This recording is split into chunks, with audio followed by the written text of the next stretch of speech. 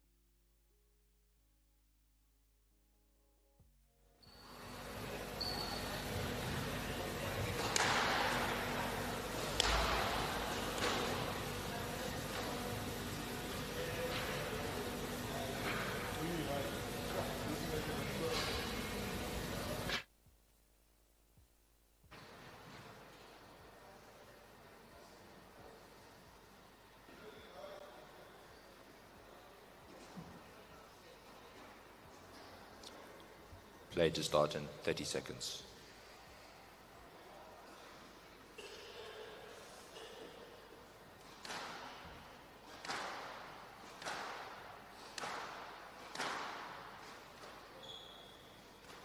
Fifteen seconds.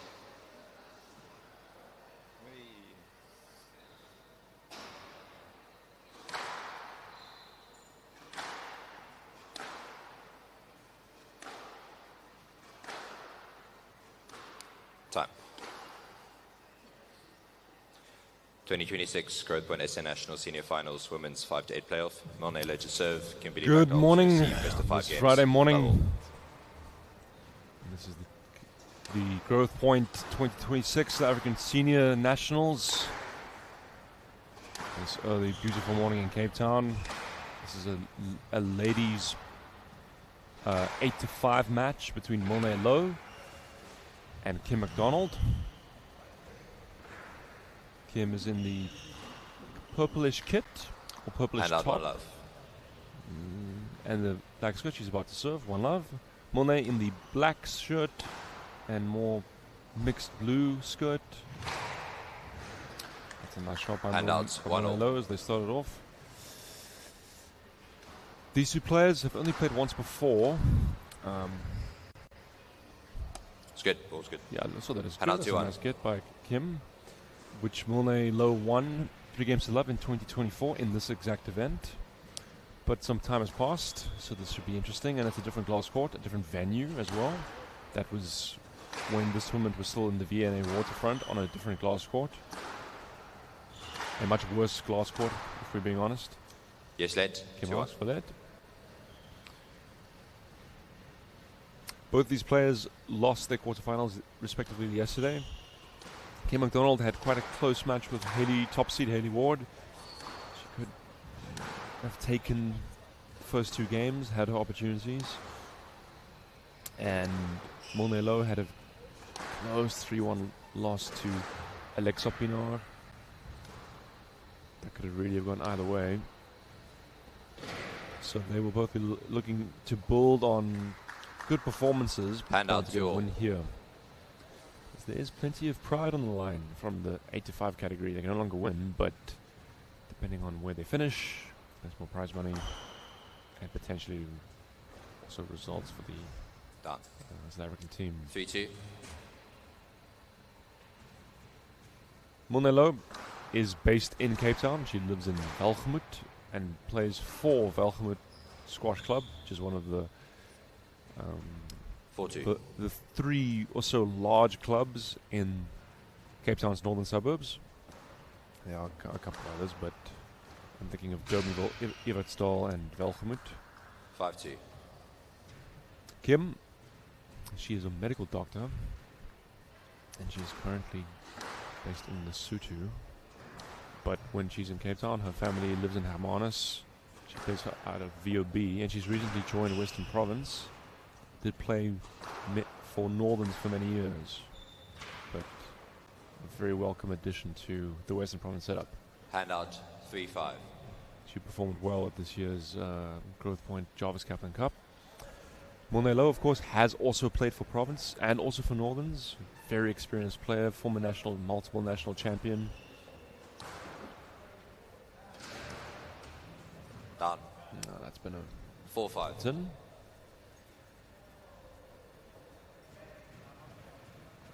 It is unusual for these players to be at this level, to be playing this early in the morning, this type of match. Do you sometimes see it on the final day of Jarvis, the CIPTs, where Final. you might be Right playing side. at 8 a.m. As we see, there already is a bit of a crowd. Definitely, I mean, this year we were all playing that early, and I can remember being in Mossel Bay. We were playing at Mossel Bay Squash Club, and ourselves, which was the Western Province Men's A, and our Western Province Ladies A, which Kim was playing for, we were playing on consecutive courts on Mossel Bay Court, I think 3 and 2 next to each other. As Kim asks, Stroke to McDonald. That's a stroke. 6-5. So she just has a lead here. But yeah, that early is probably the last time, but unusual. And with this glass court, very dead. Down. Nice game to tin. Hand out 6-all. A rash error. So 6-all. That lob serve, very effective. Good striker of the ball, Monello.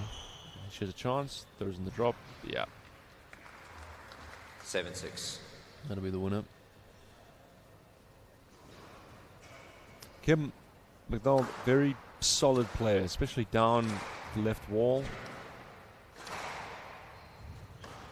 See, that's nice defense. Oh, but that's a great boast there by Monet. 8-6. See how early she took the ball. Attacking intent, very obvious. Ah, that's nice. Hand out 7-8. It's very good down the left-hand wall, Kim McDonald. Hard to break down, attacks well. Chance for her. Done. I just delayed it a little bit. Hand out 9-7. Is it 9-7? The business end.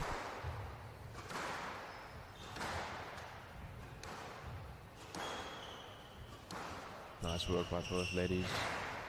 There's the straight attack. And Monello finds the winner. And with it, 10-7. she has 3 game balls to take this opening game of today's play.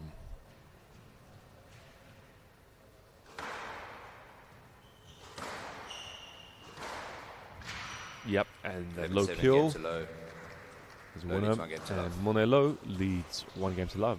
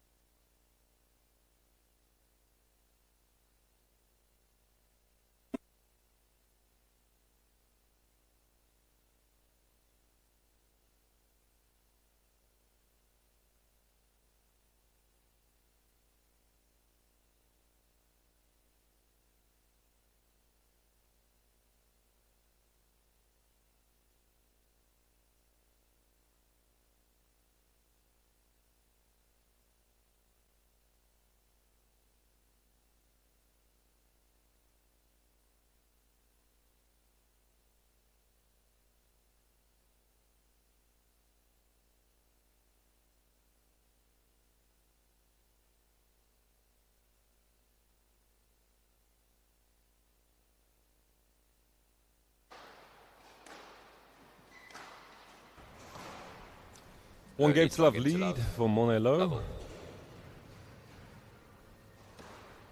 Just a few errors creeping into Kim McDonald's game towards the end there. That's a nice boast, and oh, well lifted straight.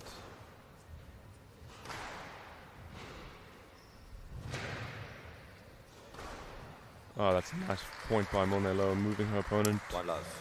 And then the spectacular finish.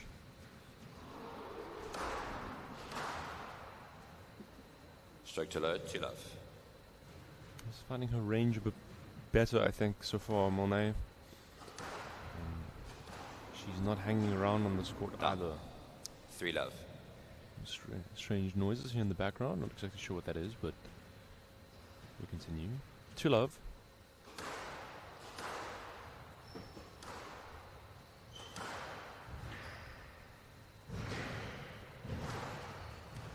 Intercepted by Kim. Goes the drop. 4 love. Now we can see Monet opening space up in the court by using the boast. really is an effective shot on the court.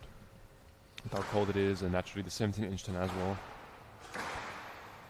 Kim will have to get the ball out of the midcourt there.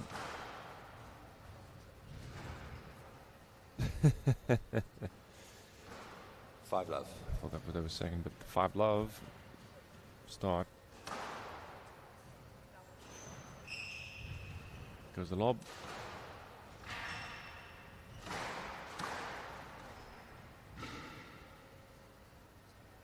Handouts, Sending 1-5. exchange there.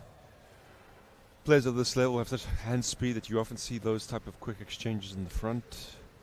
And for less experienced players or watchers of squash, does Straight to McDonald's, look 2-5. amazing. So we shouldn't take that for granted. So 2-5. That's a nice shot there by Monet. Handout 6-2. Glued to the sidewall. The 6th corner shot. Nice there. Like him.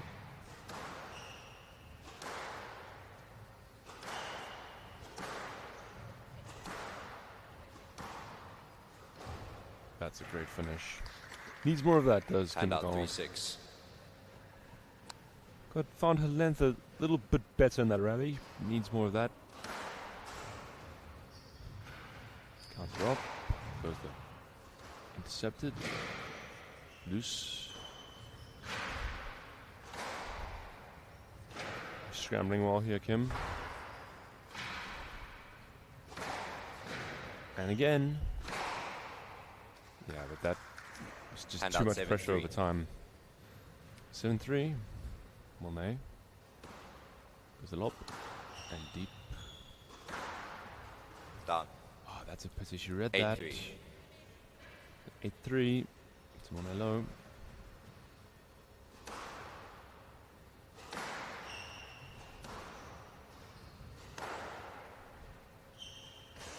Done. Run for the Handout 4-8. winner. Does have the lead, so she can afford to play more speculative shots like that maybe, and she's been shooting well. Has Monello so far in the second game. Kim taking just a moment to compose herself. That's a great, nice length. Straight to McDonald 5-8. With a stroke, yep.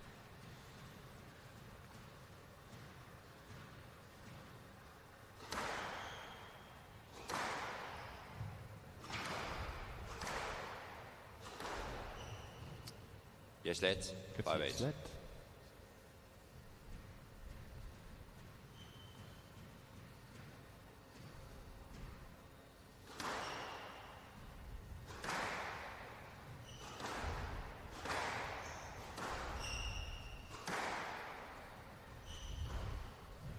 That's nice, Kim. She's not yet 6-8. played that shot, but it's on this court, especially at this time. It's bound to be effective if accurate.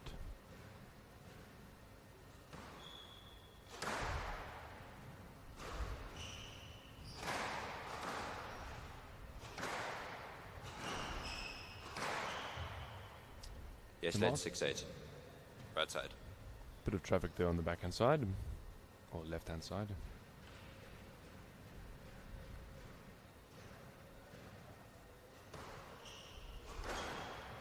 That's a nice kill by Monello. Handout 9-6.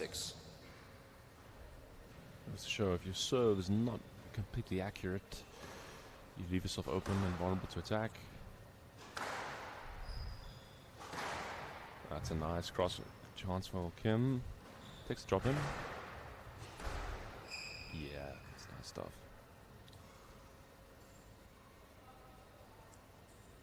No lets was winning shot. Gets a no Handout let. 7-9. It's not too surprising. A little bit of interference, but I think the shot was probably a winner, so that's a fair call, in my view. You can see Monello finding a nice line there on this left-hand wall. 3 game balls, 2 love lead. So far, Monet has hit better length than Kim. Just the difference, I feel. Not that time though. That's today's first example of commentator's curse. There probably will be many more.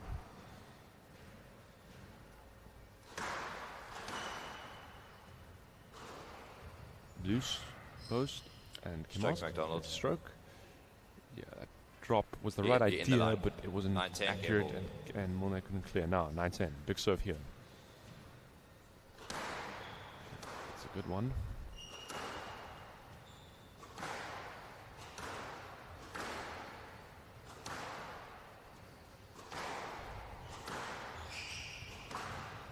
That's a nice line. Chance for Monet low, goes short, and that's tight. It's a nice winner. Game to low. Low leads 2 games to love. 9, and former champion leads 2 games to love.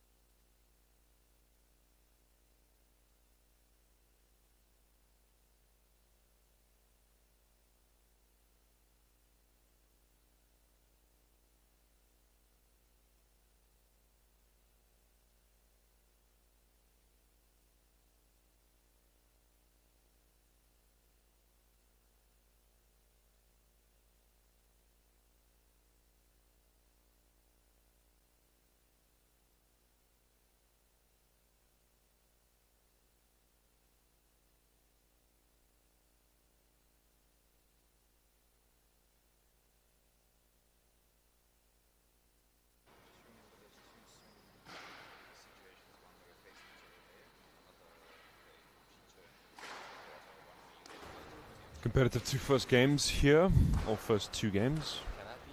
You see an official adjusting something there on the door. No.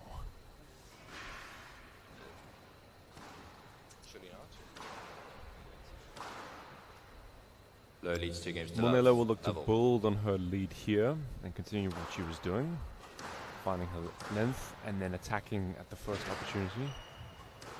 Kim McDonald. Down. It's in. Handouts, 1 love. Kim will look to build some momentum here. She had a good spell towards the end of that second game. That's a nice change-up. 2 love. But really, if anyone is getting a shot there at the in the mid-court, there's a chance.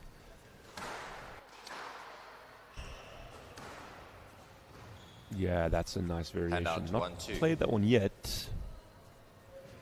Well, name. Loose. Come on. Yes, led 1-2. It's a yes let.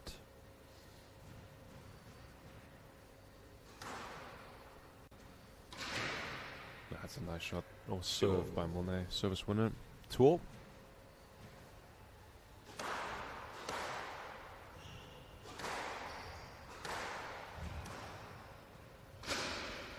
Yeah, tight work. 3-2. Right side.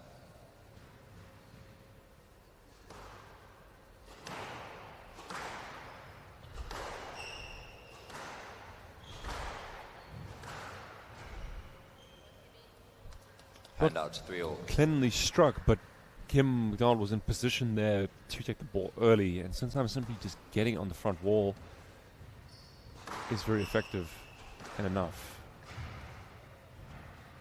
That'd be a stroke. Stroke to McDonald. Yeah. 4-3. Danger there of counter dropping when you aren't in control of your movement, as what happened with Monello there is that you invariably give strokes away. That's a nice line. Down. And Kim misses that. Handouts, 4-all. So for all.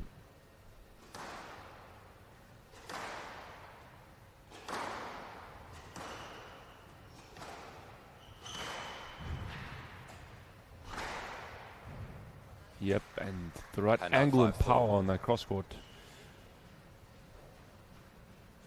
5-4. Goes the lob.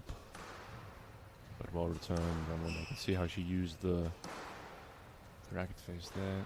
The height post comes in. Yes, led 5-4. Can get to Right side. a yes let. 5-4. For a second I wondered if she had mistimed that. Yeah, that's a loose serve. And out, It's gonna get 5-all. punished. 5-all.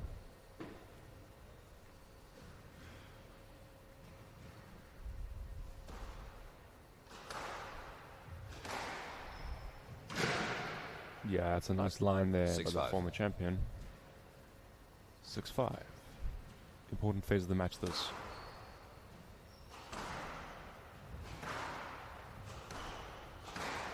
On the volley, Monelo.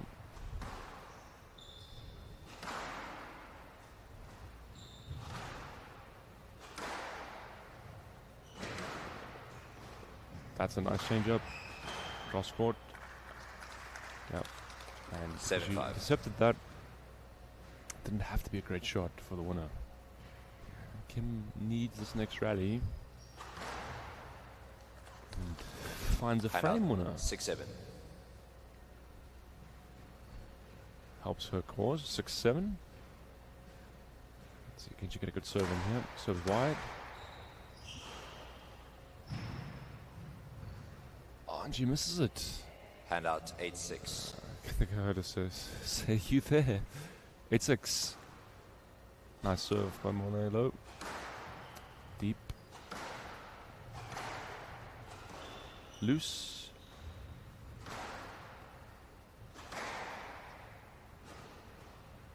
That's a rip of a post. You could just see that And it out 7-8. died as it hit the side wall. Perfect stuff. So just within touching distance, Kim McDonald, 7-8. Needs to serve well. Still not quite getting that side wall. Hand out 9-7. 9-7.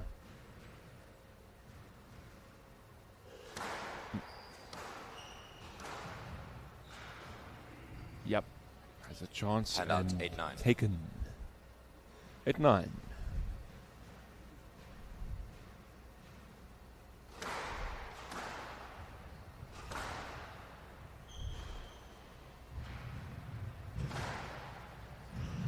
Oh, that's a great get by Kim. And again. Oh, and that just goes out and we can hear the crowd. Hand out 10-8. Match ball. She moved well in that rally, but now 2 match balls for Monelo. That's a nice cross. Chance for the former champion. She goes deep and she 11-8, converts, match and that's to the love. match 3 games to love. between these two. 11-7. First match of the 11-9. day. Monelo wins 11-8. that 3 games to love.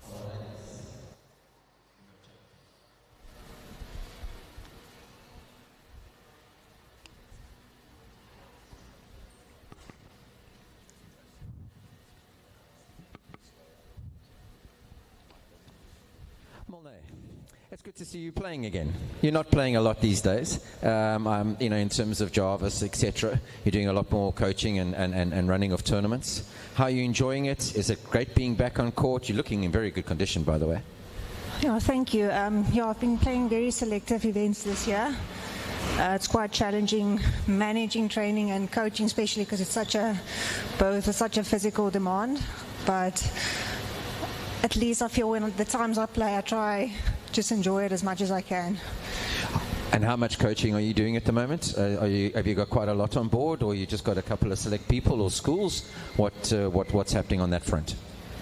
I think it's the biggest load of coaching I've been doing in quite a while, individual and also lots of junior development going on. So very busy. You got some good prospects. You got some talent coming through that excites you. Mostly at this stage is beginner intermediate stage development, so it's not like provincial level yet, but that's the goal, to get them there. Well, fantastic. Well, listen, how are you enjoying playing? I mean, are you happy with your form? Are you playing to something that is making Molnay happy? I guess there's always room for improvement, but I felt a little bit better, more comfortable today on court, so I'm happy that I'm at least moving upwards. Well, congratulations and well played today, and good luck for your match later today. Thank you. Molnay Low, everybody. Well done. We're going to move on to a men's 5 to 8 playoff match. Can someone clean this ball? Can we clean this?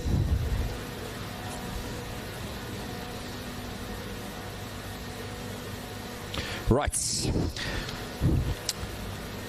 First onto court. Young man who represents Eastern Province and plays out of Lawn Park Squash Club. He's young and up and coming, and he's a huge talent. He represents South Africa at the Penang Junior Open, and he goes by the nickname of Ninja. Please welcome Dean Fenter.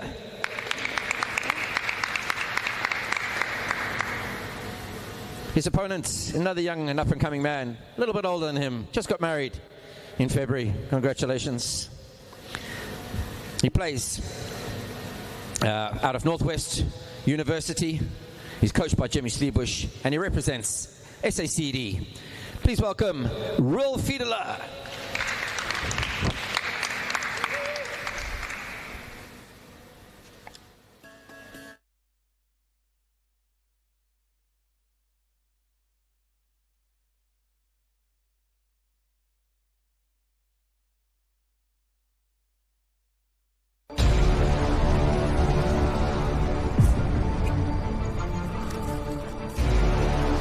That waiting for the gun, the nerves are just too much, thinking about what is about to go down. There goes the horn to start the race.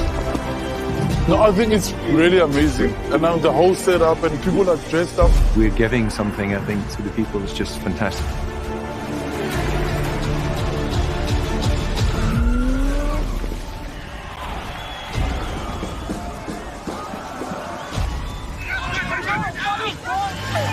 The support on the side of the road is second to none, and that gives you the extra oomph. Thoroughly enjoyed it. The scenery is beyond what I could imagine. I seriously enjoyed it. I met so many wonderful people on the way. Really enjoying Cape Town. People seem to really appreciate artwork here, which is really nice. Come and visit Cape Town. We are waiting for you with open arms. We welcome you here. It will remain a city of hope and opportunity for everyone, not just in Cape Town, but around the country and the world. And he takes the tape.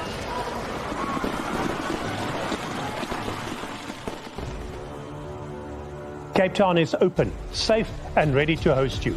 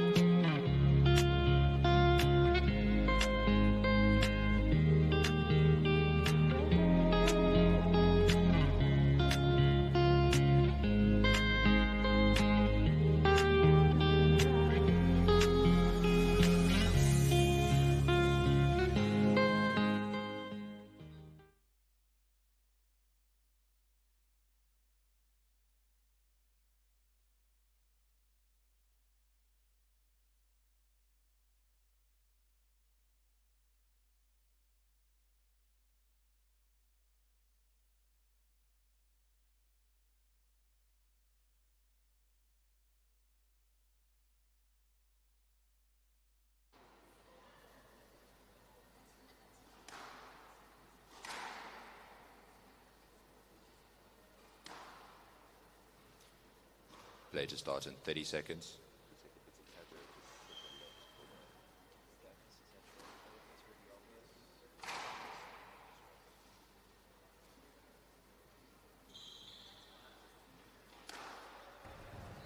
'26 Growthpoint SA Nationals Senior Finals. As this morning continues, 5-10 we playoff. are about to settle Well, into the let's first serve men's U15 match just a 5 games today's level. play. And that is between Ruel Fiddler serving, the tall man, or both players are tall, but the taller of the two players. In the, is that a Navy kit, maybe? Yeah, or should. And Dean Fenter in the, yeah, he's got the Eastern Province, familiar Eastern Province black with a little bit of red and white. This will be an interesting match. Both of these players played in the quarterfinals yesterday and lost in straight games respectively. Ruel had the misfortune of drawing top seed and 5-time defending champion Dewald van Niekerk. So in honesty, the prospects there were always very difficult, even though he did play well. Dean, this is his debut in this tournament. He played John Anderson. And I think he will be disappointed in the match because John played very well. He was mentally very hungry, you could see that, but he made a lot of mistakes, and I think it probably is fair to say that mentally he didn't quite pitch up for that match. He will feel the same, I suspect. But this is another opportunity for him to get on top of things as he finds the line there. These two players, they've played about 3 times before, as far as I can tell. And Dean leads that head-to-head 2-1.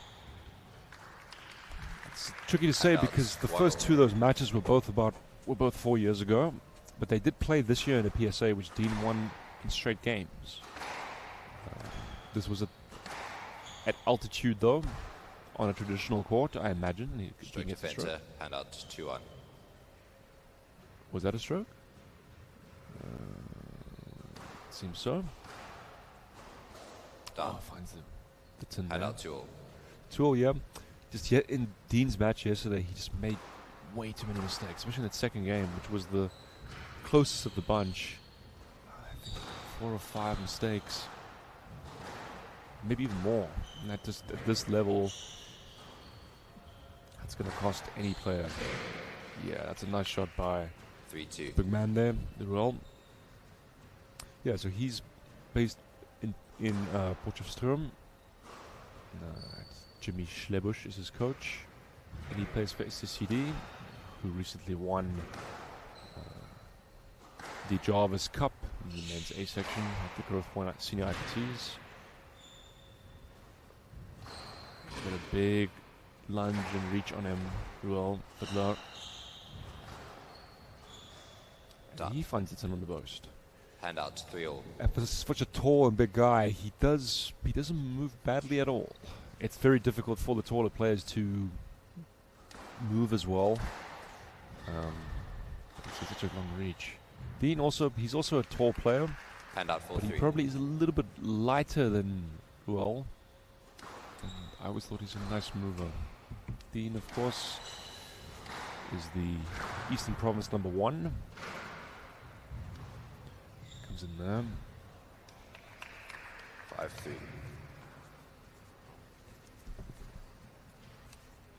Ruel just sneaks up ahead in this first game. Dean finds a tin. So many tins.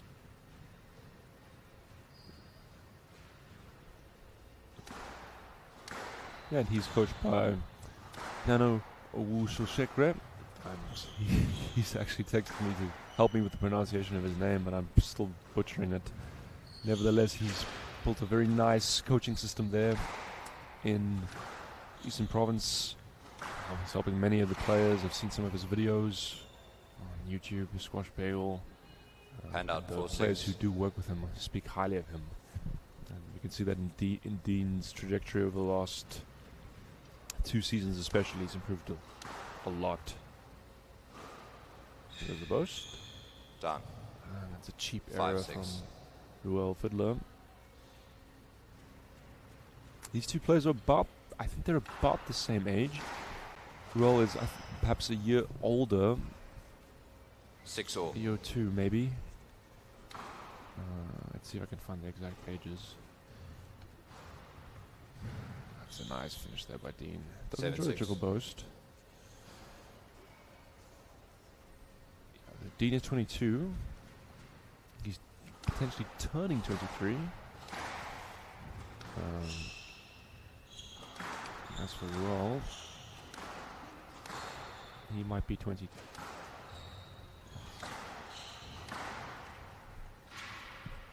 That's tight work. 8-6. By Dean. Nice spell from the EP player.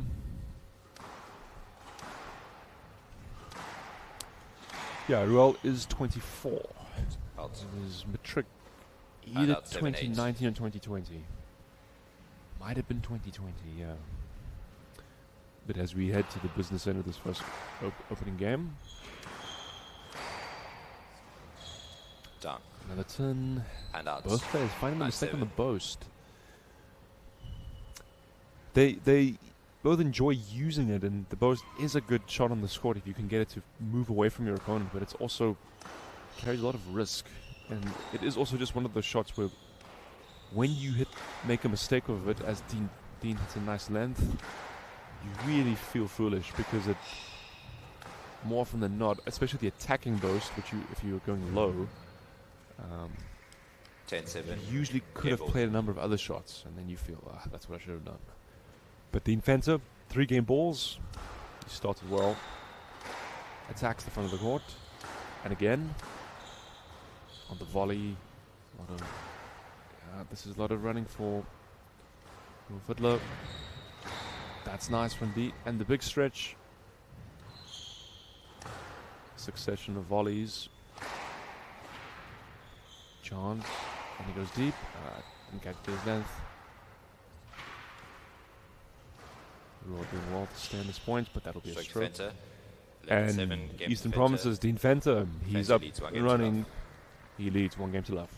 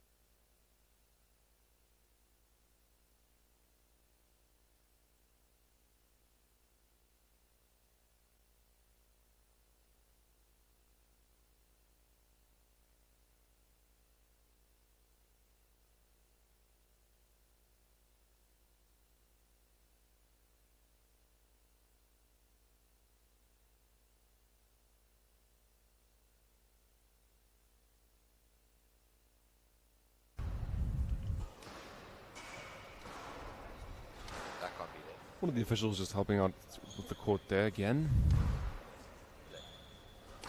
Interesting first game. Fenter leads 1 game to love. This is the first time that I've seen these two players play each other, so I'm still formulating my thoughts about what patterns are emerging in this match. That certainly helps Dean cause a service winner. Voice those perhaps a bit later into this game once a few things become more apparent. That's nice there by Dean. To love. He's certainly finding a better length in this match than he did yesterday. And he does have excellent attacks. If you let the defensive attack in front of you, he is a bit... Oh, that's nice. 3 love. He does have very nice hands. He can put the ball in, and he can be unpredictable as well. Combine that with his fairly fluid movement, and it's a tough prospect to play.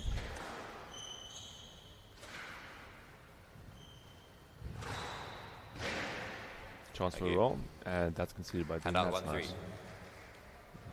Yeah, both of these players, very clean players. I have had the chance to play both of them in the last couple of years, and there's not many decisions in both in the matches. It's very much squash does the talking, which is what you ultimately want. Those ultimately tend to be the matches that you often enjoy more than someone who's constantly in your way and you feel maybe 5-1. Pushing or testing the limits of what they can get away with the referee. Great start by Dean though, 5-1. Ruel needs to find his way into the match. So far he's not quite getting on. That's a nice... Yeah, he's not getting onto the ball 6-1.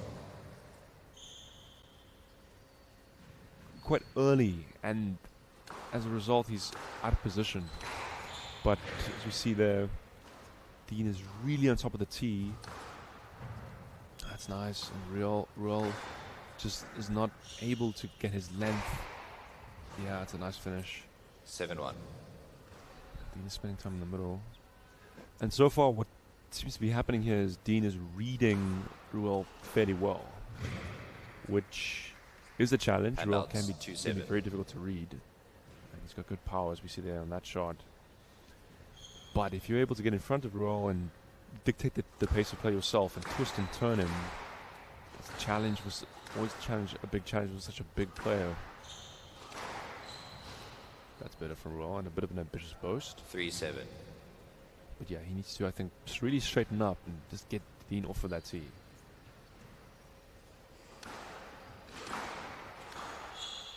So they're on the volley, but this time, yeah, I can see how early Dean took that. Even though Ruel had the position in the midcourt, Dean anticipated that well and onto the volley early. Chance takes the drop in, yep, and yeah, that time you see Dean smile. That time Ruel anticipated well and used his reach to hit the volley length winner. Loose again.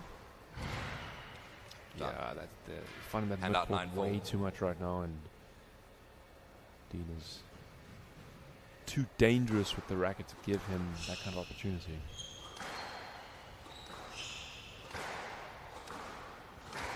See there, that succession of shots. He's maybe trying to send him short. Gamble. And that gives Dean Fencer 6 game balls for a 2 games to love lead. Out. And that goes out. Yeah, Ruel out Vidler 5-10. needs a few more of those. Even if he has to lose this game, he has to find a way to establish himself in the match. As of yet, he's not done that. That's a great line. That's nice for Ruel, though.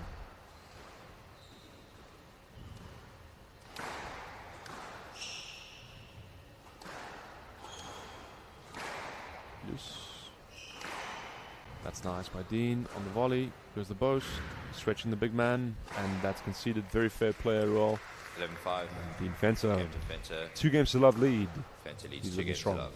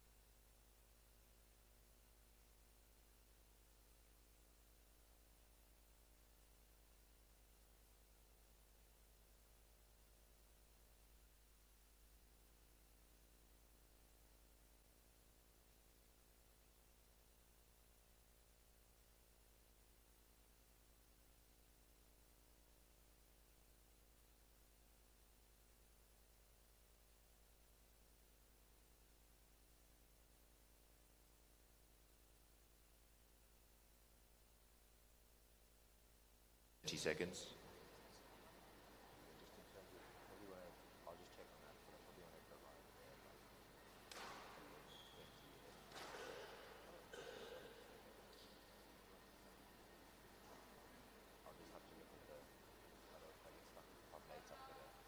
It's a compulsory thing.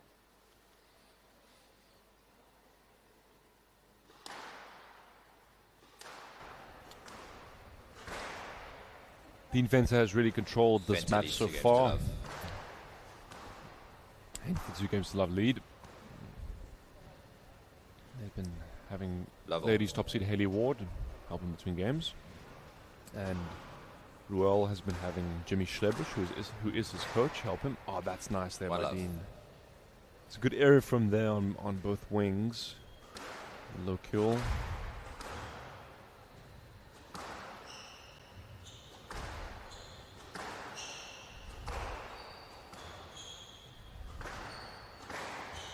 That's a better line from Ruel. He has a chance. That's a nice exchange by both players. Handouts, 1-1.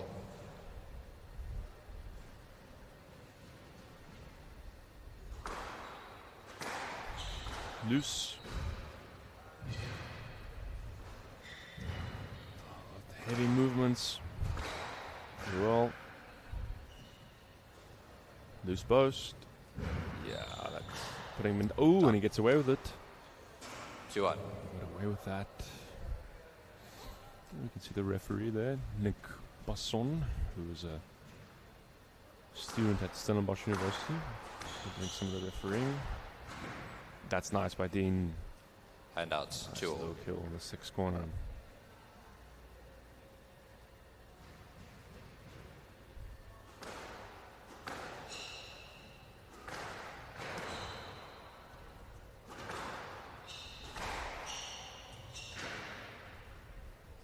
One of the first times that Ruel has really found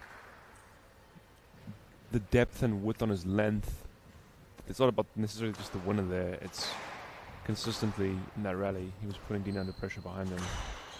And again now.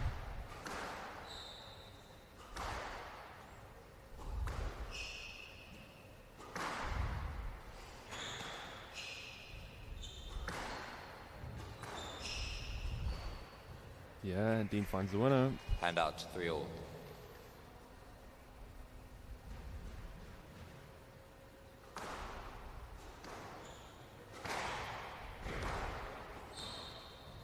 And that stroke to fiddler. Stroke. Handout for 3. There's the risk of wanting to keep the pace high by continuing to volley. If you lose your accuracy there, you do get strokes away. But I think that's the right tactic from Dean. It's worked well in the match so far, but it's nice. Getting onto the volley and robbing an opponent of time is always a good strategy. Done. Especially if you are playing a talented attacking 5-3. player like Ruel. He's not really had the time to use his wrist and holds, even though he has a 5-3 lead here. Goes the boast. Yeah, Done. and then I think 6-3. Dean just played the wrong drop shot. Going using like side or overspin.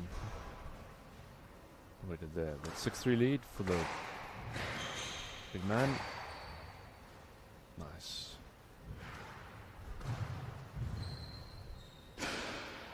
And again, but 7-3. improved counter dropping into the front left for Ruel Vidler in this game. Oh, that 8-3. Probably as poor of an error as you're going to see from this level, these level of players. That I assume that was just a mistiming from Dean's part.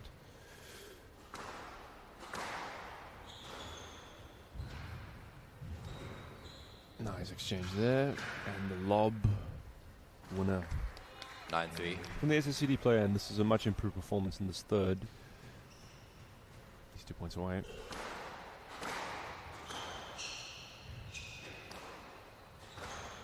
you can see there, once he 10-3. does have control of the tee, Game ball. there's some devastating attacks that he is capable of. 7 game balls for Ruel Vidler. stroke. 11-3 game to Fiddler. He's back in 20 leads, 2 games to business. He draws 2 games to 1.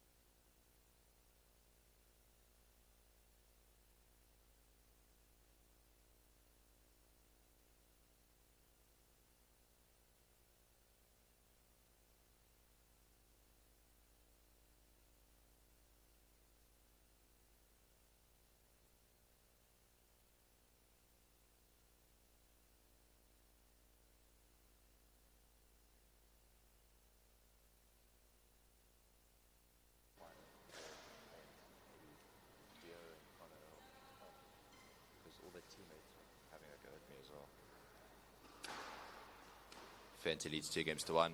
Fiddler to serve. Level. Seesaw match so far. Neither player has played well at the same time. Been dominating the first 2 games. And we're all developing some rhythm in the third. Let's see if both of these players can produce quality simultaneously. You can certainly see he's trying to keep the strategy that has worked well for him so far. That is a lovely finish. Handouts, 1 love. It'll be Ruel's job to prevent Dean from controlling that middle and upping the pace and dictating things. Done. That's a loose post. Handout 1 all. A smile between the 2 players there.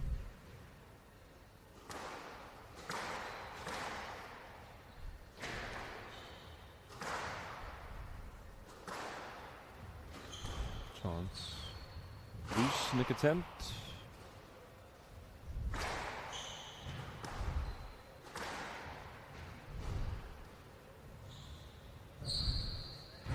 That's a brilliant counter drop there by Dean Fenty. You can just see the way that he lunged in.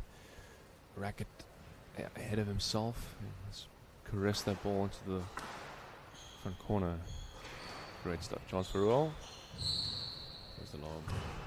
Oh, that was a mistake by Ruel to go cross there.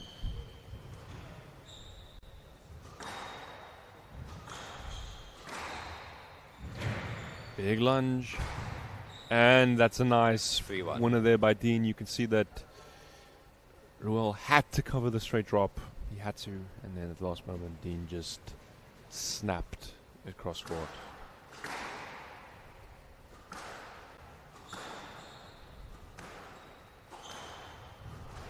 Loose.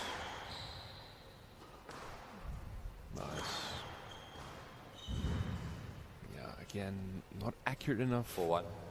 From Ruel onto that cross court, and Dean is proving to be very clinical on that backhand volley of today. Close.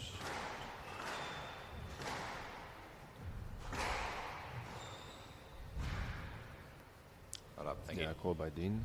Handout 2-4. That time he hit his length too hard there from a more defensive position, and then that gave Ruel the space, but also robbed Dean of the time he needed to recover.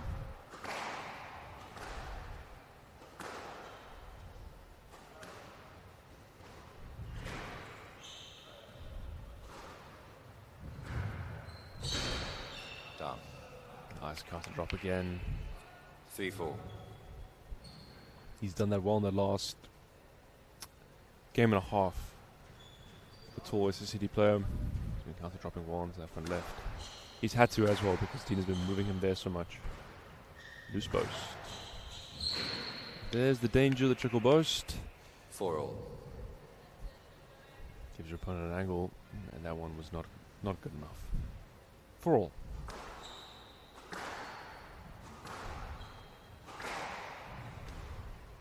Dean goes cross. Loose. Up goes the lob. Another counter drop. Straight flick. Nearly hit the back neck. Loose boast. Loose boast.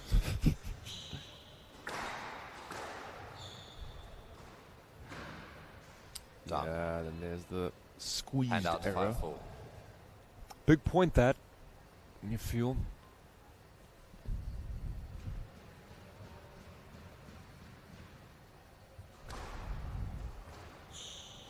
Tight work. Nice line. Chance for roll. Goes deep. Done. Into the tin. That's Hand a out pity for 5-all. Dean.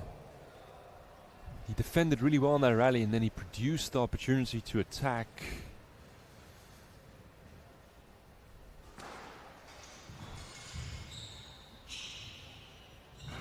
That's Stroke defender. Hand out 6-5. We're all guilty there of something that I've done myself a lot, which is you feel that just because you have a backhand flick down the wall that you overuse it. But the problem, of course, is that if you're not in control of your lunge and actually far away enough from the ball, you tend to give a lot of strokes away or just miss your accuracy, as he did there. Certainly I can relate to that scenario.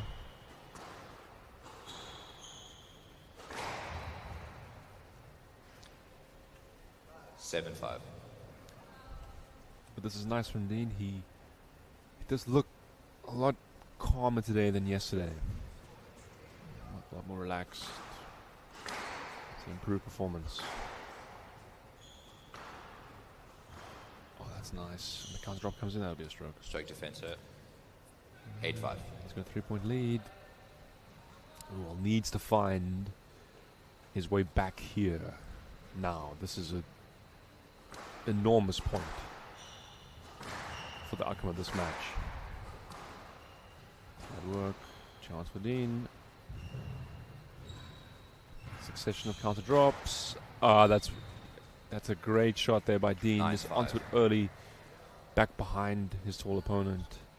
It's a good strategy because the taller players do not change direction as quickly. That's loose. That's a nice length by roll. Goes deep.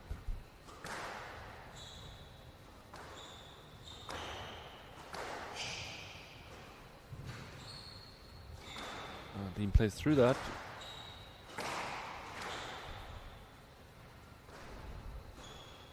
Loose boast. Yeah. Gets the ball, and again the same strategy 10-5. works. Right side. Trickle boast. Match ball. Proven to be Ruel Fiddler's undoing. And Dean Venter has 5 match points to bring up his first win of this South African Nationals. We'll be thrilled. This has been a much improved performance from him.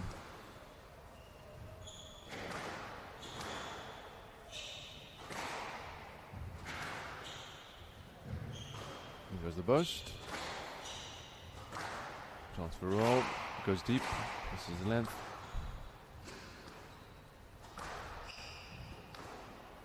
Touch. Without court. But nice pressure there from Hand out the 6-10. City player. He will not be giving Match up. ball. He will play until the very end. 4 match points left. This is a hill to climb.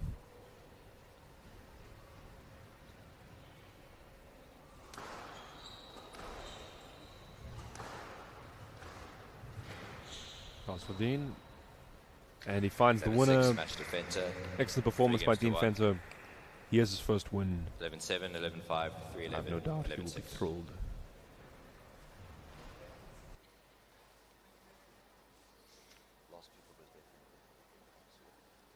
the one there who was calling.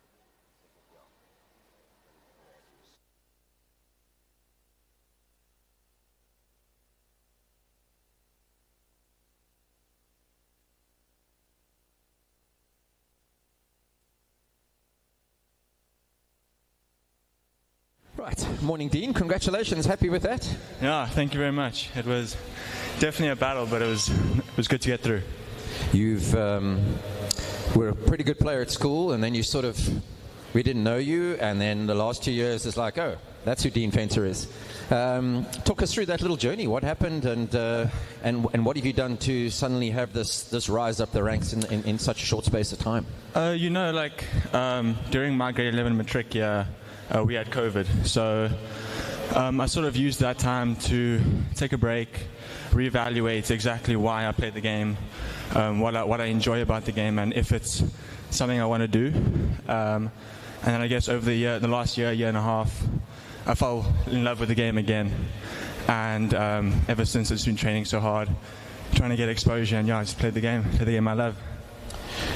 Talking of your match today, how often have you played Real this year? A couple of times, or have you guys not met up? How's it worked? We played once, beginning of the year, at the Shore Satellite #1, and I got through there 3-love. So I knew it was going to be a tough one. It's never an easy one against Real. He's a great player. He's so consistent, and he's so tall. You can't lob him.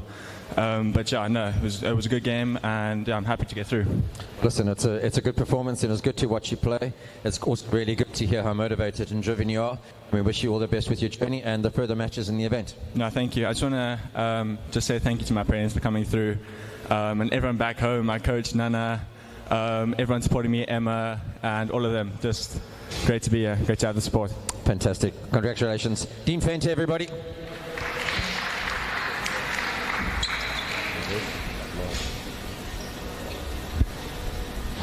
Okay, let's bring the next match on here at Makers Landing in the beautiful V&A waterfront in this magnificent city of Cape Town. I parked my car this morning and I looked out and I went, my goodness me, there's just a picture of the mountain, and I thought to myself, is there anywhere else in the world where you got a parking lot that is this good? Right, let's move on. Next match, 5-8 ladies playoff. Please welcome to court a young lady. She likes to look up to players like Hani El Hamani and Noor El Shabini to find inspiration and to learn from to grow her game. She plays for Potch Country Club. She is recently become a mother, and she represents SACD. Please welcome Kesha Schlebusch.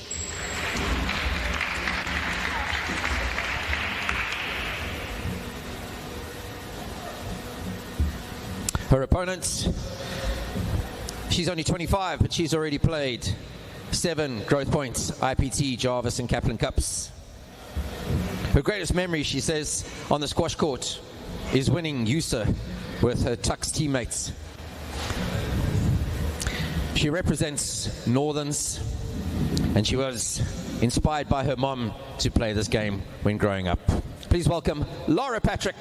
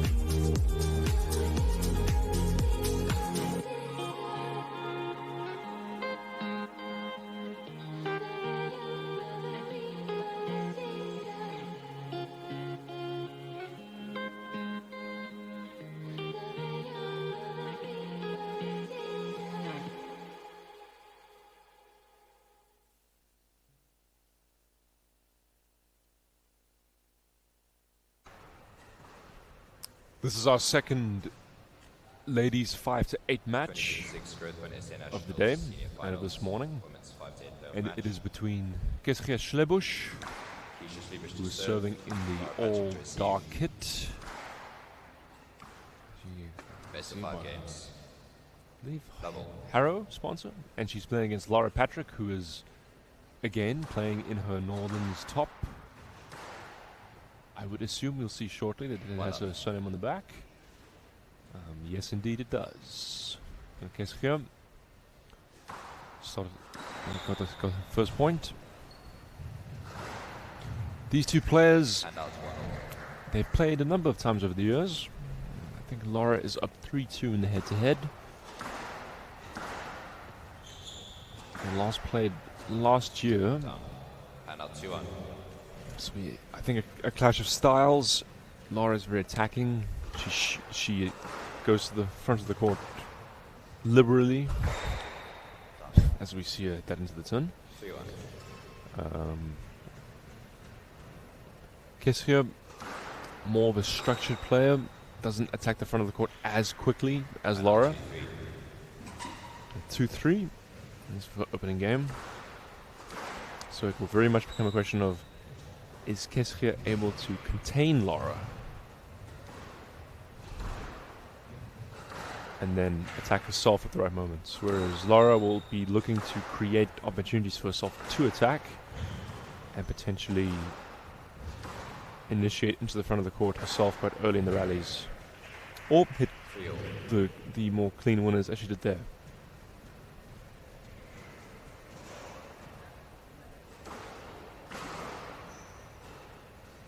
Oh, that's unfortunate.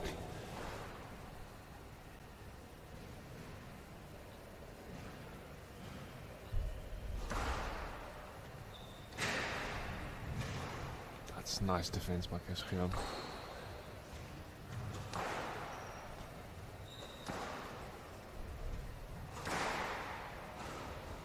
Ah, it's a nice boast. Laura Patrick. Early crowd here. A number of the players are here already. Those obviously who have already played and are going to play, but a few of the others. You can see Helena Hudson in the crowd, and Hayley Ward is here as well. She was advising her provincial teammate Dean Fencer in the last match.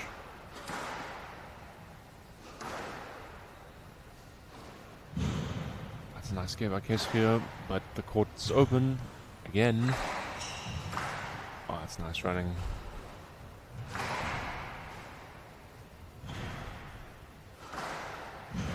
Really good scrambling here from the SSCD player. And again.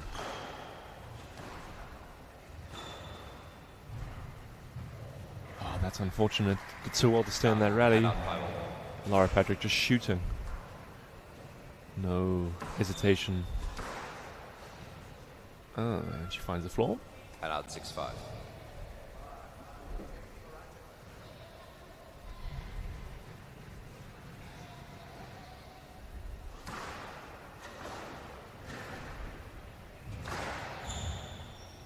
Ask for let. Stroke to Stevish. Stroke. 7-5. We also saw the first reverse angle of the day there, although that was defensive. I'd say it was forced. It was not by choice. Thank you. As we unfortunately saw so much of yesterday.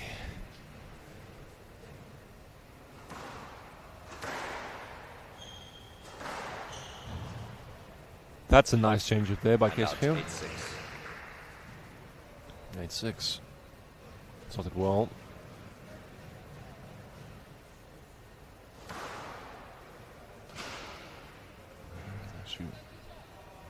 She edges ahead, 3-point lead, and she's 2 points away from capturing this opening game.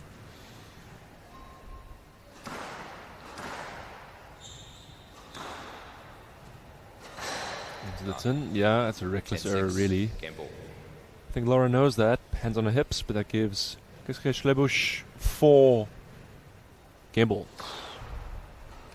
Nearly out there with the serve.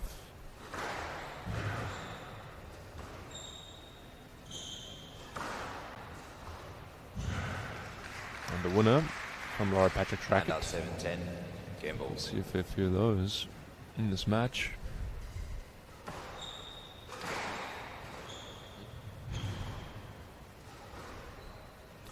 Oh, and she 8-10. nearly found the neck, but it stayed forward enough for it to be the winner. A winner. Loose. Out. And it goes out. 9-10. Game So ball. one game ball remaining for Kiskia. She goes short and finds the winner herself. 9 game to Slivers. And so the Slivers leads. SSCD player, she leads 1 game to love.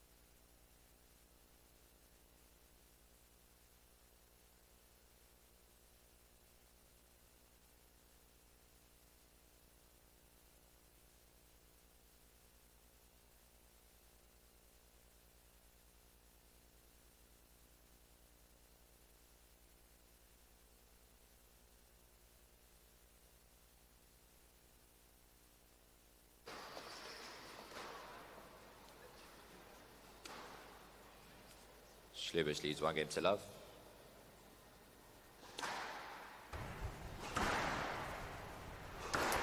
What ended up being quite a close first game in the end Double. was taken by Kesges Schlebusch. Laura Patrick, a bit of a seesaw performance there. Found winners, but also found a lot of Tims. It's done. 1 It'll love. be her goal to reduce the error count. She will have to be more disciplined and I think earn the opportunity to attack. That's nice by Kesgia. 2 love.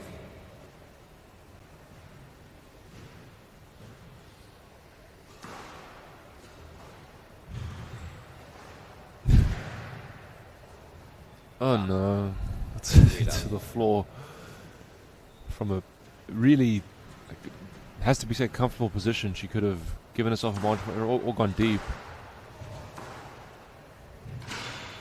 Nice lob there. 4 love. A lightning start to the second game by Kesgia Schlebusch. Done. Bit of a cheap And error out there 1 for for Kesgia. The knee to hit that low.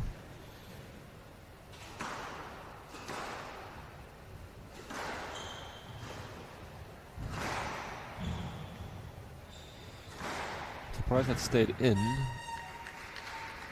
2-4. But Laura, no, 2-4.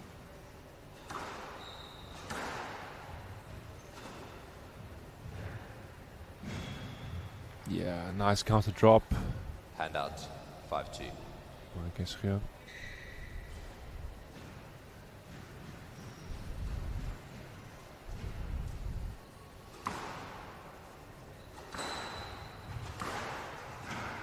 Yeah, not found her range 60. yet, Laura Patrick. Lots of mistakes.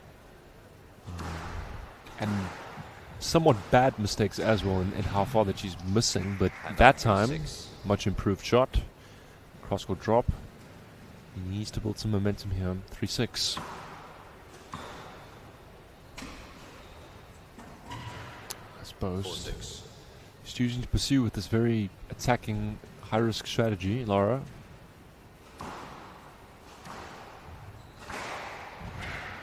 Yeah, a nice kill. 5-6.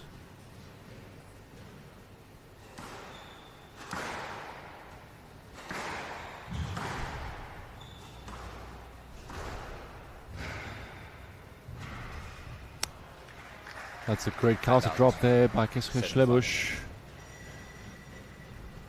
Counter-attacking well here so far.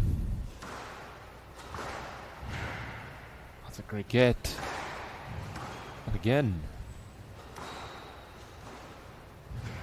Chance for her. Yes, and well put away. That's a really good rally because she defended excellently there. Just reading her opponent's options.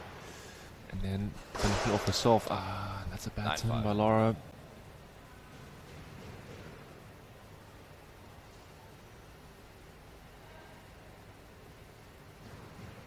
Discomposing herself.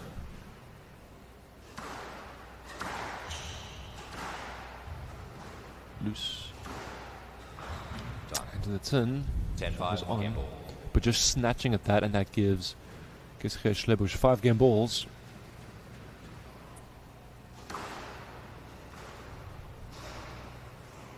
Yep, and Laura wants to regroup for the next game, and that gives Schlebusch a 2 games to love lead.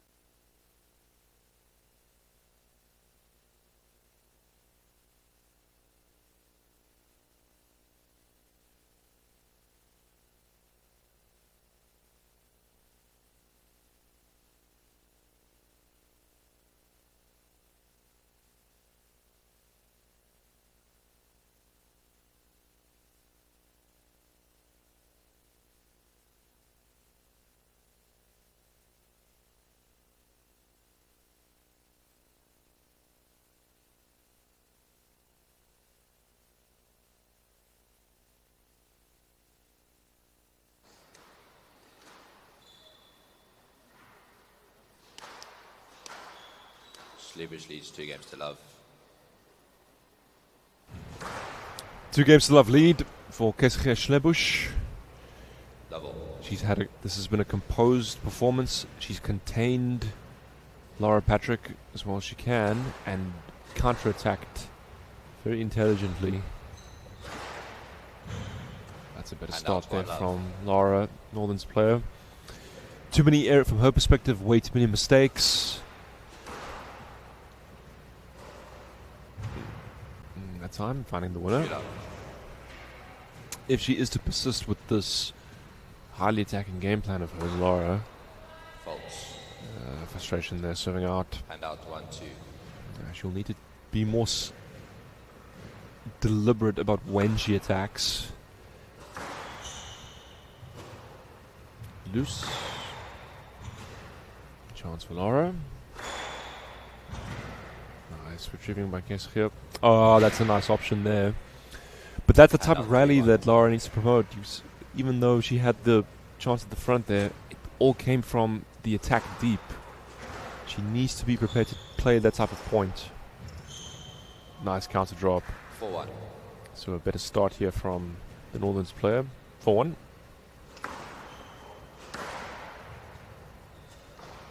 Loose. Done. 5-1. Use of the lob there. 5-1.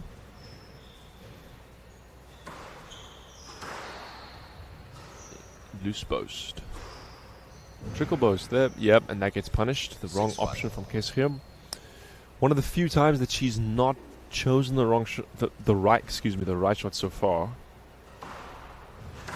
Especially from the front corners. She's been counter dropping so well straight. As we see her early racket prep there on the backhand. Followed by the lovely backhand kill.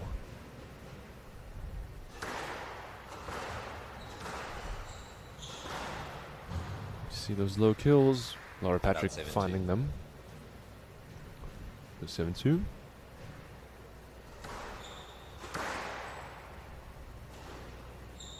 Into the tin. Hand out 3-7. Oh, 3-7. This is a big point because Kesria's course is not completely lost here. It's only a 4-point gap, which is significant, but it can be reduced. Oh, and Laura Patrick finds the cross-court nick. Hand out 8-3. One of her best winners of the match so far. Now, a 4-point gap compared to 5 just feels that you could still chip away at it. 5 points is big.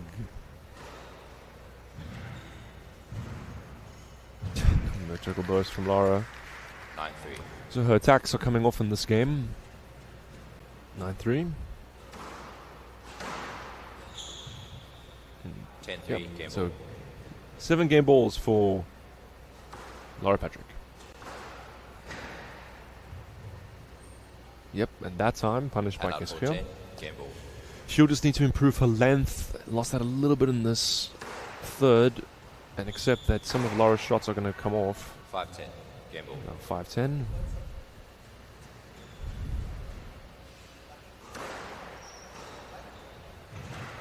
Up goes the lob, and out it goes. At 5 game to Patrick. Laura Patrick, she's on the board here. She trails 2 games to 1.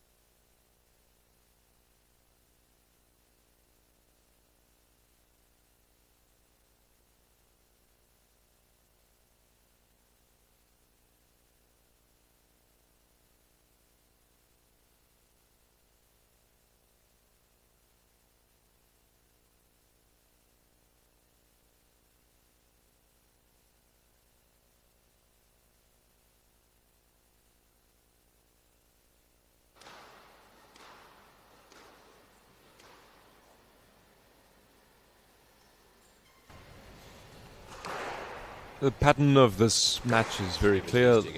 Laura Patrick is going to attack the front corners, and she's going to do so early in rallies from the midcourt. Use the boast, cross drops. In that third game, it came off for her. She wasn't making the mistakes that she made in the first two, and that she made there. Kesria, I'd say probably her length did drop off a bit in that third, but whenever you play a player who is attacking like this, you have to accept that they may find winners, and it's just your job to kind of deal with that and prevent them from doing it from comfortable positions. That was a great cross-court kill there from Laura, but it's high risk. And if you keep making... That's nice, but I guess here she won't get a let there. No let. Yeah, no, that ball's too far 2-1. away. But if she continues to make Laura shoot from deep in the court, at some point luck will run out. Hand out 2-all. She won't want to make mistakes there, and that was a real opportunity to hit a winning shot, even on the drop for Kesria. Loose. Loose again. Laras gets a yes let. Kesria won't mind that. She survived that rally. Sometimes you're just happy to play the point over. Loose. And duly put away by the Northerns player.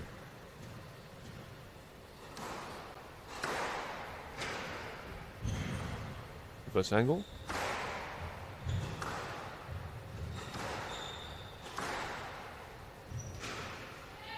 Into the tin. Hand out 3-all. But 3-all, yeah. Maybe some of the juniors should take some tips from Keskia. Her reverse boast conversion rate is currently 2 out of 2. That's nice. 4-3. It is the obvious shot, but keeping it simple like that, it's good enough. 4-3.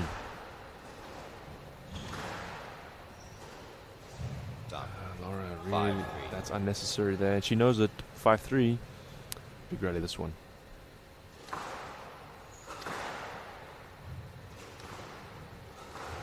Yep, and the winner. Handout 4-5. 4-5.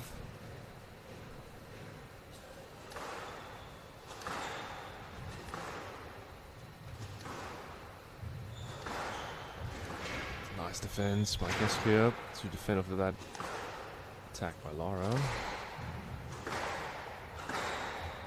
Yep, mid-court. 5-all. And Laura Patrick punishes that short ball. Loose.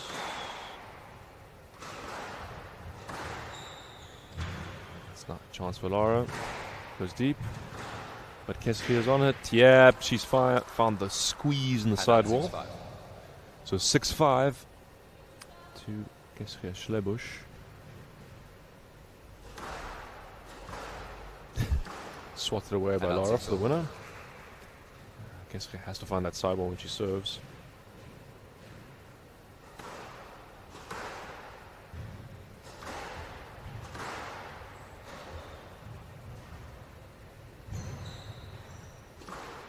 Nice.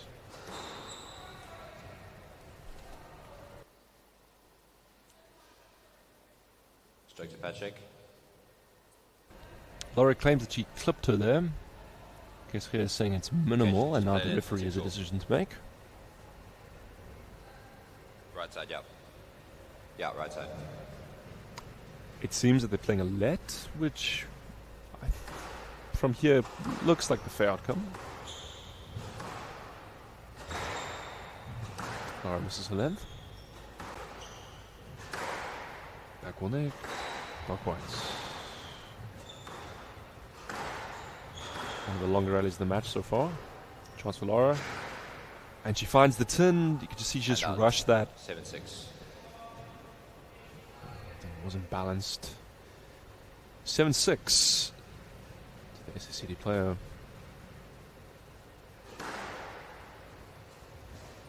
Done. Oh dear me. What? 8-6. Yeah, you can hear her frustration with herself there, Laura. That is, to put it mildly, a highly risky shot.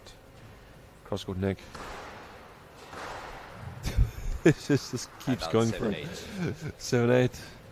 Yeah, she's going to go down swinging. If she has to go down. Bit of a change-up. I guess. Oh, that's a great rally. And the frame winner. And out 9-7. But great court coverage there from Keskia. And she's 2 points away from win here. Big serve. Because you just know Lara will go for something. And it's not good enough. 10-7. Keskia finds the Match drop ball. winner. 10-7. She has 3 match points.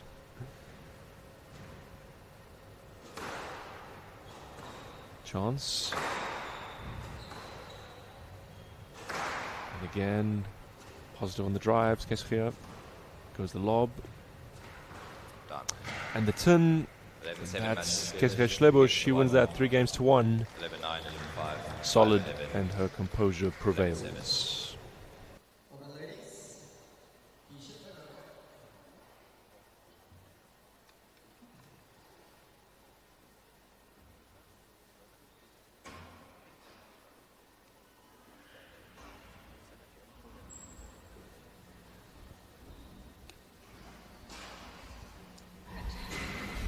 Keisha Schlebusch, well played, young lady. Happy?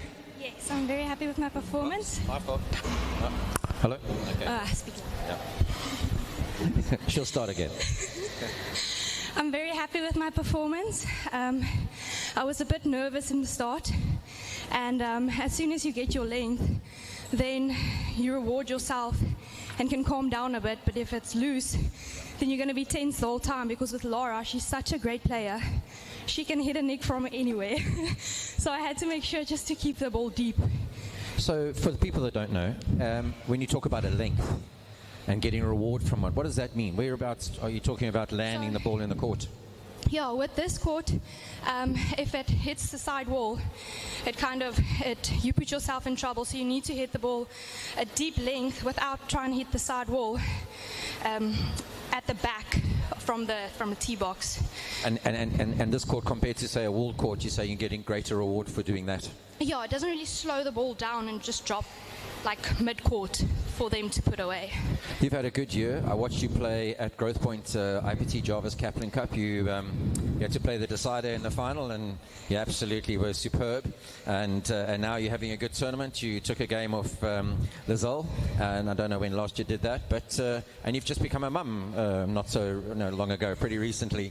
So how have you managed to balance that, and are you enjoying your season? Are you happy with your results from what I can see? Yeah, I must say becoming a mom really changes everything, but in a good way. I think before Mylene, I didn't have really time to train, or it was studies and work. But when you get a baby, they actually learn you, like they teach you to prioritize, if I can say it like that, and you make time. So there's nothing harder than a newborn phase, I feel personally. So if you can just get through that and still maintain your squash and your career and stuff, I think then you have a perfect life. So, yeah. Well, it's looking pretty perfect, and you're playing pretty perfect on the court. I have one last question. Yes. It's a personal one. You're coached by your husband. Oh, yeah. How does that go?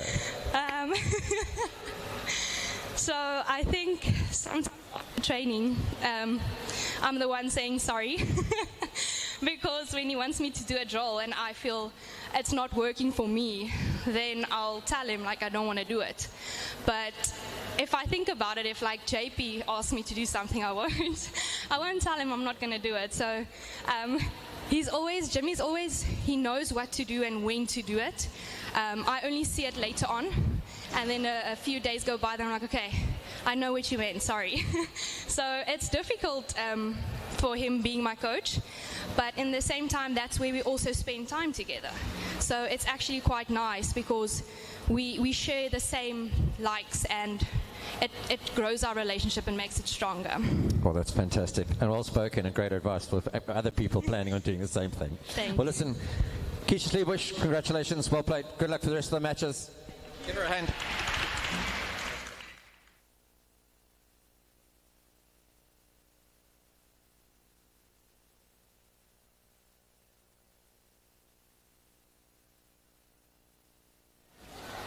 Please help me welcoming these two gentlemen onto court. Firstly, a young man who's making waves in the South African national rankings. He's freshly out of the under-19 age group and really trying to show the top players what he's all about. He's shown significant improvement. He plays out of Glenwood Squash Club. He represents Northerns. Please welcome Judah Phillips.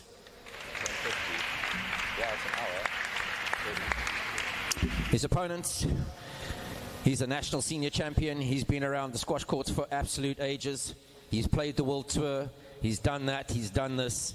And he's still in such good condition that he can make the quarterfinals of the SA National Squash Championships. He has played so far 16 Growthpoint IPTs, which is an immense amount.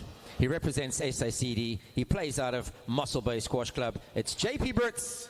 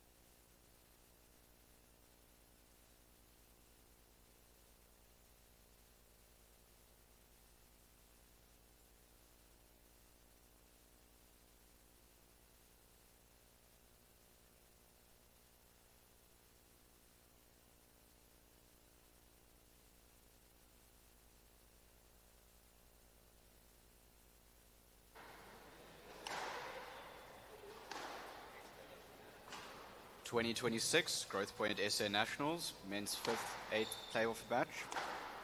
Judah Phillips to serve, JP Brits to receive. Best of 5 games. Love all. This is the last of the men's 5 to 8 matches for this morning's play. I'm joined here by Nick Basson. Good morning to you, Nick. How's it? How's it? You've been joining or doing some of the refereeing. It's a stroke to start. Yeah, so this is an interesting match. These two infamously played a month ago, and they played in a match that decided who would win the Jarvis Cup at the Growthpoint IPT. And it was on this very court, just with slightly different line colouring, and it was in Mossel Bay. And JP Brits won that 3-1. Judah Phillips serving, he won the first game. But his opponent, who is the real leader of SACD and the organizer of the tournament, it was almost scripted for him to win, which he did. Yes, Ned. And I think, is he wearing an SACD shirt? He is. Looks like he is, yes. So a little bit of mind game, Keep just to remind his young opponent. Yeah, both these players lost the quarterfinals yesterday. Judah Phillips played Damien Groenewald, the second seed. He played well, but Damien was just too strong for him in the end. And he lost that 3 games to love. JP Brits played Damien's brother Luan, the third seed. Competitive match. The first game might have been the best I've seen JP play without hyperbole, really. You know, it's recent, but he really just attacked. Couldn't maintain that, unfortunately, and Luan also improved as the match went on. Yeah, it was a repeat script from last year where JP also took the first against Indeed, yeah. Luan, and then... But whereas last year JP dropped off, the fourth was still very close yesterday. JP Brits, former champion himself, 2019, lots of experience. Whereas his younger opponent was the under-19 champion last year. He went through that whole tournament without dropping a game either. Yeah, he's progressed really well in the last year or so, Judah. He's solid. His movement and his speed have improved dramatically, I would say. Yeah, he's a difficult player to beat. Third with the cut outline there, JP. Definitely cutting it very fine. Yeah, but he does the lob serve, or he hits the lob serve quite well. Having played him recently on this court, he does. Definitely very effective on the glass court as well. It's quite hard to judge the ball if you're looking up into the lights. Yeah, for sure. So you played juniors with Judah, I believe, Nick? I did, yes. I started a bit later, so he'd been on the scene a lot longer, so I didn't get much time really playing against him or watching him, but we always knew him as very much up there, one of the top players throughout his time in juniors. Absolutely, yeah. He's got a very wristy swing as well, especially on his forehand. His real strength area, in my view, is on mid-court on his forehand. He's very dangerous there. That's where he's most confident. He swings and misses. Yeah, with him, you never really know where it's going on that forehand. The wrist is so flexible. Yeah, also, I've been played both of these players at Jarvis this year. He's very good on his forehand side. Lots of pace, can redirect it both sides quite quickly. Really utilizes his whole body in the swing to get that good rotation and get that power from all forms, not just stiff arming it or anything. Yeah. JP Brits is 5-2 as we head into the mid-stage of this first. I think he would definitely want to start strong here. Just keep himself going, get in Judah's head early. Yeah. Yeah, I just could see, didn't quite see that early, and then movement onto the ball was a bit stuttered. Can be a bit tricky with the branding being the same color as the ball. Indeed. 6-2. I did enjoy the pink colouring that the court had in Mossel Bay, which is very similar to there's a PSA Gold event in Singapore, which has a similar court to this one, which is also they use the pink lines. Looks fantastic. Chance for JP on the hold. And again, see Judah's recovery movement. Oh, that's clever there. Volley lob. Definitely doing a good job at keeping him behind him for now. This is a positive rally from the former champion. Judah's absorbing well. This is where he's improved so much.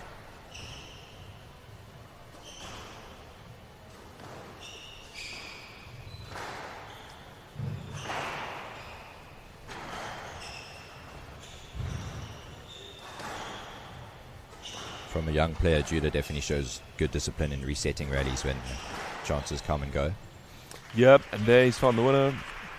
Great rally for Judah. That'll get him going because he spends a lot of it defending there, defending well. And he actually found the length winner. But from that mid forehand, his danger zone.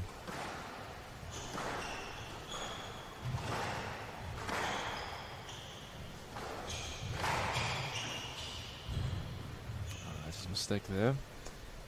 Can sometimes give you errors on that front left. Hand out. Judah is not as confident there on his backhand side than he is on his forehand. So it wouldn't shock me if JP Brits targets that front left in this match. Chance. Down. It's like he clipped the top of the 10 there. Yeah, we couldn't quite see from our angle here on the stream, but players' body language will tell you who's won and lost a point.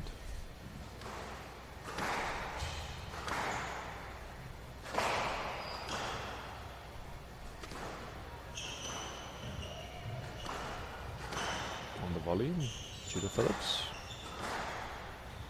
That's a nice finish from him at low kill. We call that the 6th corner. Indeed. 5-7. 5-7. He had the misfortune of breaking two sets of strings yesterday in his match, Judah. Unfortunately, he was able to find a sportsman's warehouse here at the V&A. There's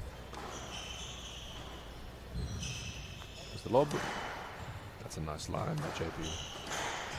Loose. Yeah, and that'll be the winner. Score 6-7 now. 6-7. Yeah, it just goes to show if you miss on the glass court, the ball comes off of the sidewall more than on traditional courts. Like happened with JP there, and that gave Judah the opening, which he happily took. Bit of time wasting bouncing it off his shoe there. I think it's a bit early in the match for that. But maybe we'll see somebody later in the tournament in late stages of a match engage in that sort of. No let. I think the ball's too Gets close a to you. no let. Show me that you can play it. Given a no let because I feel he believes he didn't know where the ball was when he stopped to ask. I can't see you playing that. It's underneath your arm. I assume that would be his logic, but Hand out, 8-6. area of potential disagreement for me is that he could still have attempted to swing at it, and because JP was close to his swing, there's I think a reasonable fear of danger. But the referee's made his decision. 8-6. May also be to encourage the game to flow a bit more continuously throughout the match. That's also true, is that Not stop sometimes things early. as you're saying, in the first... There you see he plays through the interference, obviously aware that the referee would lean towards an no-let if he was to stop. Yeah. Not a player that is known, JP Britt's known for really looking for cheap ways out of points there. He generally does play through interference. 7-8. But you're right, as a ref, you do want to manage the players. This won't be a match where you'll see too much of that. Both guys are quite clean.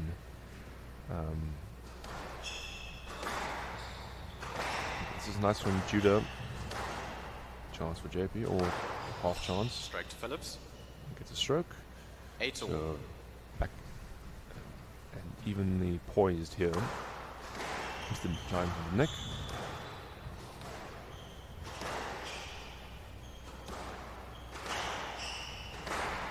Judah's done well to close the court up at the moment. Yeah, I think the big part of his improvement, Nick, in the second half of this game is he's contained JP really well. His land hitting has improved, exemplified by that winner there. Okay, 9-8 for young man from Northerns. Oh, that's a big mistake, and you can hear JP admonishing himself On the there. left, 10-8. So, 2 game balls Game ball. for Judah Phillips. Do you think that previous match will be playing in his mind at the moment? Game ball up.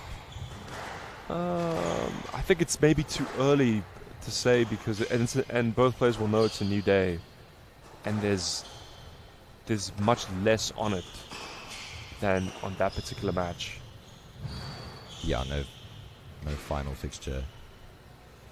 Into the turn, and Judah Phillips. He takes the first game, 11-8. 1 game to love.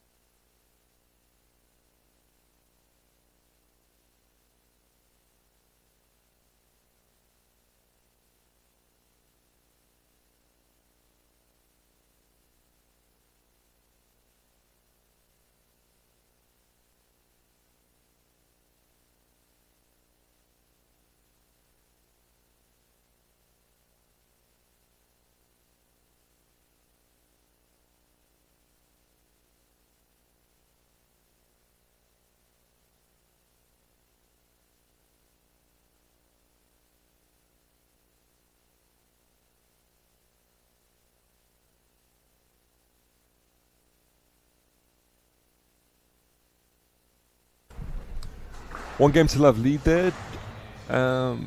Bit of a game of two halves there, Nick. JP started really well, but then Judah just contained him and played sensible squash. Definitely, I think that just shows how far he's come as well. That's a really experienced squash player thing to do, is to just take what's in front of you and just go back to your game plan. Bit of a fast rally to start. Yeah, nice finish there by JP Brits. As to be said, this is the same position that these two were in about 6 weeks ago. Judah won the first game in the Jarvis final. And called by JP. 1-1.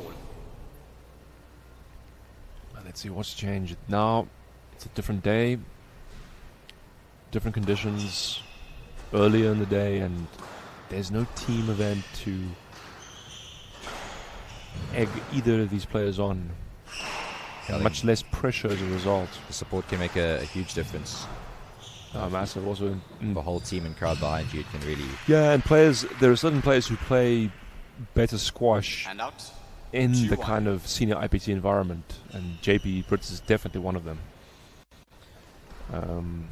It's not to say, of course, that he's not playing well here either, but he will go up several gears at that tournament simply because of how much it means to him. That's a great get by Judah. Oh. Yes, let. Gets a yes let.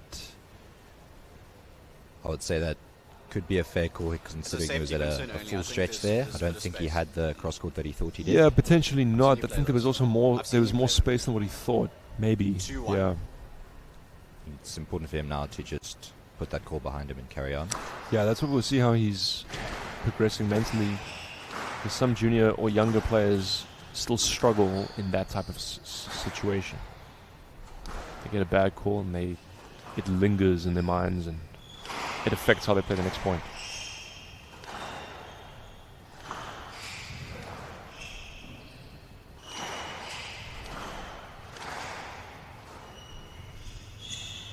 There's a lob.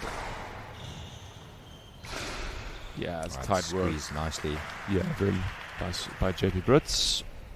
3-1. It's always a very safe option as well to just make sure it's high enough above the tin that there's no risk for it being down, and if it glues to the sidewall, It's giving your opponent a lot of trouble. More players should use it, I feel, because it, as you say, it really does.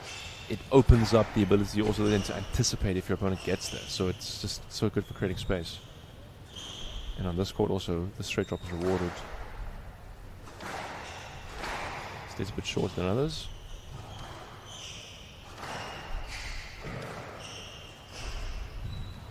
It's a very noticeable difference in their swings on both of their backhands. Judah plays with a very, very open racket face, whereas he does, JP and comes from a lot higher. Yeah, and there's a little bit of a sort of a dink in Judah's swing right before he hits the ball. More wristy, yeah. Does that create more deception or power? It can potentially, depending on the player. For example, on the Pro Tour, we see that with Diego Elias on his backhand. There's a little bit of a delay and a little bit of a shape to his swing that 4-1. is not the same as compared to, let's say, for example, Paul Cole, who's very mechanical. And very mechanical almost. Oh, that's nice by JP. But Judah plays through. Play through that. Strike to Phillips. That one was too in the way. A bit of a laugh there from JP. Yeah. And out 2-4. Bit of a chirp towards the referee there. I think that's all in good spirits. It's definitely a stroke. Yeah, there are situations where players know it's a stroke, and that was definitely one of them. Loose by it's a gift. And JP, now you can see him smiling. He knows he got away with murder there. 5-2. We've seen this movie before as well. This is the scoreline that JP had in the first game.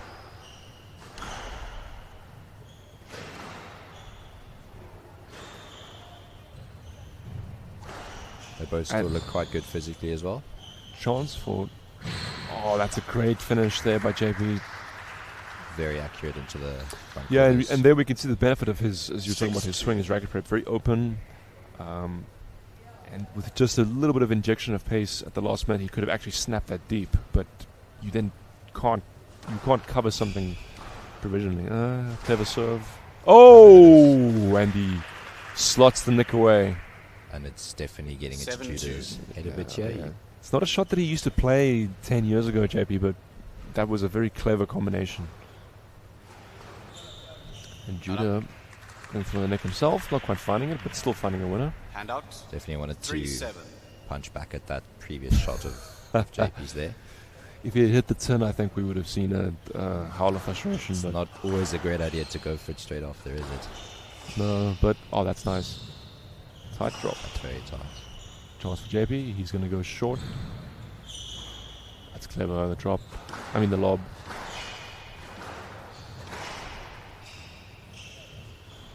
Oh. He's gone for that topspin fake. Bit of a random shot to go for there. That shot, I've seen him try it before. It also is, he uses it in doubles. 4-7. But he didn't get the contact he wanted. 4-7.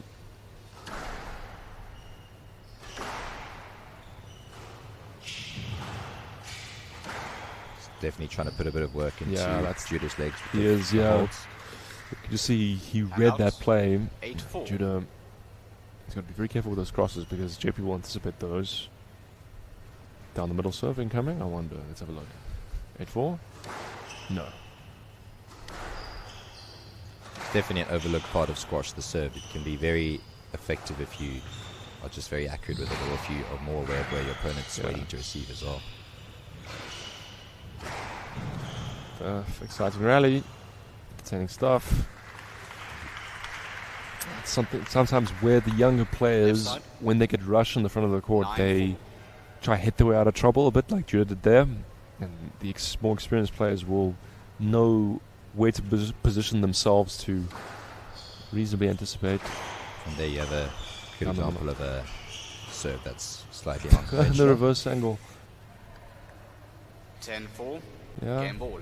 JP using the tricks that come with experience. 10-4. Mentioned doubles as well. This is Yep. He's a good doubles player, JP. He's played world doubles.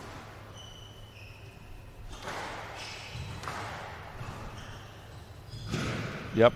And the variation game to Brits. helping JP Brits, One winning and game. he's tied things up here, 1 game apiece.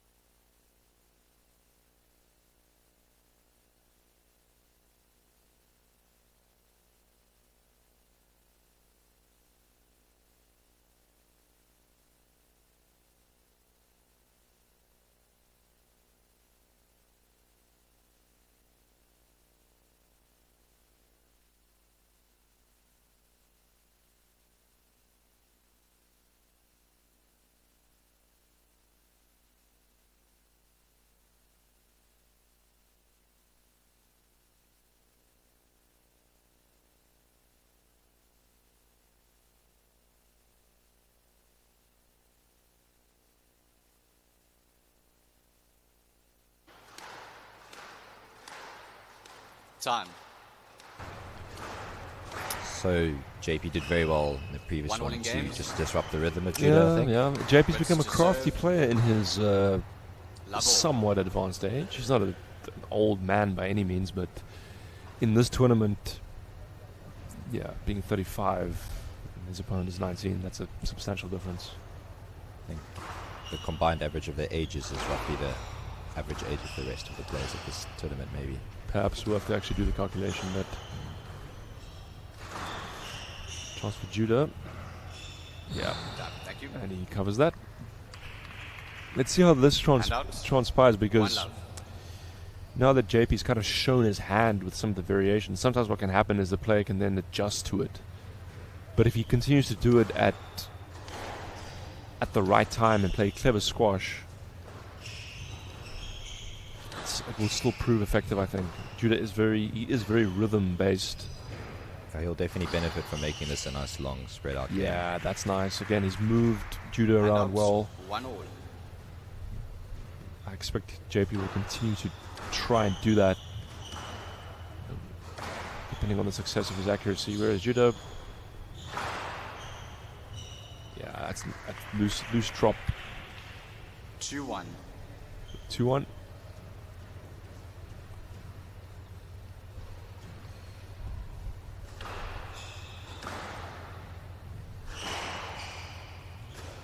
Definitely doing it very well to get it past him. Judah's not reading the volley as quick as he That's could the be. wrong choice there by Judah. You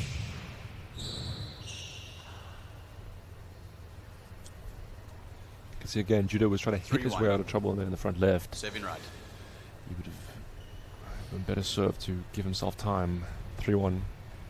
But often younger players don't quite do that. Infamously, Muhammad Al-Shabagi didn't really lob much in the early part of his career. They called him the beast for a reason. Yep. Bit of an interesting movement there. Yeah, but I think JP just undone there by his shot choice. Went for the cross-court neck, but if it's loose and your opponent gets on and counter drops, well, you're always in trouble. And then you're going to be out of position. You create your own interference. You can't get. Yeah, or you can't blame your opponent for.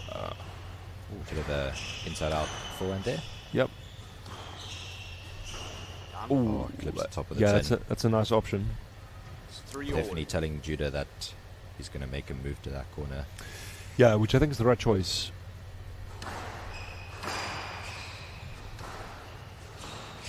That's a great shot by JP Brits there. Immediately followed up by the loose shoelace. And out. Not quite the Tom Patel 4-3. special. He's yet to send the ball out of the back of the court there. I've not seen young Thomas Patel do that before, but he was playing here last weekend. It's either that or you rip a dive and then you take time for court service or even an injury. So nothing like love between teammates, yeah? That's nice by Judah. JP asks. Yes, let. Gets a yes let. Left side, 5-3. Interesting choice on the left there. I feel might have been a bit far away. Yeah, it's one of those that's either let or no let. But there's enough interference that feasibly that... that's a double shot. The back. Clever, yeah. You can go to a shell and buy a pie, but you can't buy experience. Gotta be careful about saying that too much. It's like every day in this tournament. Thank you, Brendan Lennox. Yes, that's good by Judah. He needed that point. And out. Very much so, yeah. Can you buy a straight nick? Sometimes there are some players who you feel like they almost can at will, but it's something that most people wish they could, but they can't. They call me Nick for all the right reasons. Really, I wouldn't be able to tell from the way you play, man. Sorry, you opened yourself up to that one. Although James McFarland may disagree. Yeah, he asked him what happened on court there. Safety concern, but I think there was space. 4-6.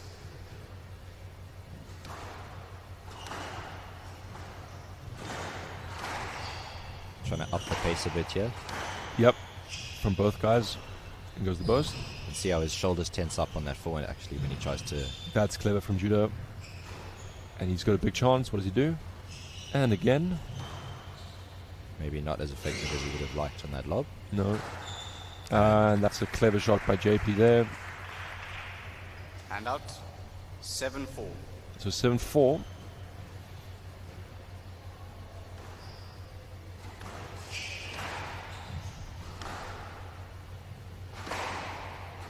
Nearly found the sidewall neck. Oh, and that found the floor rather. Yeah, a bit of an aborted drop shot. And out.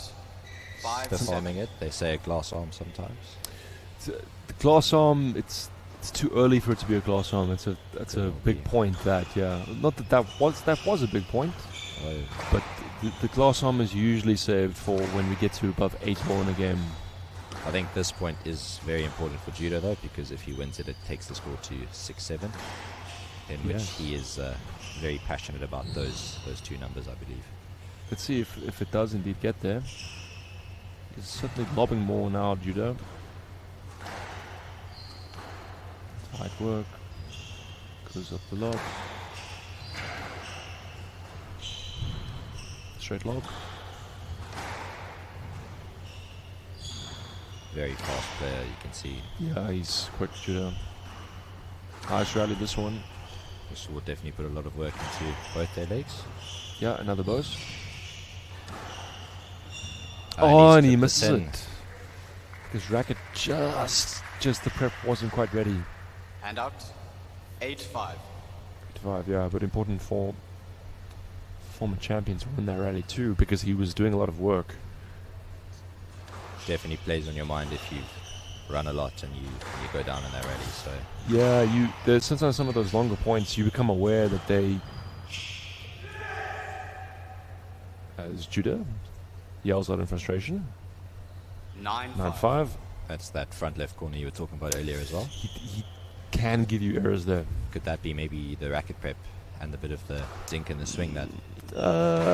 I think more it's about the choice of drop that he was trying to hit. He was trying to hit down on it when he should have been coming from below, and maybe in that scenario you want to make a mistake. So you'd rather than give yourself a bit more margin for error than try go for the heavy underspin drop. JP Brits Oh, a lot of running here. Not up. And he calls it there. Definitely feeling it a bit Hand out. physically now. Yeah, but he could push through. He's got a big engine on him, JP.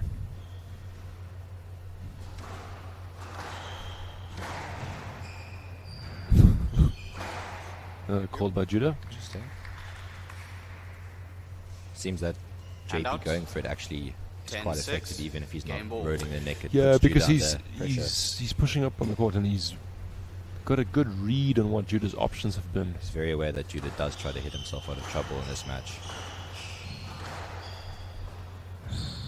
Yes, and JP Brits, he converts. He leads the games to 1.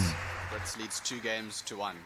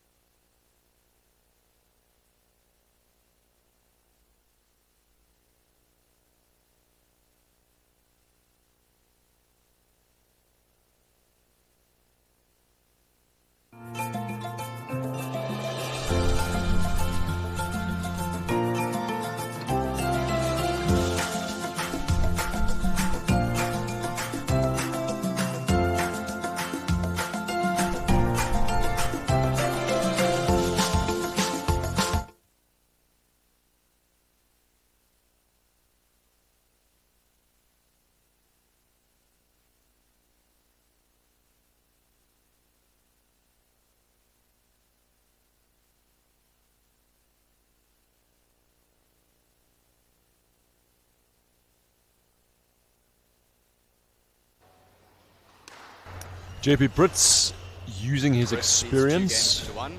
to his Brits to advantage. serve. And what I think he's really doing here, Nick, is the way that he's moving Level. Judah to the front of the court is he's then anticipating Judah's responses, and that's putting him in the advantage. Did see Judah start to lob his way out of the front in that mid-stage of the previous game just to avoid JP's anticipation. Whether or not he continues to do that... that's a lovely exchange. Oh, he's gone straight to the back of the player. I think it's a winning shot. And JP not very happy with the decision.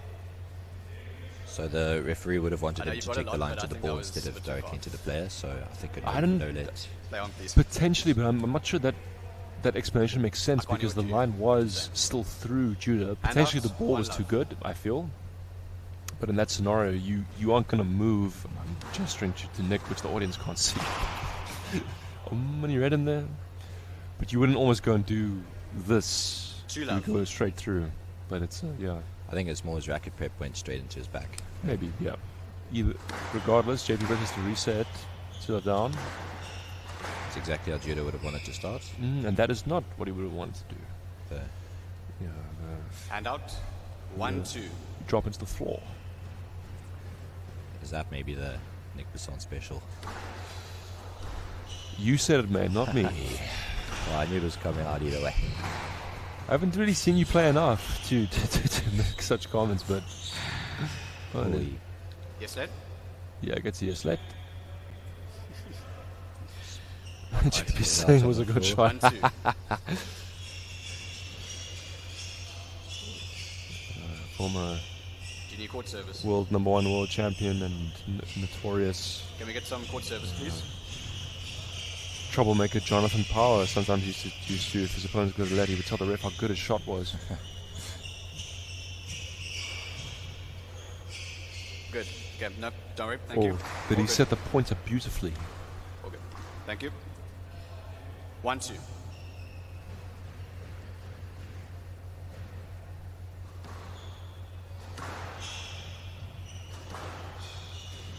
And he's hit him on the Did him- swing. Yeah. I'm sorry, you did play the shot.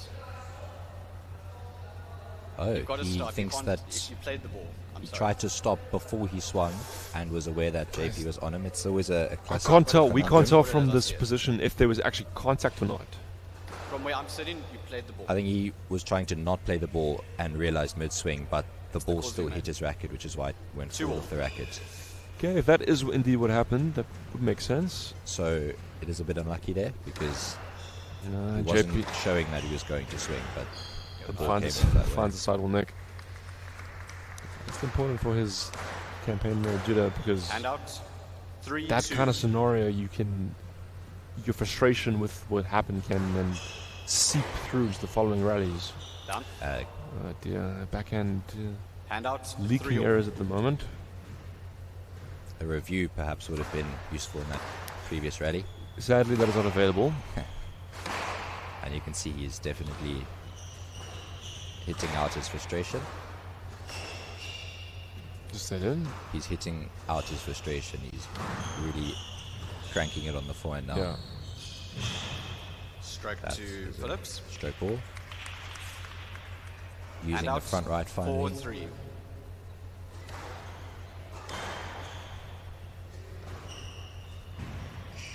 Well recovered by Judah Phillips. That's lovely stuff. First time JP's used that full 5-3. flick cross court, but his young opponent, with his quick movement, was up to it. Moving faster than my ex dodging my text messages. We've been waiting to use that one. Did I ask which one? No. No, I think that... No comment. No, indeed. Down. Backwall Boast has found where the towel box usually sits in Handout. PSA games. 4-5.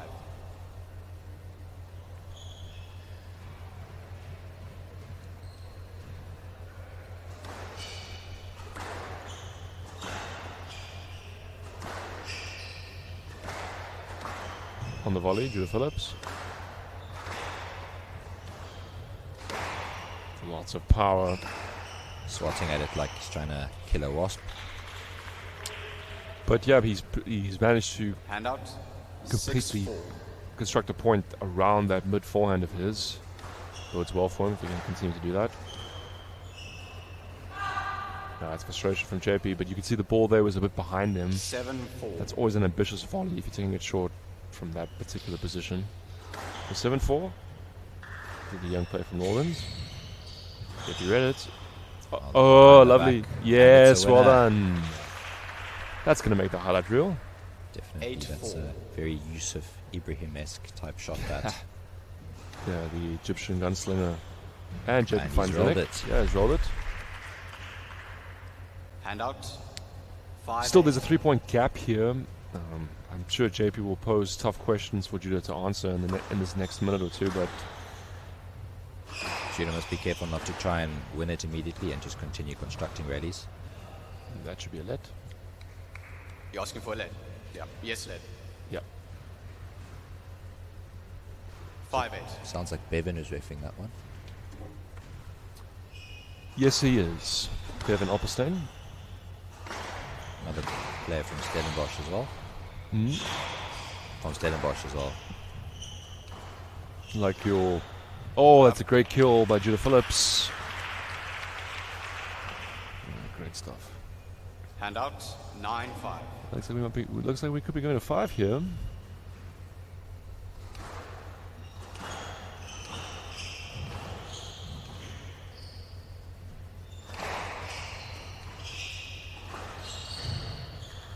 No lead. Asks. Ball's passed. No, that's different. The referee Handout, judges Judah 6-9. taking the wrong line there. Looking for the short drop when he went a bit deeper.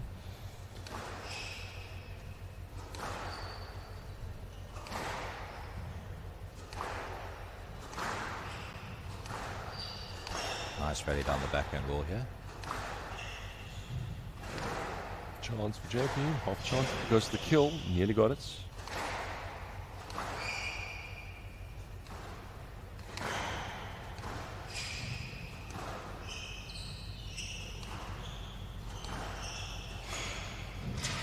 Yes, That's Violet.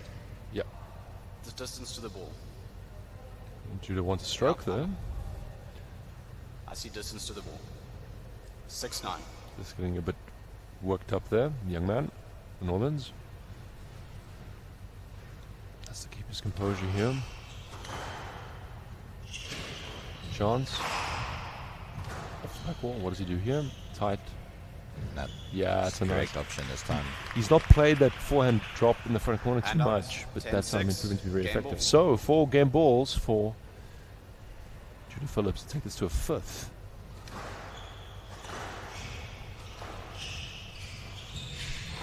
And again, flick not working, or up to the task.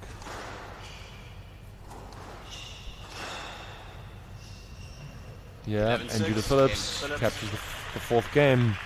We're going to 5. Rolling games.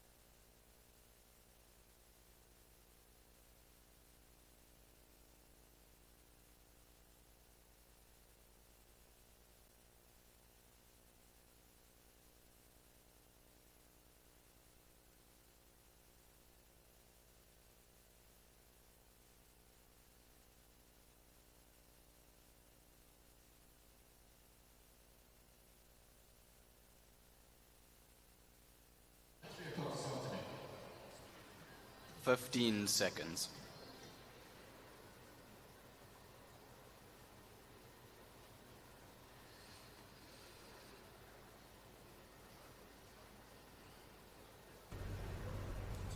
On to the first 5th game of today's play.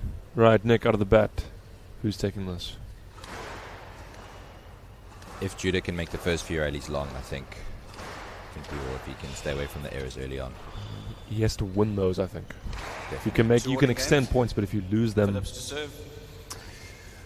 Love all. it's a safe prediction. Whoever starts the 5th game well, Whoever wins 11 points first wins the match. except in a tiebreak situation or summer. Clever by JP Brits. Chance. And recovered by Judah.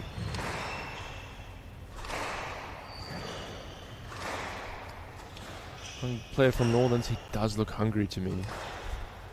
It's going to be a question of can he keep his composure. Body language definitely showing. Yeah. He wants this win. One love. That trickle burst is a lot more of a Judah that would hurt a lot of junior players there. Yeah, he's not played it too much in this match. Oh, that's nice movement from the young man. Judah's found the Pickup tin. was good. I'm sure. I'm sure. I think JP Brits just got that. Trust. I'm sure. He's asking to play let, saying it was very Handout. close. Yeah, 1-0. that just shows you can never be complacent. 1-1.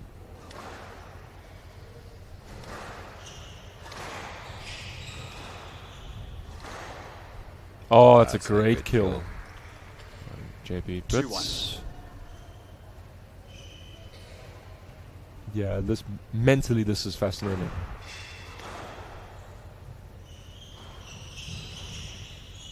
Stroke to stroke. Brits.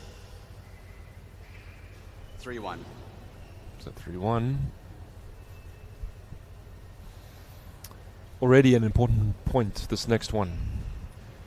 Definitely Judah needs to just reset a bit.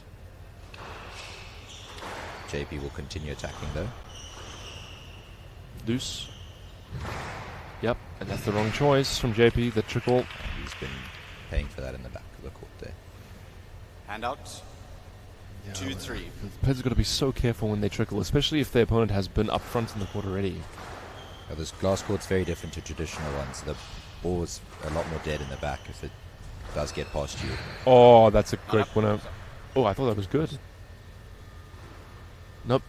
Yes, it was. 4-2. Yeah, fantastic kill by JP there.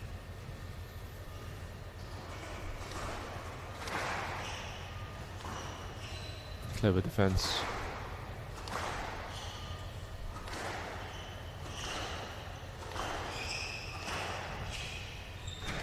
See the jostling for position on the tee. Oh, what a great dive. Majestic. Chance for Judah. And Judah with the flick. No dive from JP though. No, diving at his age is not maybe the most advisable thing. And Judah's mistimed it. But it's a clever shot from JP because he knew that Judah would be coming up onto the tee quickly, so if he put it back straight at him, it's an uncomfortable shot. It's a really good dive there. Yeah, it's sort of a Superman. 5-2.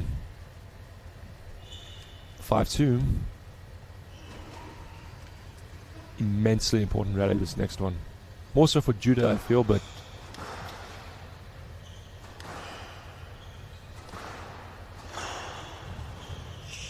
it's unlucky. Reverse boast. You put yourself between the Can only really be one decision there. You need to clear. 6-2. 6-2. Seen a couple of players last weekend and undo themselves in fifth games with reverse angles. Typically, if it wasn't working earlier on in the match, it's not always the greatest idea to try new things now. If you're not very confident unless with it. if you save it, especially for a particular point, like former national champion Ronnie Dobach, he was known for, if you get to him in a first at like 9-all, he'll bring a reverse angle out, but he would pick the right moment to do it, exactly. And it often would be a winning shot. That's, I think, does Judah gets a chance? Goes for the safe option and yeah. JP finds a 10. The last match that Dierwold van Niekerk, the defending champion and top seed, lost at this event was to Ronnie Dobach, and that was exactly what happened. I think match ball, reverse angle, match over.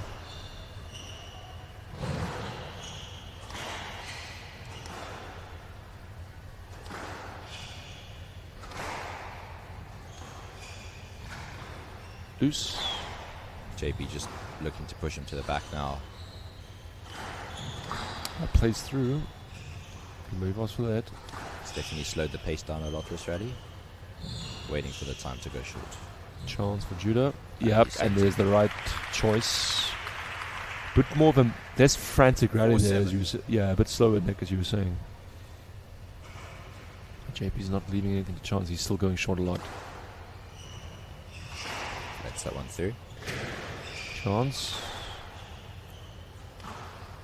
Nice change of pace. Loose.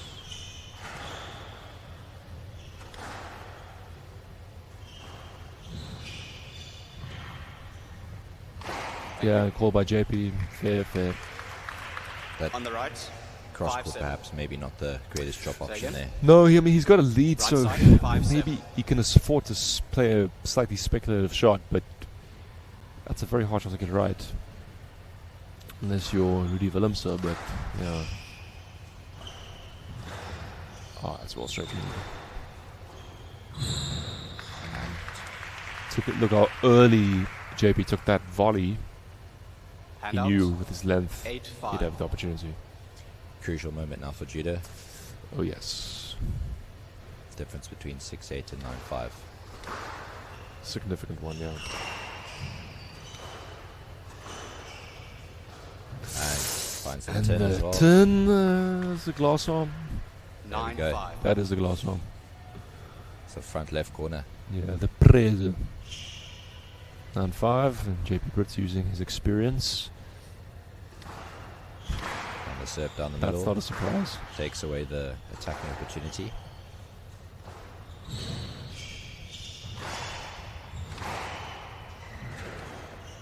Clever defense there. Chance for judo.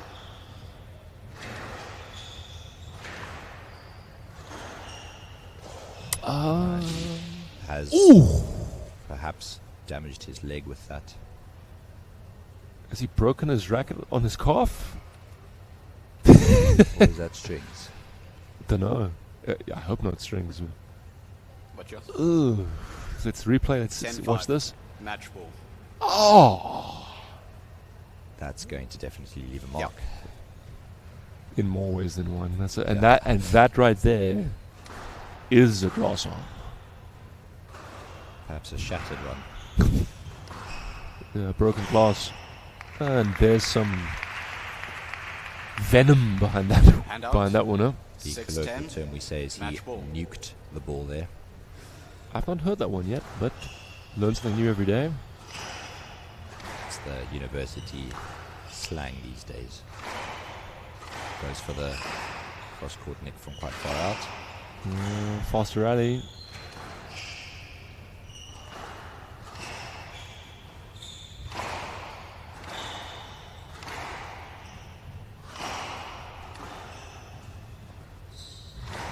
Just going hard here, judo.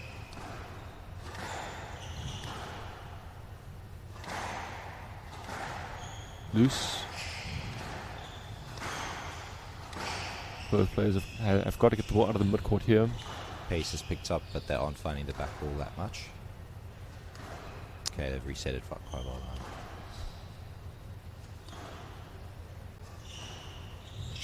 Going for the nick. Do you think the reverse post is coming out? Potentially from JP if there's a situation with an overhead length on the back forehand. Oh, and he sent him, and the fist pump goes up. JP Brits outfoxed. He has outfoxed. His court craft remains intact. 6-11. He still shows this young man has to learn a few lessons, and school was in session. JP Brits, 3-2 victor.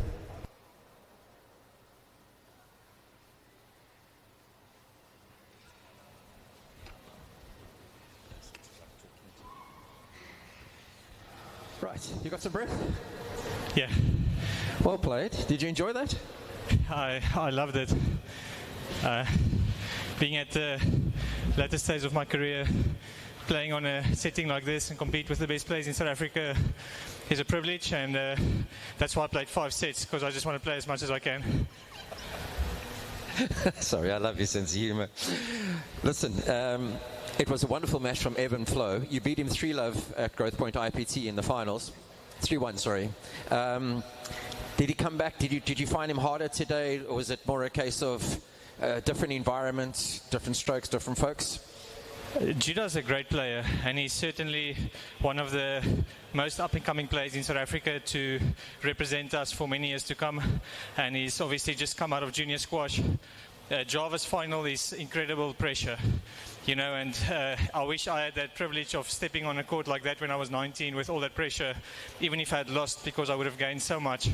And obviously today it's a lot of pressure because it's nationals, but it's not 30 players in a whole province that's relying on you. So I think he expressed himself a bit better today. He was a bit more brave going short on the volley, which exposed my age, and that made him much closer to beating me today. So I had to really dig deep and stay calm, and it could have gone both ways. You've recently, in the last few years, moved down to Mossel Bay. It was very evident last week at the under 17, under 19 finals, how many players suddenly from the Eden area that have come through that nobody knew about, and that's definitely got to do with the impacts and the structures that you built down there with all the different tournaments, the glass courts. How are you enjoying life down there? You've just become a dad. How's that? The best thing ever that happened to me after marrying my wife. Good save. It's such a blessing having a little boy, being a dad. Being in Mossel Bay has been really good for us. It's been about 2.5 years now. The community has been really susceptible to me coming in and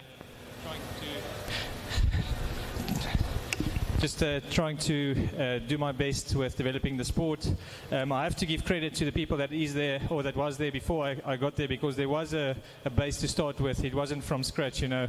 The parents are really supporting the kids and giving them opportunities, and obviously I can bring a bit of touch with a more professional approach and just giving them the experience that I've gained throughout my career. So I'm very excited about how things are going in Eden, and we will just keep on building from here. Well, JP, it's always a joy to watch you play. Congratulations. Well done today. Keep doing the hard work you're doing and making the impact on South African squash. We appreciate it. Thank you. JP Brits, everybody. Well done. Shut down.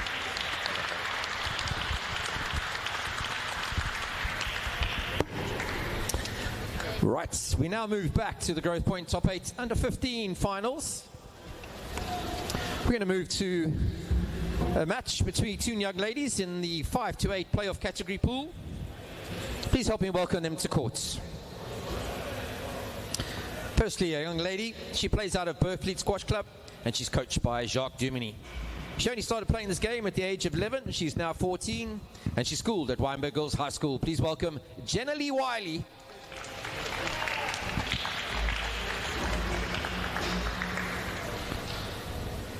Her opponent is coached by Mr. Ravi Govender. She plays out of the Protea Squash Club in the Midlands, and she represents KZN Midlands. She's schooled at Epworth. She's also 14. Please welcome Kamiya Munisami.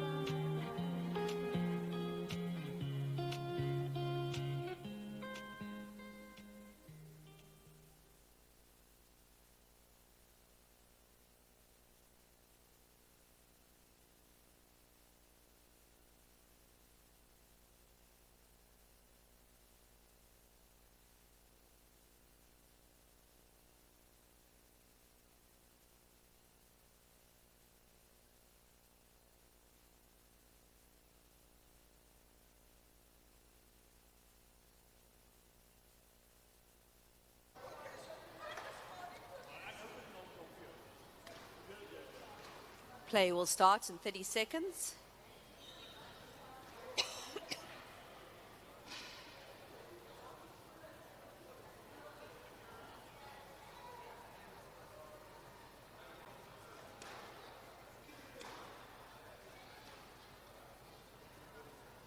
Fifteen seconds. This is the first under 15 match of the day, and it is a girls under 15 pool 5 to 8, or pool B, which is the 5 to 8 position match between Kimea Munisami in the red shoes, red top, black skirt, serving, and Janelle Wiley receiving in the blue, dark blue, Western Province top.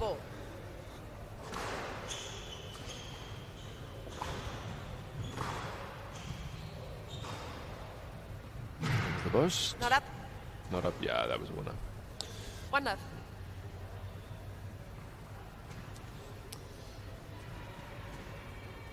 Both of these players lost their opening matches, but then won the follow-ups. Oh, 2-love. That is a candidate for the best reverse post of the weekend so far. There's not been many, but that would be one. And this young lady from Epworth, Kimea, does enjoy reverse angles, so I suspect we'll be seeing more of those. Crafty player, like many of the Epworth players.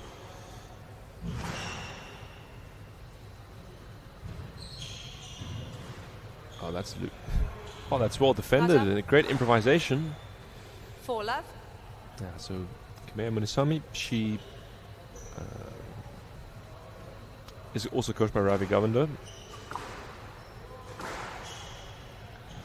And Kimea plays a little bit like, not exactly the same, but she plays a little bit like Ravi's other charge, Michaela Naidu, who was the runner-up last weekend in the Girls Under 19. Just in the way that she plays, like the wristiness of the swing, the attacks, the pace of her hitting. Generally Wiley though, Wambo goes high, coached by Jock Diminy. Hand out 5-1. Visually apparent combination, Down. the red shoes and the red top. Hand out 2-5. Kimea.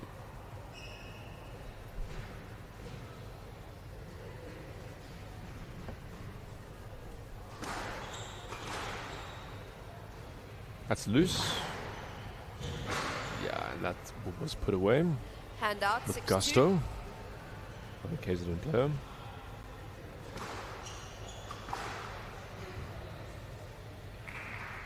That appears to have been I'm not good. sure. Please play let. Okay, the referee, Sorry, not sure. I couldn't Playing a see let. from here. 6-2. Fair call, I think. My initial instinct was that it was good, but it's close enough where there's reasonable doubt, I think. And that time, Kimea finds the 7-2. nick. So she certainly started this well.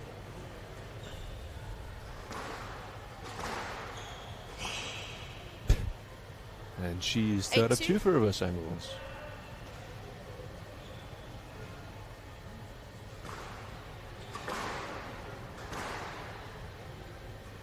Down. Into the tin by Janelle Lee. 9-2. Not yet found her footing in this match, the Voice of Promise player.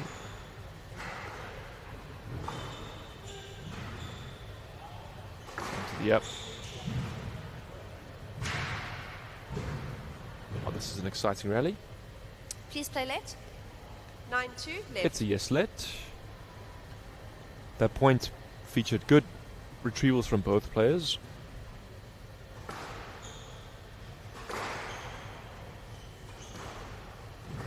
Chance for Kimea. Goes straight again. And that boasts into the floor. And that gives game ball. KZN player 8 game balls. Bose comes in.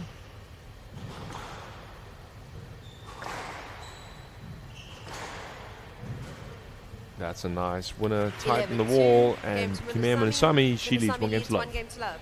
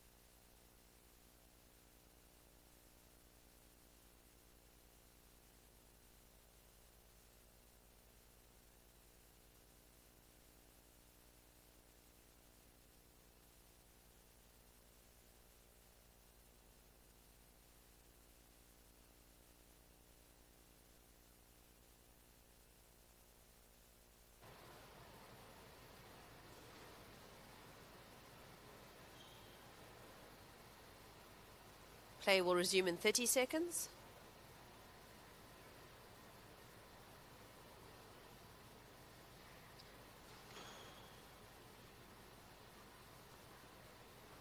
Munasami leads 1 game to love. Love all. Confident start from Kimea Munasami. She has controlled the rallies, and her attacks to the front of the court have proven too difficult for Jenna Liwali to retrieve. 1 love. In the wristy game of the KZN player. Use of boasts, angles. Oh, that's clever. Not used that 2 love. particular variation just yet. And she's up and running in the second game. Good serve. Out. And that's out of court. Did that get stuck in the 3 net? love. Or has it fallen over? Let's see.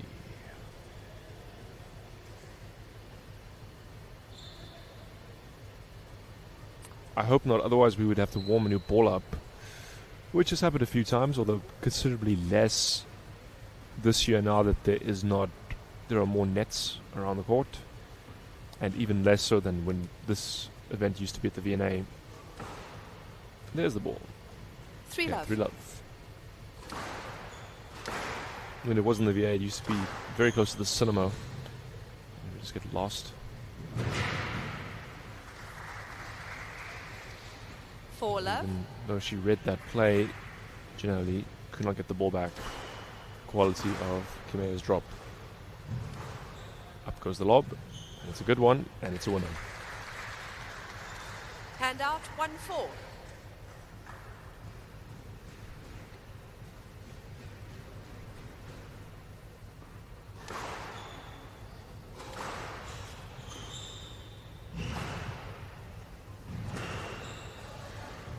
Oh! That's a fantastic backhand And drop. out You can just see 5-1. that the way that Kimea controlled the follow-through. Her racket face remained open. Even though she wasn't particularly... I don't think she was perfectly balanced, but that just goes to show that if you control your racket face, you can still have success if your 6-1. lower body isn't in the balance that you would like it to be. 6-1. It's a good start. It's not a start anymore. This is a foundation. Ooh. Generally, Wiley doesn't really look like she has an answer at the moment to her opponent's racket work. And goes the boast. Chance. And the trickle boast winner, 8-1. 8-1. This game is quickly disappearing out of Janelle's grasp.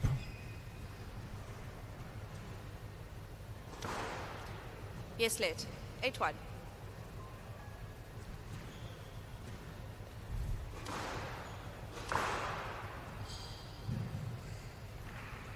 Nine one.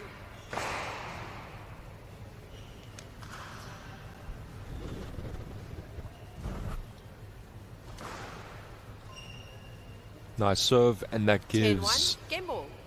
Kimea Munasami 9 game balls for a strong 2 games to love lead. Yep, and the trickle boast Hand out. winner. 10 game ball.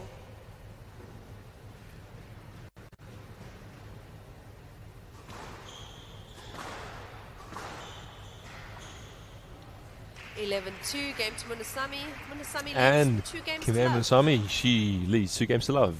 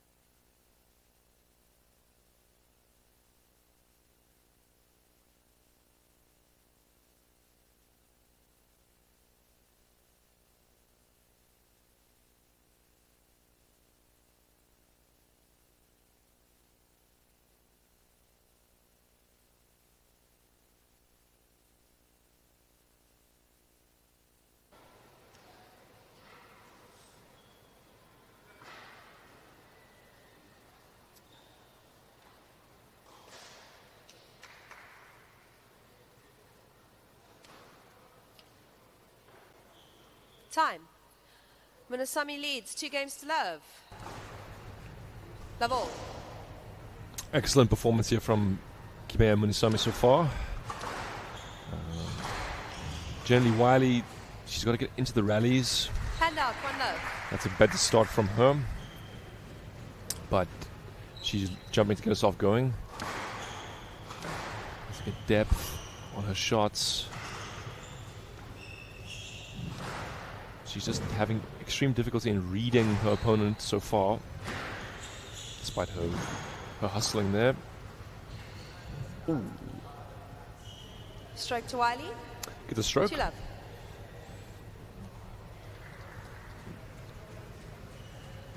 So a bit better start for the Cape Town player. Here goes the boast. And that is a loose shot.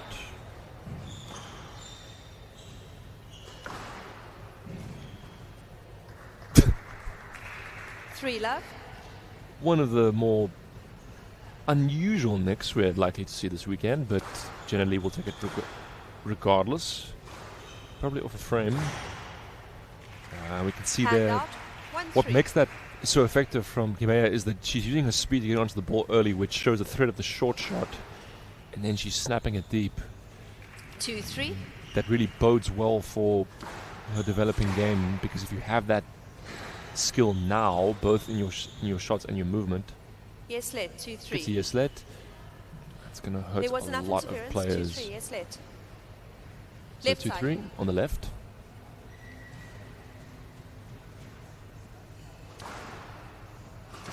Deep. That's a nice winner. 3-all. So Janelle's early lead is now gone. Loose from Kimea.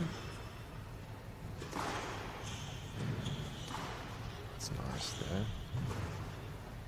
Triple boast, yes, and the winner. There's some home support here Hand for out, 4-3. Janelle. It is always nice for the local players to have support in the crowd wherever you might be playing, whether it's here for the Western Province Cape Town players or Mossel Bay at the senior IPT for the Eden-based players. It is nice that the home crowd boosts their players. And to be honest, even it's nicer as an opponent if you play a down. Oh, that's Hand out, pretty ambitious, 4-5. but would have been spectacular. It's nice when you play a homegrown player as well, because then the crowd, there's an investment in your match, and sometimes you can even use that as a motivation to, oh, great winner there by Janelle, best shot of the match for her Hand so out, far. 6-5. But you can use the energy of the crowd to try and benefit yourself in some way, or see it as a challenge. Infamously, 7-5. tennis legend Roger Federer, when he played the homegrown players, whether it was in Australia, France, or the UK, or in the US Open, that's how he described his approach to things. That's a nice triple boast winner. From that same position that she was going straight from earlier, Kimea. Nice from Janelle. Chance. Oh, that's lovely. You can see with her swing, 7-all. open the shoulders to show the cross court, and it was a lovely shot. Back with it.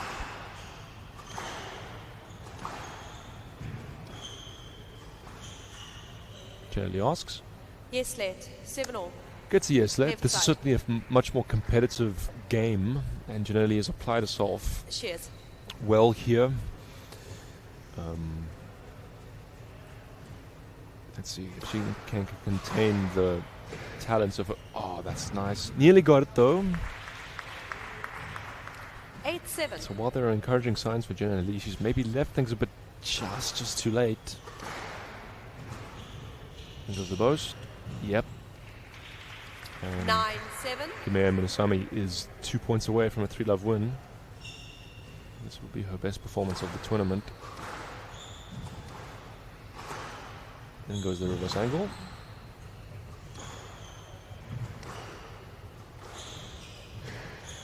Good counter drop. No let. That ball's to your left. Yeah, You're that going would to be the a player. let. You need to go and find that ball. I do The wonder ball was sometimes to the your junior left. players, they aren't necessarily 10-7 as clued right, up with match ball. what lines you need to take, but that is, I think, probably the right call. And that gives... that serve was close. Kimea Minasami, 3 match points, which she Service was converts. good. It was close. Janelle's unhappy there, but 11-7. it Match is the Minasami, match. 3 games to love. Kimea Minasami, 3 games to love. 11-2, 11-2, 11-7. Welcome everybody once again to the Growthpoint International Top 8 Finals. Here, people EMA World Cup to make his landing in the city of Cape Town. Big thank you to the City of Cape Town for allowing us to host this event. Please can we call the next 2 ladies onto court. Also a 5-8 playoff match in the under 15 girls category.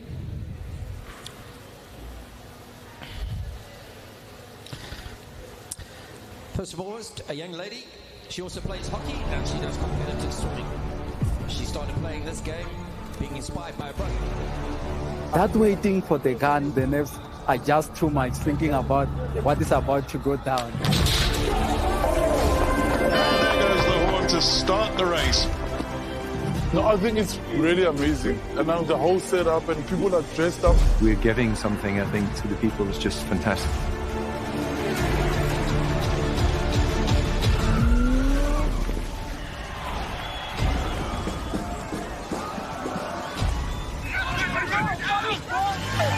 The support on the side of the road is second to none, and that gives you the extra oomph. Thoroughly enjoyed it. The scenery is beyond what I could imagine. I seriously enjoyed it. I met so many wonderful people on the way. Really enjoying Cape Town. People seem to really appreciate artwork here, which is really nice. Come and visit Cape Town. We are waiting for you with open arms. We welcome you here. It will remain a city of hope and opportunity for everyone, not just in Cape Town, but around the country and the world. And he takes the tape.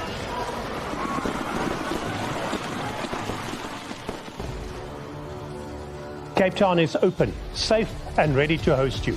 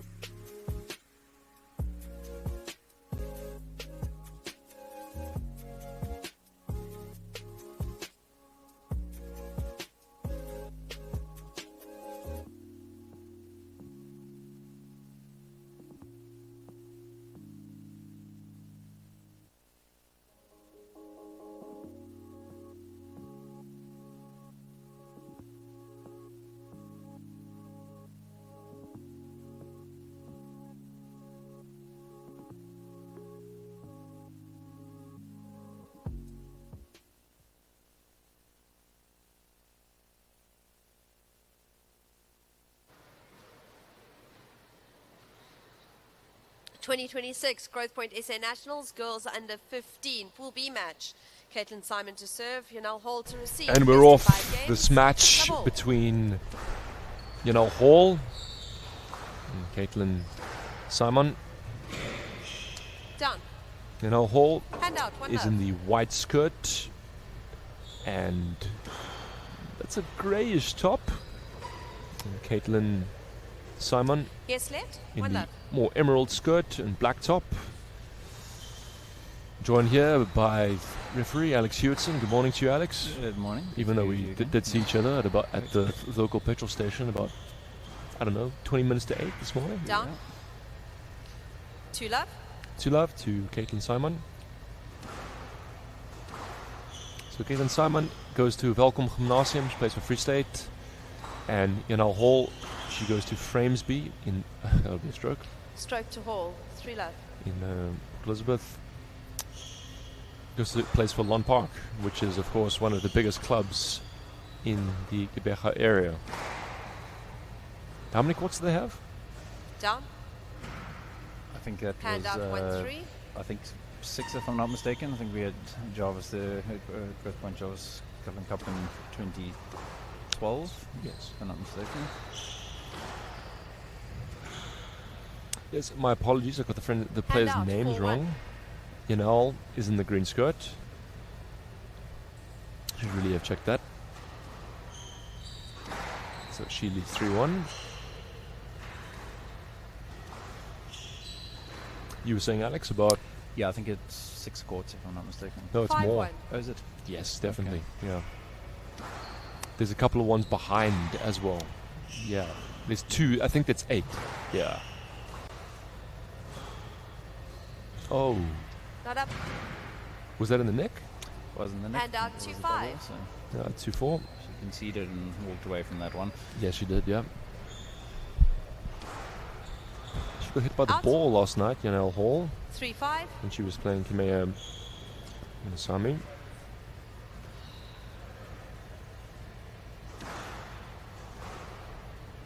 As she finds Hand the out, 6-3. fading winner there.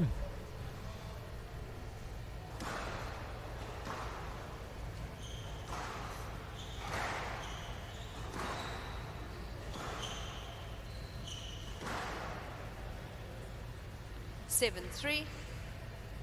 7-3. Yanel. Yeah, comfortable start for Nell. Yeah. Eastern Province player. Just has an ankle guard on there on the left leg, as we see. That's nice. Hand out For the 4-7. Free State player to build some momentum. The difficult thing about this court is that if you Hand don't out start 8-4. well, the match can run away from you in a hurry. Quite right. Momentum's difficult to shift. That's very nice. Yeah, we saw that in the 9-4. previous match, where KZN's Kimea Minasami just got up and running so quickly, and by the time that Western Province's generally Wiley got into the match, she was 2 left down, and then couldn't manage to win the third. Big chance. Yeah, and power, and again fetch. Oh, well, fetched. Down. And she finds Hand out the 5-9. tip. That's a commendable retrieving there from Caitlin Simon. So these two players, they've played 3 times before. And Yanel Hall has won all of them. Hand out 10-5. Game A few ball. too many unforced errors at the start here. And Yeah, that gives the Eastern Province player 5 game balls. And which she duly 11-5. converts, Game she leads ball. 1 game to Ball love. leads 1 game to love.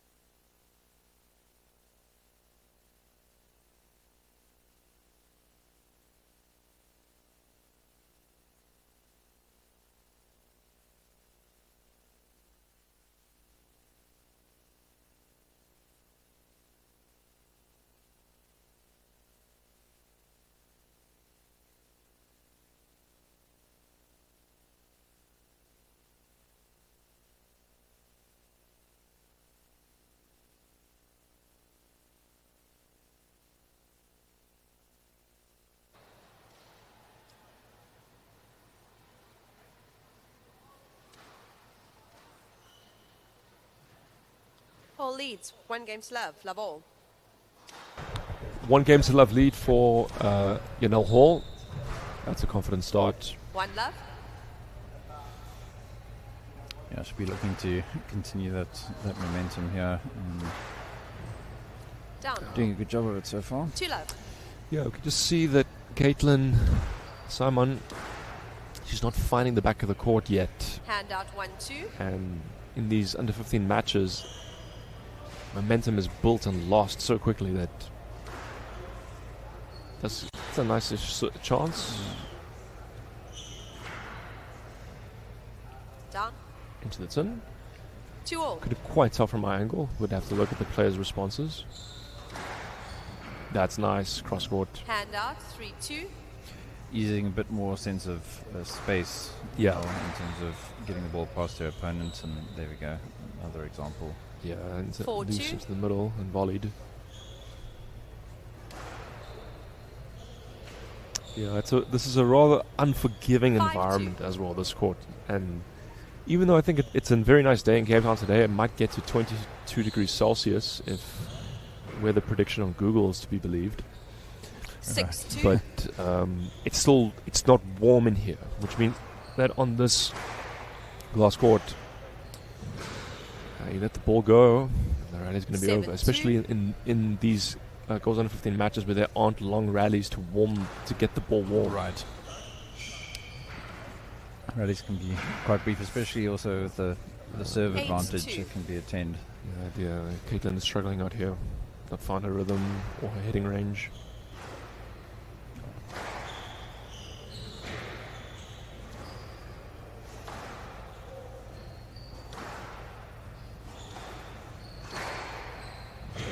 Nice retrieving from her though. Moving. Loose. Oh, that's a fantastic nick. 9-2, right. Most of the senior players would have been happy with that Absolutely. type of result, yeah. 9-2. And I'll hold. You can see that Caitlin is just struggling with her return a little bit. But that time she had good timing and contact on her shots.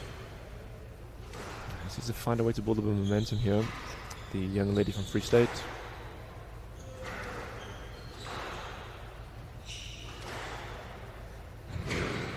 Yeah, nice cross court. That's proved to be a fruitful attack for Yanal.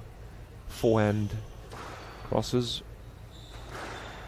And the winner from Caitlin. Hand out 4-10, game ball.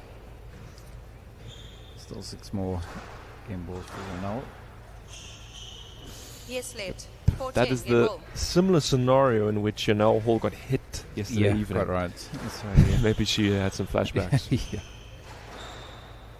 Like the flashbacks I've had to all the reverse angles going in. 11-4. But that is... We've been relatively safe today, I think. There's been so far better ones, but time will tell as Yanal Hall leads 2 games to love.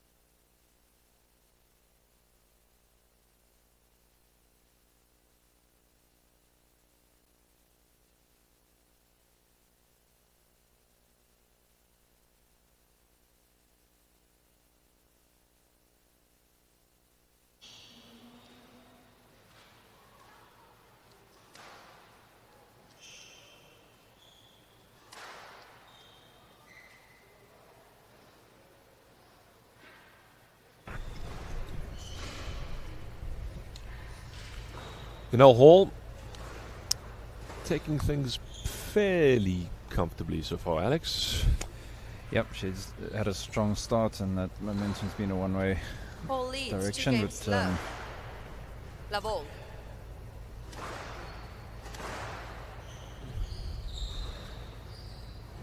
I just misread and mistimed that, Caitlin. Hasn't found her rhythm on this court Down. yet. 2 love.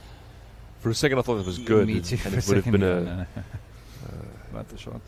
a nice cross-court nick, but not to be. Caitlin really just to have a shot of getting it, just has to get some length going, and but unfortunately it's just 3 love. a bit of a tour de force here. Yeah. 4 love. No, you do have to feel for some of the players here who are not into a rhythm on their return of serve. Just can't get into the matches. Loose. There's a bit of contact. Yeah, definitely.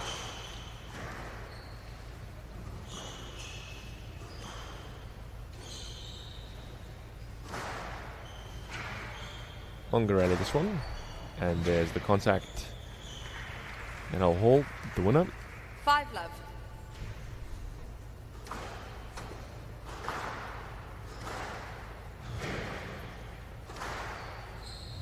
Onto it very Out. early fall. Frustration there from the 6 free love. state player. Here is just accumulating with the pressure.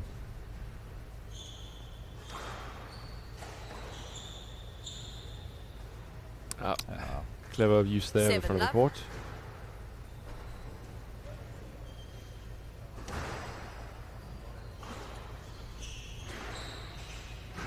Oh, I didn't Not pick up. that up. Hand out 1-7. Oh, it's the tin. Yes, 1-7.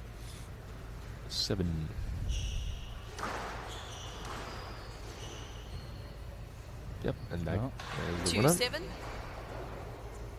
Just shows you how once you're out of position on the glass court, it feels a lot further away than it does on the traditional court.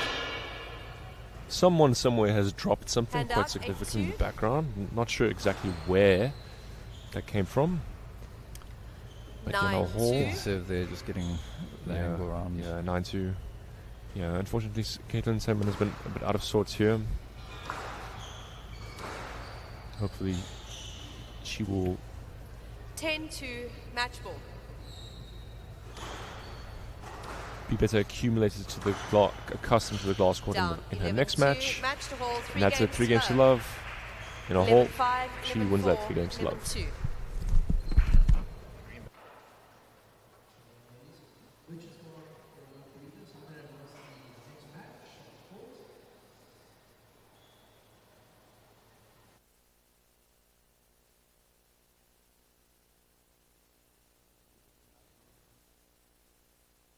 First player onto court, he's just 13 years old. He's already represented the Free State for 3 years, and he currently holds the title of South Africa's #1 ranked under 13 player. And when asked to describe himself in 3 words, he's fast, serious, machine. Ladies and gentlemen, representing the Free State, it's George Hung.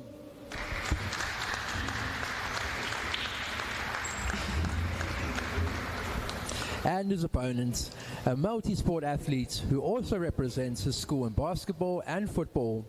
He studies and learns from former world #1 Diego Elias, and one of the highlights of his young career has been competing at the Egyptian Junior Open, not once, but twice. Ladies and gentlemen, please welcome to the court, Petahatso Peti Motsoneng.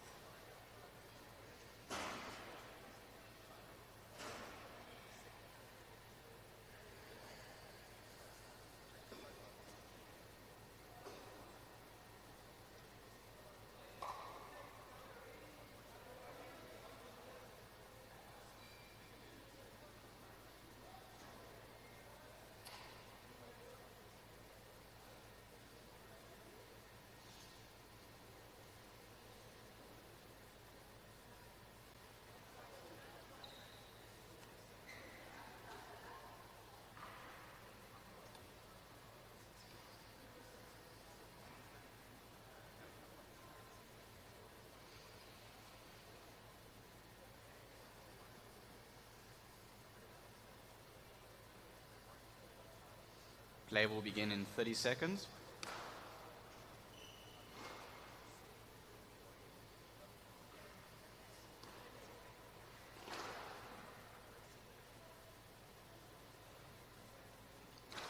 Fifteen seconds.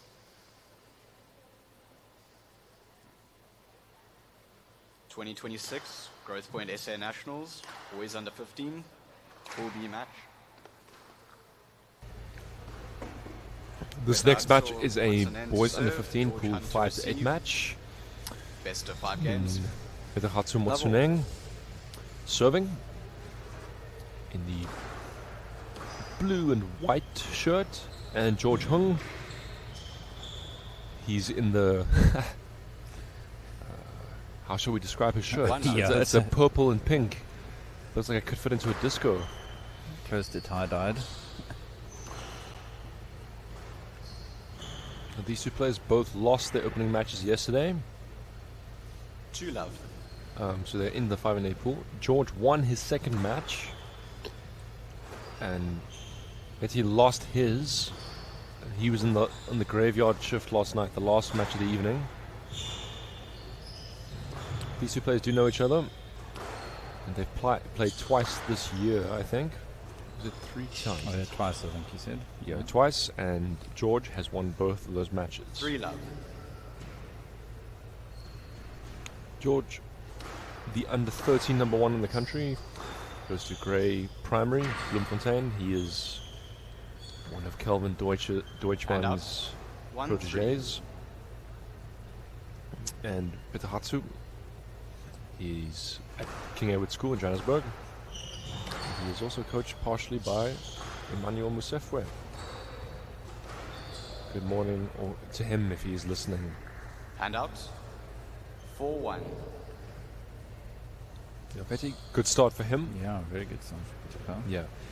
Got the sense in his opening 2 matches that he hadn't quite adjusted to the glass court yet. He wasn't hitting the ball the way he probably would have liked to. Yeah, certainly looking a lot more settled from the start today compared to yesterday. That was put away with relish by George. Handout. 2-4.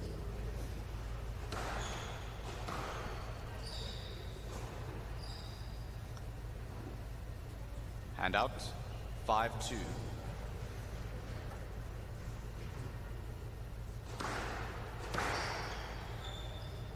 Yeah, dying length there from the Free State player. Handout.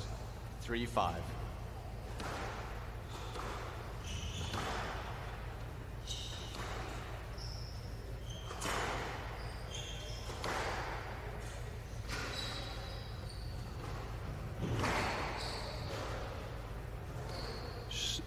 Again, see examples of George Hung's speed. Handout. And you can see how quick his first step is. He's also a confident young man, not quite as easily swayed and able to change momentum. Handouts. Apparently so. Very clever shot that. Used the defensive, almost straight drop onto the front wall.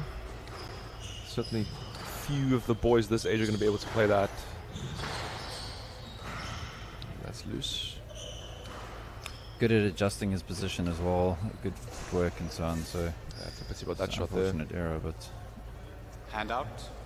7-4. Yeah, he's only 13, so he's clearly still very raw. But there's a lot of promise about this young man.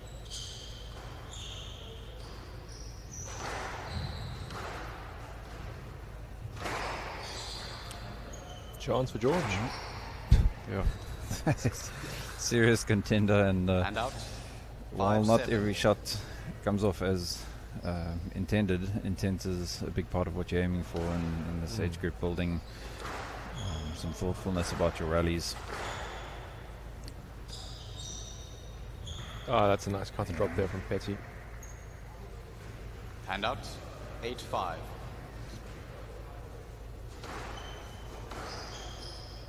Yeah, good use of height.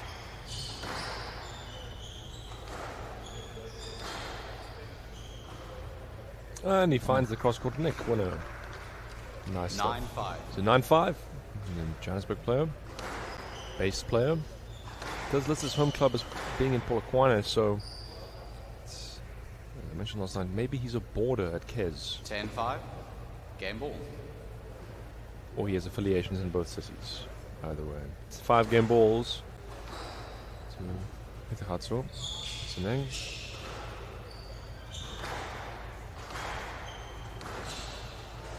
I like the intent on the volley, but Hand out. 6-10.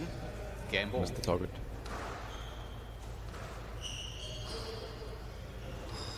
Out. Out. Well, can't rest on your laurels at 7-10. George. Nope. And with how quickly points can be accumulated at this age.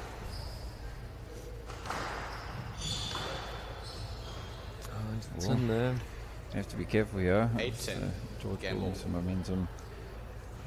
As I said, a confident young man. Oh, okay. He gifts it to his opponent. Game to Matsunen. Matsunen leads 1 game to Hatsum love. Matsunen, he leads 1 game to love.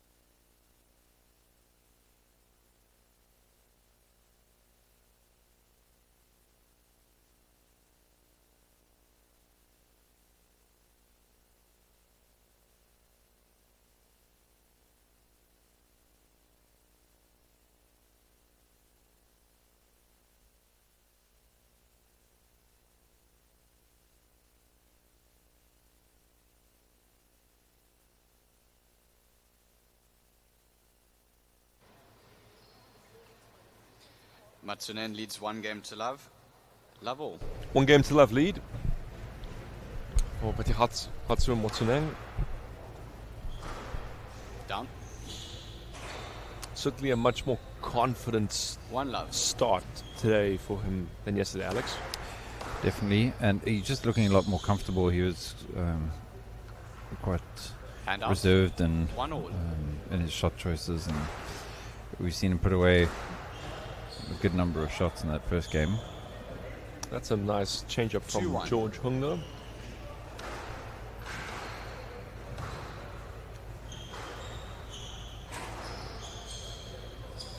Good defensive loft there.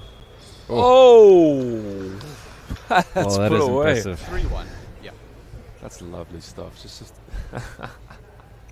Again, nice to just see the confidence, and it's not yeah. arbitrary. It was appropriate time to go for and then cleanly executed. And even though that was executed very well, there were several other shots in the rally And out. that 2-3. gave him the opportunity to go for that. So this young free state player, it really is an exciting prospect. Nice Done. serve though from the Joburg player. 3 all.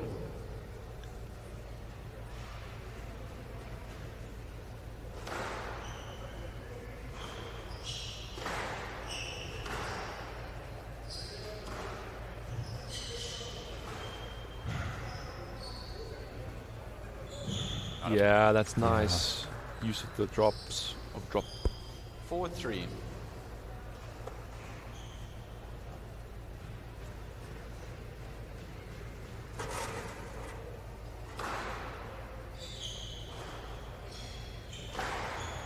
Yeah, Yeah, quite nice a lot line. of pressure from Tikatsu here.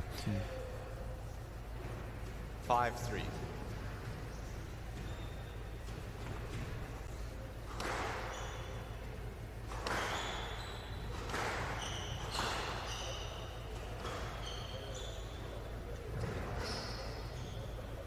Into the sun. Hand out. 4-5.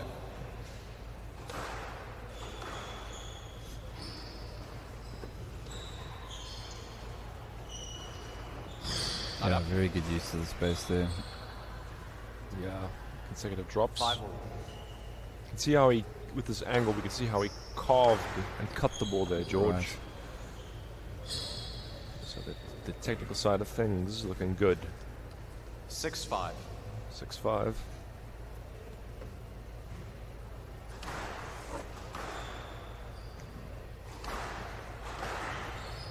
Stroke. Stroke to Hunt. Did his best to escape there, but 7-5. right back to himself. No escape. But he finds the return winner. Handout. 6-7. Something that players can use to target George is height. Yeah. He's only 13, but he is not but a short player. But the speed. And again, defensive use of height. This is a great rally. Wow, and finished off well there in the front. Something that's impressive about George, especially for his age, is that he doesn't panic when he's under pressure in a rally. You can see how he charts his escape and converts that into a position to attack. Reverse angle. Oh, there we go. Yeah, but that's there. He's not used that before, and he's used it from when Petty was in the mid-court, so he set the rally up. That's that's a fantastic counter drop. 10-6. 10-6, and the free save player with some exemplary squash in the last 2 minutes or so. He has 4 game balls. Chance for Petty. Oh, he finds the turn. 11-6. We're tied. Game to One Hunt. game apiece. 1 all in games.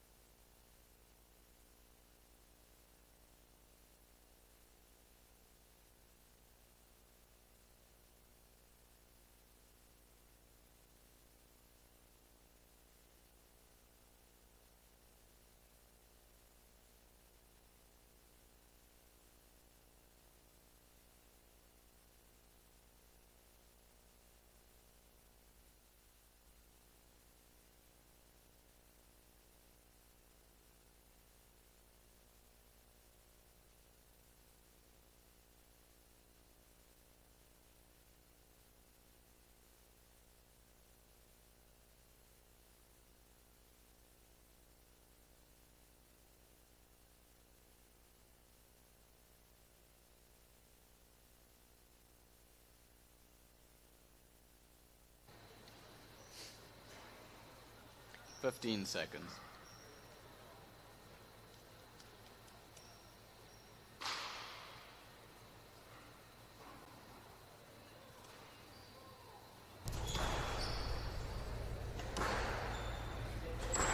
Time. 1 all in games. Tied at 1 apiece here. Level. George on to serve. Yes, lad. Peter Hatsu Motseneng. He was getting moved around more in that second game by George. And Alex, we saw some evidence of George's nascent squash brain, I would say, in that game, previous game. Yeah, striking rallies well, and even from that first shot, return of serve, just trying to actually earn a position to put the ball away.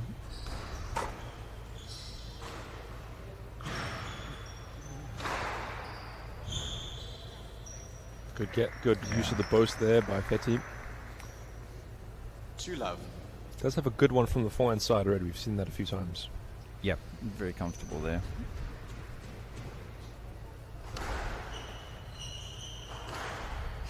But that time you could see guessed. Hand out. 1-2. Deep. Down. Oh, into the tin. But an ambitious position in the court to play that from. Yeah, he's got to be careful. Pitikatsa is going to have to rally and get George out of position, otherwise 3-2. Could be a bit of a runaway train for George. Nice return to serve. Oh, it's a great kill. Hand out. 3-all. Big cross court. 3-all.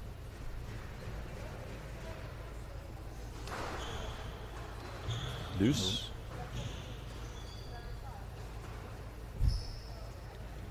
And that better use of the trickle burst because he played it quickly. Right. A couple of times in this tournament we've seen players play the trickle, but they've given it too much airtime, which then means if their opponent has set up the court, that's given them time to get onto the ball. Yeah.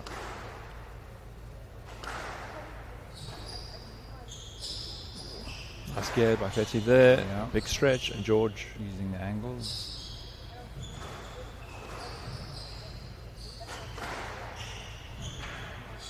Oh, great rally. Nice retrievals from both boys there. And under pressure. Yeah, but the Young young man, confident there to go for the shots. Yeah, a young man from Free State. That's what we need to see more of. Kind of length. Ooh, into the tin. Hand out. 4-6.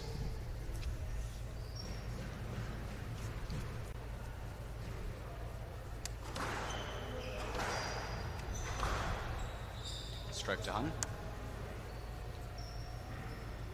Hand out. 7-4. 7-4 to George Hung.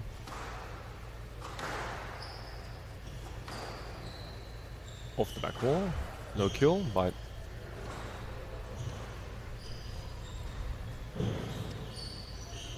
look at this exchange in the front. Yeah, really good drop there. This is a nice rally. Down. Oh, into the tin. That's unfortunate. Left side. Nice point from both boys there. You could see that they actually had exchanges in the front corner, retrieving.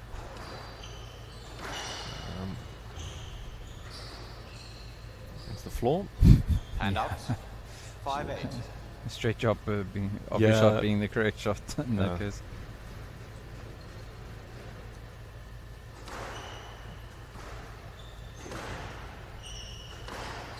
Nice cross forward. Yeah.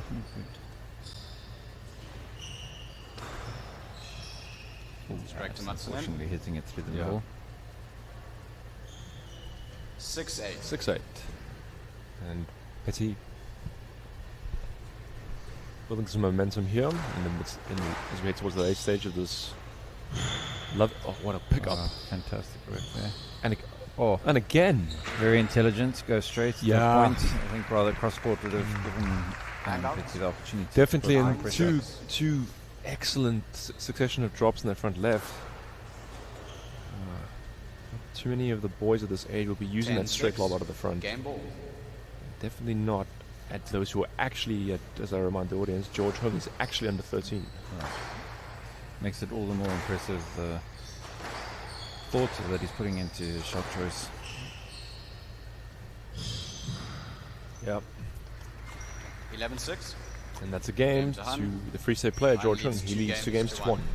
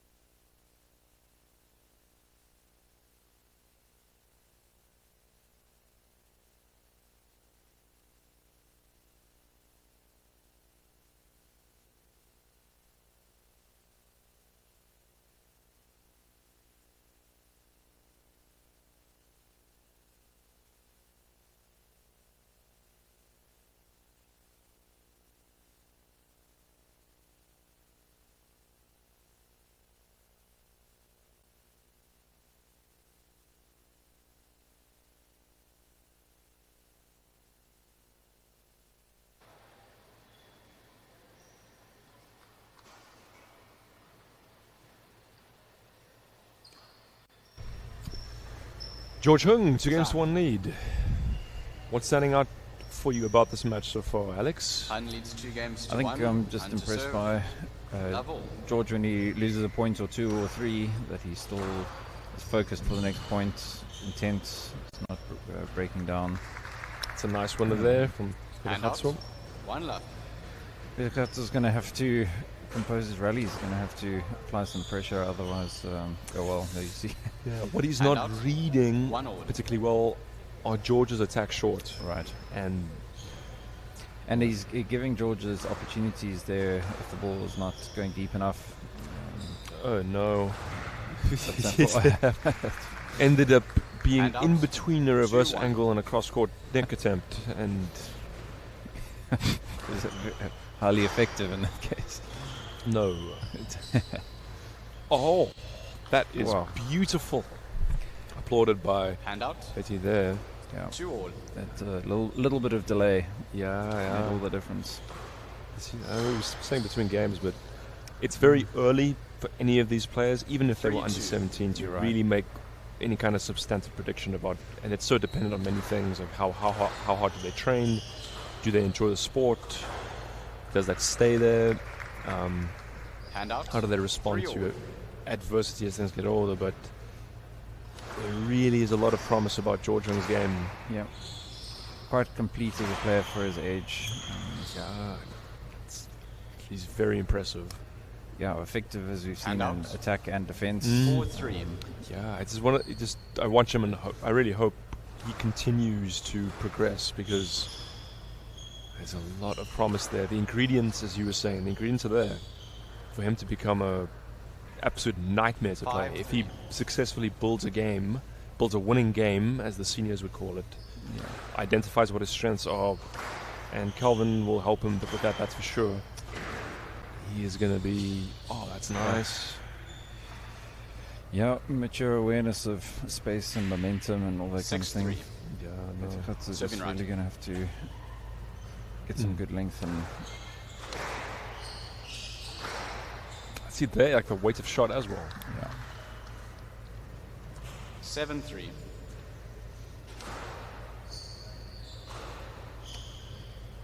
Yeah, nice delay there in his swing. Chance for Petty. Goes deep. Yes, and he hits the winner. Needs rallies now. And out. 4-7. The Joburg player. Petty has got some really good racket skills and ability to strike the ball well, especially when he gets into position. Yeah, we see there, hit the great width. Just George's disruptiveness can make that tricky.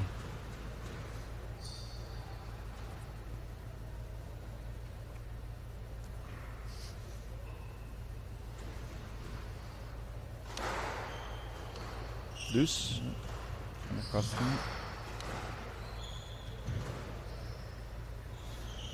Yeah, nice use of the jiggle there. We see Hunt behind him out of position, big swing, and the quick snap. So he's going back to a point and into the floor or into the tin. 7-all. 7-all.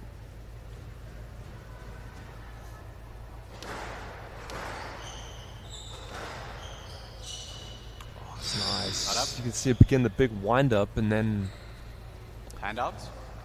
8-7. Yeah, it's actually just a kind of deception there. Good preparation can give the effect of deception, because your shot options are kept open. For sure, and at this age, the players are not going to have really sophisticated, efficient movement or the explosive speed to cope with that type of game. Right. Have it. And what a great kill. Great hands. Also, handouts. Young age groups, so it tends to be the case is when delay is used, unforced errors follow, because the shot's left late and then kind of snatched. And frustration there by Petty. 10-8. He had a chance there. He knows. A match ball for Hung now. Yeah. So close this out in 4. The reverse angle winner. 11-8. That's a nice match between these two players. 8-11. And George Hung, he wins 3-1. 11-6. 11-8. Right, we move on to the next boys under 15 match at the Growthpoint Top 8 Finals. It's a 5-8 playoff match as well. first onto court. The young man plays out of Old Grey Club and he's coached by his father, Elton. He represents Eastern Province and he goes to Linkside High School. Please welcome Kieran Morrison.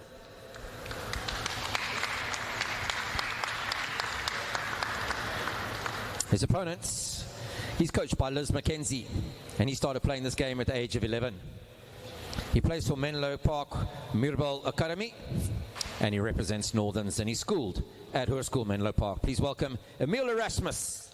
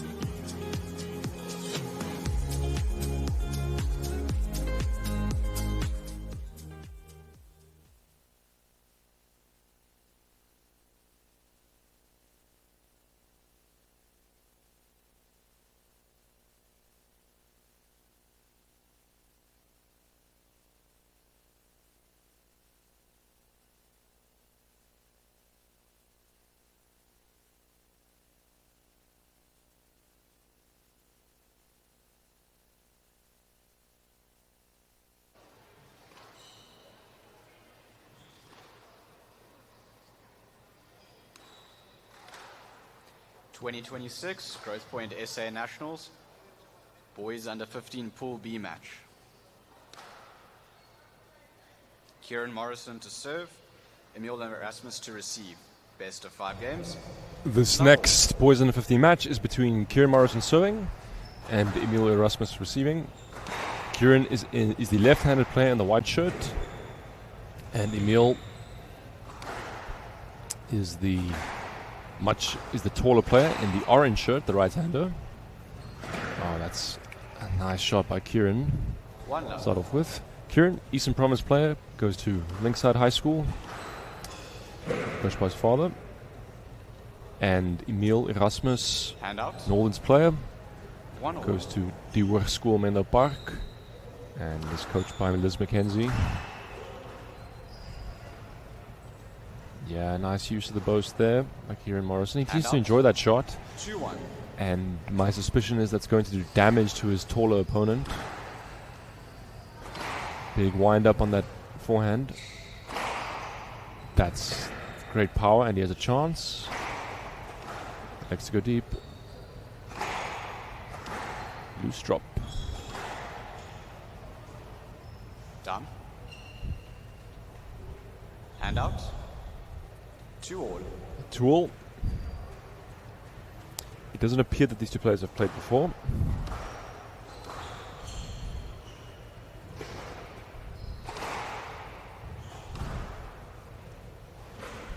Chance for Emil. Loose drop. And the triple boast comes in.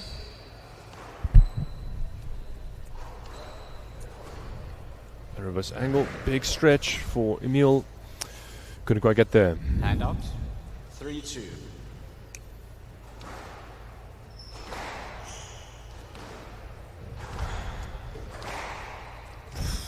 Great power on that forehand. Kieran, as you were saying yesterday, there's a little bit of Yusuf Ibrahim type preparation in Kieran Morrison's forehand. Hand out. Not nearly as deadly, of course, but...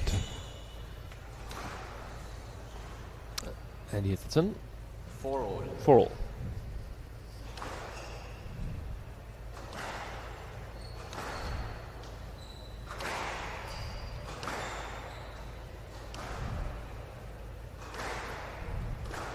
Off the back wall.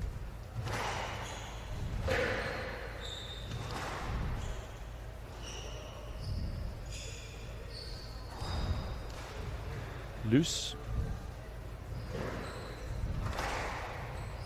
Yeah, that'll be a winner.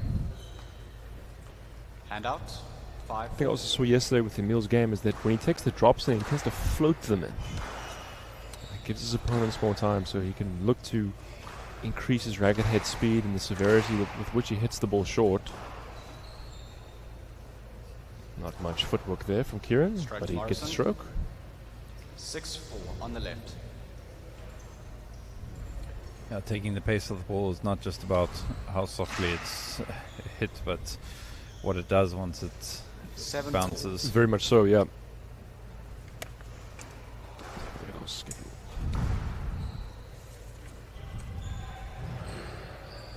Nearly.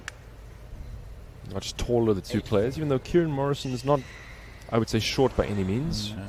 But Emil, at 14, I think, is already quite physically strong and developed. Some boys especially just have an early growth spurt and it just keeps going. What age did you start growing, Alex? Or when was your growth spurt? Still waiting for it. I think from about 5'6" to 5'11". And as a teenager? Yeah, that's what I was saying. Yeah, about 5'6" to 5'11" as between 15 and 16, somewhere around there. Just after I started playing squash, so that came in handy. Yes, yeah. As Kieran Morrison goes to a 3-point lead. Nice length. Is that on the front wall? No, Yeah. I don't think that made the front wall. It appears to have, yeah. Okay. Bit of fortune, but good lofted length, but just got fortunate on the return. yeah, I can see that.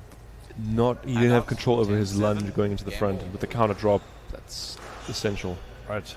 A lot of people don't realize that number of unforced errors stem not from just what happens with the racket, but the movement. Yeah, the movement of the game is so important. It's a bit racket sports in general. The best movers often tend to be the best players as well, and that's the first game to Kieran Morrison. 11-8. He's on the board.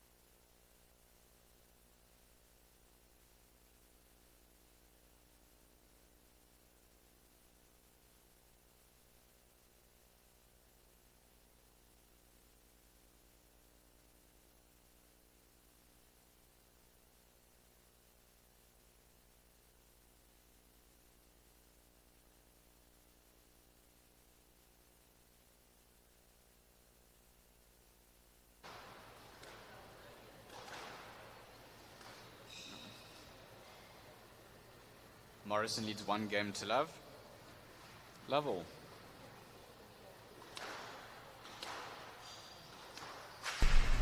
As we resume, chance for Kieran. Just a bit too casual there. And the out. drop. 1 love.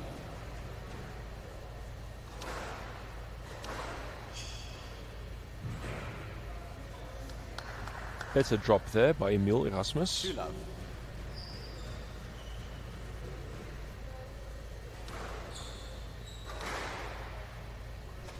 That's what we need to see. Oh, take the stroke. Yeah. Well, it ended up costing him. Yeah, it did, yeah. 1-2.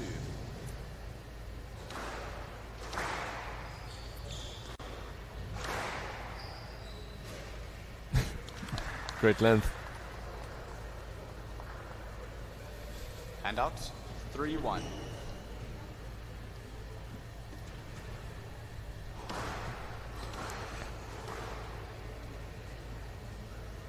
Loose drop. Okay.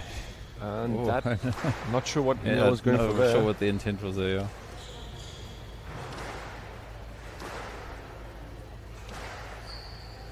In the midcourt, chance for Kieran. That's a nice length. You could see with almost as soon as he hit it that the weight and out. 2-3. Angle was going to make it hard to retrieve.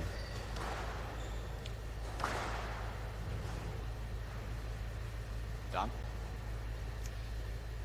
3-all. That's showing you as soon as the ball is bouncing deeper in this court. Oh, that's nice. It's really altering the outcomes of the rallies.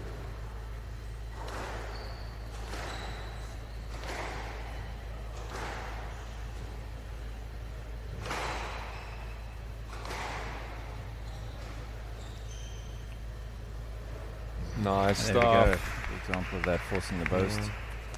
Technically, he's quite on the left. Adept, quite yeah. There's nice technical promise for Kieran Morrison, I think, Alex. If you look at his swing prep on both sides, yeah, hits the ball well. Oh, that's clever. 6-3. One of the best trickle bursts we've seen this morning. Absolutely. But he gets under the ball on both sides, and often left-handers. A good barometer of their technical abilities. Actually, their backhand swings, and his is actually nice. And out. Yeah. 4-6. So 4-7. I think learned his lesson there from the previous rally and decided not to play that one. I like the idea, 5-6, but didn't need to be that good. I don't think.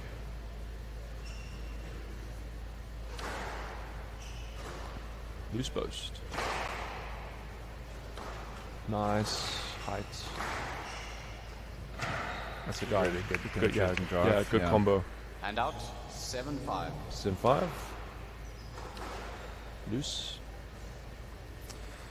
Just didn't bend his knees. Yeah, exactly. There, Casual, no movement there. Lazy footwork. Or lack of footwork. 6-7. Even though I like the idea of the... Oh dear. Yeah, he's telling himself there he's got something different. 7 all.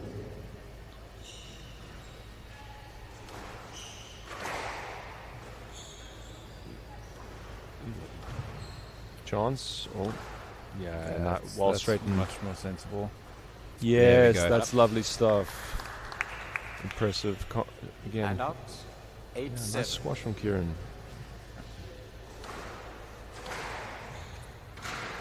Yeah, and the length there found by Emil. And out. I think, as we mentioned 8 all. yesterday, there's just a bit of a judgment learning curve that comes of just knowing that the ball is going to bounce low, even when it's, being able to see that coming off the front wall and knowing that that's going to be the case, and adjusting your position. And out, 9-8. Yep. 9-8 to Kieran. Nice length by Emil. Really the time for a cross-court nick attempt. And this time, Emil with the triple burst winner. Hand out. Yeah, Kieran likes 9 floating all. that burst in from about mid-court, but there he just gave it too much air. It needs to be a moving shot that adds to pressure rather than giving your opponent time Nice, to and recover. Yeah, Emil's best volley drop of 10-9. the match. Game ball. And he has a game ball.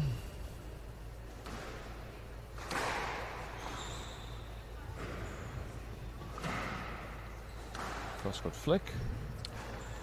Chance for Kieran. Lots of lunges from Emil Rasmus.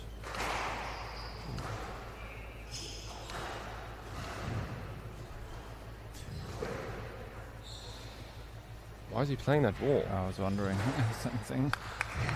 Yeah, but Kieran Morrison finds the winner.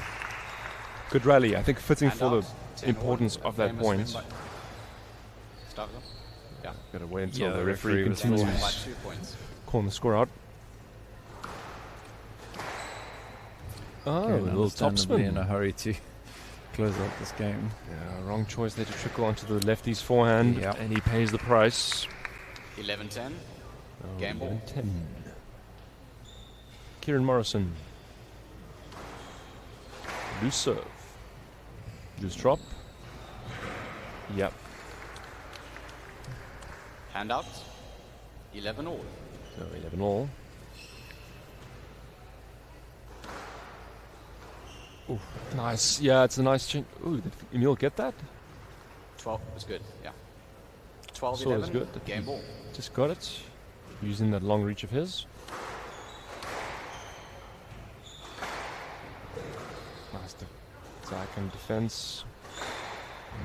That's lovely stuff. See there, with the way And that Kieran out. shapes, 12 all.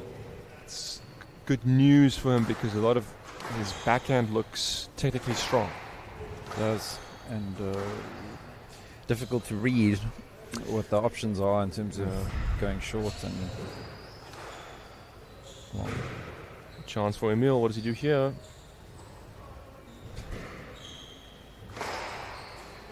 Out. That's out of court. 13-12. So Game 13-12, and the Eastern Province player has another game ball. Loose serve. That big cross court. That's a much better drop. Yeah. Good get from Emil, but that's moved out of position, and Kieran Morrison leads 2 games to love.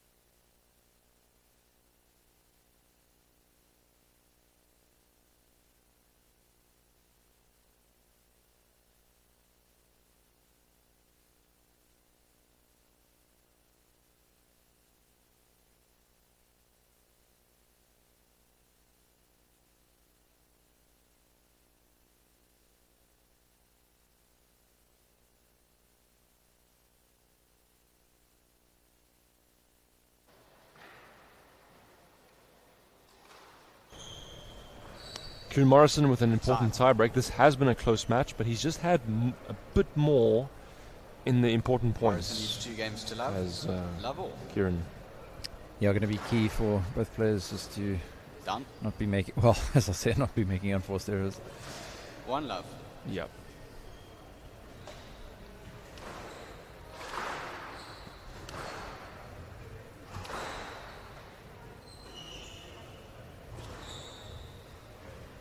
It's ambitious. Hand out. 1 all.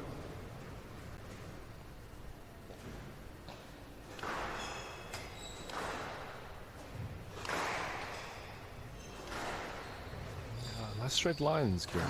Yep. Oh, yes, and there's the lefty showing the cross court with the out. open 2-1. stance. Go straight. Again, as you said yesterday, that nice early and high racket preparation. He could have gone short, straight, cross court. Yeah. And that introduces a whole element of uncertainty for your opponent.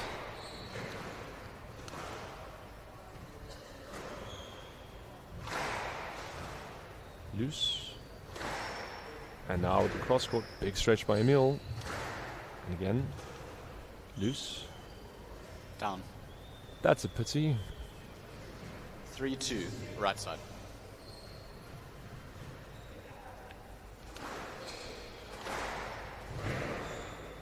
Big stretch. Ah, it's a nice finish. Yeah. I think that Hand out. Position of 3 all. disadvantage there for Emil actually even started with the casual kind of rushed serve, with taking your time on this court especially to serve well. Hand out. Yeah, but at this stage, a lot of the 4-3. players still have to learn game management. 3 all.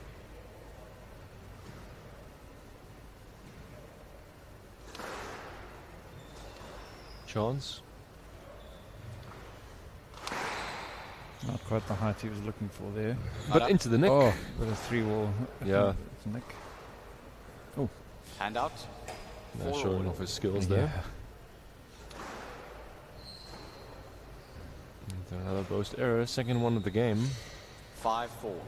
5-4. Especially from defensive post angles, players can close their racket face, but that ends up with the meeting the tin. Hand out. So 5 the all. tall Northerns player, he's holding steady here.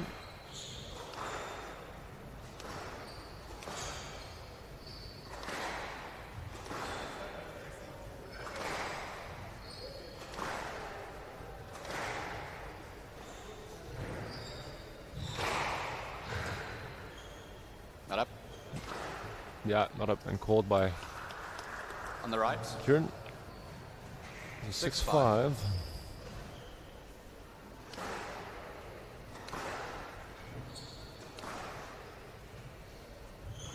Loose drop.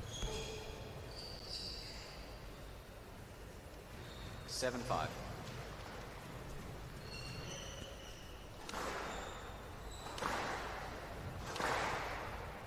We're looking a bit more confident in his attacks here. Yeah, that's a nice back Certainly ball. better built rallies. Down. Yeah, he's using his power. On the right. 8-5.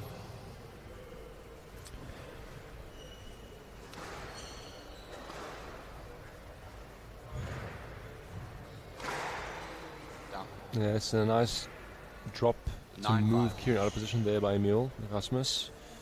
9-5.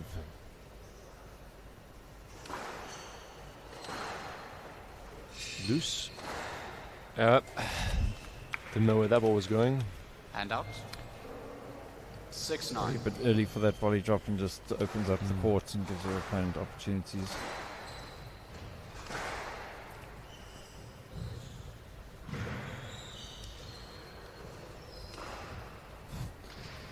Yeah, that's too far. Nice exchange, and that gives Hand out. Northerns player 10-6. Emil Rasmus Game ball. 4 game balls.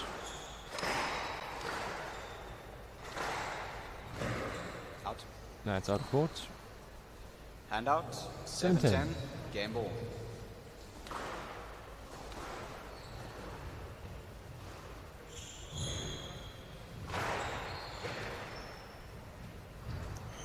chance for Kieran.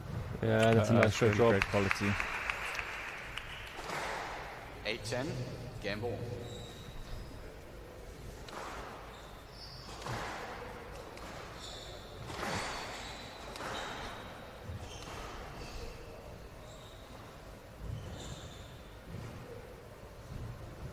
Yeah, best drop of the match there for Emil Rasmus. He's got a game back. He trails 2-1.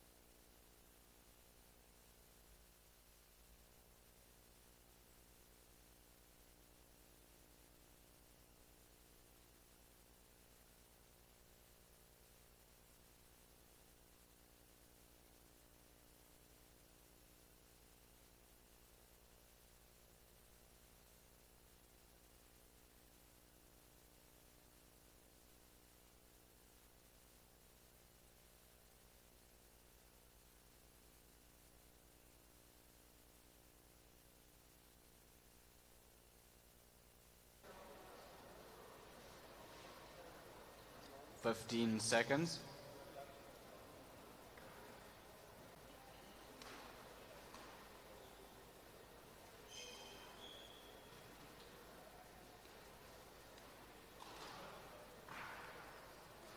Time.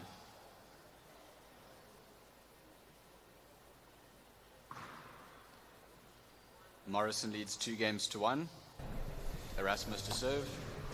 Emil Erasmus pulling the third game back there. Kieran Morrison still in the lead though. Much better from Emil in the last game.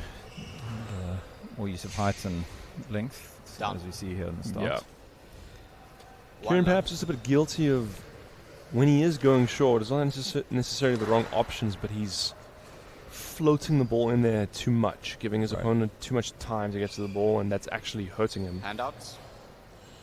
1 all. Some more severity when he does decide to move Emil around. Yeah, his tendency seems to be to use time to create delay rather than to step in and put it away quickly. Yeah, and there's the speed onto the ball for Emil and the power cross-court winner. 2-1.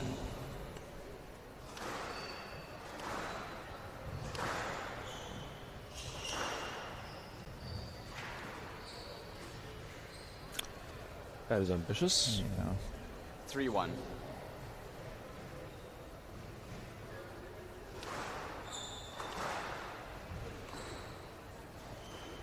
See that? Yeah, just not the right time, but to in that position.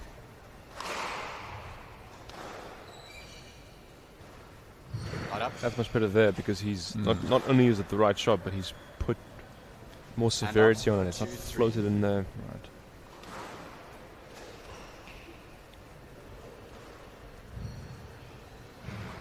Out. And out. 4-2.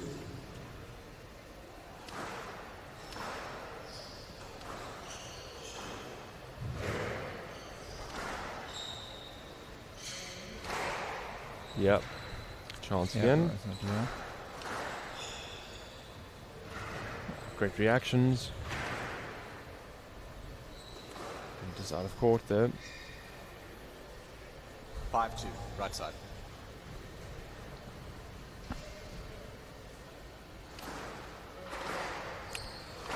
Kieran hitting with less intentionality.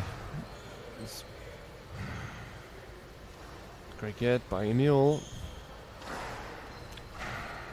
Scrambling. Down. And he finds the nick. 6-2.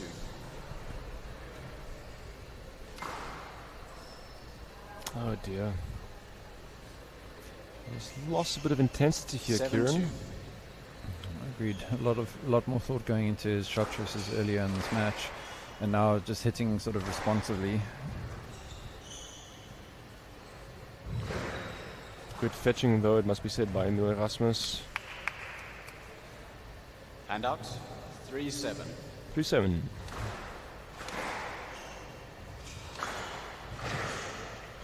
That's great stuff there. He's really used his reach to put the ball in quick. And out. No time for Kieran to respond. 8-3 to the Northerns player.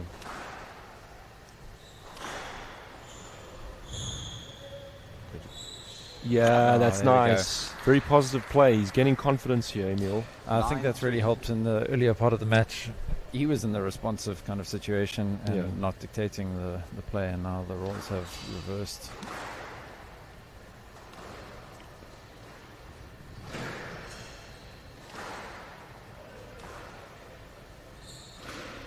Yeah, that's nice and tight. On the left.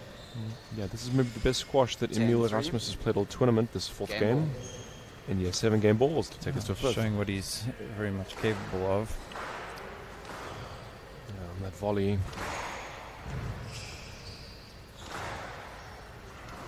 Loose. Down. And that into the tin. And we are going to 5. 2 ball in games.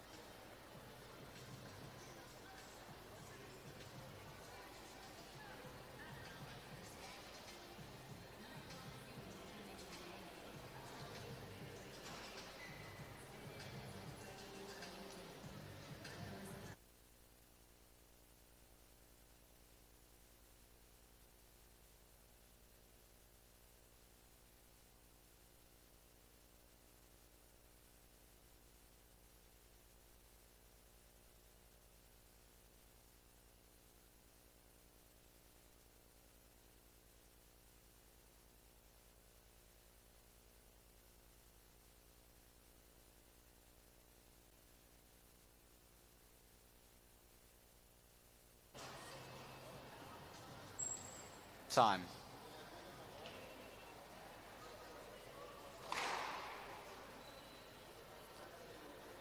Two all in games.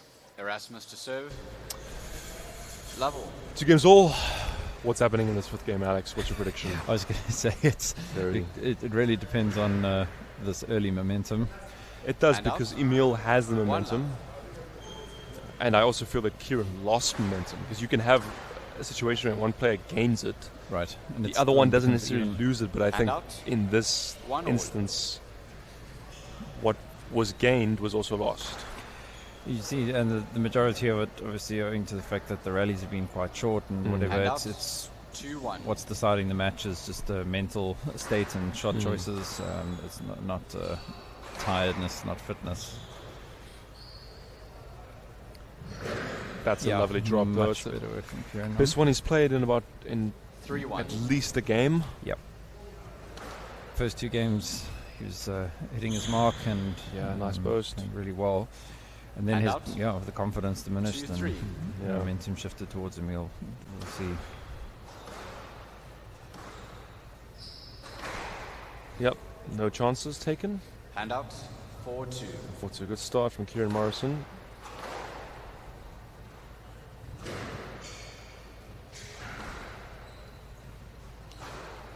Chance. And he's found that line. More of what we were seeing earlier in this match. Seems to have awoken 5-2. in this 5th set.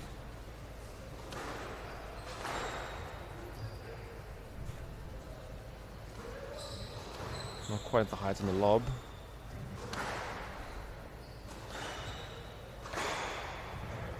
We can see, even though he won the first 2 games and comfortable, the scoreline was actually quite close. It was close, yeah. It wasn't too much of a runaway type situation. No, not at all. We always on his heels. Handout. We were just a bit lulled by his technical striking of the ball, but there was still a good number of unforced errors. And and Emil Erasmus just showing the worth of making yourself hard to beat and getting balls back. Oh, that's unlucky for him. 7-3 lead. This is an essential point here for Emil's campaign. There we go. It's the kind of length we're looking for. You can see again, he's not. Handout. The intent is good, 4-7. but his lack of use of his lower body is what's costing him. Not much happening in terms of execution there. Volleys. Out. But still, they've done enough in that point. He's got a 4-point lead here. 8-4. That's going to be difficult for him to let this slip, you'd feel.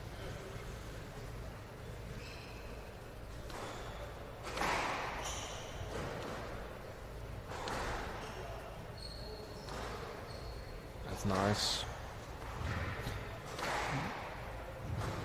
Chance for Emil. Goes cross deep. Straight. Oh, and the court.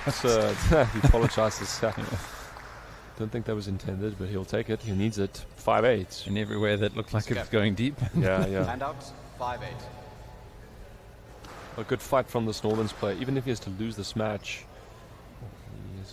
Good common theme in this match. 9-5. It's not moving feet under. I know, yeah. Loose.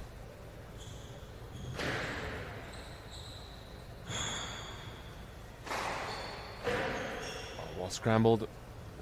Oh no, and he's let himself down there. But he stayed in it. Lucky there with the cross court.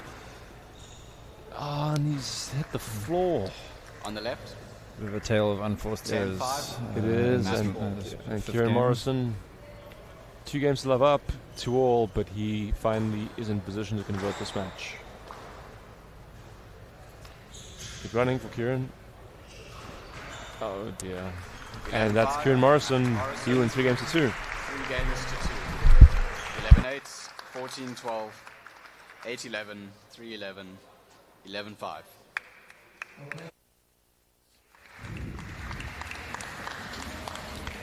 We now move on to the 1-4 playoff category. All these matches are like finals. Because it's a round robin, the individual with the most amount of points achieved will be declared the Growthpoint SA Under 15 National Champion for the year. So just because someone loses doesn't mean they can't still win. Right, help me welcome these 2 young ladies onto court. Firstly, a young lady who's ranked number 1, girls under 15, and she goes by the nickname of Simi. She started play this game inspired by her dad. She's coached by Calvin Edwards, and she plays out of Beacon Bay Country Club in East London. She's schooled at Stirling Primary. Please welcome Simingaya Shwababa.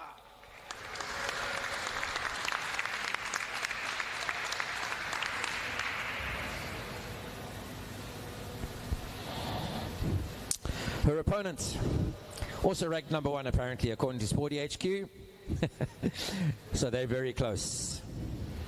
She was inspired to start playing by her older sister, Shantae.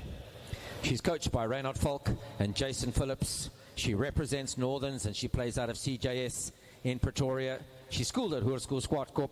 Please welcome Chanel Leppen.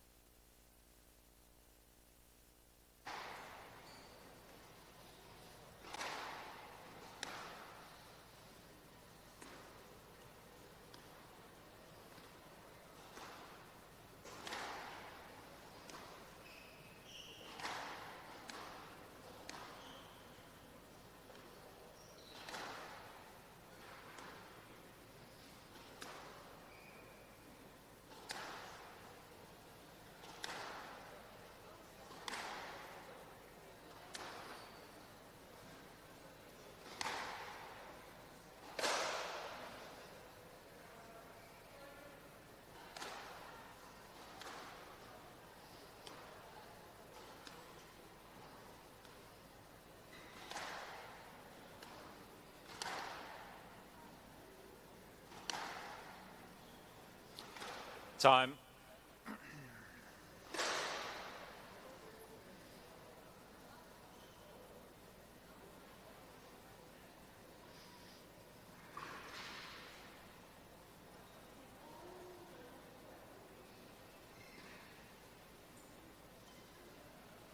So who's serving?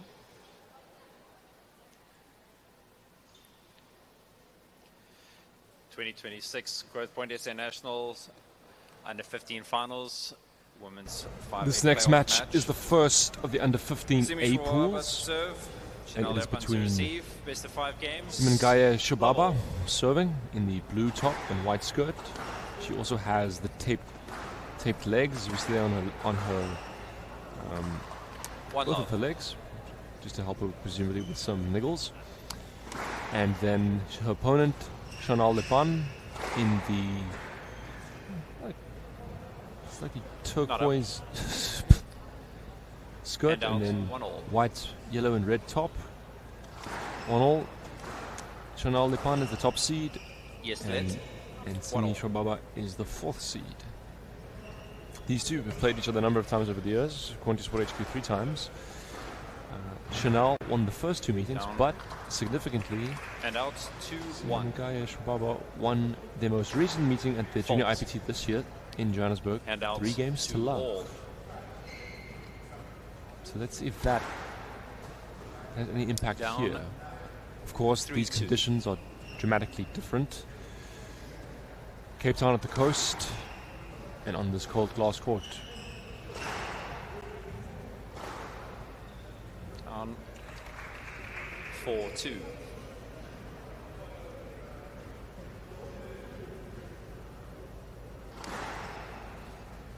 Oh, Simi Shababa, she won her first match yesterday. She won it against Yanal Hall, close 3-2. And then she lost to Akifa Talib. Meanwhile, Chanel Lepan, she beat Caitlin Simon first. And then she had a comeback win over her Northern teammate Mia Bacchus. Nice length. That's loose. Goes deep. Chance for Chanel. Down. And finds it in. 5. Complicating things there when I think the straight drop would have been the sensible option. Yeah, nice serve there. 6-4. Yep. Chanel, Northern's player, attends Hoërskool Swartkop. Plays for Centurion, Junior, and also at Harlequins. 7-4. Jason Phillips is one of her coaches. He may not be here, but his son Judah is playing in the senior event, as though some of you would have seen his earlier match with JP Brits. Down. 5-set thriller. Handout 5-7. And he'll be helping her between games. And she, of course, comes from a famous squash family. Sister Shantae, Water World Juniors. She played this last year. I think she came 3rd in the under-19 event. She's now at Potchefstroom at university there, and she plays for SSC side. Her other cousin, Danae van Sale, won the under-19 event last year, is now at University of Stellenbosch. And of course their aunt, Tennille van der Merwe, Tennille Swartz, outstanding professional player herself. Chanel managed to win that rally. And as for Simi Shababa, she is a East London player. She's a Stirling primary, so she's still only 13. Good prospect, playing for Beacon Bay Country Club. And another one of the many players from Border that has been coached by Kelvin Edwards.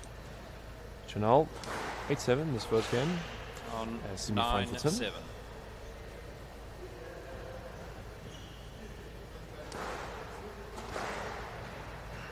Chance, Simi goes deep. And another. She goes cross. And the counter. That's nice there by Chanel. Just using height to get depth on her cross court. And that gives her 3 game balls to take this opener. Down the 10 set, a couple of those in this game. Open leads, 1 game to love. Northern's top seed. She leads 1 game to love.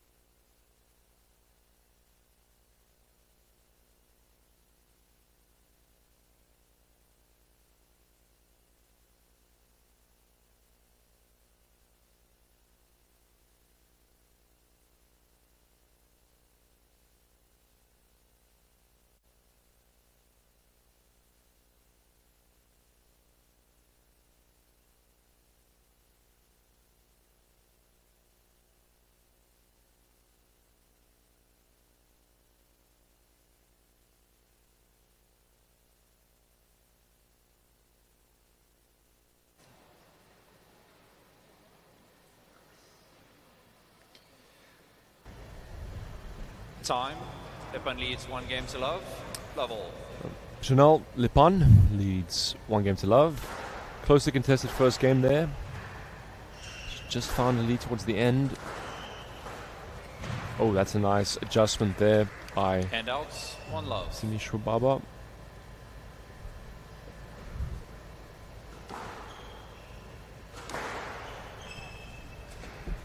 Chance for Chanel. Loose trickle bows.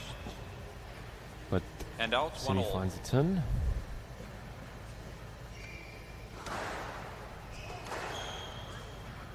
Down.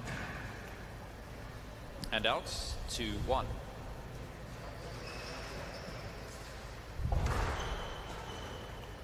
Reverse angle of the serve.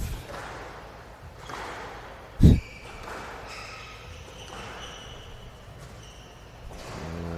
can think of a few other people who've done that in the last 2 weeks, but perhaps I should hold my tongue. 3 points to 1 lead so far. Oh, and that's out of court. Handouts. 2-3. 2-3.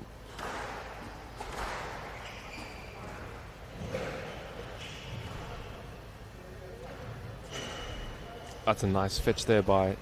Oh, that's good by Chanel, because Simi did so well there to just lift that defensive post onto the front wall. You should make your opponent play another shot, and then that instance Chanel Lepan did and found the winner. Down. 4-3. 4.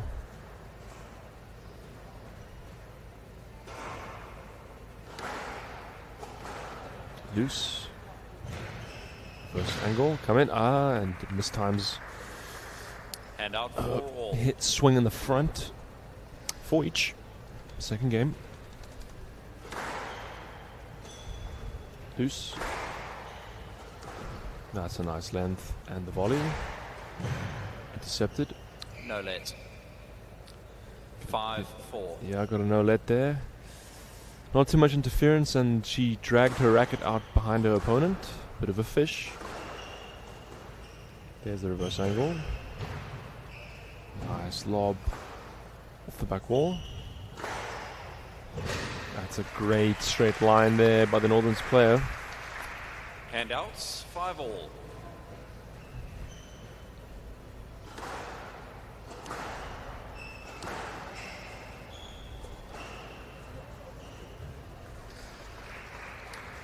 Six 5.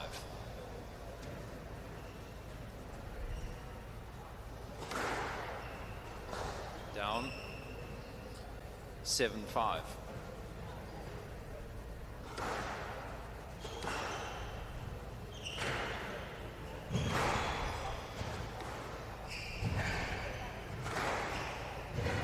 Down. 8-5.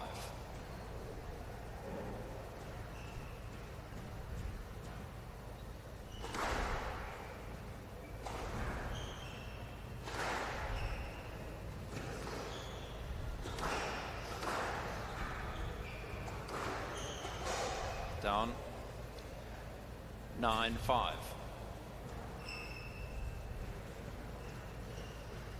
So 9-5. Chanel Lepan.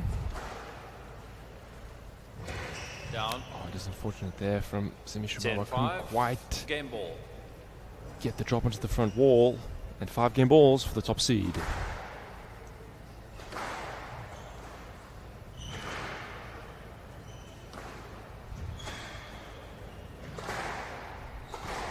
Down. Oh, it's in frustration there 11-5. Game to 11. for the 4th Lepan seed. leads 2 But games to love. Chanel Lepan, she leads 2 games to love.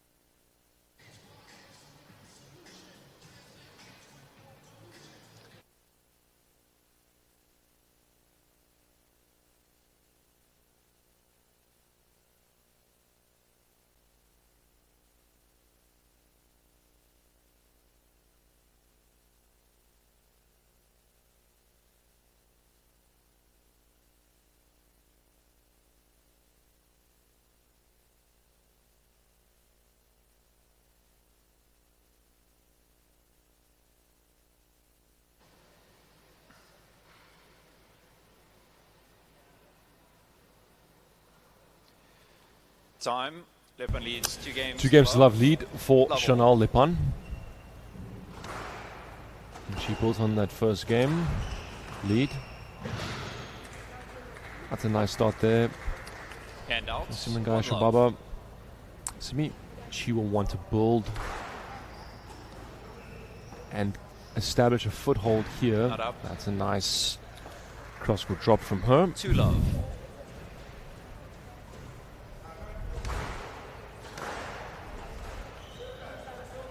Oh, and the start from Chanel. And out 1-2.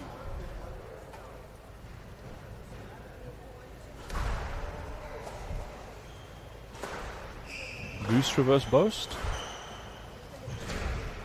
Down. But read the follow-up and was managed to all. counter effectively deep across to all.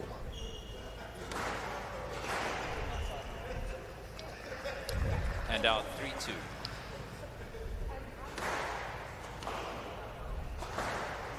Great kill there. Simi. 4-2. Confident shot. That'll help her. Loose cross drop. And the winner. 5-2 for the 4th seed from Boredom.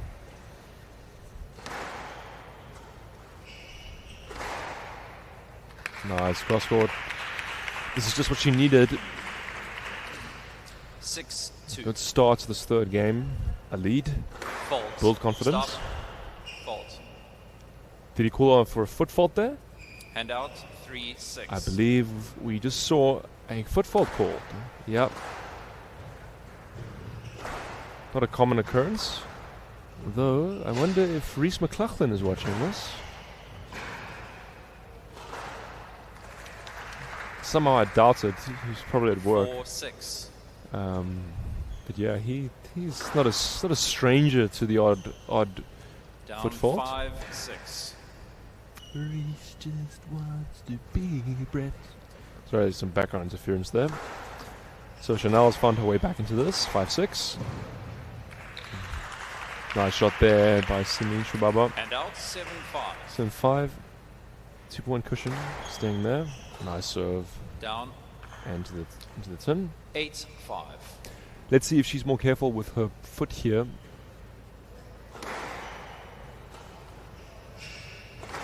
Was there chance? Nice lob.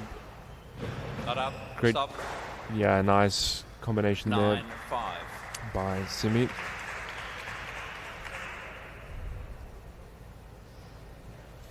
Nine 5. Down. And out No, that was down. 6-9. A pity because that would have been spectacular.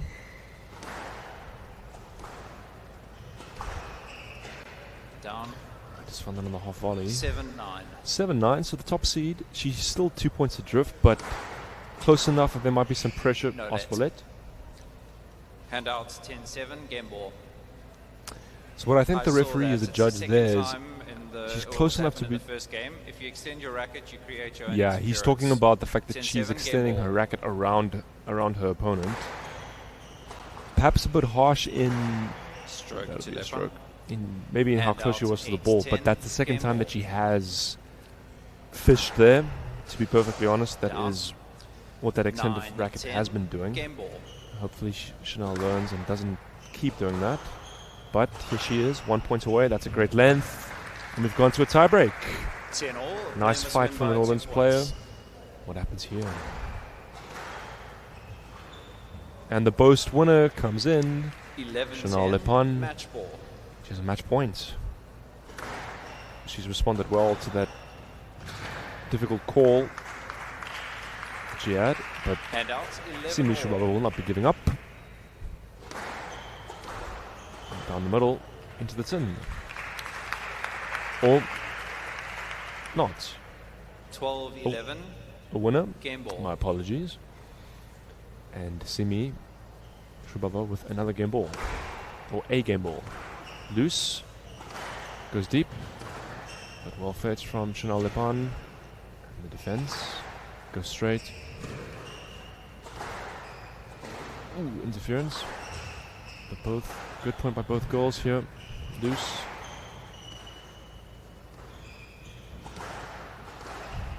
Yes, let's. 12-11. So game yes, ball. that Left was a side. nice point there from both players, fitting this important stage of the game. Nice serve. Out. And that goes out, and the fist pump 13-11, game to from the Shibaba. border player, Lepan leads Cindy 2 Shibaba. games to She's 1. back in this. She trails 2-1.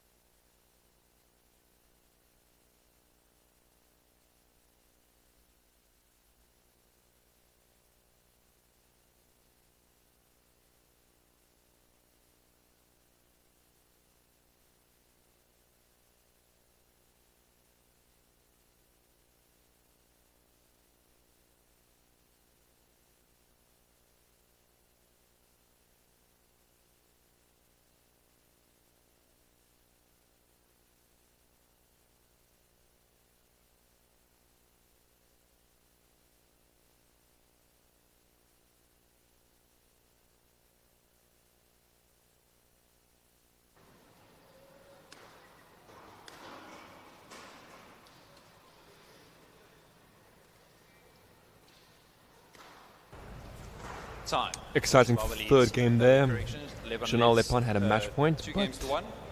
Shibaba Guy to serve, Shibaba, level.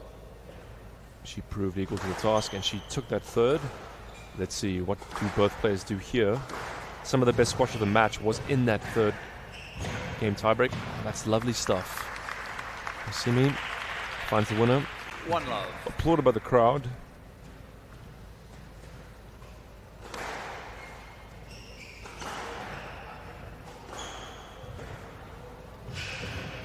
Yeah, and Chanel finds the nick. Hand out. 1 all. Yes, let's. 1 all.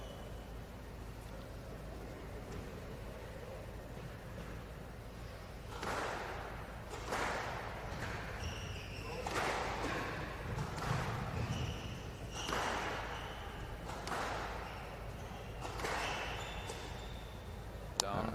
Hand out. mistimed that. 2-1.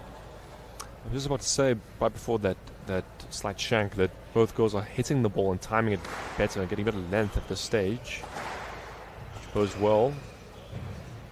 That's ambitious. Hand out. 2 all. 2-all.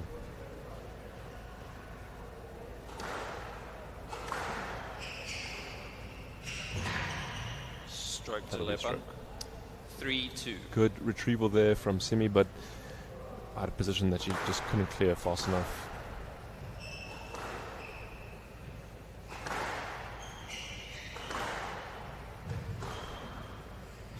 Not up. No, that's not up. Nice post. And Another young lady from border.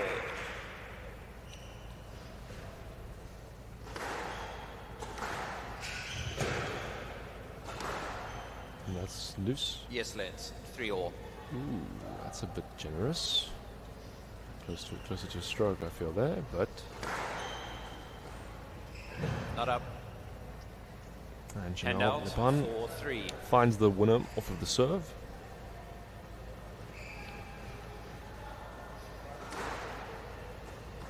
Chance. High drop by Simi. Yes. And out 4-all. Clever use of the sidewall there.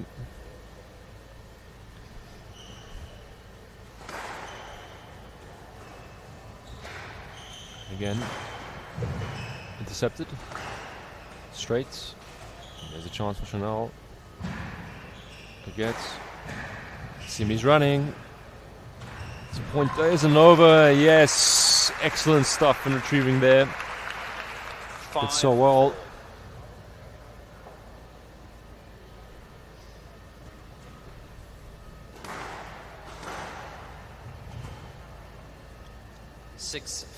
That's a great shot. Hasn't played that yet. What's so nice about that play there is that she used Chanel's pace and just floated the boast in, dying.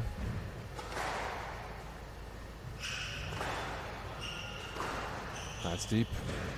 Down. Yep. Nice stuff there from Chanel. And out 5-6.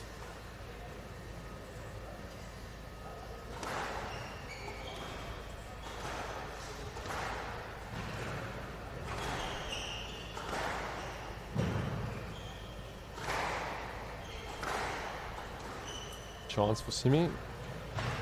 He's fetching by Chanel.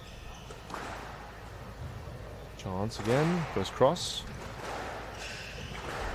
Stroke to left one.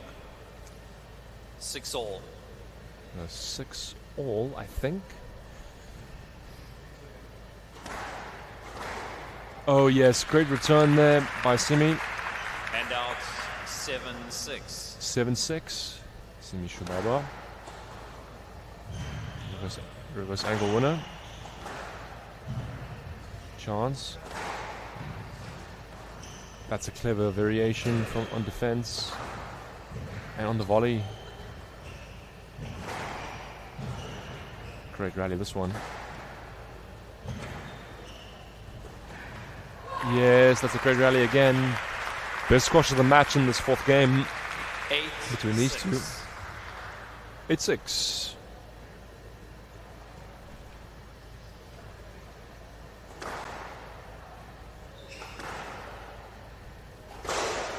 That's a cheap error. And out 7-8. She had time on the ball. She didn't have to go for that.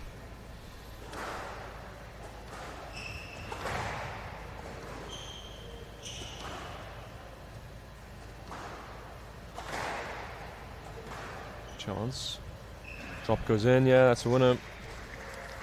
8-all. 8-all. Close as we head towards the conclusion of this fourth game. Down 9-8. 9-8. Top seed. Just sneaks ahead at this crucial stage. Another good serve. Chance. Reverse boast. Nice defense. Loose drop. And again, chance for missing it. Chance for Simi. Goes deep. Lift. Drop. Another good fetch. Goes deep. Oh, and she intercepts it, Simi Shubaba, but hits the tin. And Chanel Lepon, top seed, another match point.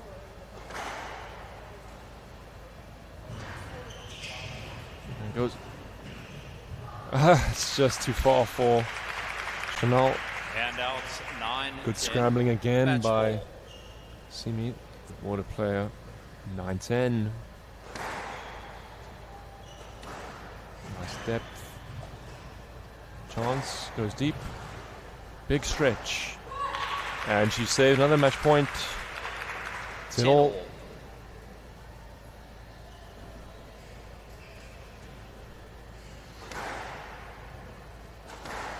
Oh, that's nice. With chance for Simi.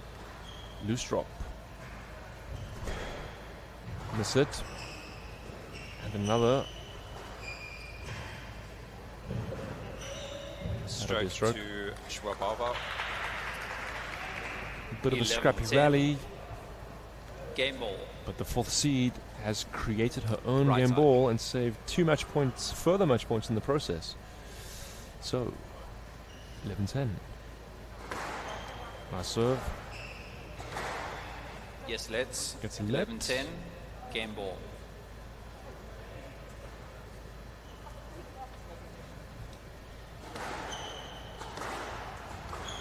Loose. That's a nice defense, but she's played a great drop there. Down. She was on that, and it looked like she was going for the straight counter drop, Handouts. Simi, which 11 would all. have been the right choice. But she just didn't continue her follow through, and now we're 11 all. Handouts. 12, Yeah, 11. that looks like it was going to Game hit ball. the front wall. So another game ball for the 4th seed.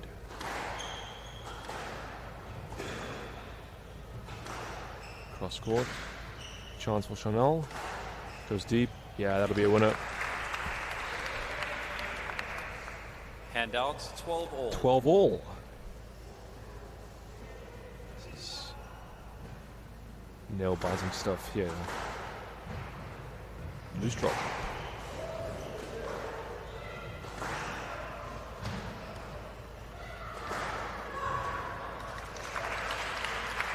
Nice shot there. Simi. Handouts. 13-12. Game ball.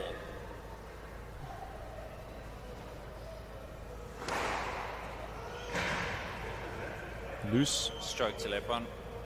Yeah. Handouts. 13 Great all. pickup and retrieval there by Simi, but just couldn't clear fast enough, and we're 13 all. Loose.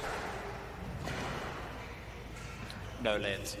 Handouts. no let. 14-13. Game ball. Just a bit narrow on your angle. You needed to go and get that ball. Handout. 14-13. No Game let. ball. 14-13, the ball's there, a little bit caught.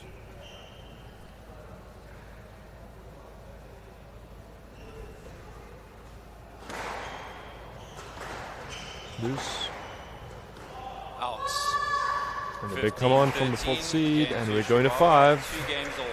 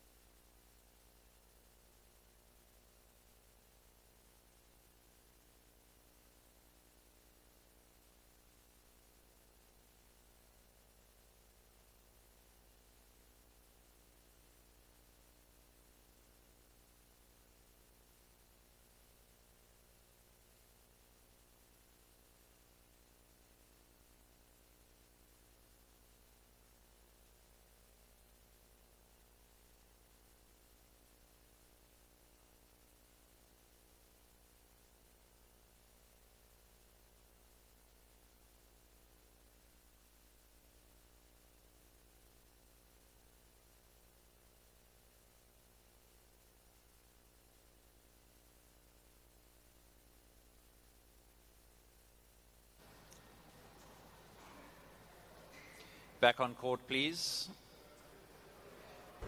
Simi Schwab is going to be careful here. She's going to get a conduct warning for being late. It does tend to take her time. Conduct warning, Shababa, for Yep, time wasting. as predicted. Has been flirting with 2 that games all. tournament. But since it's the 5th game, I think there won't be any lasting consequences. Shababa to serve. Love all. Chanel Lepan saving or having match points. 4, 1 in the Handouts, 3rd, 1 love. 3 in the 4th. Certainly a big fighter. Shababa as she finds the neck. Handouts, 1 1 all. all.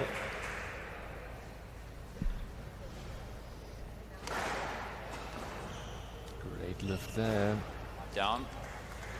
Nice change up there. Head out 2-1. Not use that return of serve too much, and that just gives your opponent something different to deal with.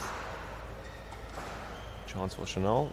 Loose post comes in. But again, seeming not in control of her lunge, and you can see that her follow through just completely stops.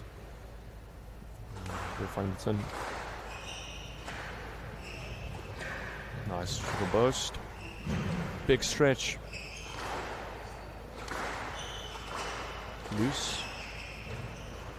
Oh, and it's a mishit, but one that Chanel Lepan will enjoy. 4-1 lead. Chance for her again. Goes deep. Just change the angle view. Yeah, it goes in the drop. Yeah, that's good squash. Nice retrieving from Simi, but 5-1. This is a really good positive start from Chanel Lepan. Down. That's down. Crucial for Simi Shababa to win that last point. Do not want to go 6-1 down in the fifth, that's for sure. Goes the loop to the burst. Not up. Into the nick. Hand out 6-2. 6-2. Down. That's a 7-2. poor error at this stage. Orban, you're down and you're looking for an easy way to get a point back. And you make a decision that you regret. 8-2. 8-2. She's fought so well in this match, Simi Shababa. Yes, and the winner. She'll continue to fight. Handouts 3-8. But I do wonder if she's created a mountain too tall for her to climb. Down. Just finds a turn. Handout 9-3. 9-3 here to the top seed. Looking strong. Down. A couple of mistakes of 10-3, serve, and match that ball. gives Chanel Lepan 7 more match points. Fantastic match. The standout one from the girls under 15 so far this weekend. Down. Finds the tin 11-4, and applauded by the crowd. These two young ladies, great match. 11-7, 11-5. Great match. 11-13, 13-15. Yeah, nice. 11-3. Respect from the two players. Simi Shababa and Chanel Lepan, fantastic fixture. Well tried, Simi. Right, we move on to the next under 15 girls 1-4 match. First onto courts. Young lady, she's coached by Etienne Brits, and she started playing this game at the age of 9. She goes by the nickname of Mimis, and she's schooled at Midstream College. She represents Northerns. It's Mia Bacchus.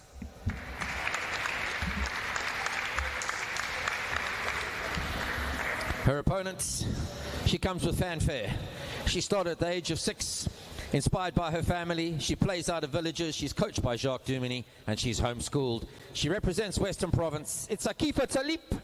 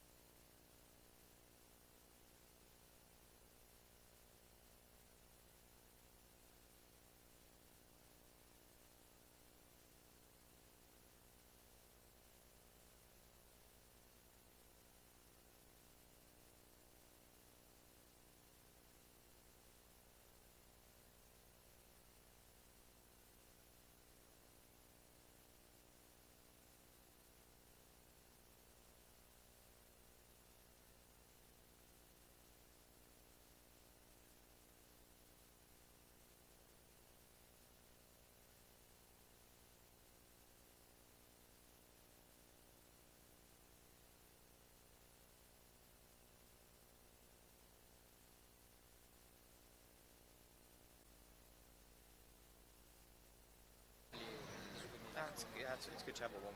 15 seconds. Let's have some warm up or something before before you just jump straight into it. Okay, time. Bacchus leads 1 game to love. Love all. And we're back. Apologies, we had some brief sound issues, but our production team has swiftly restored order. That first game, And out. close. Mia Bacchus from Northerns, she built a lead which proved to be decisive in the end. Ingo Akifa Talib, couple of mistakes that cost her in the end. But the general pattern of play, 2 love. I think, will still favor her long term in this match, provided that she can not make mistakes. But we've seen, that's nice. Very promising 3 signs love. from this young player in Cape Town. She has good court sense. She moves the ball around intelligently. No-let. And out. 1-3. I get to no let. Perhaps a bit harsh. But let's continue. No histrionics. That's a great shot by Akifa. And out. 4-1.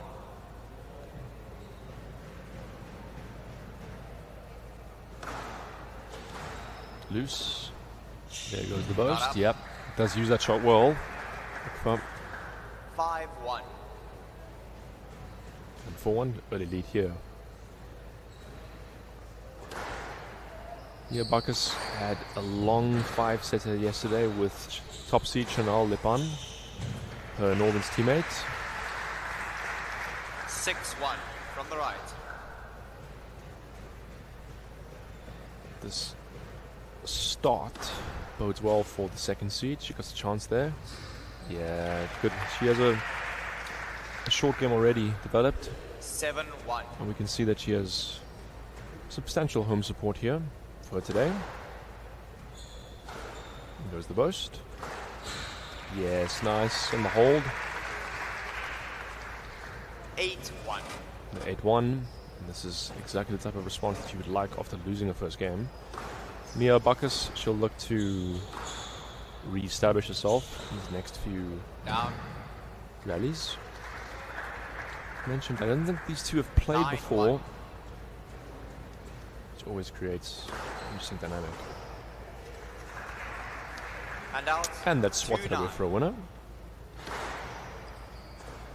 Down. And a burst into the tin. This 3-9. lead will probably prove to be insurmountable, you would think, at 3-9 down. Stranger things have happened, but yeah, there goes the triple boast. Well fetched by Mia.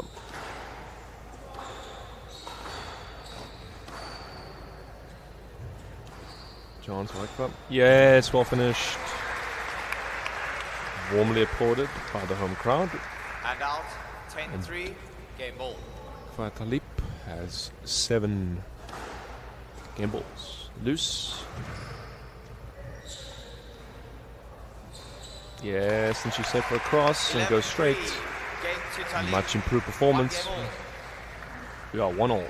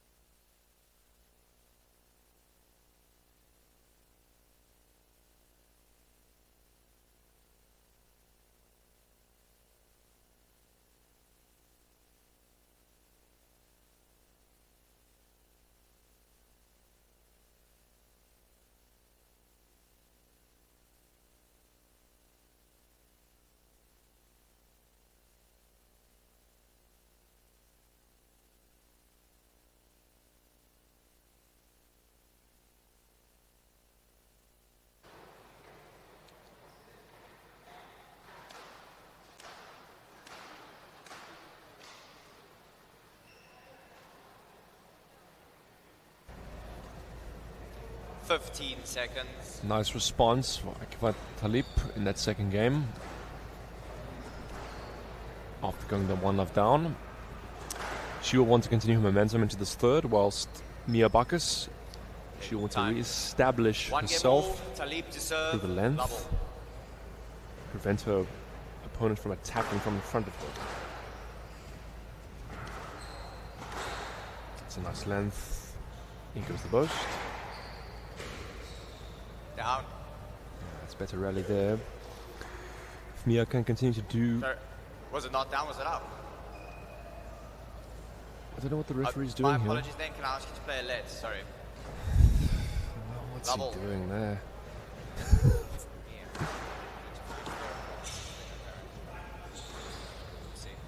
And confusion reigns.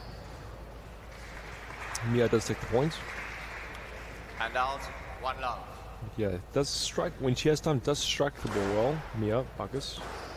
Chance again. Gets that length. The ball lifted by Akifat. Yes, nice stuff there. Hand out. 1-all.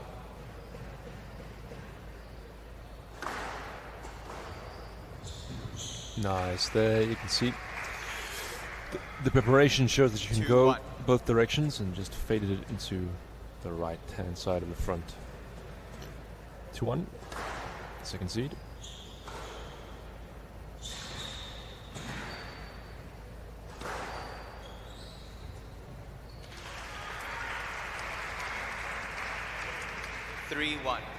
For intelligent squash here.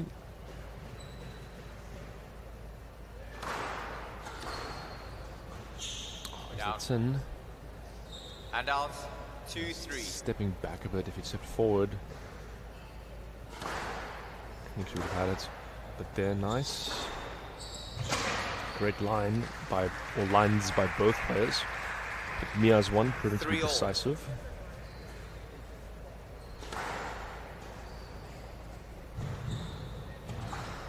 Nice lift. Has a good instinct. Like,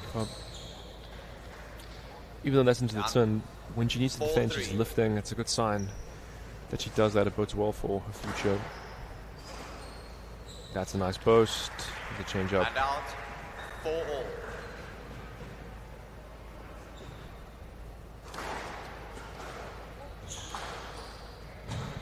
And this time, the Western Province player with the winning length.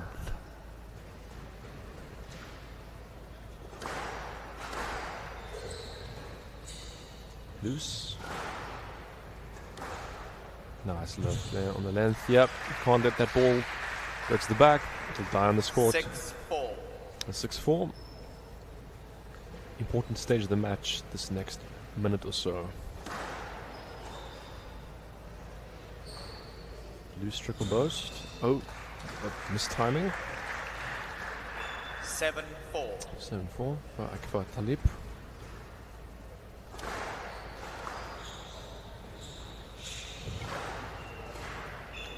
Why did she play that? Stroke to Talib. Oh, she is asking. Okay, that's good. 8-4. Yeah. Definite stroke, and she, the second seed, now 4-point gap, 8-4. Nice serve, straight into the sidewall. Mia just needs to mix up her service return position. She's in the same area more or less, and not really stepping to the ball.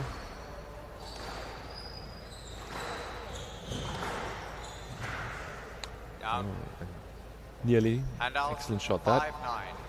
5-9. Melbourne's player serves.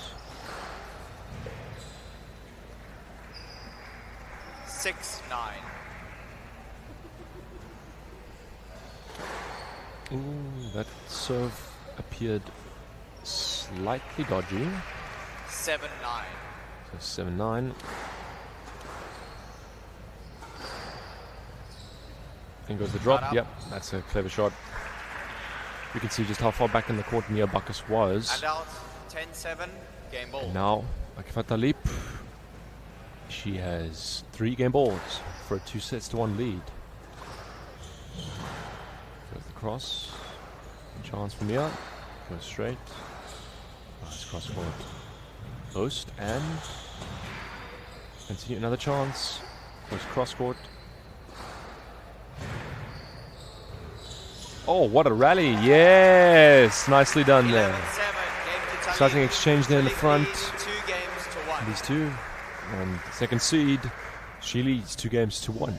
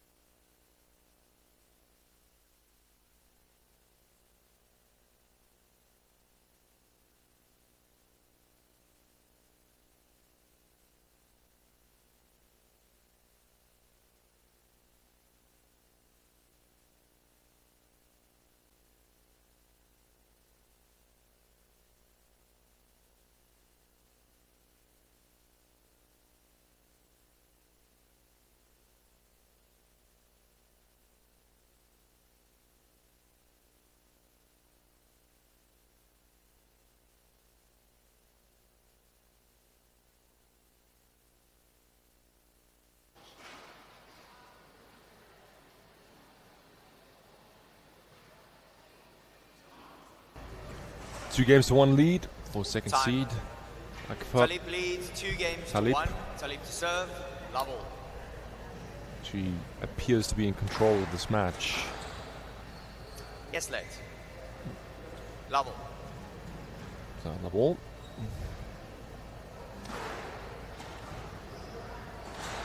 Yes, nice use of the crosscourt there.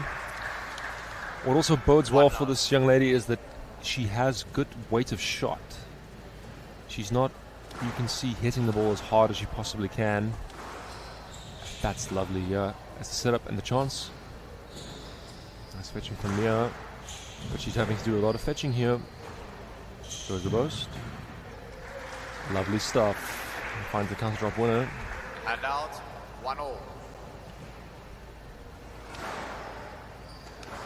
That goes deep. Lovely cross, straight volley drop. And out, 2-1.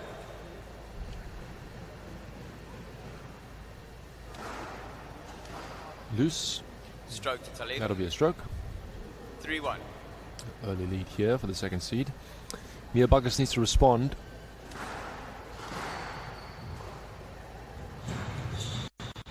Lovely, and this time the cross drop winner. You can see that both from Aikifat is doing damage. Even though her opponent has proven up to the task last couple of rallies. Loose post.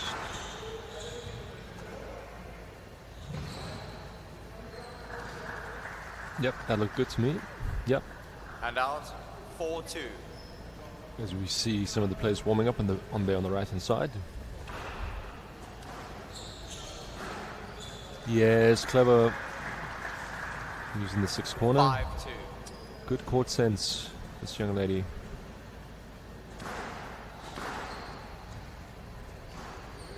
Right. Oh, that's a cheap error from the Northern player. 6-2. Gets her opponent 6-2 lead.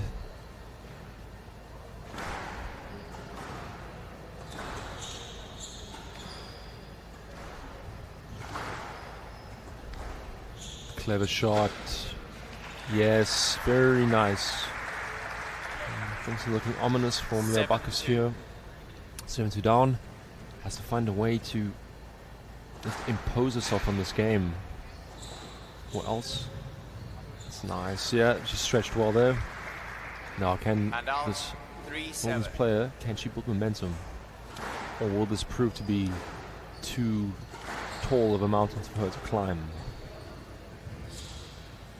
Let's play the shot well. Akfa.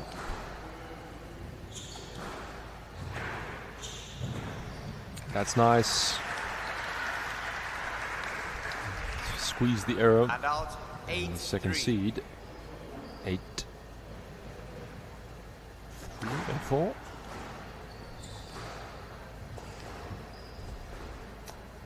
Down. And out. 4-8. Yes, 4-8. Yes, she's played that a couple of times in this match. Uses the pace of the serve. It just rolls that post in. Not the most cleanly struck volley drop winner, but Mia Bacchus will take that. 5-9, yeah. And this time Mia with the boast winner. 6-9. 7-9.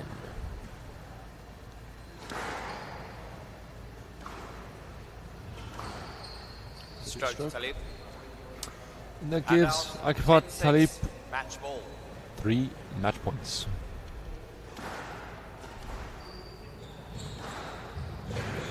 That's nice, and she's got the put away. Yeah, we'll get there. Yes, and the kill. Great performance. 2 games to 1. And Akifat Talib is looking good here. 11-6, 11-6.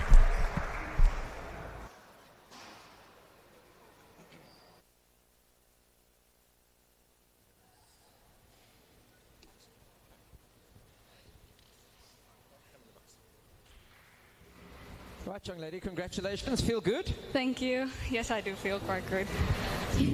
Again, you feel good? Yes, I do. Yesterday you lost the first game.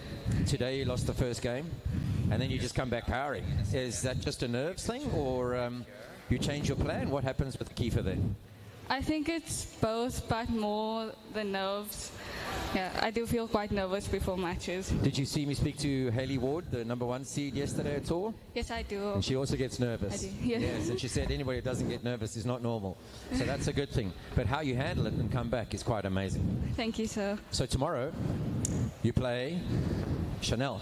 Yes. Neither of you have lost, so now that is the final. Whoever wins that becomes the Growthpoint Under-15 national champion. You up for that? Yes, I am. Sure. Fantastic. Well, we wish you the best of luck and well played today. Thank you. Akifat Talib, everybody, well played.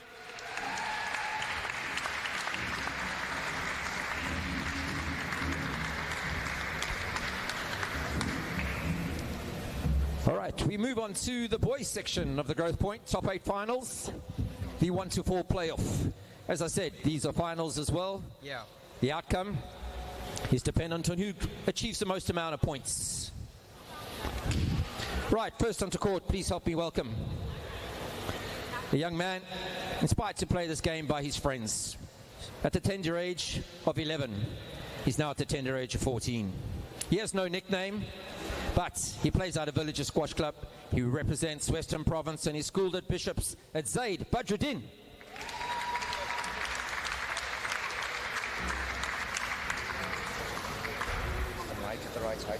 Yeah, it's fine. His opponent doesn't know when he started playing, he just said question mark. And he likes to train with different coaches and gain different knowledge from different people. He only plays school at squash and he plays for Joburg Squash. He's schooled at St. John's. Please welcome Panatsejo Malefi.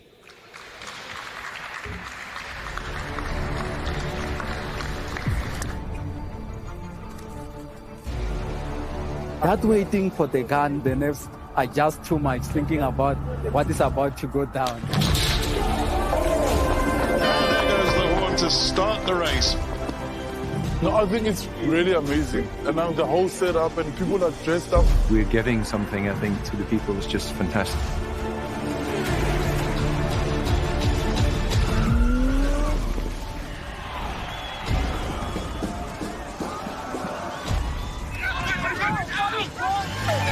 The support on the side of the road is second to none, and that gives you the extra oomph.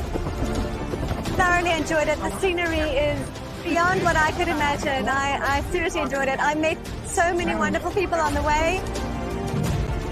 Really enjoying Cape Town. People seem to really appreciate artwork here, which is really nice. Come and visit Cape Town. We are waiting for you with open arms. We welcome you here. It will remain a city of hope and opportunity for everyone, not just in Cape Town, but around the country and the world.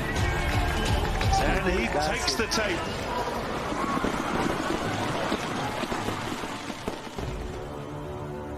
Cape Town is open, safe, and ready to host you.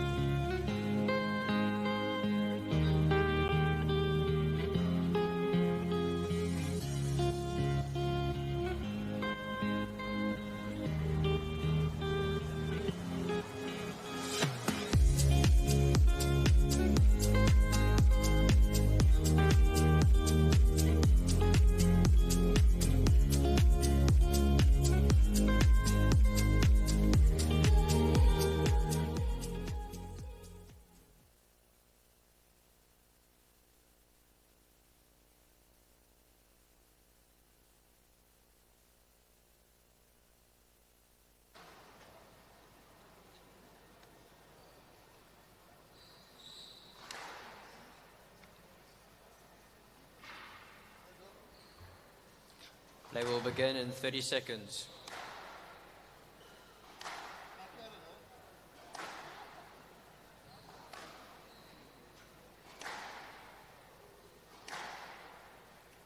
Play will begin in 15 seconds.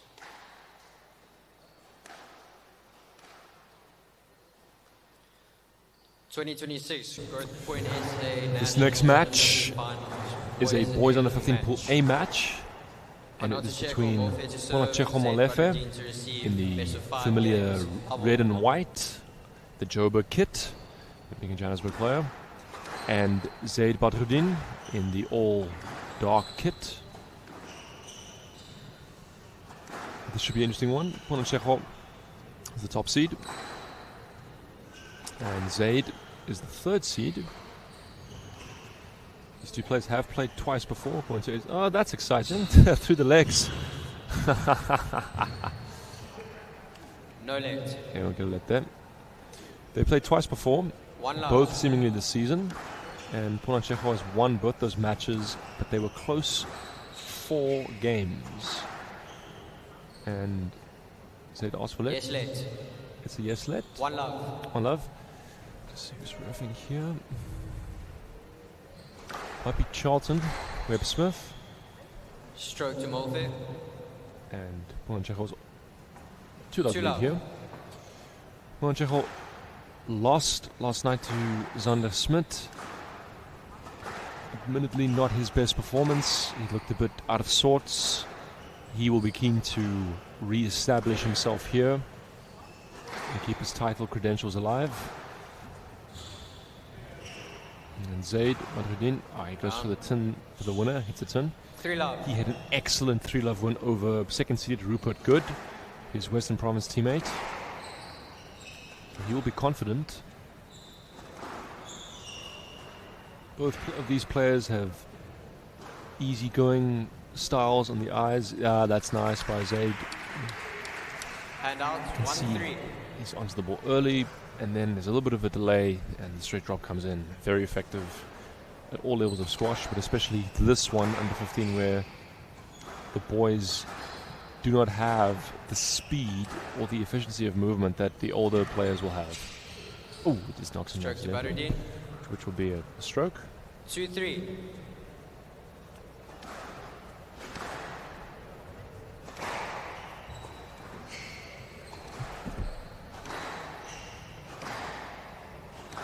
You can see both quite light players, lean,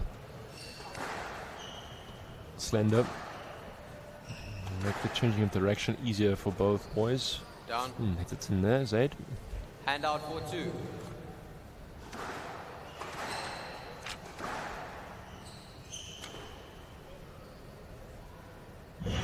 Not up.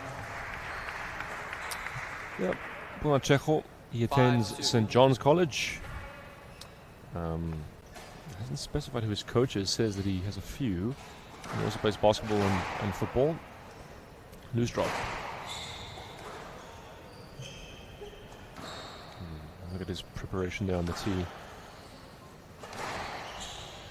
Meanwhile, Zaid, he attends Bishop's Diocesan College in Cape Town. He is coached by Joffrey 6-2 Dumini, right. who's here helping him between games, and he plays for Villagers. Says he doesn't play any other sports at present, as Ponaceko drops his racket. I'll ask Zane if he's played any other sports before, but he's got a nice build for the game, as do both of these players actually. Yeah. As for let, Yes let. gets the yes let. 3-6. 3-6.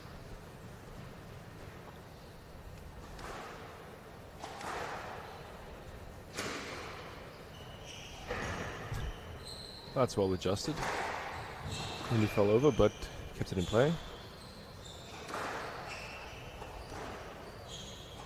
Both these players look like they move relatively comfortably.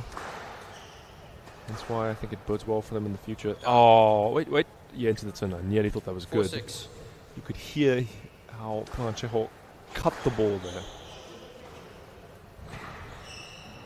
And that's a nice triple boast from the Joburg Hand player. out 7-4.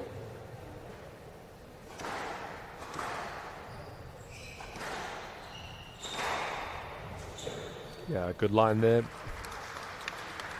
Western Province player. Hand out 5-7. 5-7.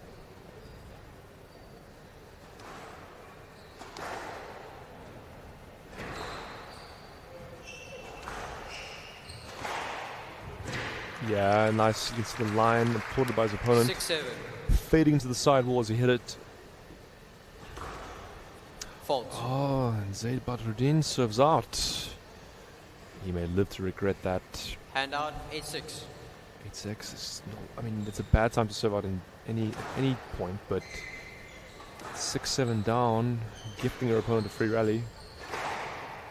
That's good from him. He's followed it up with a good shot. Hand out 7-8. Important that you immediately, almost right or wrong, you serve out.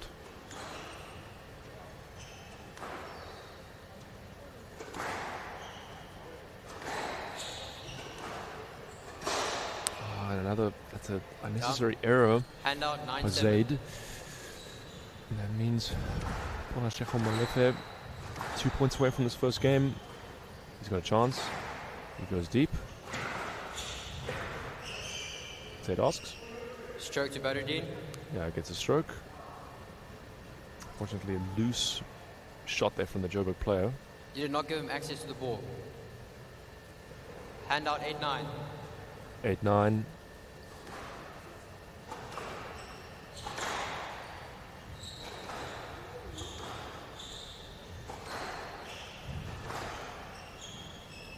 Stroke to Molefe. Yeah, gets a stroke.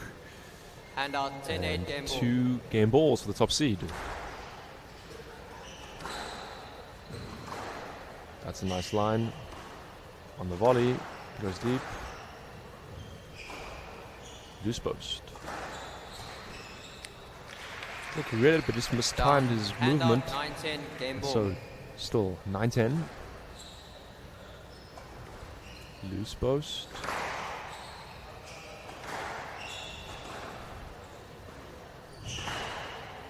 Into the tin. Bit of frustration there for Zaid. He's on it. Ponasheko Molefe. He leads 1 game to love.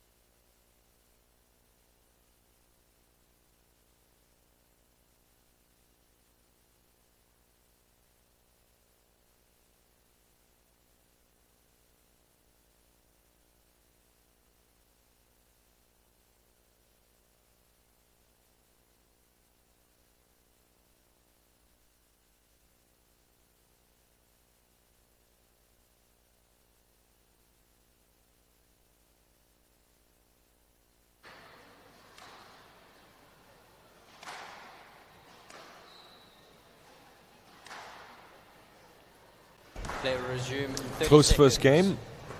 Just edged up by the top seed. Ponasheko Molefe. Zaid Badruddin Morphy leads. Just 1 game to love. Morphy let to his serve, opponent get love all. ahead and have a lead for most of that game, which in the end was what cost him. This will be an interesting match already, we can tell, just from that first game. Nice counter, both players. Loose. And well defended. Down. It's in. 1 love.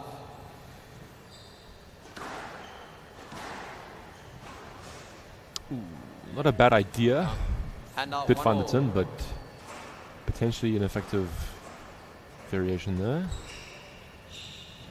Zaid asks. No let. It's a no let. Referee must have felt that there wasn't out 2-1. really a fear of safety.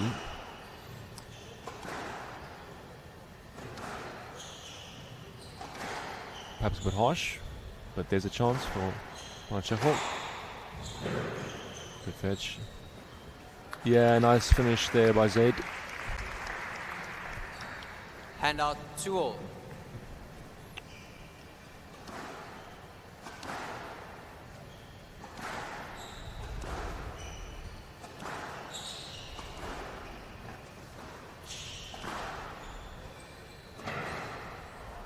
Oh, that's a nice change up there from Zaid.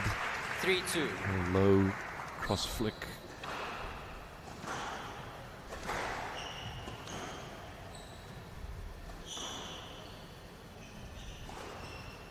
Lovely post winner there by the top seed.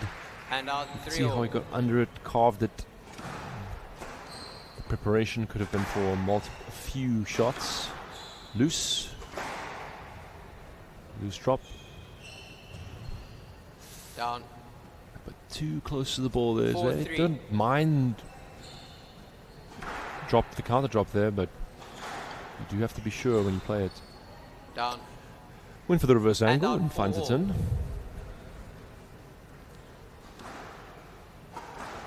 Loose. And a frame. 5-4. Zaid Badruddin just sneaks into a lead as we hit this mid stage of this second game.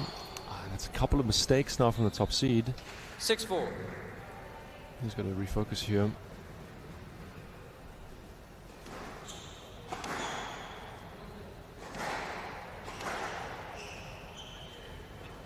Oh, lovely, lovely stuff. That long drop from deep in the court into the neck. 7-4. And he now has a 3-point lead here, Zaid. Chance. Oh, not really. Didn't volley it.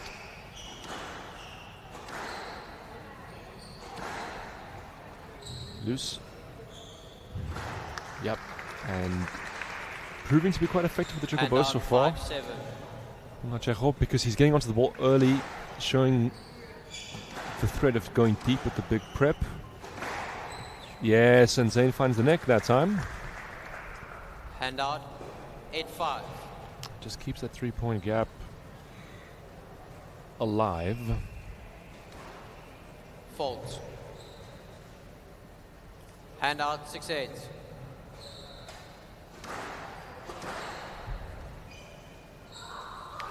You have frustration there.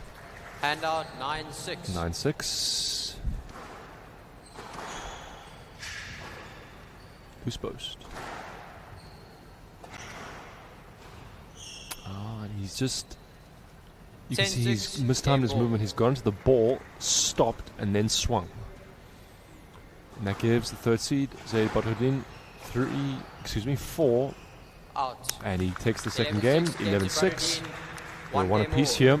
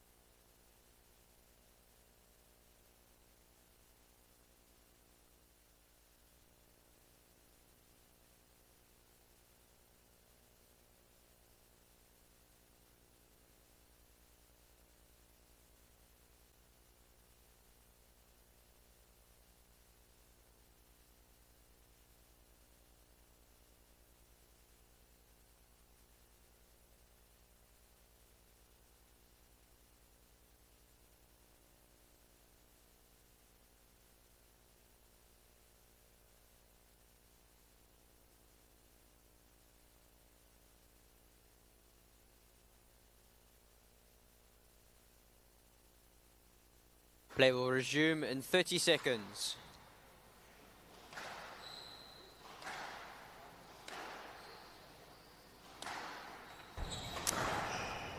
As we head into this third game, tied at 1-1 apiece. One all in games. Badruddin to serve. Nice play from bubble. Zaid Badruddin in that second. I think Ponachejo Molefe will just feel that his errors cost him. He made a couple of bad mistakes at bad times, and that made it and then the frame post winner. One love. Not much what you can do there.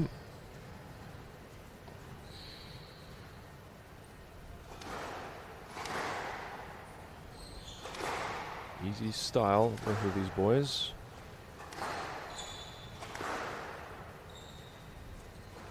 Yes, nice. See the higher prep from Zaid means that the threat of the long straight or cross court or even the boast is there, but then he softens it up for the drop. Ah, there's a clever reverse angle. Hand out 1-2. One of the few hit this week. And last weekend too, actually. We'll be continuing my pessimistic crusade against the reverse boast where applicable. Nice there by Monachejo. Big stretch from Zaid. And again. Yeah. Nice retrieving from Zaid, but then the trickle boast 2-all. just let him down there.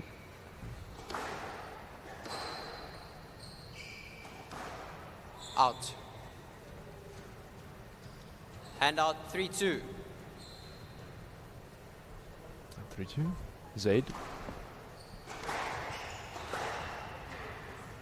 Oh, it's good defense. This young man from Joburg. Hand out 3-all. He's improvised well under pressure when defending today.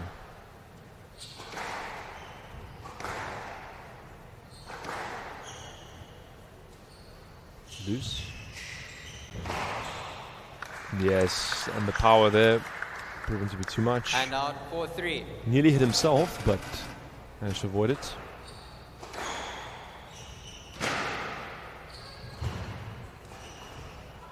Oh, he's. Don't think that was cleanly struck, but the effect certainly was very effective. And now Zaid just 5-3 ahead.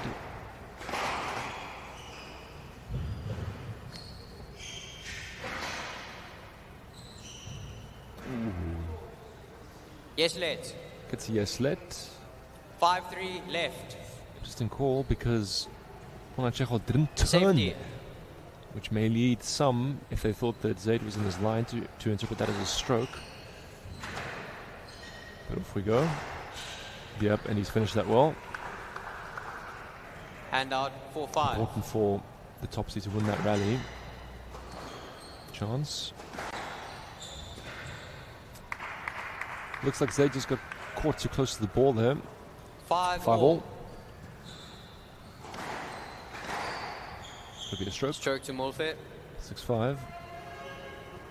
Important part of the 6-5. match here. 1-all.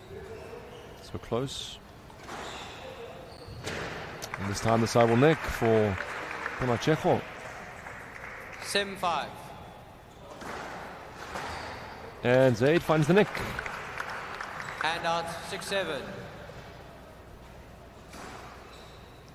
Yes, let.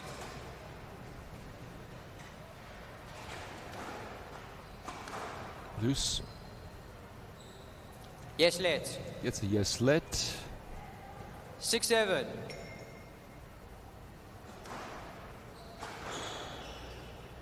Down. The racket goes up. 7-all. 7-all. The spell. Setting the obvious. What's he going for there? Cross-court hit from the back of the court. It's a mental error. 8-7. And the third seed just sneaks ahead. Loose. Big stretch from Zaid. Yeah, and there's the winner. 9-7. Uses speed to send that point and then finish at 9-7. Third seed.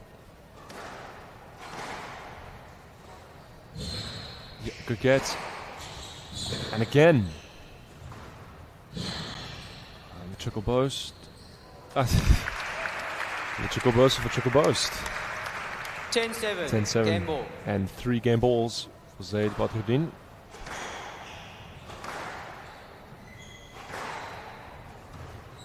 Nice use of height.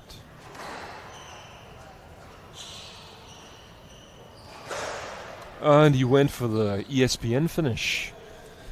Handout. Hoping to make the highlight reel by hitting a cross neck on game ball up. Not up.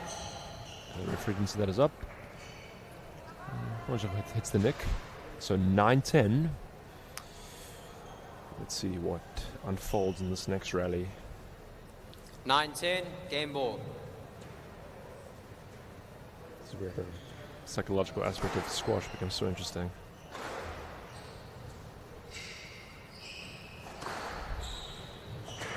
Yeah, he found the neck there, Zaid. Another great. Yes, and he finds the length winner. Well weighted. Third seed, Zaid Badruddin leads 2-1.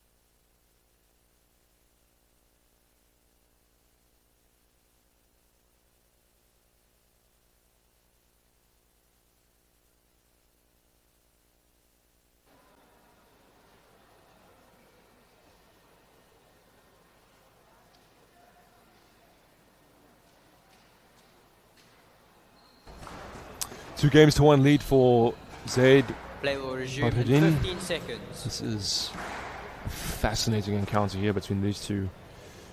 Badruddin leads 2-1 in game. Close match, Badruddin to small serve, margins. double. Let's see if we get another thriller of the game. Loose.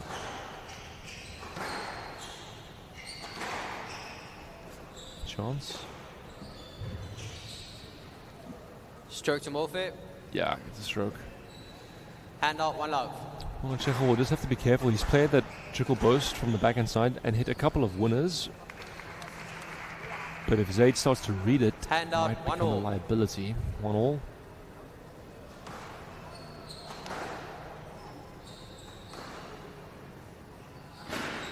Yep. The Mark Allen lob there for any of the 2-1. Capetonian listeners. Remember the British coach who used to be based at West Palms Career Club. He loved coaching the lob that then off the back will move tight to the sidewall. Chance for. And chance for Zaid. Down. That's close. Positive play though. Hand out, 2 all. 2 all. Pona Checho Molefe.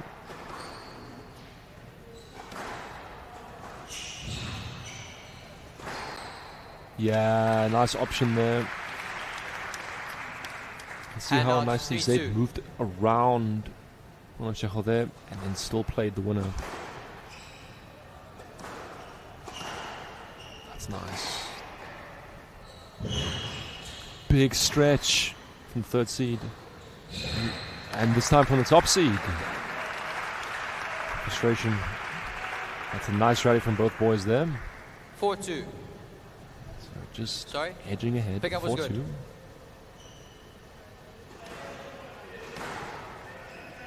Out. Out of court there. 5-2. 3-point lead for Zaid. And Ponachekho must respond here. Out. 2 mistakes of serves in a row. 6-2. 6-2 down. This will be a serious test of his mettle here. 3. 7-2. Dear, he's throwing this away.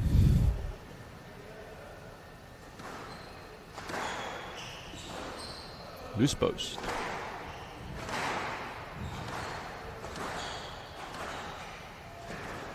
The intensity of this rally. Loose post. Down. Right shot. 8-2. Finds it in. He's just deserting himself here. Ponachekho. Chance. This time Zay reads it. That's a nice, clever shot. Very clever shot. The lob there from the top seed. I like the way he got under it. You can see you got the angle there.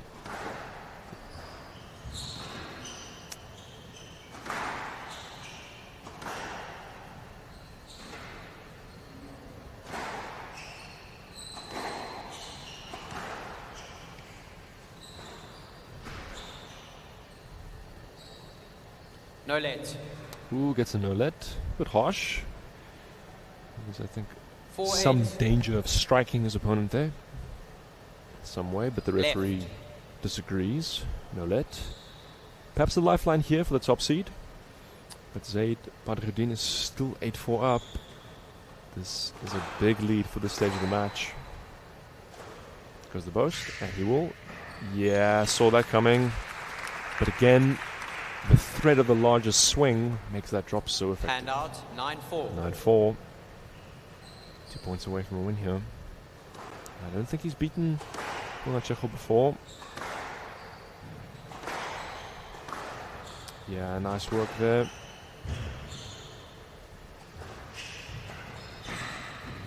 Losing his footing there. Yeah, that's nice. Lovely shot. Don't know if you've seen Ruan Olivier play much, but a bit reminiscent of him. Always been watching Mazan Hisham. 6 match points for Zaid Badruddin. Loose. Goes for the corkscrew. And finds the turn. 11-4. And there's Zaid Badruddin. He wins 3-1. Fantastic performance from this young player. 9-11, 11-6, 11-9, 11-4. Congratulations, Zaid. All tried pots. Okay. We move on to the second boys under 15 playoff match in the 1-4 category. These guys still alive for who's going to be the champion of the year. First onto court, young man started playing the game at the age of 10. He was inspired by his dad to do so. He doesn't play for a club at the moment, but he's schooled at Porus Gymnasium. He represents Boland. Please welcome Zander Smit. Who's repping next?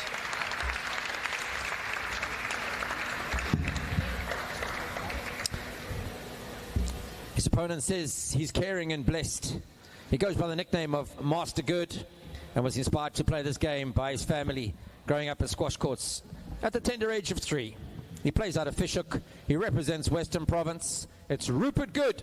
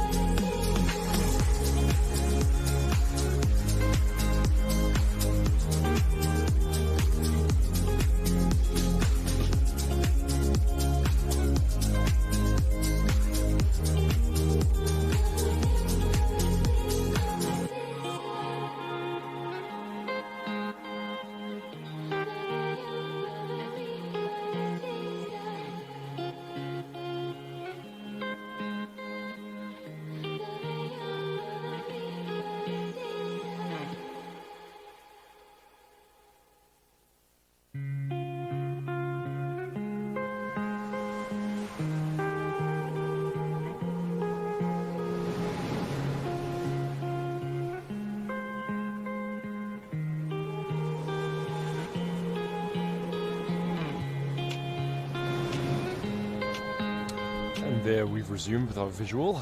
This next match is a boys under 15 Pool A match, and it is between Zander Smit and Rupert Good. This will be a Western Province versus Boerland derby. As Rupert Good, there he is the visor. He's also wearing a Fishhook. He's wearing a Fishhook Squash Club League shirt. That black. Stroke to Smit. And Zander Smit is in the all light blue kit.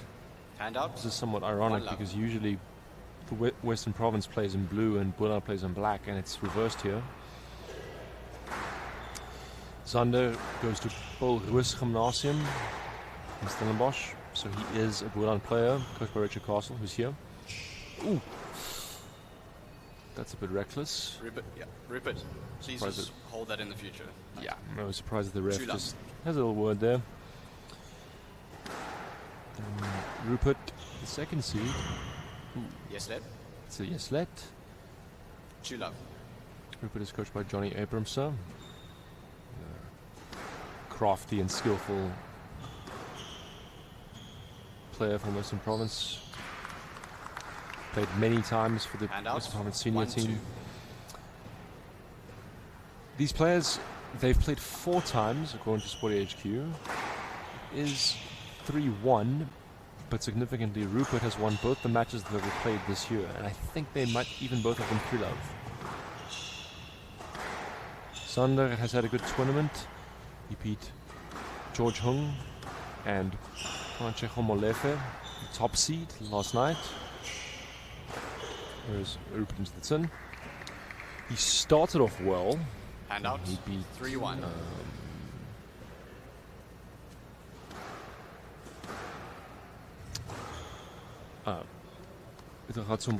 Hand out. 2-3. But he lost last night to Zaid Badruddin in 3 straight games. So he'll be looking to reassert himself and reestablish his confidence. Both of these boys, if they win all the remaining matches, could potentially still be in a chance to win the tournament. I didn't have the exact breakdown of games, but it might be possible. If there's a scenario where each of the players in Pool A have lost a match. Chance for Rupert. Oh, and he's found the frame winner. 5-3.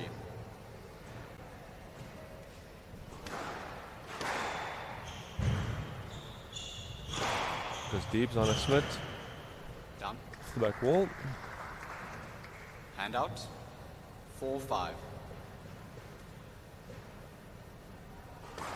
Fault.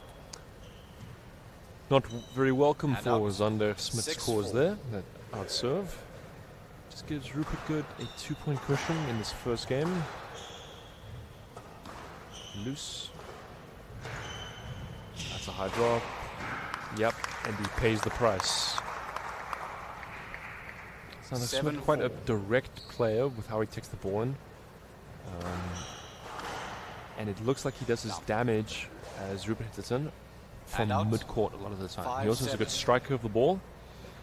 We'll have to see how effective his short game is from the front. Rupert still forming. I haven't seen him play too much. 6-7. Even though I watched him play 2 matches yesterday, I still don't feel like I've got a complete sense of his game. Well, not just a complete sense, a partial sense. Nice lob. Down. Into the tin. Hand out. 8-6. Second seed. Still has a point lead.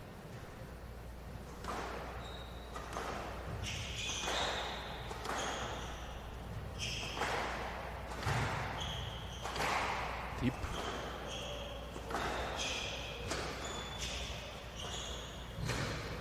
Nice aim. This is an impressive rally from both boys. Need a bit of contact.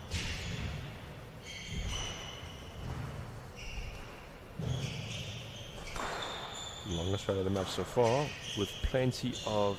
and that's a mistake. Too close to the ball. You can see he tried to adjust, but going short there, not the right option. 7-8. And that rally will get the heart rate going for both of these boys.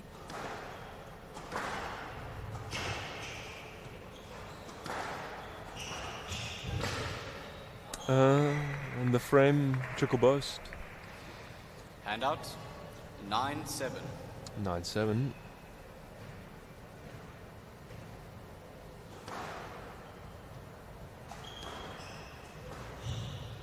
Sanderos. Stroke to Smith. Gets a stroke. Handout, 8-9. Tightest or the best straight drop of Rupert Good's life, that. So probably why he was punished for it. That, on the other hand, is substantially better. What a great shot that was. Handout. In the back of the court. 10-8. Game ball. Stuff, and that gives the second seed Rupert Good 2 game balls. Yep, and that'll be the first game. An ace to finish the game. Rarely seen in a squash, but here we see it. 1 game to love.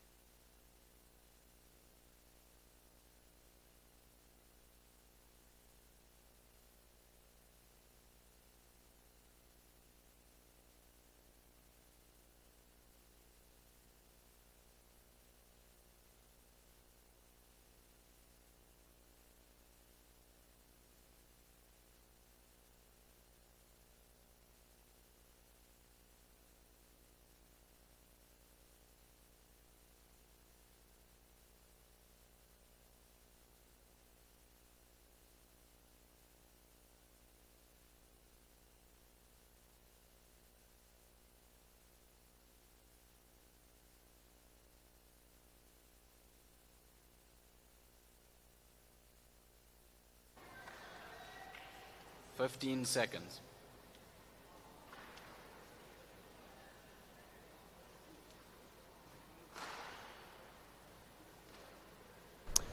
I'm joined again by Alex Hewitson. He's been assessing some of our less experienced referees, but he's off Good leads out of the monitor for the hot seat for at least this game. Been doing everything other than playing. There's not time for anyone to play with how busy this is. Right.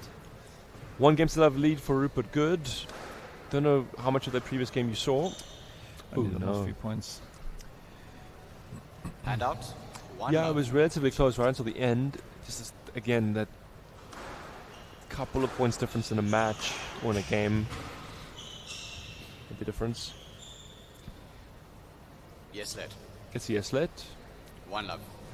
Nervous pause. Yeah, nervous pause there, yeah, for sure.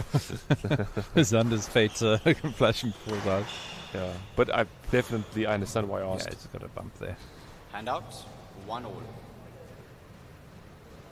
This is I was saying to the audience, this is an inverse of the Province Boland derby. Zander is from Boland playing in blue, and Rupert is from Province playing in black. That's a great length. No let. No, he won't get it. He won't get a let there. Yeah. Handout. Didn't know much about that. 2-1.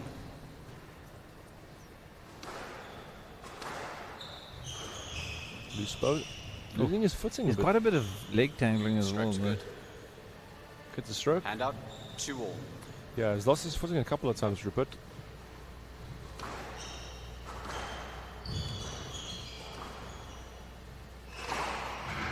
That's great. Easy spaced. Yep. Hard length into the open court. Ball can run away from you on the glass court, so... Yeah, but I mean, even on the traditional court, this is scrappy rally.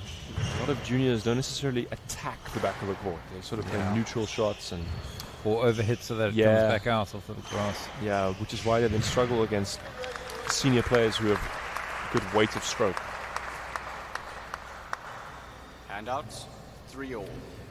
Yeah, well, even colder today than it was yesterday. In fact, we've got blankets available for the VIP guests along the front there. I saw earlier, yeah, and it's only 3 p.m. and there's a loose trickle boast. Yeah. Can you imagine what it's going to be like this evening? Because we are going into the evening, despite we're definitely the schedule. An hour and a half behind schedule. That's a cheap error from Zander. Our schedule of optimism. 5-3. Reality.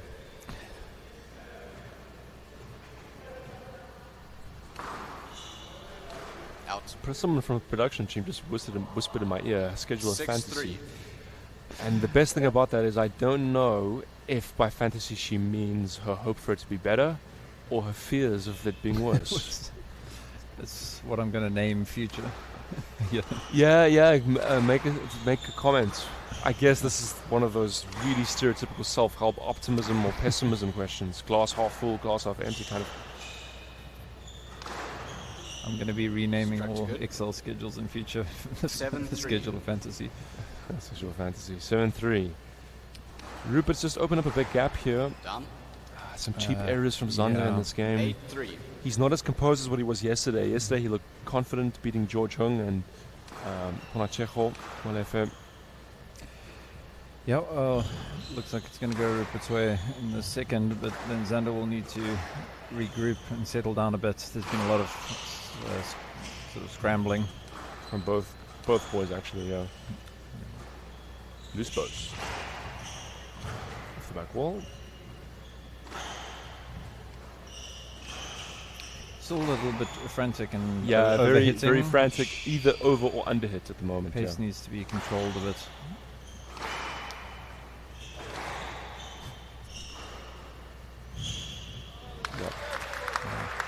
Temptation can sometimes be to try and want to hit yourself out of these positions, but that's not going to cut it. Sometimes we've seen junior matches descend into mindless hacking, but both these boys have skill, and Rupert evidently shows that to not play that way. 9-4. 9-4.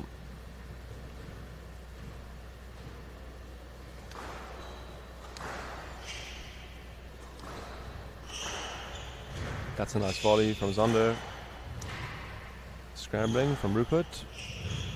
Yeah. That's more like the depth and length. Yeah, I think if you look at Zander, he very much looks like the type of player who he builds his pressure from the midcourt. There's the potential for him to be a volleyer, type of take high up on the tee. You can look at his movement on his backhand. He uses predominantly the open stance. That would be a stroke, I think. Stroke to good. But yeah, he's looking to volley. Handout, 10-5. Game ball. About 5 game balls for the player from Fishhook. Here goes the boast. That's a great lob off the back wall. Oh, good recovery. Down. Yeah, just frustrated there. Handout. But 6-10. Still 4 game balls. A comfortable margin for Rupert. And a nice boast. And Rupert good, the second seed. He leads against Love. 2 games to Love.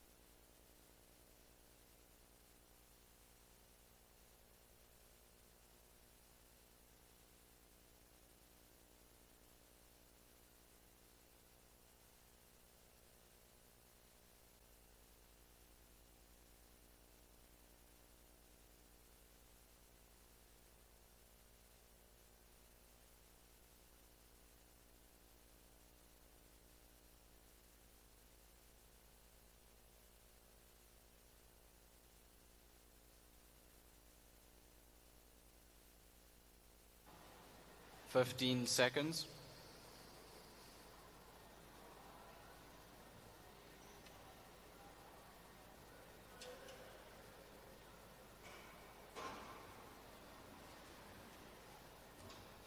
Time.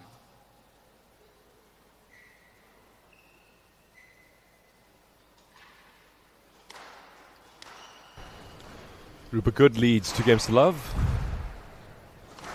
He's just controlled the rallies, I think, a bit more, Alex, and he's been more clinical with his attack short. And he's made less errors.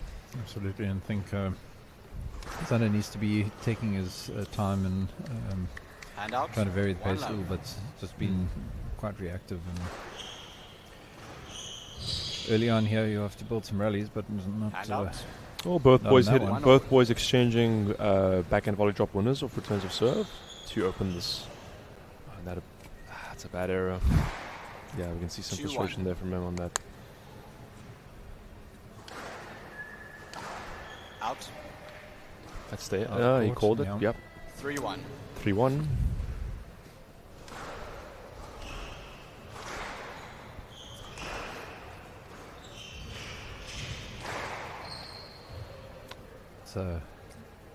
No let. You went there. Yeah, no let.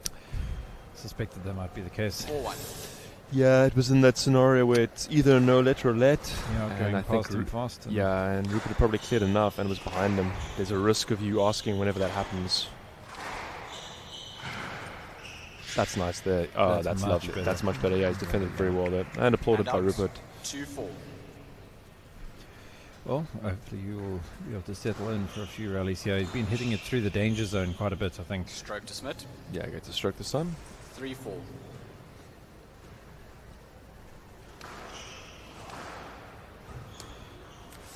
That's an ambitious shot, just stretching. 5-3.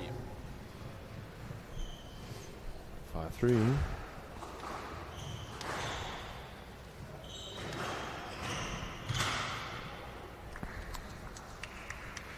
Hand out. 4-5. 4-5.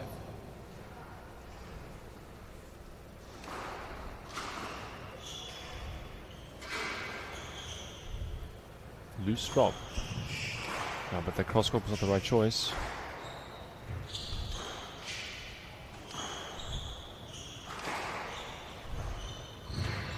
That's a nice kill there by Rupert. Hand out.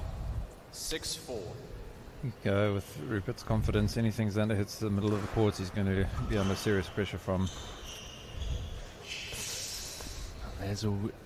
That's why I said earlier, I feel Zander's more comfortable attacking from the mid-court. See there with his, that's a nice shot, but with his movement and his swing, it's not they're not quite Inusian there in the front. There's a disjointment between them. That's something that I'm sure he will work on as he continues to improve. That'll be a stroke probably. Stroke to good. Yeah, 8-5. Hand out. 8-5.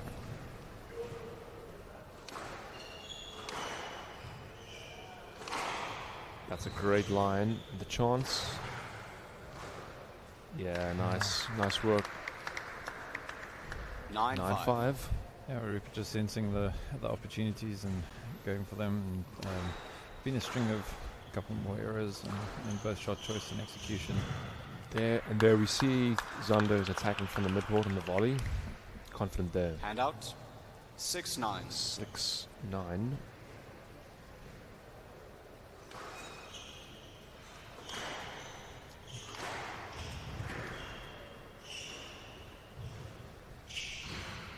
Nice. Heavy movements from Rupert, but he's off the hook. Hand out. 10-6. 10-6. Match ball. Match ball. Second seed. Tight in the midcourt. Just stays in. Chance. And this time. Stroke to good. And he gets the stroke. 11-6. 3 games to love win for Rupert Good. 3 games to love. He still has a shot. 11-8. 11-6. Glory in this tournament. 11-6.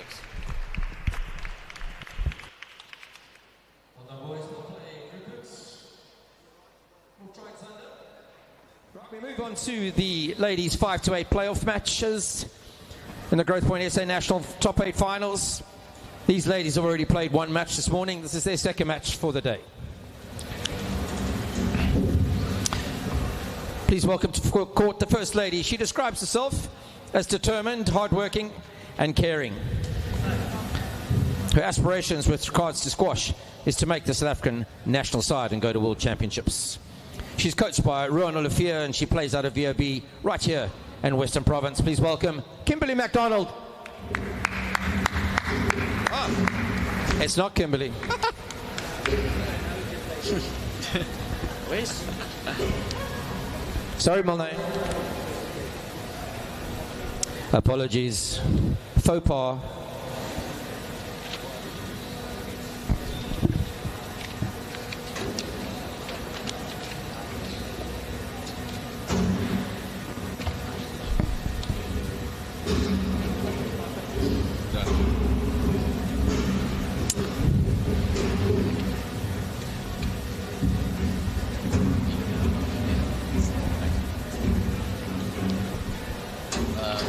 Not the one. Right. Blonde moment. All right. First onto court. She's a multiple national champion. She plays out of Welgemoot Squash Club. She lives right here in the city of Cape Town, or just outside in Kells River. She represents Western Province. It's Morne Low.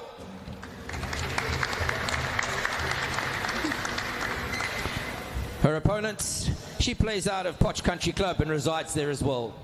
She represents SACD. She's coached by her husband. Please welcome Keisha Schlebusch.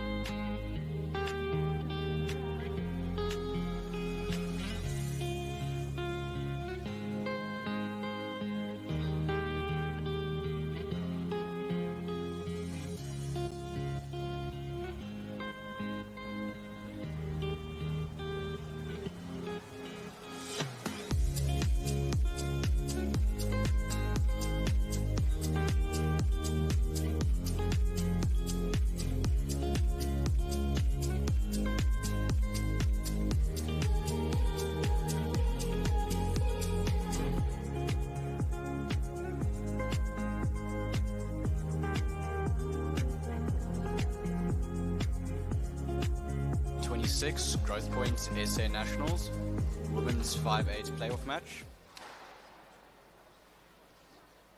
Molnay Low to serve, Kesha Schlebusch to receive, best of 5 games. Love all. This is the first of our afternoon senior matches between in the 5 to 8 pools between Molnay Low, black top and the orange skirt, former champion, and Kesha Schlebusch there Handout. in the old dark dress. Now these two, Kesha is not going to be a fan of me for mentioning this, but I must for the audience. They played twice before, both times at this tournament or at Nationals in 2023, which would have been on at the waterfront, which Molnay won 3-love. Handout. And in 2018 also in Nationals. I don't remember where, that was probably in Johannesburg. And the interesting thing about that match is that Molnay Low won that 11-love, 11-2, 11-love. Handout. 2-1. So Kishia's not going to enjoy that I've mentioned that. But my response to her is she's already done as well now as she did in that whole entire fixture. Okay. And that's why I'm not on anyone's Christmas card list. No, yeah, I can imagine. Mr. Popularity. Yeah.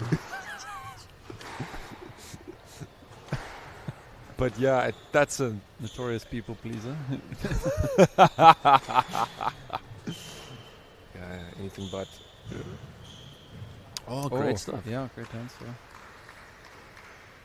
And now she's improved upon that result. Just sticking the knife in. But in all seriousness, at this level, it is exceptionally rare for that type of scoreline between players of this caliber. But it also just shows, I think, Keskia has improved enormously in the last 8 years. Yeah. And that she had a great win this morning against Laura Patrick. Oh, good get from her. Oh, yes. Nice rally there from Molnay Low. Cross court experience also showing through there. Yeah, and you can just angles. Exactly. You see how the ball was moved around.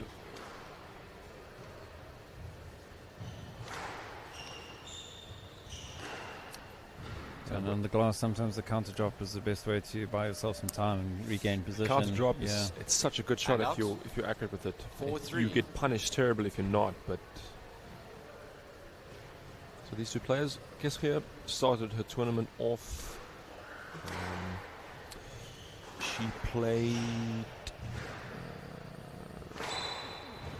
Elena Hudson, close 3-love loss. And Molnay lost 3-1 to Alexa Pinar. We'll see both of those ladies in the semis later. And then Molnay Low beat Kim McDonald 3-love this morning, and Keskia beat Laura Patrick 3-1. That's a clever boast there. Took a piece of the ball. 5-4.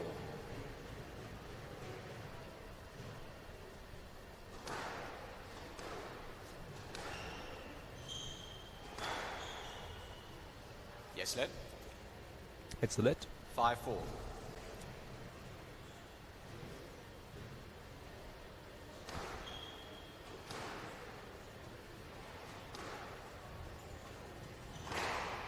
That's nice by Keskia. Yeah. I think that was on that drop. 6-4. And you always feel you should have aimed higher. 6-4. Keskia Schlebusch.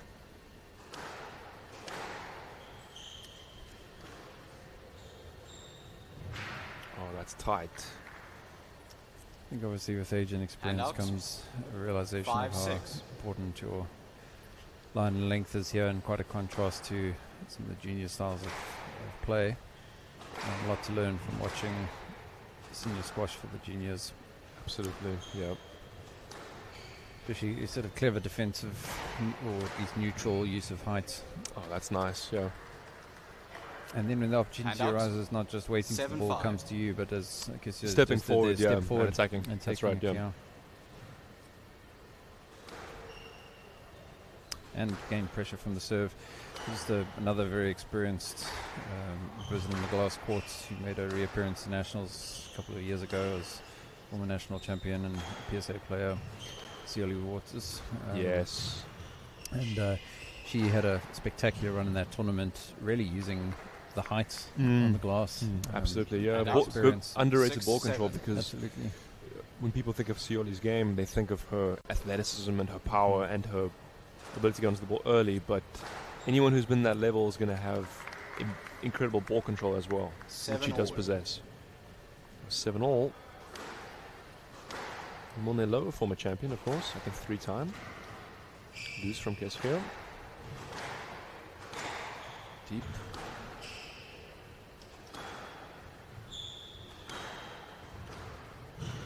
Oh, that's tight.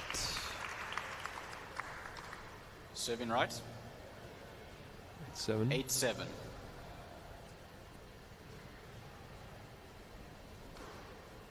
Nice serve. Chance. Yeah, that's Stroke to experience low. as well. 9-7. 9-7. Yeah, just not getting too excited and just going for it just in case, but she actually held off well there to take the point.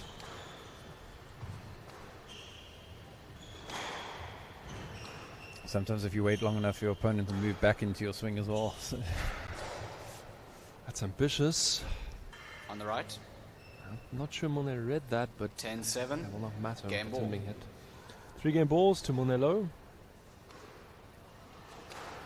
That's a nice return. Oh! 11-7. Forehand kill. Low. Well hit. Low leads Monelo one leads game 1 game to to love. love.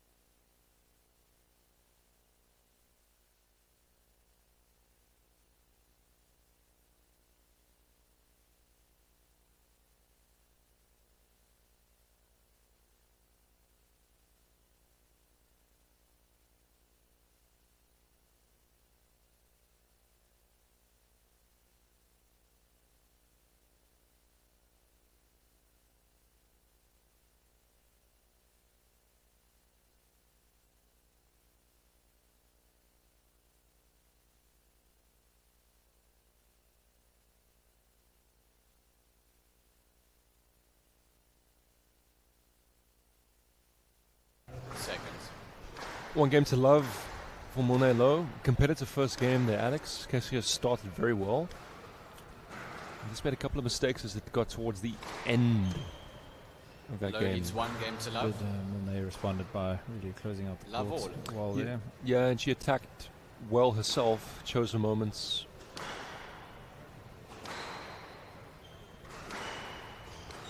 Out. It's out there. Very organized player, Kessie And out. Schlebusch. You can see in her love. racket prep very early.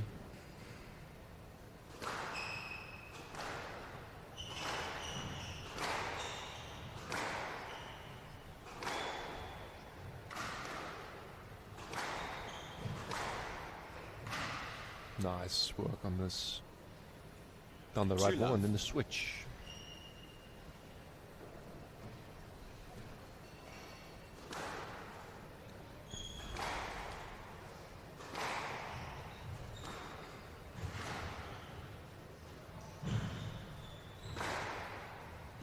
Big stretch, but just too far. Hand out. 1-2.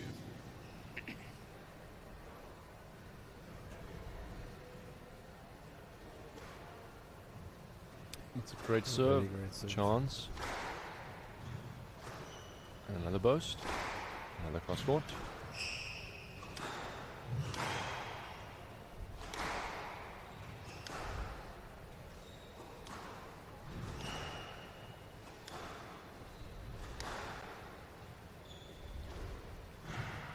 Chance for Monet.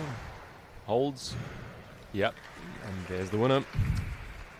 Just good exercise of patience. Monet waiting until not just going at the earliest opportunity, but building the rallies a bit and then making it more and more likely for a winner. You're right.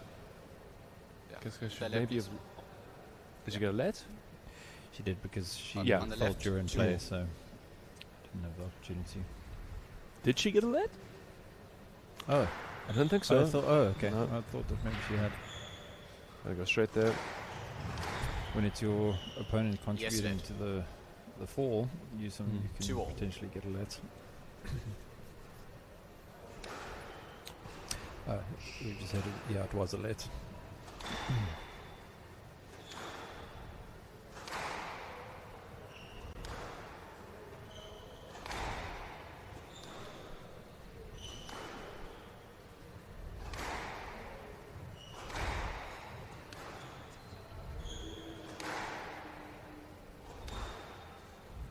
Some good hitting from both players in this rally. Yeah, and actually, it's really good to see longer rallies. Down. Just complicating things a Right little side. bit there. The straight drop would definitely have been on. 3-2. No more mellow. Into a lead here.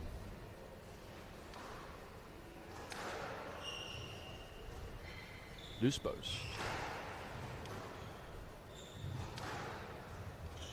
Cross drop. Chance one there. Yep. Faded that ball into the sidewall 4-2. instead of going for the cross court nick, which then if you don't get it bounces out. Right.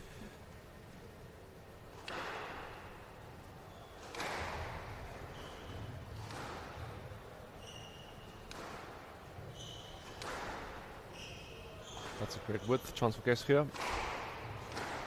Just misses her length. Trickle comes in. Goes the lob. I wonder if she was trying to go straight across there. What do you think? Yeah, I was initially thinking straight, but it's a bit tricky to tell. Not many unforced errors so far. A lot of them have been the result of high pressure shots from Olney, so it was a bit surprising. Another good serve there. 6-2.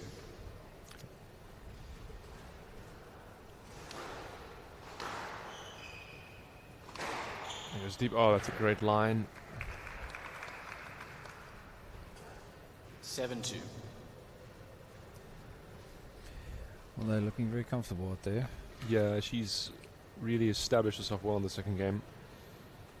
She's hitting the ball well. The line's good width. Oh, yes. And there's awareness. Saw the angle was available. 8-2. But that's again set up by her serve, forcing Kesuke to go so wide and high. Same again here, potentially. Yeah. That's a nice change up. Drew her in for the cross court, and that's a 9-2.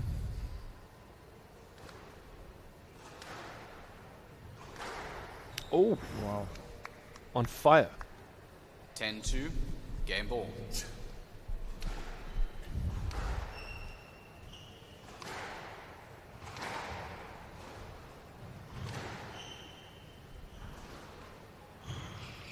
That's nice by Morne Low. 11-2. Game She to takes low. that second game. Low leads 2 games With to love. confidence. 11-2.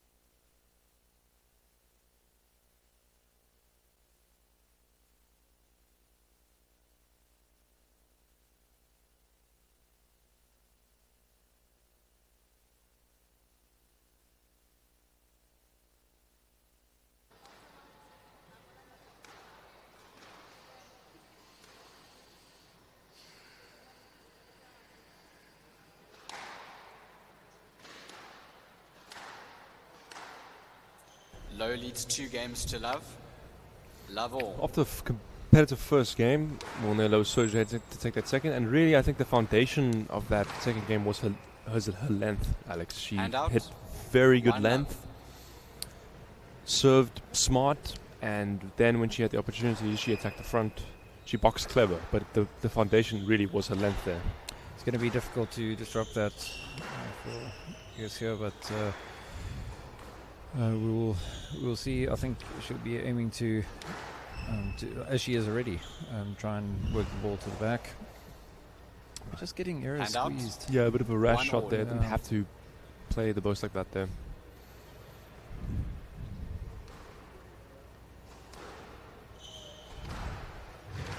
And see, she's been doing that a lot. Morne serving. Oh, yes. That's very nicely positioned. Yeah, that's one of Keske's best shots this entire match. To the neck. Just the confidence boost she needs.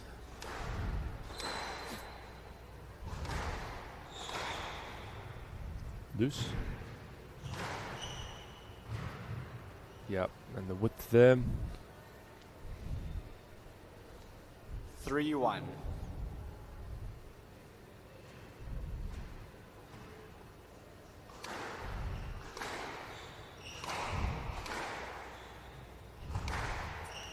It's a bit more assertiveness and confidence from Kessie there. She's getting her T position early and getting herself into position. We'll see if this is now going to pay some dividends. It really seems to be.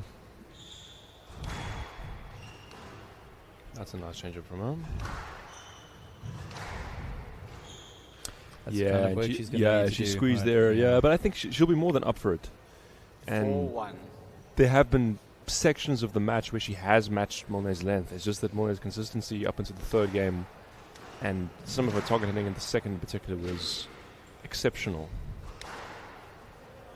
But it certainly is within Keskier's ability, based off of what we've seen so far, for her to match that. Hoping for the strike there. 4-1. Just the let.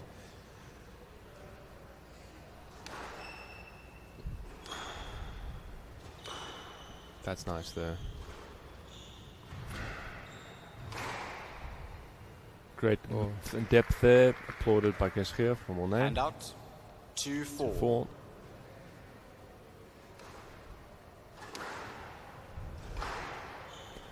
Into the turn. She's not missed many of those in this match so far. She's hit, I think, at least 3 or 4. Hard shot to get right, that. Definitely timing has to be spot on.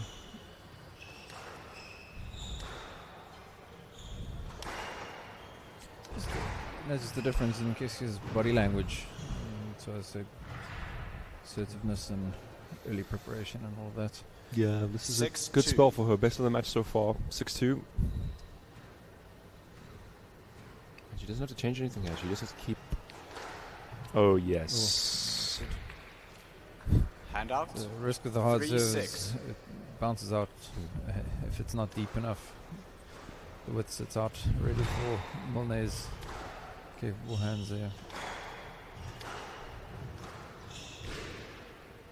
Not up. Oh, that's fortunate for the SSCD player. Hand out. 7-3. 7-3 to Keskier Schlebusch. And again from Morne, 2 kills of returns of serve on both sides. Hand out.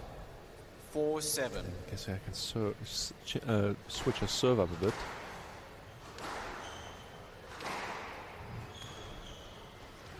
Loose strike.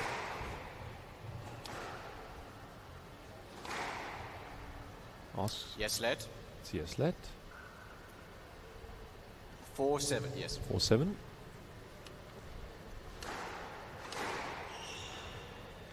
Yep, or improvised. 5-7. Yeah, she's been doing well this game, not hitting it through the middle of the court until there, so she's going to have to return to her game plan here. High from Morne.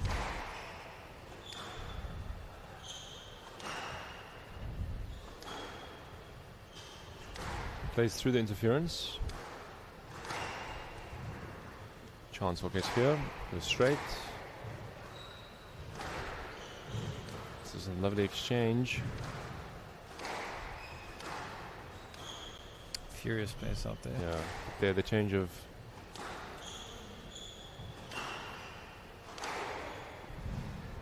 loose post. Long rally this one. Each shot, the importance rises. Down. Oh, and she hits a tin! He Oh. smiles there. Yeah. It's missed the Extremely equivalent of missing an fortunate open. for The equivalent in squash of missing an open goal. Yeah. All she had to do was hit that down wall. I know, yeah. But that rally could prove decisive in the outcome of this game because now 100%. Keskia has a 3-point lead.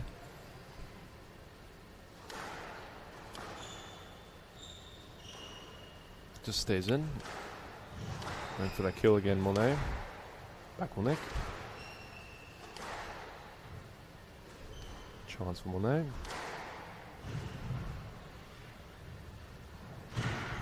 Yeah, nice combination there from the former champion. 6-8. And out. 6-8.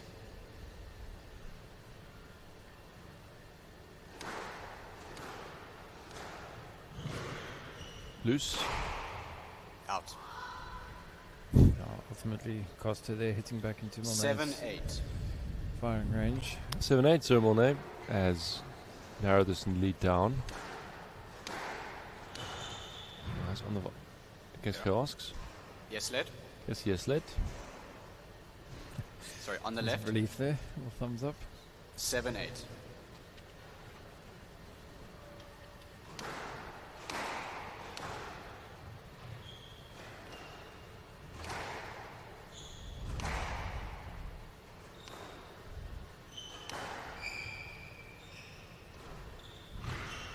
Chance for Monet.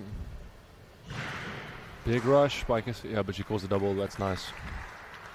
Nice and honest. 8 all. Yeah, Molde's done well to close that gap. And a bit of a momentum shift once again. Yeah, let's see what transpires in this rally.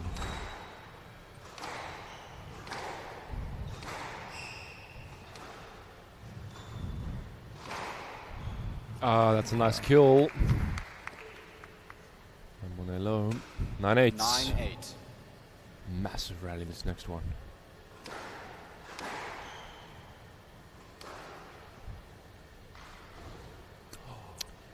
I don't think Monet read that. No, she and didn't. Keskia has not 10-8. played that shot yet in this Match match. ball. But the costs are 10-8. 3 balls. Match ball, sorry.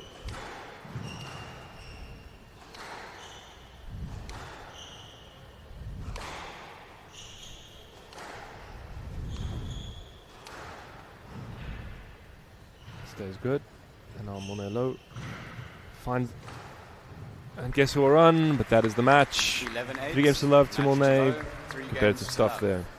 Just to our listeners and 11-7, viewers, our 11-3, stream on Facebook is 11-8. ending, so this will stop, but a new stream will start very soon. Please refresh the page and look for the new live updated stream. See you shortly.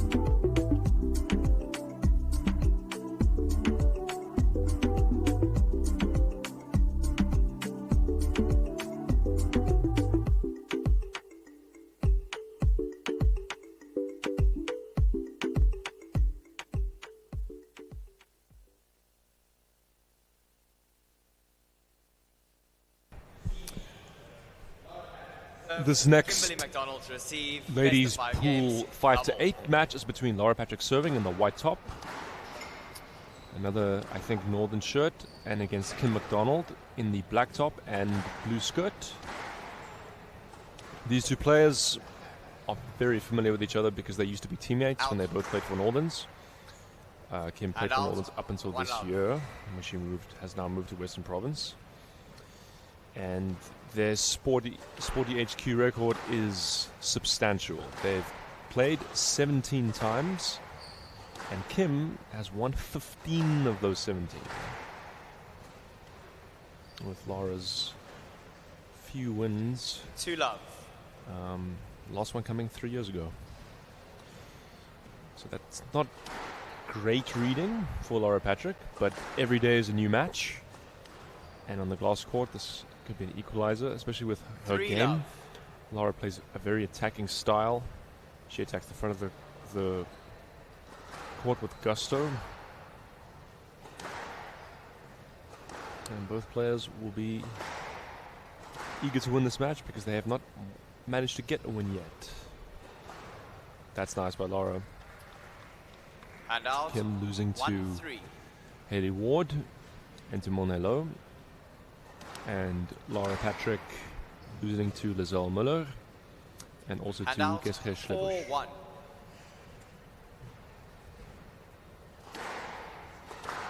Simply based on how each of these players play, it's a very,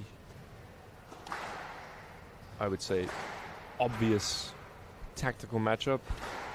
Kim will want to contain Laura as much as possible. Yes, let. It's a let. Will 4-1. pull rallies to the back, especially on down the backhand wall, and try to force loose shots that she can then attack on, or force Laura to attack when it is not on. That right there is what Laura wants to And do. out. 2-4. Gain the middle of the court, or an opportunity to fire it in off her boast or off of her drop. Oh, that's nice there, yeah. 3-4. It will be a contest of whichever player can impose their style and their accuracy on the respective player. Electrical boast, winner. 4-all. Just a bit heavy there on the drop, Kim McDonald. It's the right choice. Loose. Down. And there is And a out. loose or cheap 5-4. mistake. That's something which has cost Laura in her previous 2 matches. There were too many of those. She will want to eliminate that from her game in this match. Well, Kim has played well. Hasn't really deserved to have. She hasn't won a game yet. Hasn't deserved to have lost her matches 3-love. To be honest, I felt that does sometimes happen in squash, where you lose in straight sets and you wonder afterwards, how did I not win at least one game? A part of the sport. That's nicely put away. 6-5. 6-5. Just asking for Let's- that, Kim. 6-5. I think Lloyd Landsberg is repping this. Or Landsberg, sorry. South Afrikaans. Oh, that's nice from Kim. Sending Laura the wrong And way. out. So 6-all. 6-all.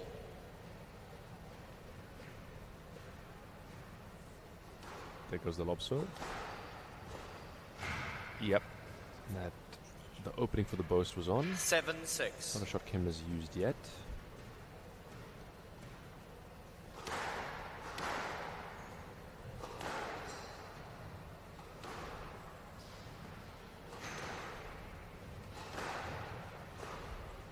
Another boast coming in.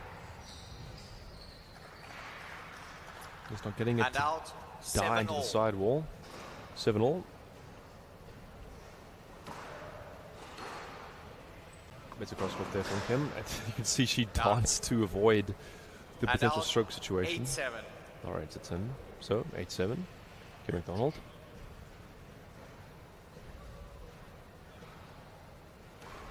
Nice serve. Chance. Loose. More recovered. Oh, and swatted away into the neck by Laura Patrick. She had the angle Hand out. and executed 8-all. it excellently. 8-all.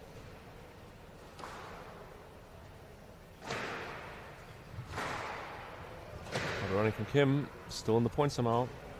Loose drop from Laura. We reset going back into this backhand wall.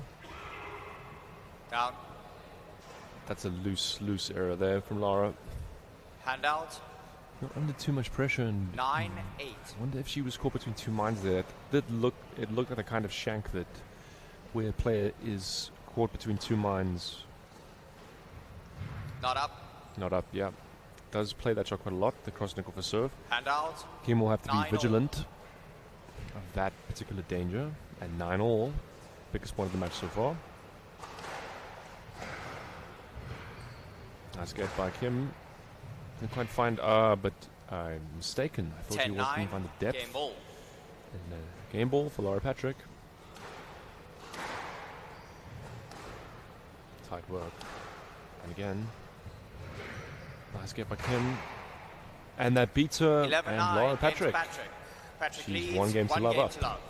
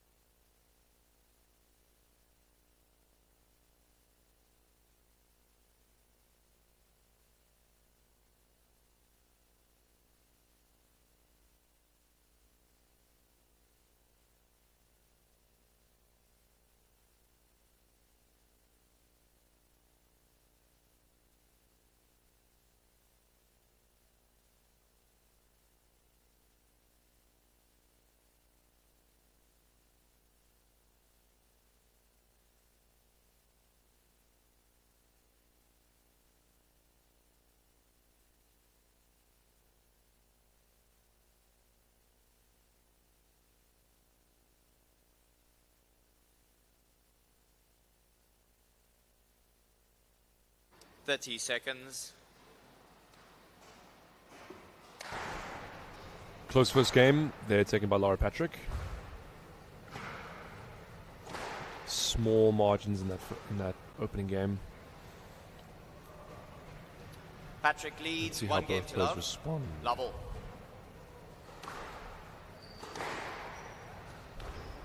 Out. That's out. Hand out. Kim, I think, One love. probably improve her line hitting down the backhand side. Improve the depth. It just removes Laura's attack. 2 love. And just off a serve, hit a bit wider to take that volley away. Because it's frustrating when you win a rally, serve, and your opponent then hits a nick. This halts your momentum. That's, ooh.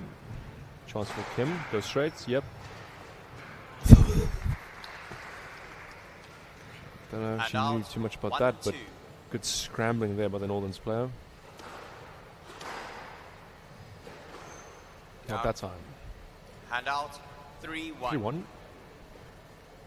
Laura, on the other hand, she will want to create more and more chances to attack. 4-1. And she will want to limit how much she does that. Cheap errors, if you play that attacking style, can and will prove to be your undoing if there are too many of them.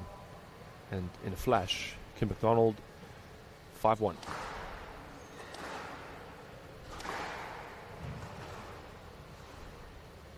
Not up. That's a nice shot from the Western Province player. 6-1. 6-1. From the left.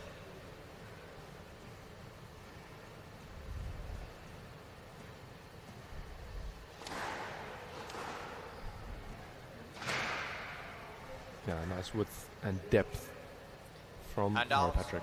2-6.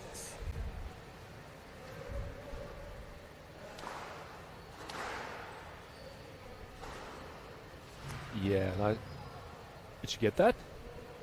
And out. Yes, she did. 7-2. That's a fantastic get. There was just a little bit of delay in Laura's shot. Well recovered by Kim.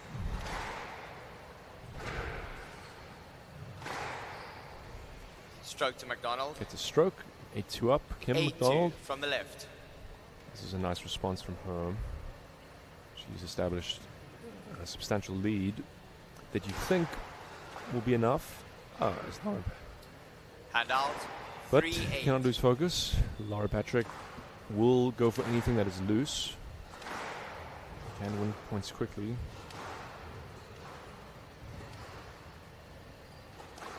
Chance.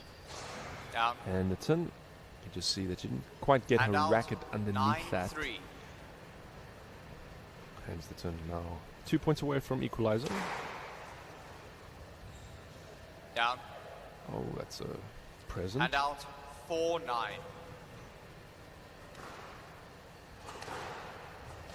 Down. And Laura returns the favor. And it's in. And out. that's 6 game balls for Kim McDonald. Game ball.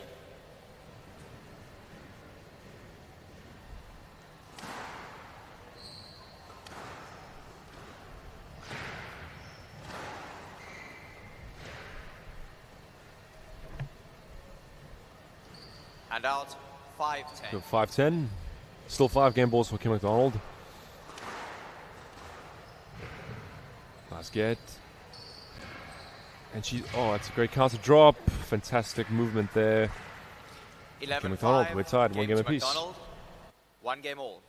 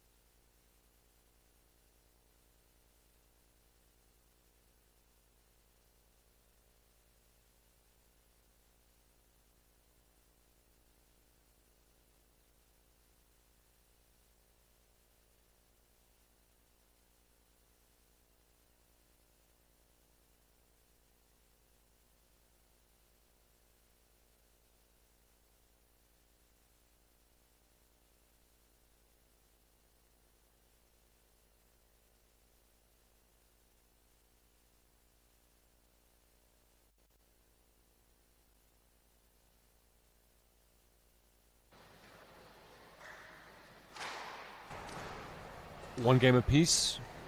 Nice response there from Kim McDonald after going 1 love down. 15 seconds. She's moving well. Good length. Laura, too many mistakes in that second game from her.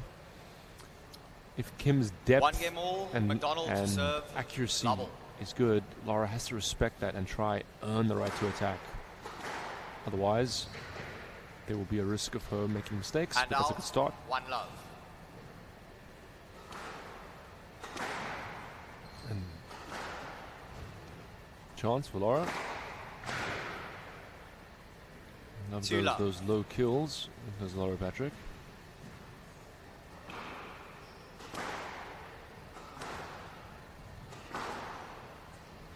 Cross-court drop comes in. Up goes the lob. That's a very sensible shot. Chance for Kim. Yep. Nice width on there. And out. 1-2. Lob will pay a lot of dividends for Kim McDonald if she's able to get under it like she did in that last rally. Laura does push up far on the tee. Yep. Has to watch that serve of hers, Kim. 3-1. Laura still volleying and hurting her with the return. Straight. Oh, Hamilton. Not giving herself much room margin for error there, Laura.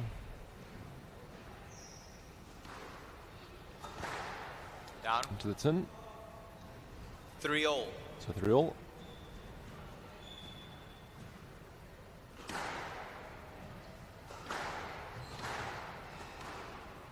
Nice.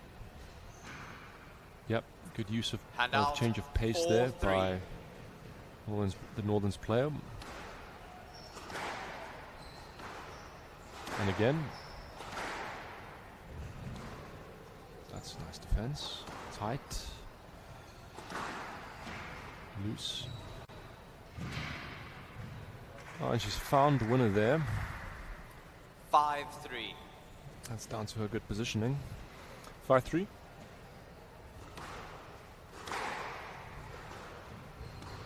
Nice lob. Down. I think the frame on that And previous out. shot from 4-5. Laura, you could see the spin. Kim did really well to get there. 4-5.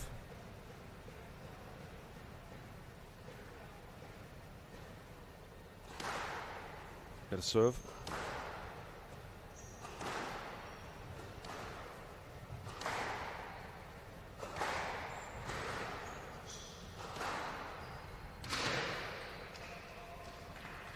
And out. 6-4. 6-4.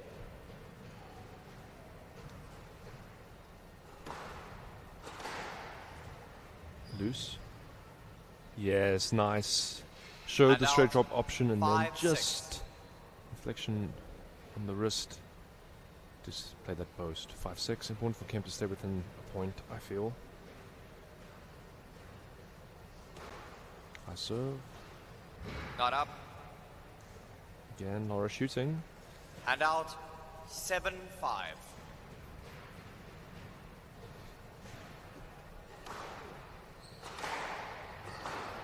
Into the bottom of the tin. And out. 6-7. Little to no rhythm to this match. Kim changing where she will start her serve.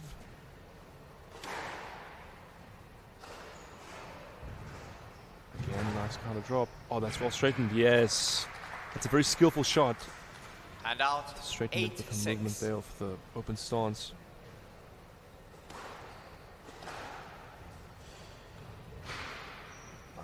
There's the lob. Good scrambling from Kim. Yeah, and there's a squeeze. And out. 7-8. 7-8.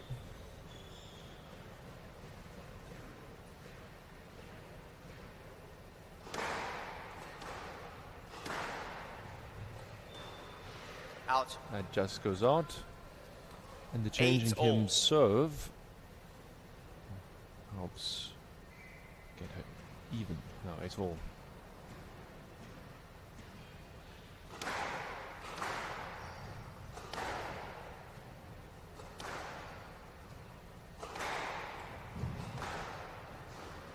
Yeah, that's nice there. Laura's stuck behind her. Rose comes in. 9-8. Kim McDonald.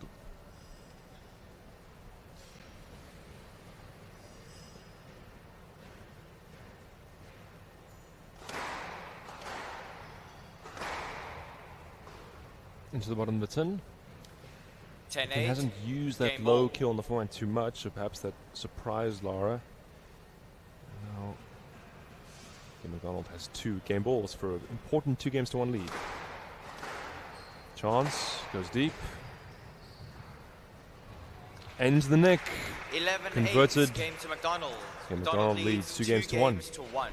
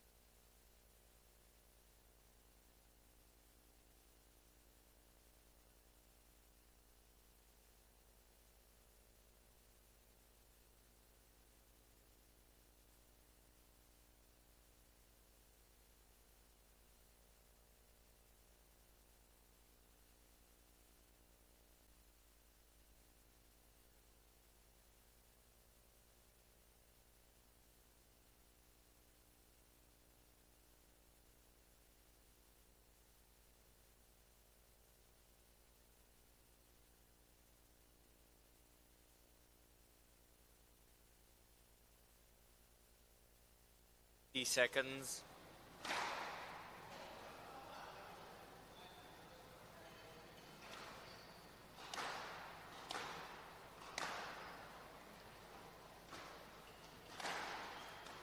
$15 seconds. Important third game there. That was captured by Kim McDonald. It was close right up until the very end. Time. And so often close third games like that, and two even to a games fourth, to one. can McDonald prove to serve, be decisive. level. Let's see what unfolds in this fourth game here. Clever serve by Kim McDonald.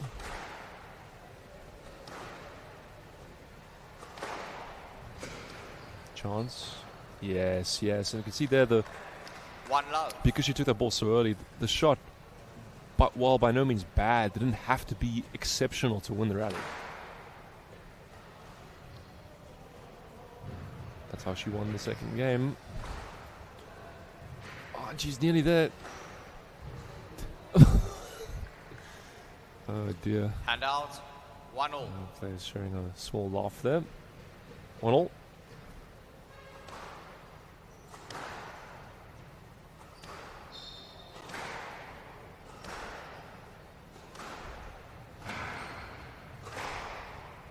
Yep.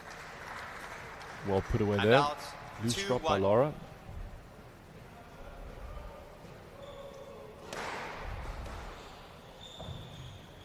Just stayed in. I think Laura felt that was the 3-1. out. Honest of her. Just maybe just below. But now Kim serves at 3-1.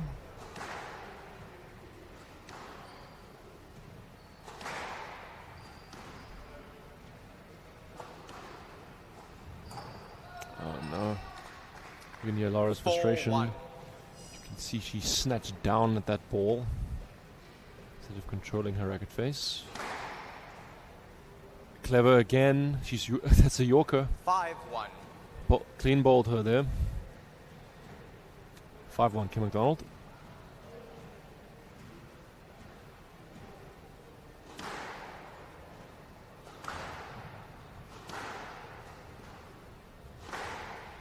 Yes. 6-1 from the right. The danger in that cross dropper, as Laura did there, is that you open the course up like that if it's not good enough. That's a nice change up. Out. Unlucky for her there. Again, 7-1. nice defensive idea. But Kim McDonald on a bit of a steam train run at the moment. 7-1. And Laura hits the kill. In And that front out. forehand. 2-7.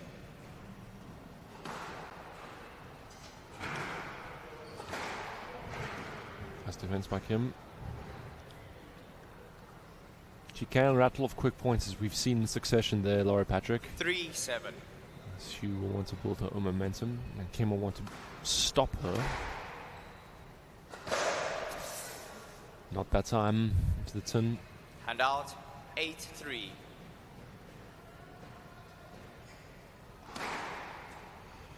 Into the bottom that's him again.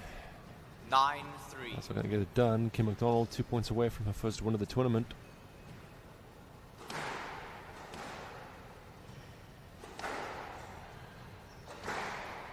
This time, Laura does get the low kill. Hand out. 4-9. Let 4-9.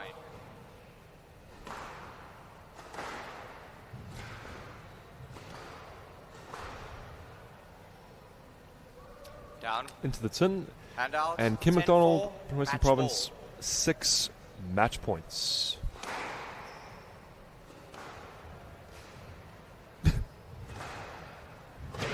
Nearly the frame winner. Into the tin, and that is the match. Match to Kim McDonald. McDonald, she wins takes it 3 games to 1. 9-11, 11-5, 11-8, 11-4. We move on to the men's.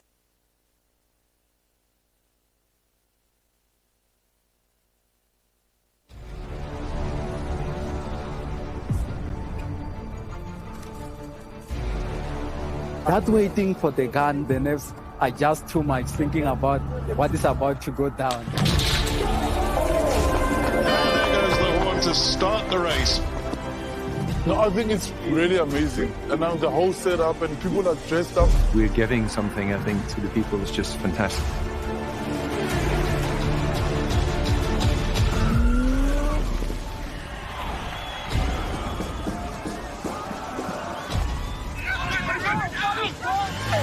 The support on the side of the road is second to none, and that gives you the extra oomph. Thoroughly enjoyed it. The scenery is beyond what I could imagine. I seriously enjoyed it. I met so many wonderful people on the way. Really enjoying Cape Town. People seem to really appreciate artwork here, which is really nice. Come and visit Cape Town. We are waiting for you with open arms. We welcome you here. It will remain a city of hope and opportunity for everyone, not just in Cape Town, but around the country and the world. And he takes the tape.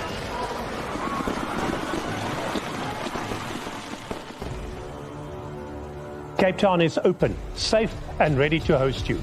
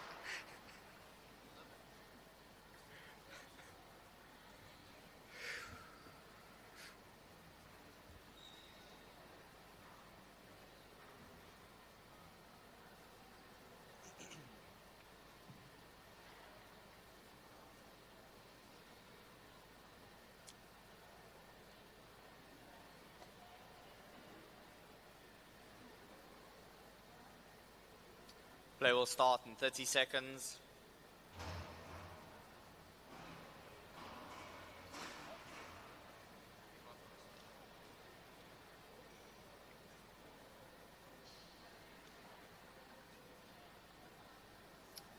"15 seconds.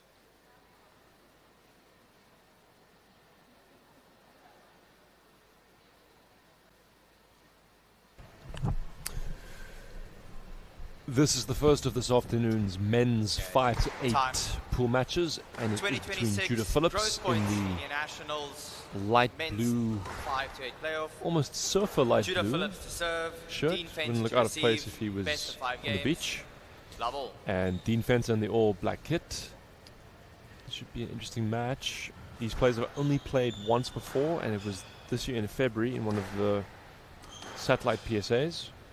Dean won that 3-love, but Judah is at that age where he's probably improving by the week with his training. Sure. And, with the checkers 60-60 outfit, he'll be quite speedy as well.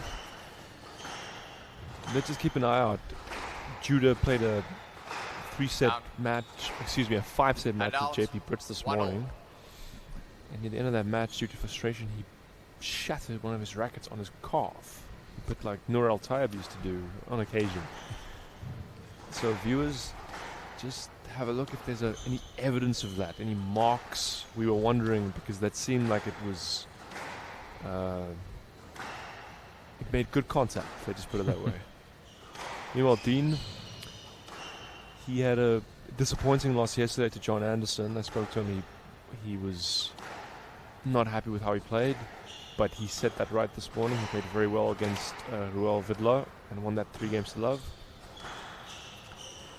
Yeah, he would have been disappointed with yesterday's match, and so he was. That's nice, but Judah really has strong area there in mid-court and forehand.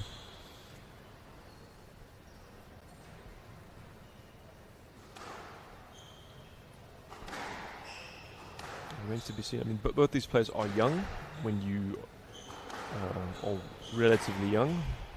Yeah, I believe when you're Judah's 19. Judah's 19. Dean is 22. Yeah, Dean is 22. So at this age, at this level, you do typically play multiple matches a day, at least once in a PSA tournament.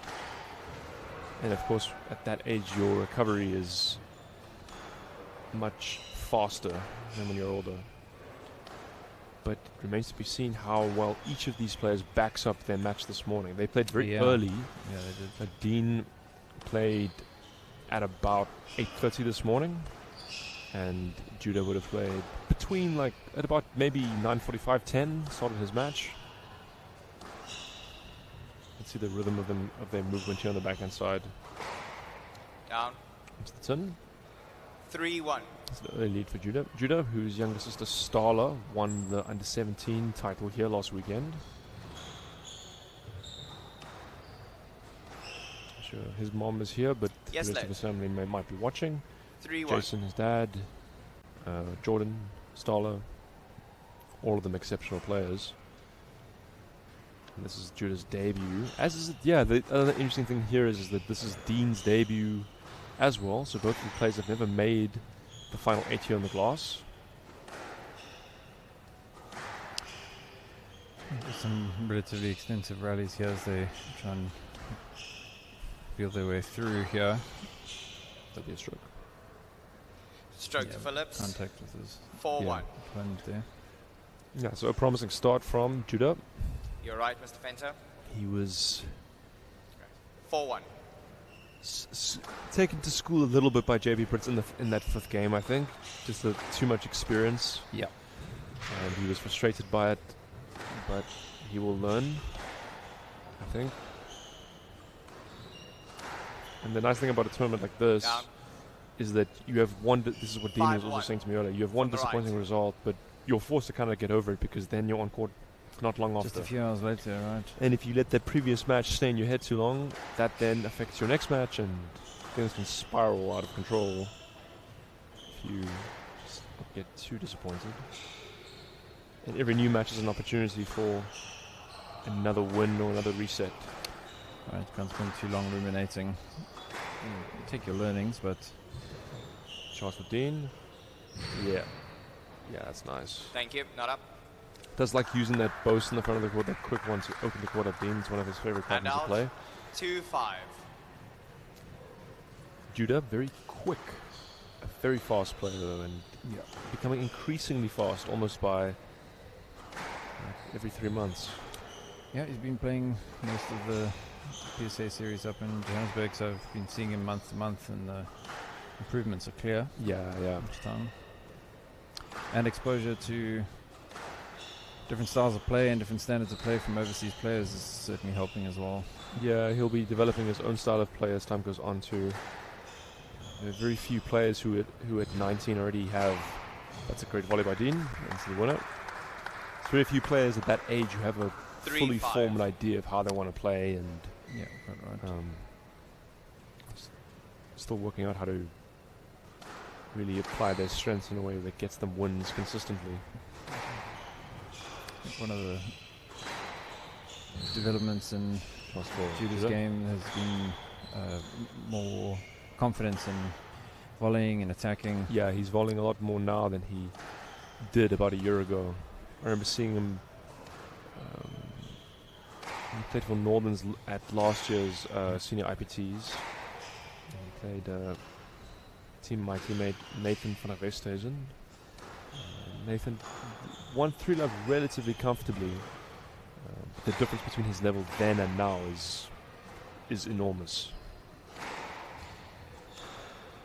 Yeah, now quickly forming into a strong contender at the national level. Yeah, he's one of the most promising young players coming through. But so is Dean. Dean 4-5.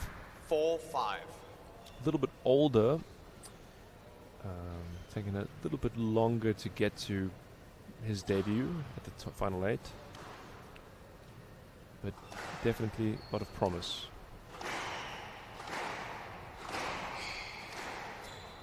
Got furious pace around the middle there. Not the most accurate rally from both guys, but on we go.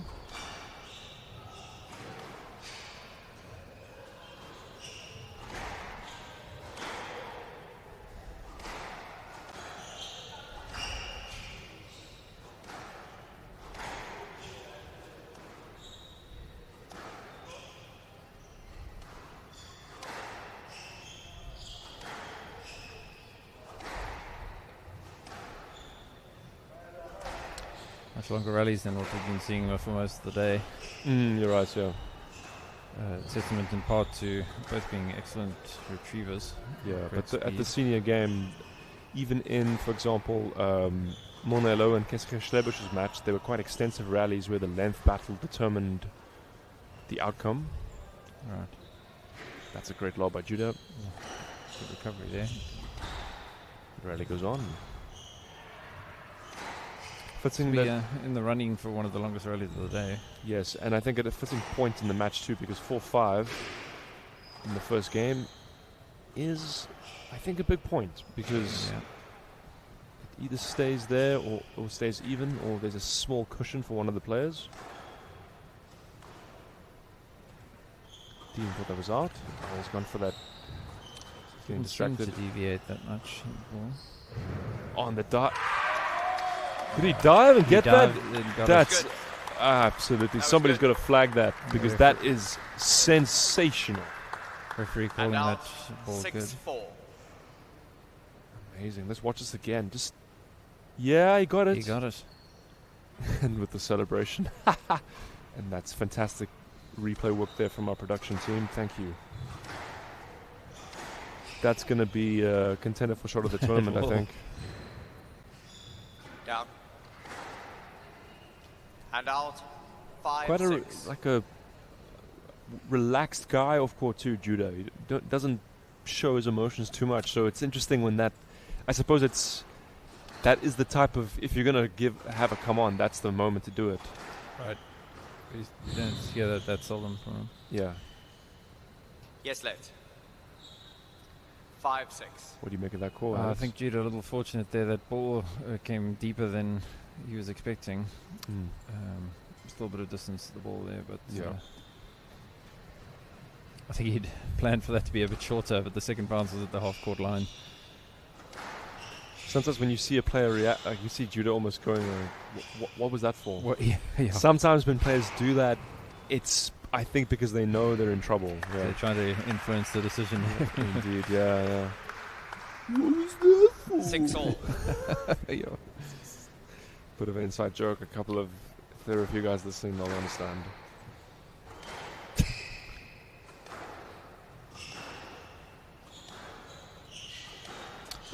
Lovely open face in his backhand drive. Both players, actually. Both, yeah. See the rhythm. Nice tight work there, except for that. Bit of a little dink in Judah's swing. Yeah, so it's a nice setup. Technically, he does get underneath the ball well, but he has a bit of wrist in it too, which is that bodes well for him.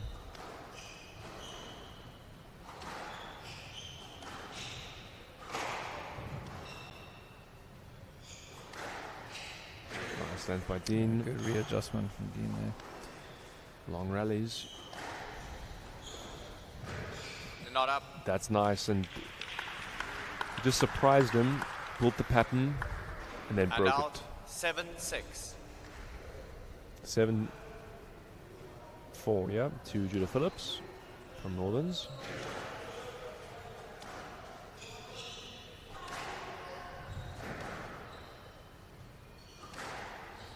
Testing first game. Yeah. Both looking to put mileage in the other's legs. And difficult to put the ball away when you're both so quick. Yeah. Dean asks? Yes, let. It's yes, let. He wants You're to looking stroke. for your He opponent. does, and I think to go to the ball. you might have spotted that early movement. 7-6. Also, Dean just sort of looking for his opponent's shoulder a little bit. Perhaps,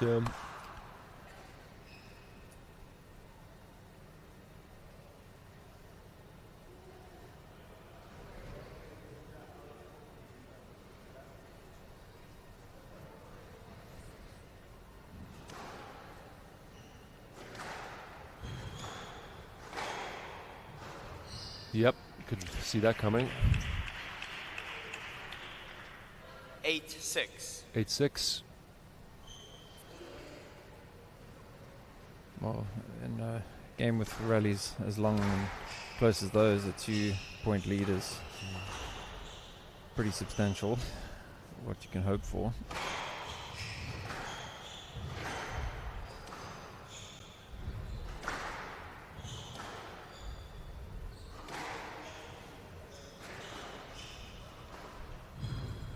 Yeah, tight squeeze there by Dean Venter. And out. 7-8.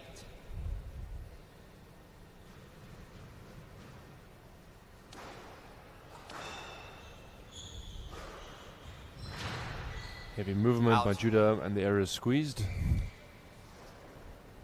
8-all.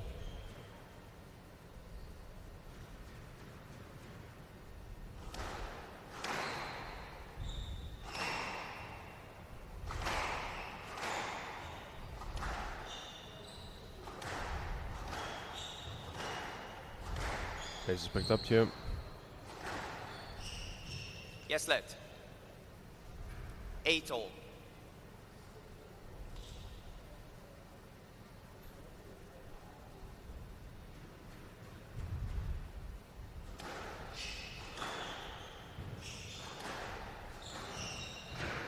It's a good get by Dean. Early on the volley. Onto it quickly though. Good recovery. Very similar strategy. Sorry? I think he feels that was double are you bounce asking there. about I think pickup? he got that. Yeah, I did get it, yeah. I think the pickup was good. It's getting a bit 9-8. frustrated.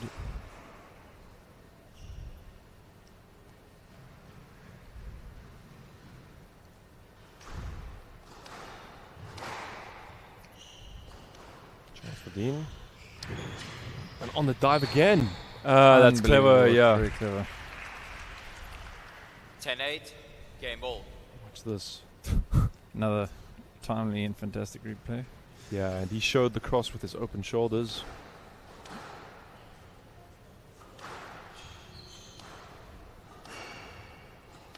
So 2 game balls for Dean Fencer.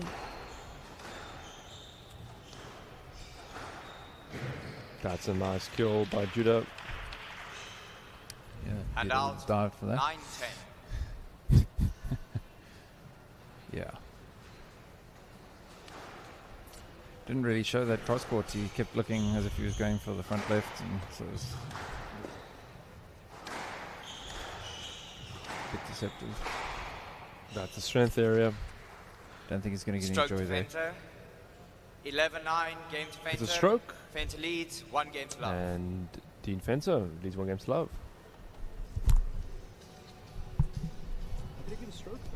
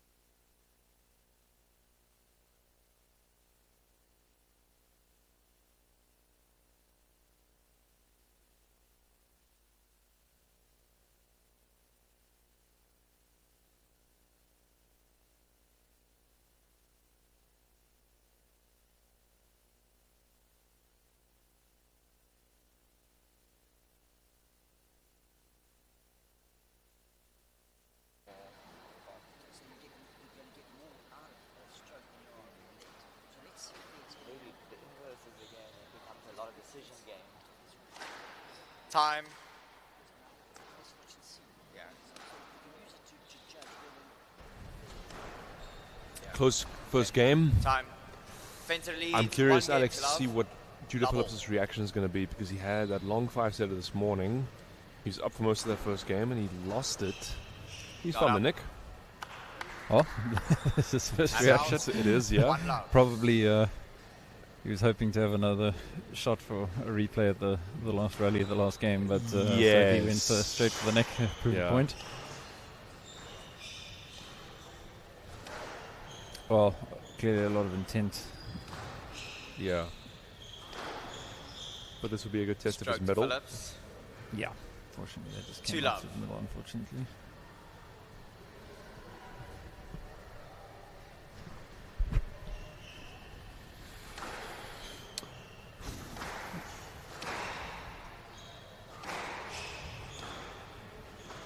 Yeah, it's a nice finish by Dean there. Yeah. Earned his way up And to out. a good position 1-2. there. In front He of the did. half-court line. Yeah, he did, yeah.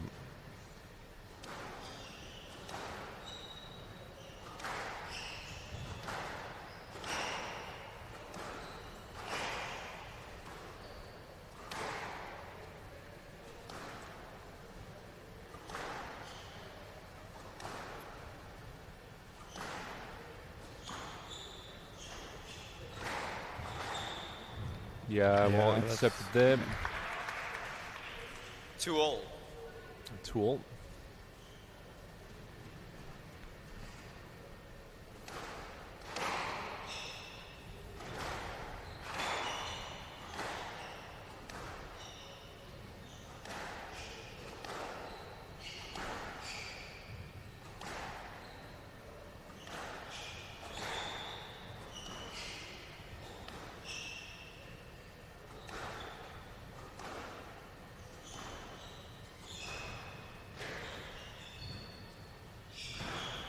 All straightened and the boast.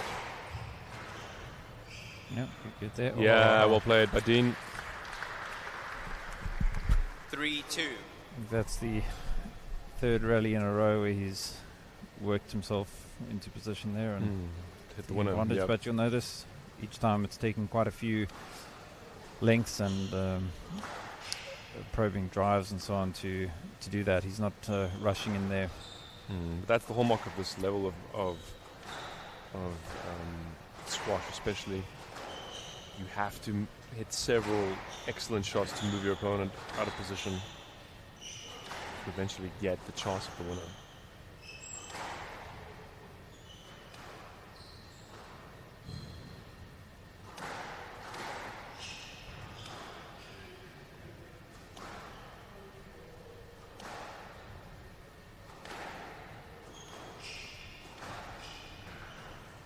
Oh, that's nice. Good. Start with the highest swing and then 4-2 just from the left. stopped it. The drop shot. We should do that. They're not really good. 4-2. 4 points in a row for the Infenza.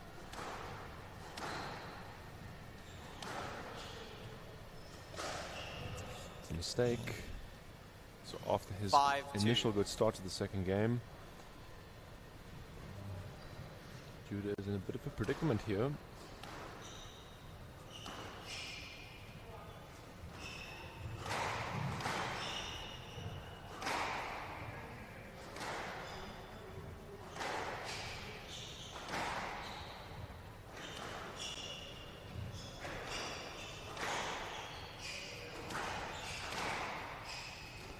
Very positive shot making and body language from Dean here. I think he knows he's playing well and in a good rhythm.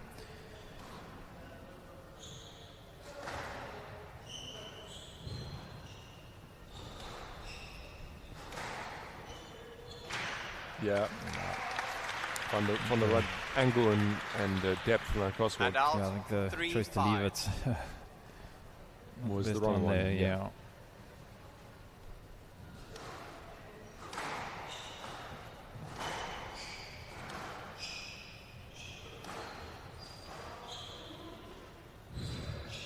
Tight. Chance for Dean. What does he do here? Goes the that's Oh, great good width angle. there. And out. 6-3.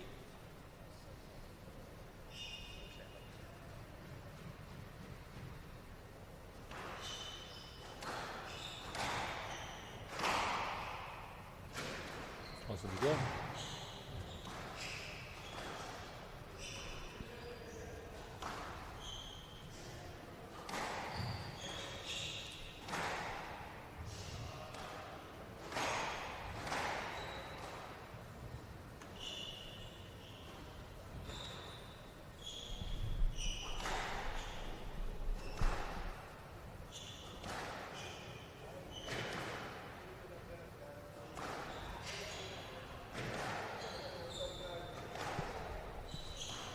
Extended rally this one. And Dean Down. finds us in.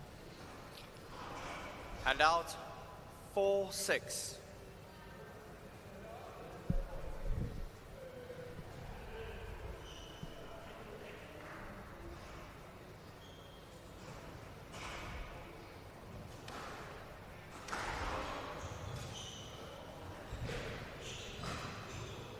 Nice exchange in the front.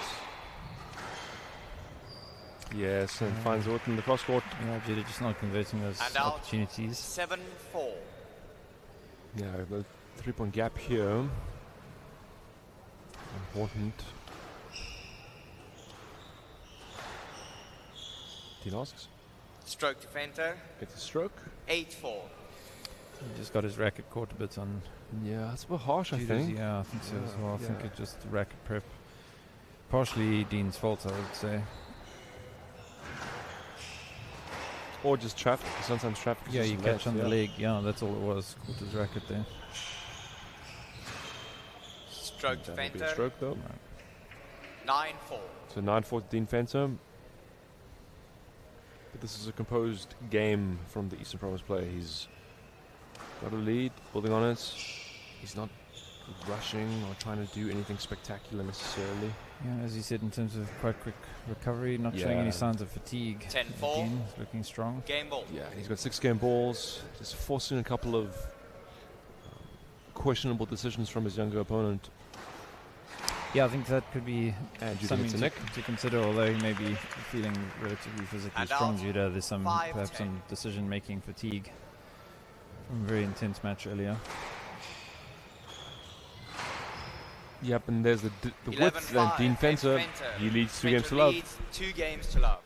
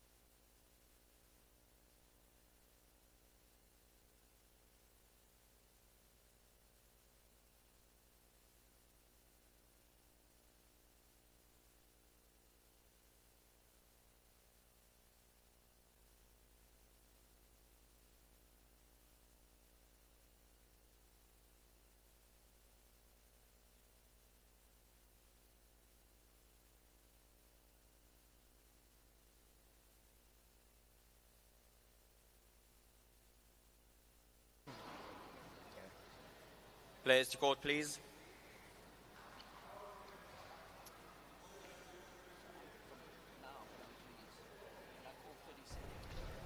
Time. Okay, both players back on court. 2-love lead for Dean Fenter. And I think we could just see Judah Phillips drop off mentally in that Fenter second game, Alex. He 2 was games to love. not just the mistakes, but he was starting to over-anticipate a bit going forward. Really compromised a bit on that base foundation of the lengths and building the rallies first, so those rallies started getting shorter, going cross-court early and so on. I suspect we'll see him now really trying to work the ball. Yeah, but he's 2-love down.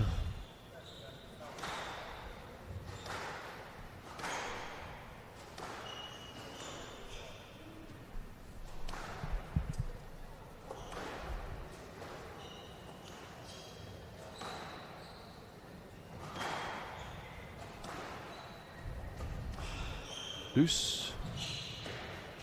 And Dean makes the mistake. Hand out. That'll certainly be a relief to Judah that Dean's made an error. He could use a few of those. Tight, yep.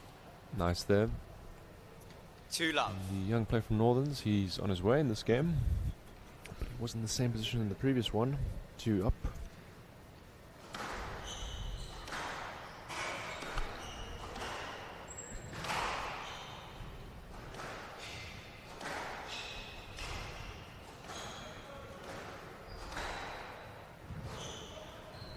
Down. Yeah, that's a squeezed error. 3-love.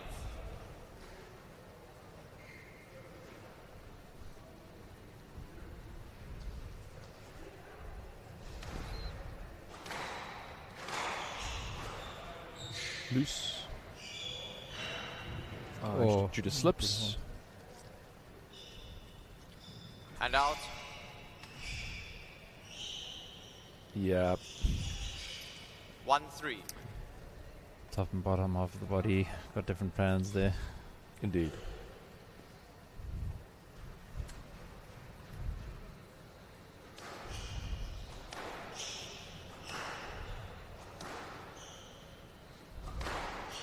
If I'm not mistaken, Dean's made hardly any unforced errors in this Yeah, match. yeah, he's not made many,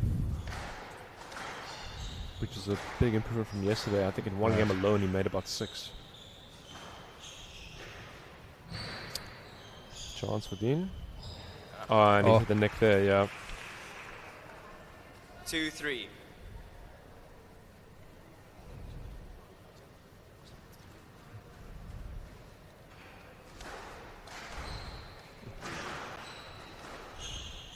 Stroke defender. Yeah, that'll be a stroke.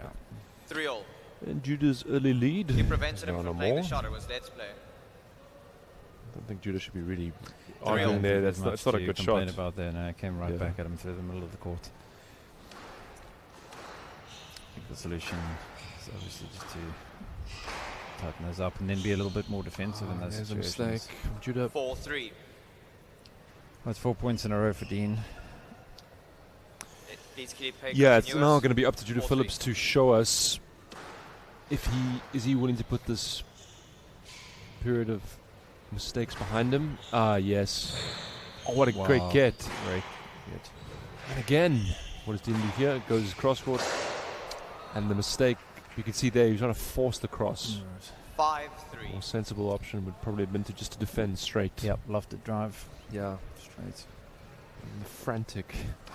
But when you do get rushed like that, it's easy for us to say because when you're doing hard retrieving and it's quick, you can get sucked into that type of thinking. No, and that time the flick from Judah works.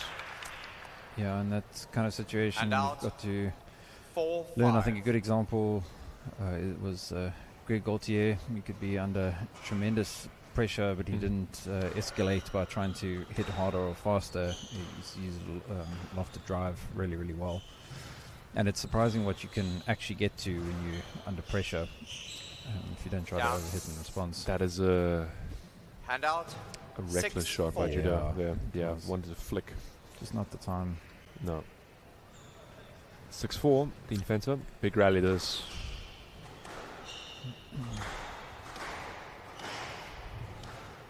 I actually asked Greg Gaultier how he developed that ability, and he said he would do practice games where you were only allowed to walk, no running. Interesting. Yeah, okay. he just said it's surprising how much you can still get to. Yeah, but then that's also going to affect the way you play as well, because you then can't be so open that you would need to run. Exactly. Yeah. Yeah, he's probably one of the best movers in the history of squash, Greg. For sure.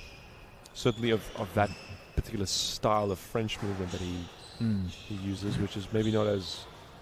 That's nice. Oh, straighten it up. Let's watch this rally. Chance for Judah. Didn't quite get his length. That's nice from Dean. Just slowed it down there. Out. Frustration there. 7-4. That might be the death blow to Judah's hopes here. He cannot afford to lose another point, and he's mentally struggling. Yeah, just Dean not giving him any openings at all. Yeah. Done a great job of closing down the court. I felt almost like he half tempted him there for going for the cross neck. Didn't take it.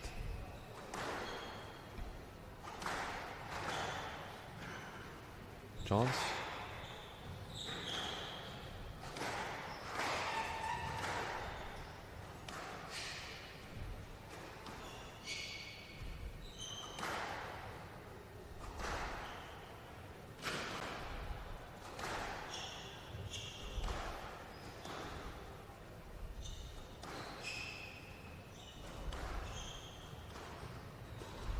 Loose.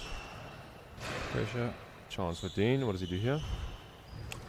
Oh, variation. And the dive again, but this time short.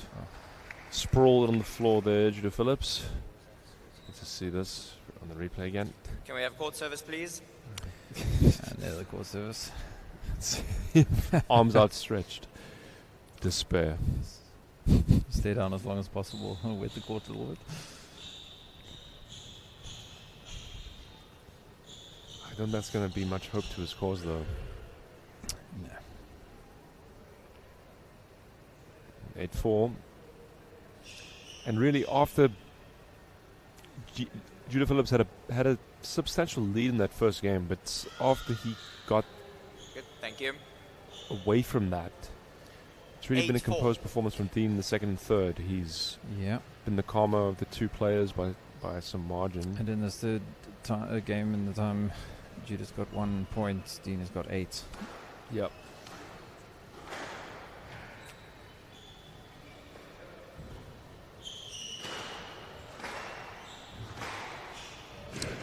This is great work.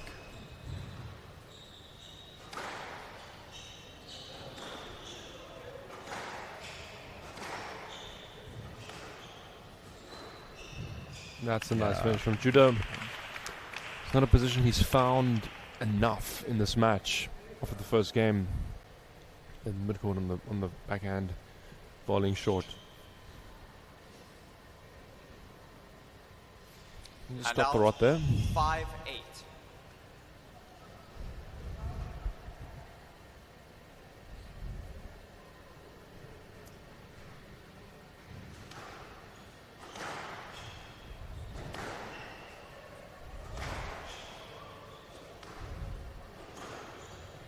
It's nice when Dean, squeezed the error there on the volley. Yeah.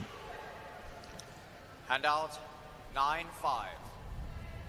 To Dean's credit, he has stuck with his game plan right the way through, been very consistent. Yeah, that kind of medium-hard pace, a lot of volleys.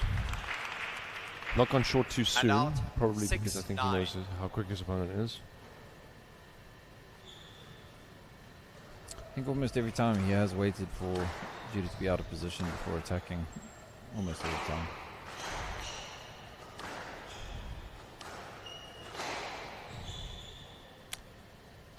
Yes, let. That's a yes, let. 6-9.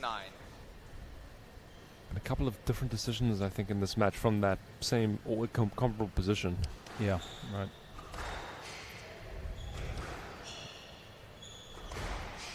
Is there enough effort for you there, do you think? I probably would give a let, yeah.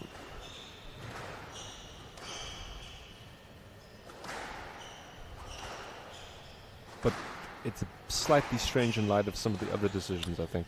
They're not exactly the same, and there's a tendency, I think, especially when you're playing, to think that two scenarios which have small differences, you then say, oh, this is the same. Because you're looking for evidence of inconsistency because you're mad about previous decisions. Yeah, or just the fact that you're losing a match, or you want to win, there'll be a stroke. Hand out, 10-6, match ball.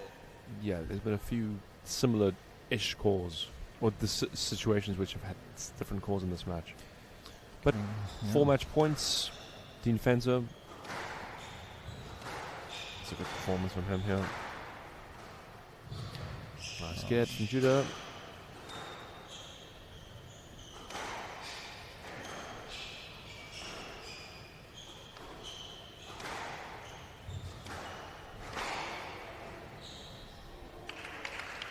That's one of the best shots he's put all match. Yeah. Just quickly see all wrist work, but that mid-court on the forehand. A little bit of downward spinning as well. Very quick.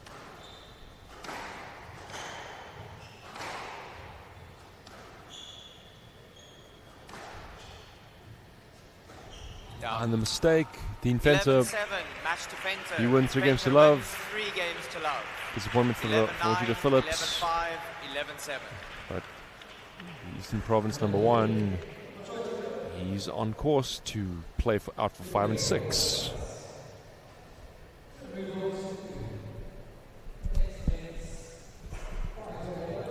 Points. SA Nationals.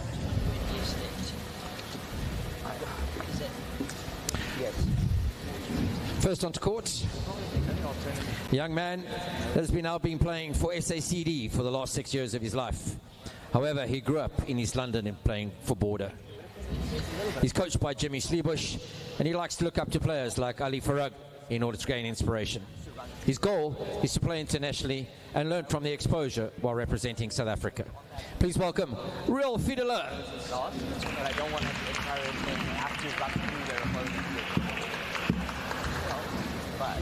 His opponent, he describes himself as determined, resilient, and tactical. That he is. He represents South Africa on every single stage, from World Teams to the World Cup to World Doubles.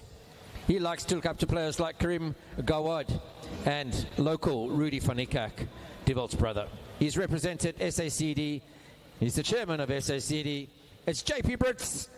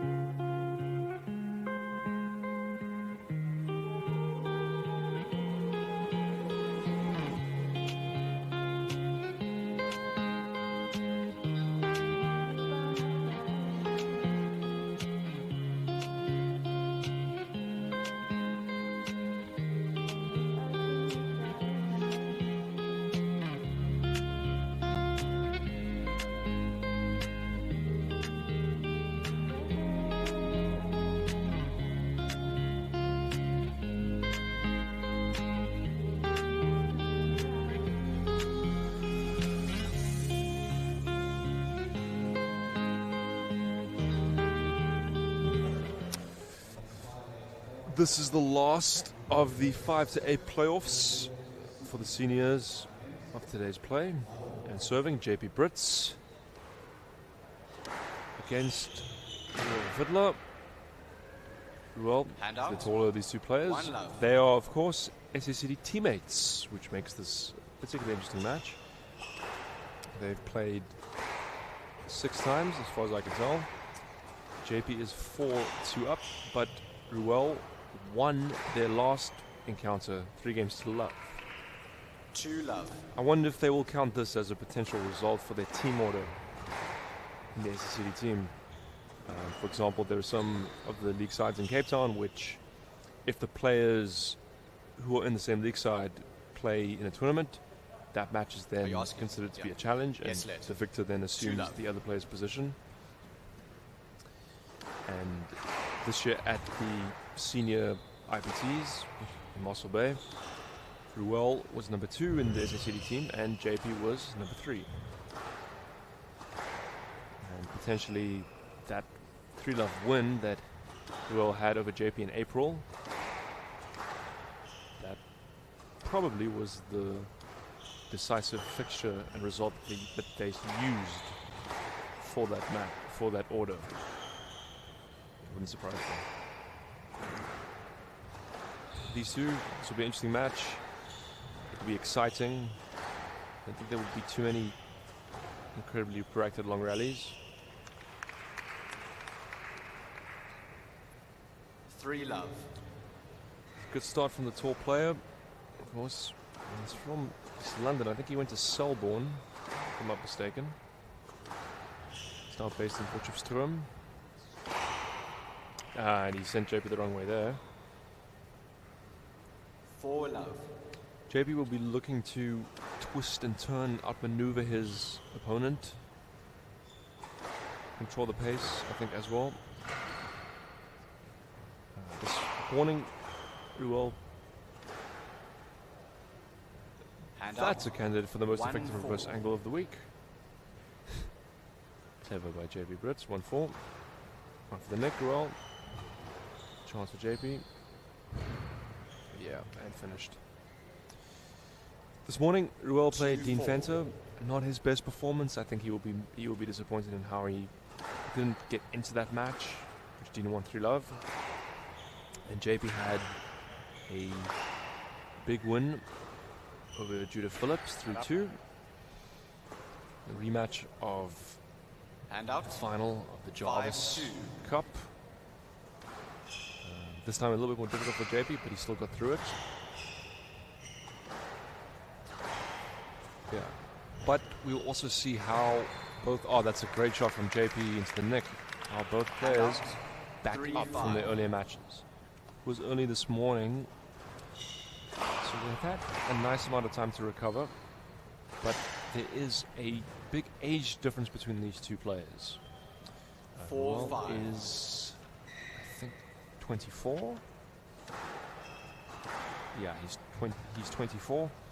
And JP is 35, which is by no means ancient, and you can definitely still be in exceptional physical condition at that age, but you do not recover as quickly as you once did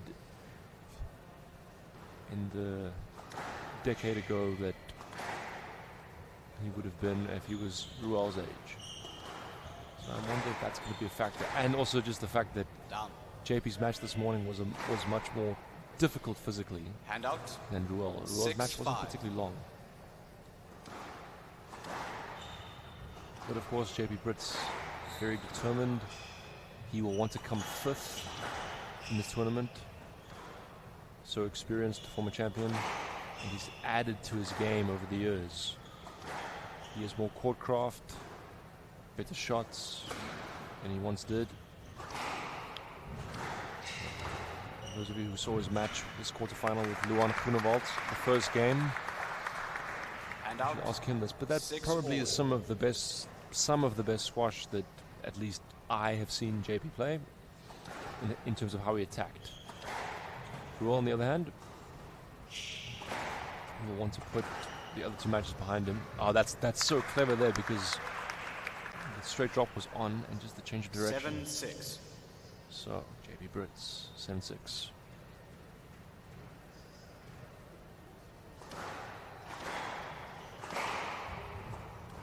Chance for JP, or half chance. Yeah, nice attack into the And sixth out. corner by 7 Well. all.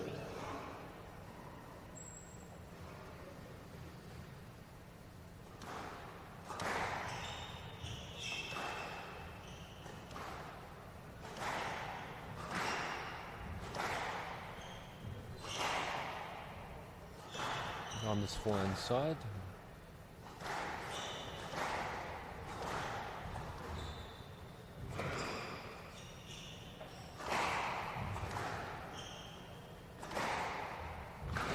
Big rally, chance for JP. This time Roll did get to the boast. Chance for JP, yeah, that'll be a strike. To Brits. Hand out. 8-7. That type of rally is good news for JP Brits though, because he spent more time in the middle and moved his opponent around. Yeah, and I think that error reflects the mental pressure of that last rally. 9-7. You can be very sure that that will have been noted by JP Brits, that cheap error. Well though, he's going to reset. Cannot afford another mistake.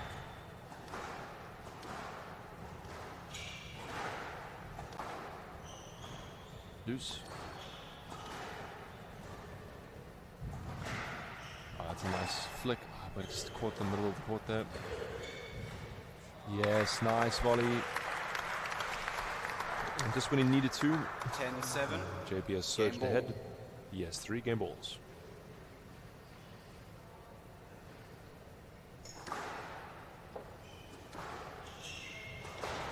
Down. He went for the big ESPN finish there, And that out. 4-1 kill. 8-10. Game ball. 8-10.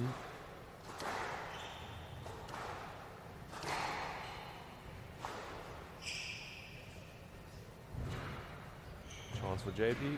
Yeah, and that's a clever shot there. Just freezing the big man there on the tee. JP Brits leads 1 game to love.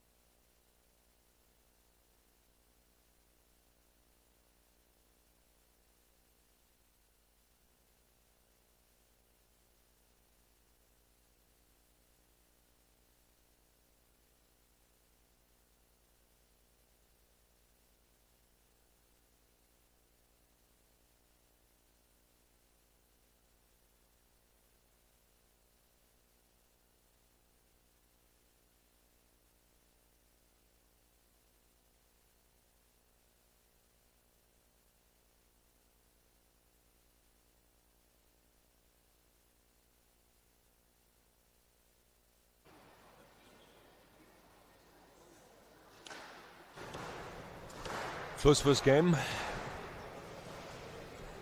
JP Brits won the big points, and I think towards the end he imposed his game. Brits leads 1 game to love. Game plan and tactics onto Royal Fiddler very effectively. It'll be his job to continue that pressure and put his opponent into uncomfortable positions. Roll. He has to control the pace more than what he did Nice start with the lift. Yeah, fantastic stuff. Probably be in his interest to decrease the pace somewhat, or at least on his have the pace on his terms. Yeah, like there, he made the decision to inject more speed into that attack to the front. Loose. Yep. 3 love. The 3 love. And the tall man.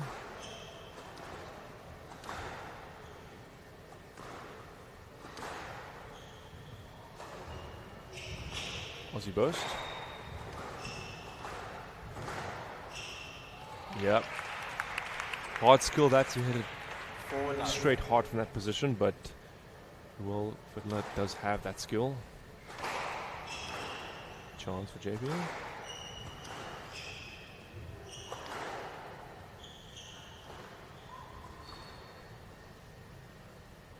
Loose. Just his length. Yeah, and the simple finish. Right side. 5 love. 5 love. Half smile on JP Brits' face there.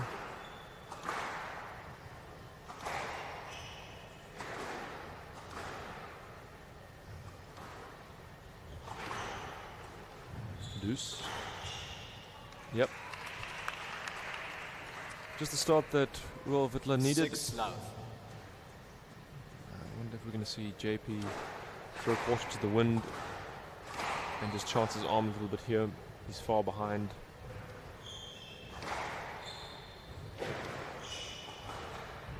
Certainly is attacking with gusto. Yes, led. Oh, good to see yes, led. I think both players know that's. JP, to led. He's conceded. Alright.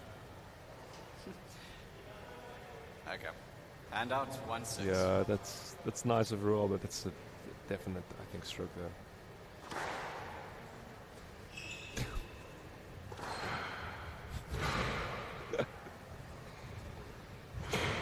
Big lunges from the big man. Yeah, and he's found a way to win that rally. Had to go through a lot of discomfort to do it, but 7-1. 7-1, he wouldn't mind.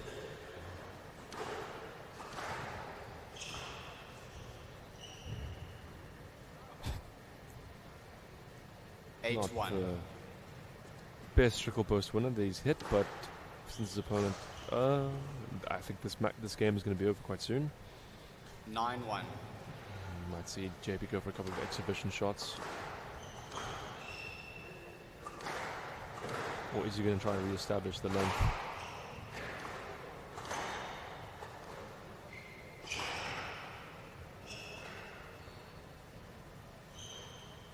Nice finish there.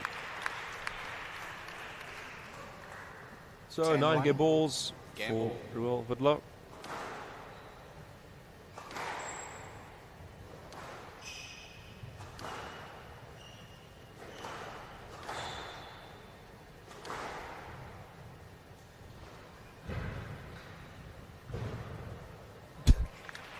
That's a double shot.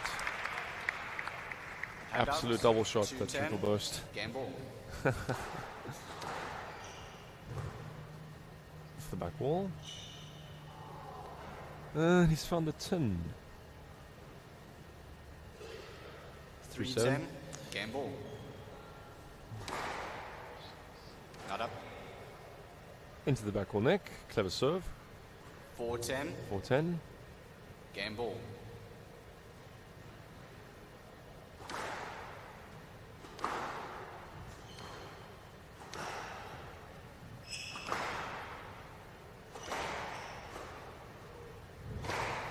Yep, and there it is.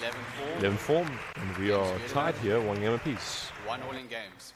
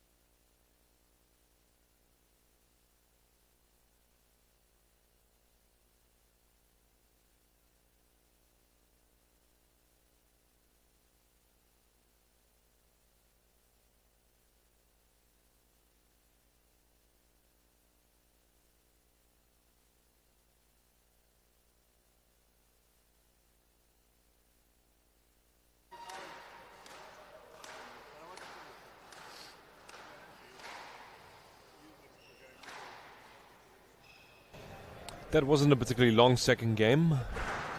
Royal Fiddler One-winning games. Beautiful to serve. Stormed into an early lead, and that Level. I think JP didn't want to exert himself too much physically. See, he's hopping up and down.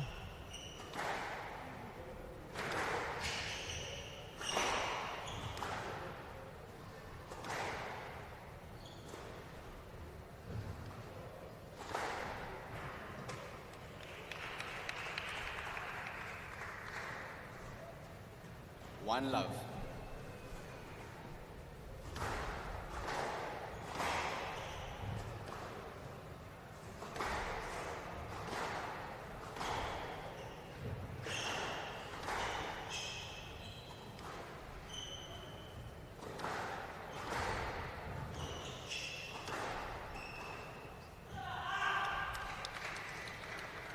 Frustrated yell there by JP. Fritz.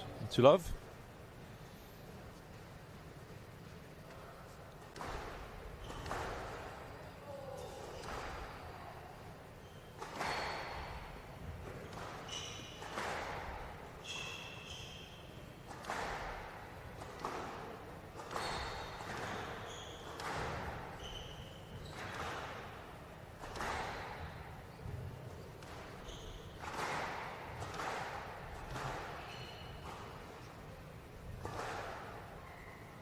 And that'll be a stroke.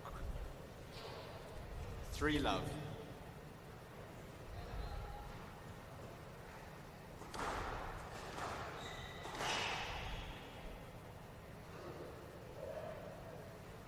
Four love. JP just lost his rhythm and the structure that gave him the success in the first game.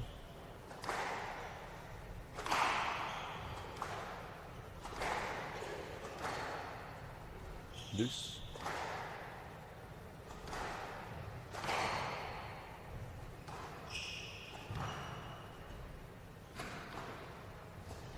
Down. Into the sun. And 5 love. tall man again into a large lead at the start of this game.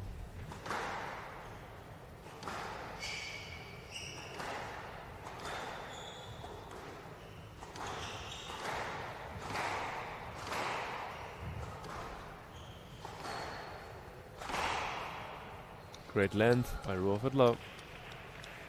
6 love. 6 love here, and the wheels will come off a little bit for JP Brits. Needs to find some momentum and rhythm again soon, or else he's going to be 2-1 down.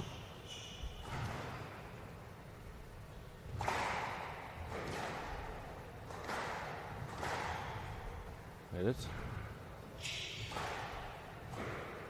Nice stretch by Royal. Not up. Not up, yep. Bit of pressure there from former champion.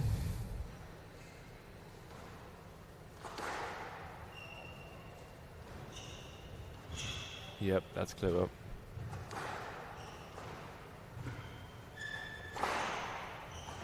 Down. Hand out. Royal now extending, and he's the player now having substantially more control of the middle of the court. Chance for JP.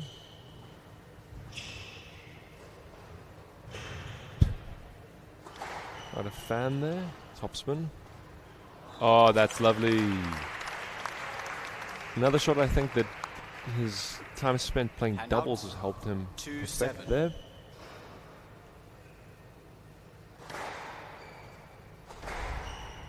Great cross court. Hand out. Didn't read it 8-2 at all. 8-2 up. Loose. Oh, excuse me. Squeezed. 9-2. 9-2. Well, good luck.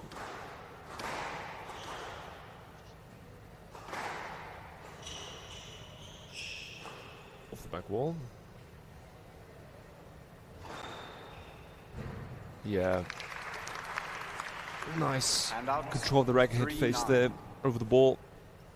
Finding the great weighted length.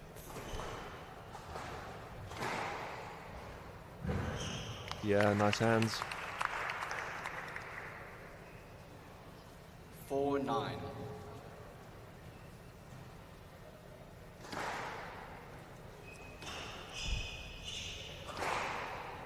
Great length again.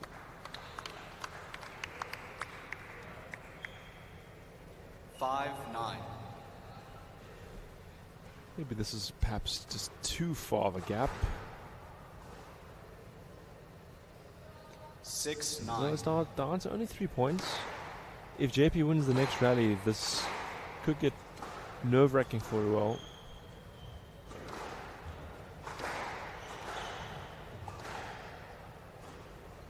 I suppose. Yeah, and that's a winner. Handout. 10-6. JP's speed going Game forward. ball. Not helping him there.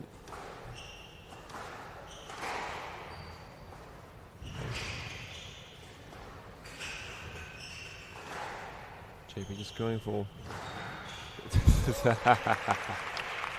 That's a Christo Portretter type rally.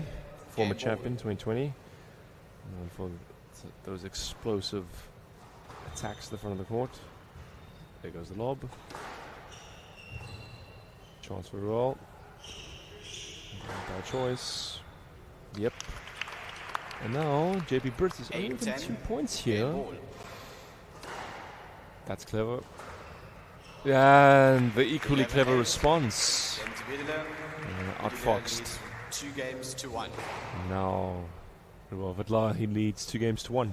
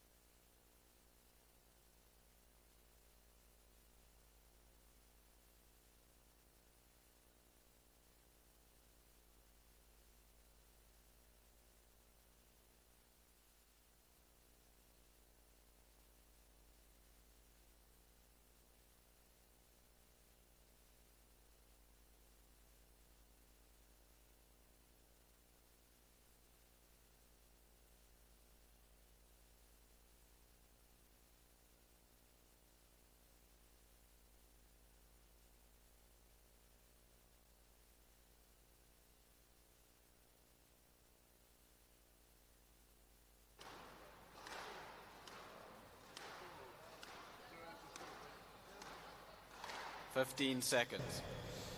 2-1 lead for Ruel Vidla. The start of this fourth will tell us a lot about how this match will finish, because if Ruel get off to another big lead, that could be ultra roach. But if JP can find the rhythm he had towards the end of that fourth game,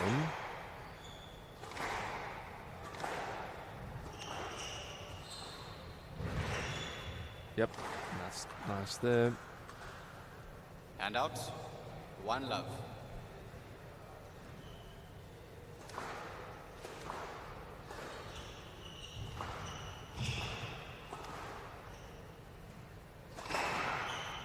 Big cross court. Gone for the nick. Handout. You can see him punt One himself.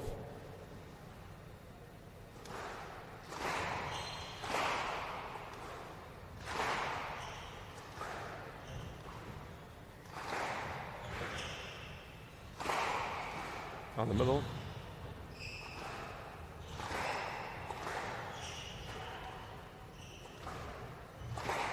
On the middle again. From back wall. What does JP do here? He finds his length. And he finds it in. Entertaining rallies, these. 2-1. Things just got a bit too frantic there for the former champion. Losing perhaps a little bit of the thoughtfulness behind the chaos that he had in the first game. Handout. Although, of course, if you can get a nick at any chance, no squash player will turn it down.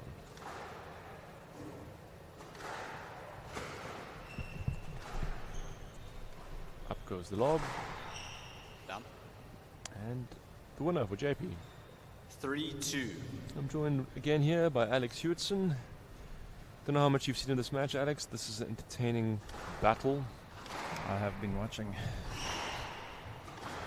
So JP has a improved start in this fourth. That'll be stroke. Strike to Brits. 4-2. 4-2. Yeah, right side, yeah.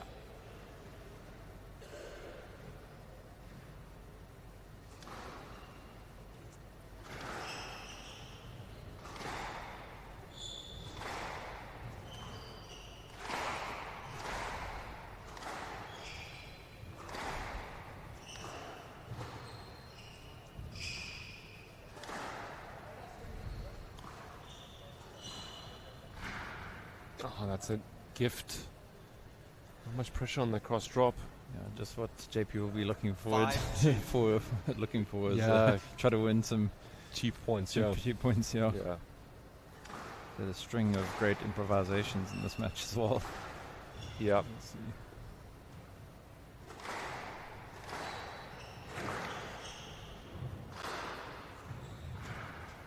That's a lovely finish. High swing with the prep. Handout. 3-5. Ragged head speed to create the drop.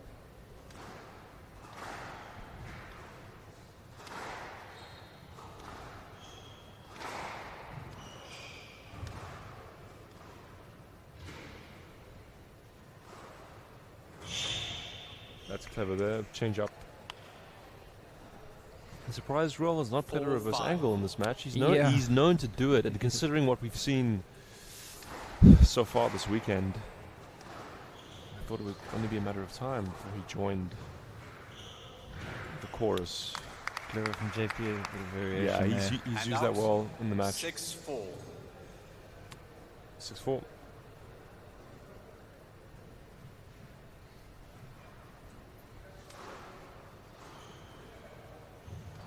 Up goes the lob. Past line. And from JP. 7-4. That's what I've been needing to do in the first game, especially. He was great on just creating some pressure there with some good lengths and down the middle. And that's a doubles point. Absolute doubles point. Totally. But great reactions there with his hands. Yeah. And the ball rolled out of the neck.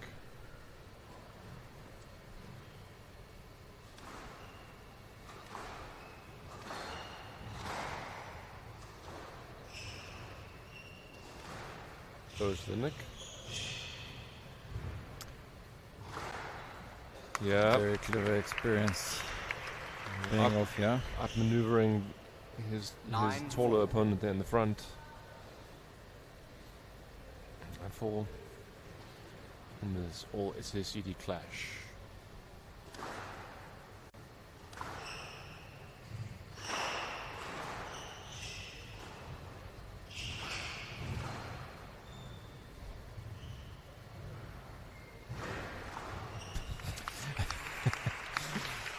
Forced a bit into the cross court there. Handout. Yeah.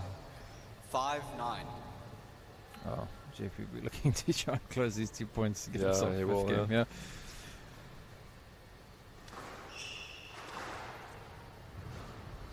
Yeah, that's a lovely boast. Change of 6-9. Breath. And he rolls it. Absolutely Handout. rolls it. 10-6. Game ball. 4 game balls to take this entertaining clash to a 5th game.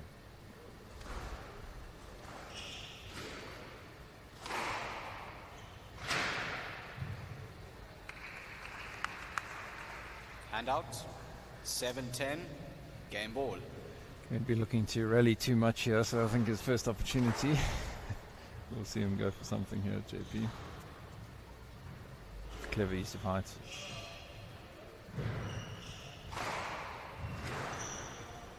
That's too wide.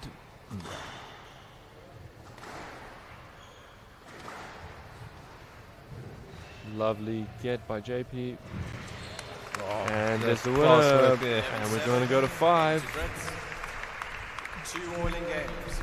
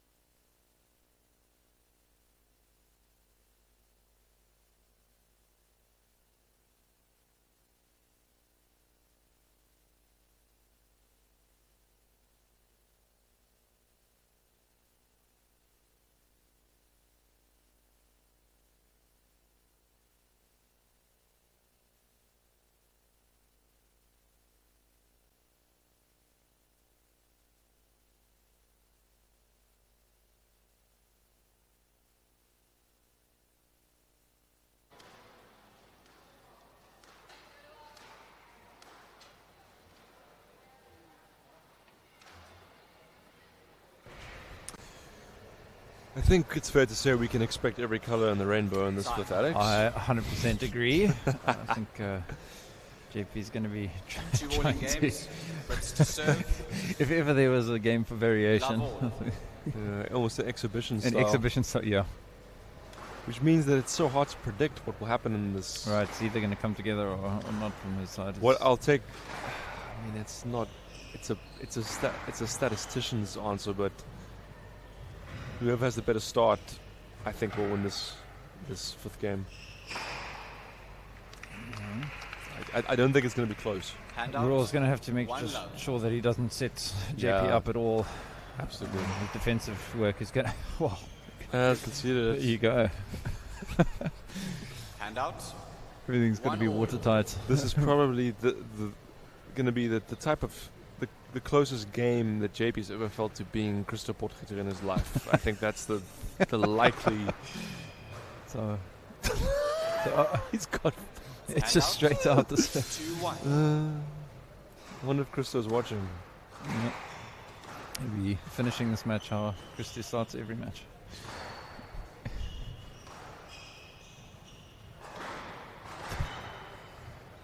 Oh, that's unfortunate. 3-1. Yeah, he's going to have to turn this around. Or, well, I mean, in fairness, he did in the last game, so... No, okay. I think this is 4-1. Just a few too many. Can't lose this next point. Yeah.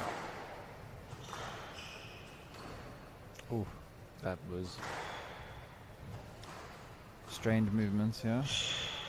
Oh, that's great. Oh, lovely with the thread of going deep, and then because he has just flicked it straight a couple of times there on the backhand, but that time I think this might be too far for JP. Oh, loose. Big lunge. Wow. JP looks like he's hurt. Yeah, no, this might. Yeah, oh, I hope he's I alright. saw it in the last point. His ankle didn't look great, I think. Oh, jeez.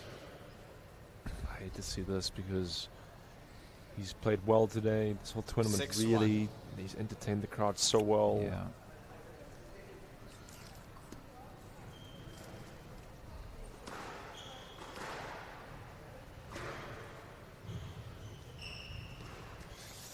Yeah, this one will be over shortly. Yeah, this is a great bet. Yeah, I hope he's alright.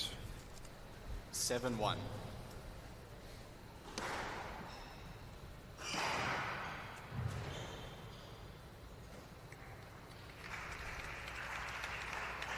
Oh, that made the front wall. Okay. Yeah, but I think 8-1. JP's not the type of player to concede at this stage of a match. Yeah. He's going to play this out.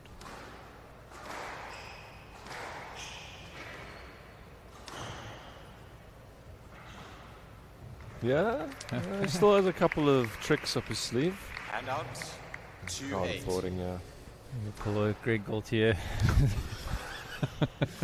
The hustle. Yeah, What did they call it? The great French heist. Yeah. Whoa, that backspin. All you need now is Carl Brown to start playing Usher's Yeah off the match. 3-8.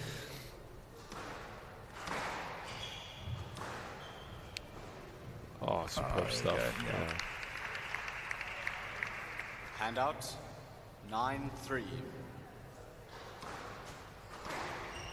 Oh, he's gone for the top spin. It goes deep.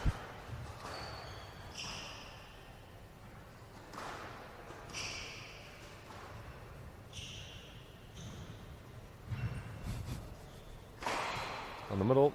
Yeah.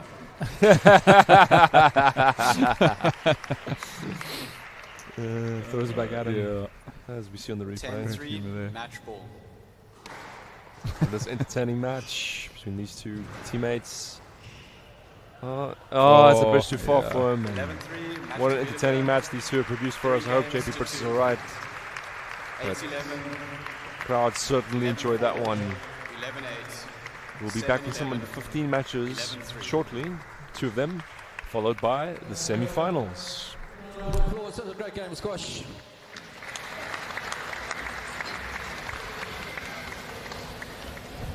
Right, we're moving on. Going back to a couple of matches in the under-15s section. We have 2 young ladies onto court, and they're playing in the 5-8 playoff. Please help me welcome onto court. Firstly, a young lady, she goes by the nickname of Katie. She was inspired to play by her brother, and she likes to look up to world champion Amina Orfi and Mustafa Asal. She goes to Welkom Gymnasium. She represents Free State. It's Caitlin Simon.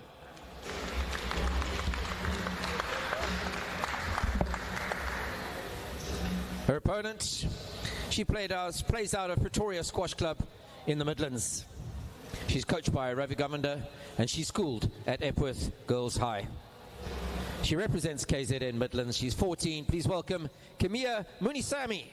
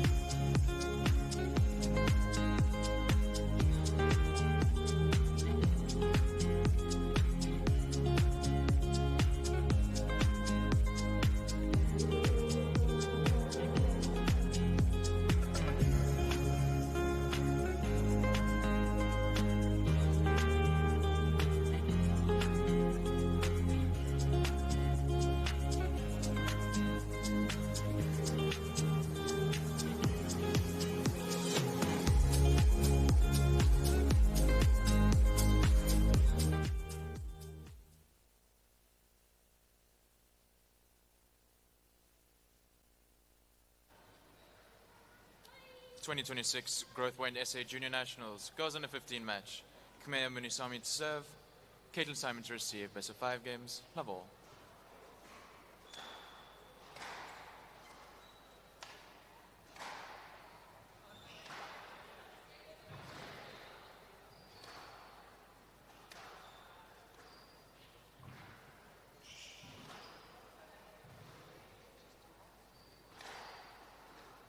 Down.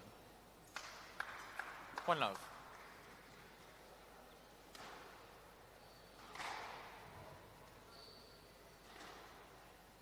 Stroke to Munisami. 2 love.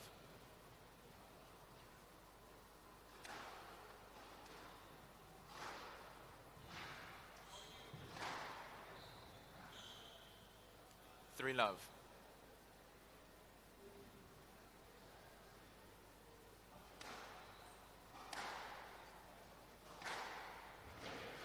Not up. 4 love.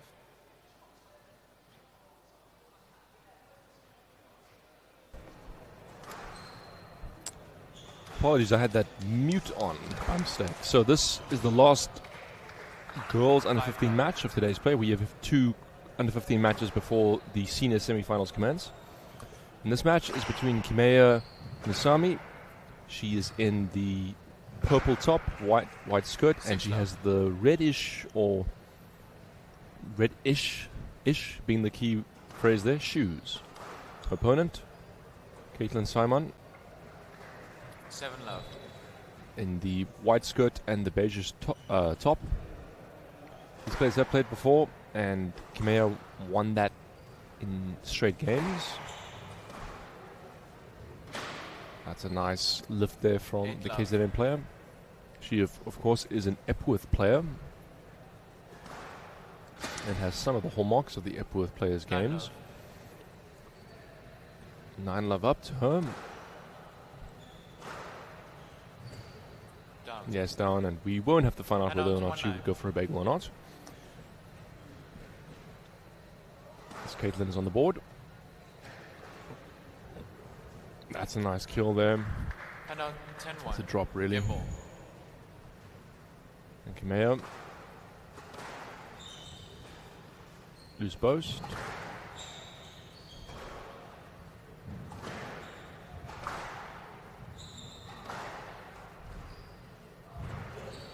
And Kimea Munisami, she converts, she leads 1 game to love. Munisami leads 1 game to love.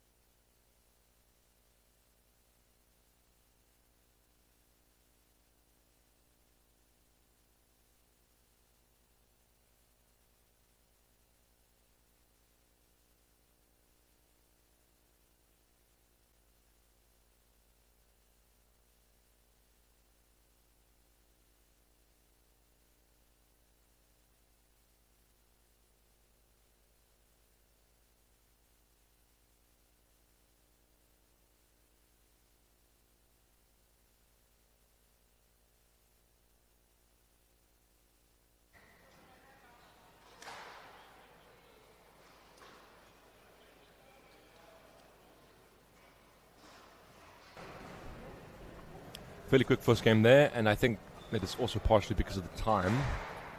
Munisami It's leads now 1 game to love. Love all. 2 minutes to 6 here in Cape Town, at least according to my watch. Down. And 1 this love. court will be cold. And good serve, a good short attack will prove decisive in these rallies between these 2 girls. Ah, that's a stroke, unfortunately. 2 love.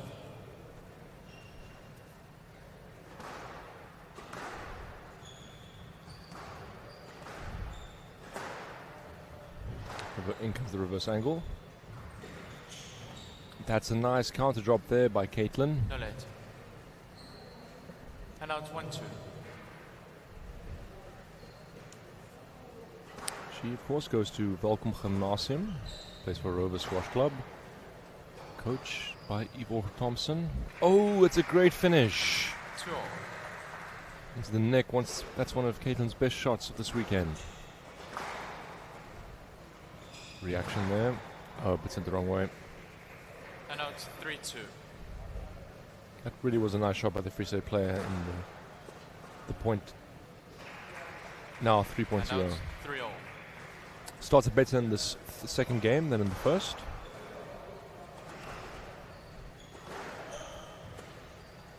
Yes, and they're squeezed. 4-3.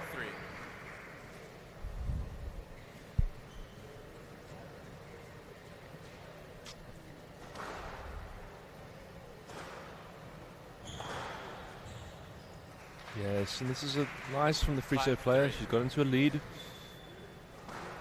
Looking a bit more confident. I see that she could send it the wrong way. And now it's 4-5. Caitlin Simon hasn't looked that comfortable on this glass court this weekend, it must be said. Hasn't quite got her timing right, as we see there. Loose return of serve. Meanwhile, Gemea, after her first round loss to Afka Talib, she's looked very good and in control. 6-5. Her game suits this court.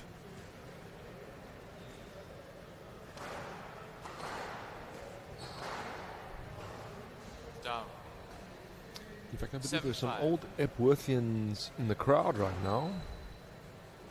Maybe they will be supporting her. That's a good serve. 8-5. 8-5.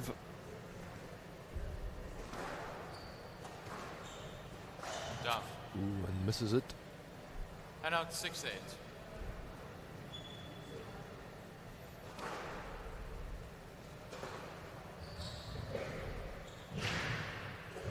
Not up. Oh, that's unfortunate. They had a nice drop. And out 9-6. Maya Sami, fortunate with the frame. It's a better return from Caitlin. Because it doesn't read the cross drop. 10-6. 10-6. Game ball for the KZN player. Down. Into the floor, and we have a 2 sets to get Munisami. love lead. Munisami leads 2 games to love.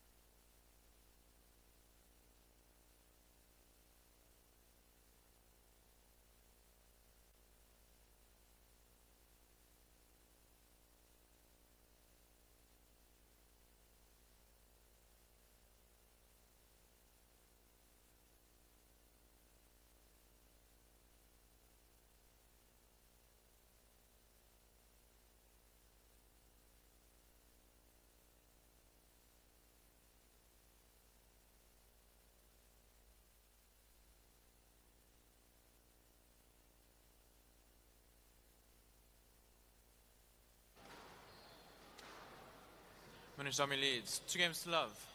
Love all. Off we go. 1 love. Come here, Munisami.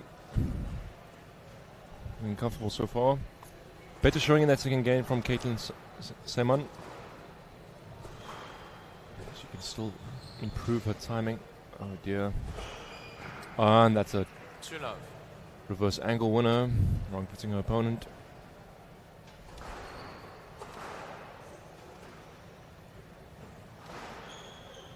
Nice cross court there by Caitlin.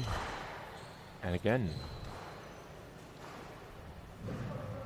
Down. Yes, and she got in front of her opponent there, playing And the winner. 1-2. Will hopefully give us some more confidence.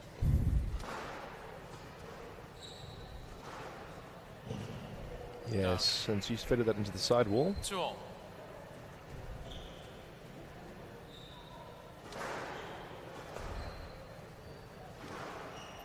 Don't play it, don't play it, don't play it. Ooh. Has to be careful here, Kamea. She did hit one of her opponents last night. Janelle, yeah. And out 3-2. Surprised the referee hasn't warned her there.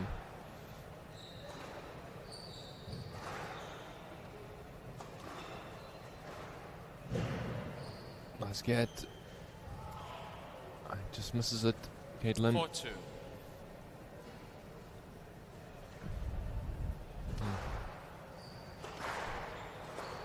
Another reverse angle.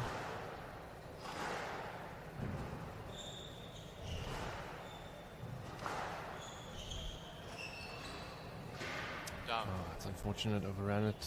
5-2. Right side. 5-2.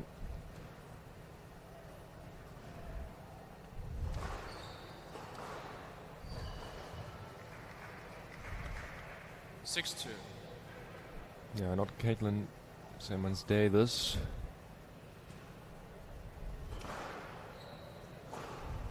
Down. 7-2. She's frustrated. Not finding her game. It's not a nice place to be when you're on court in that, and things just aren't happening for you. Down. That said, this isn't over yet. And this young lady from Velkom find a way back into this match.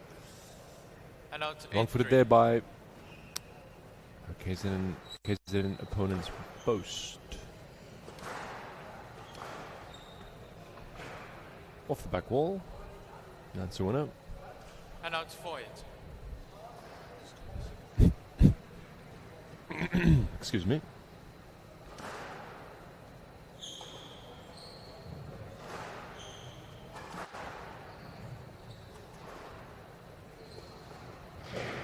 Not reading that at all. And out 9-4. Very effective attack. Kamea. Reverse angle. And this time she pays for it. And out 5-9.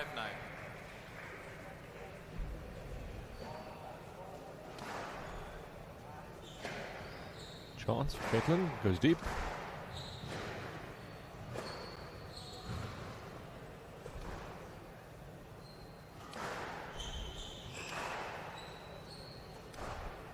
This is a better rally from the Free State player. Found length there. 6-9. One of her best in the match. Fault. Oh, she served out, and that gives And out 10-6. Kamea 4 match points. Down. And there we are, 3 games to love. And Kamea Munusami, 11-1, 11-6, she will finish 5th.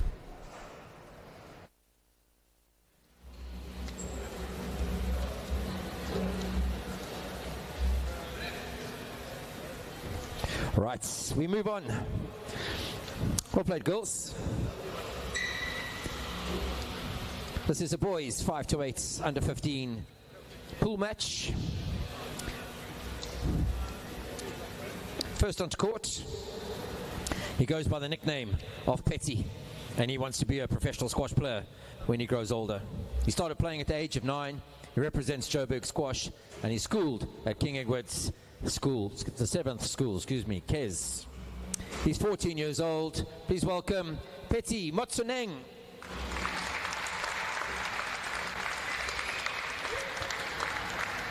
His opponent goes to Hoërskool Menlo Park in Pretoria. He's coached by Liz McKenzie, and he started playing squash at the age of 11. He too wants to make the SA team and be a pro squash player. And he too is 14 years old. Please welcome Emil Erasmus.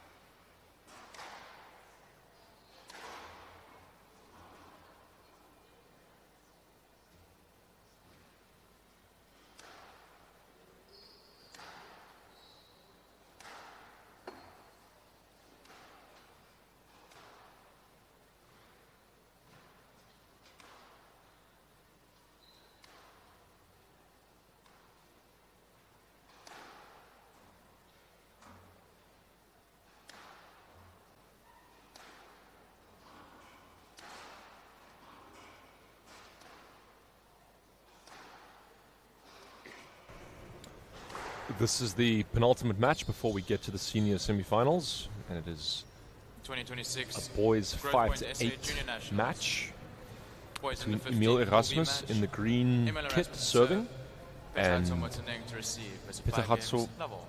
Motsoneng receiving in the white shirt and black shorts.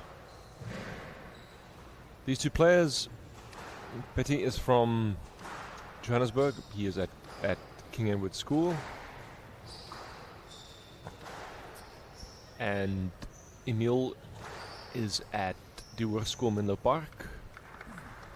So this is an old Pretoria, Johannesburg matchup. And as to be expected, these players have played each other before. In fact, according to what I have here, they have played 3 times this year, which isn't a surprise. There are so many tournaments in the Gauteng area, and it's relatively simple to get from Pretoria to Johannesburg and to Kempton Park if there still are tournaments there. And out 1-0. And Petratso, he is up. He's 2 wins up in the head-to-head. Stroke to Motsoneng. And that'll be a stroke. 2-1. But these have all been competitive matches. Yeah, and the last Emil won their match at the top 16 junior closed. 3-1. And Fetty won in the last one, and East London in the junior IPTs. 2 quite tall boys already, even at their age. That's a great length there. 4-1.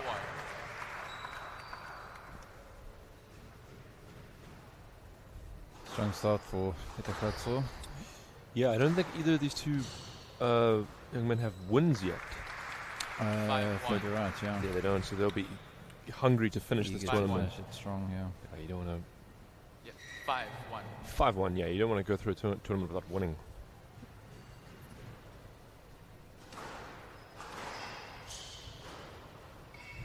That's a great post. Oh. 6-1. These players played this morning. Petratso played George Hung. The ball was down. Ball was good. Ref says the ball was good. Okay. And out 2-6.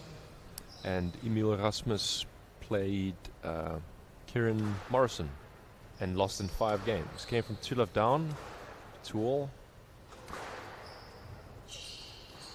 Chance. Yeah. Good recovery there.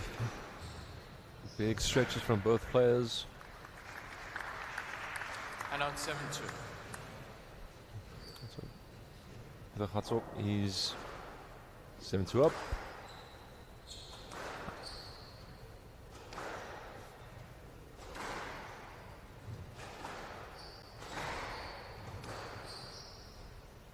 Petratso more. That's nice. Really good hold. 8-2. More comfortable at this kind of pace. When it was a bit disruptive this morning, it was a bit more of a challenge.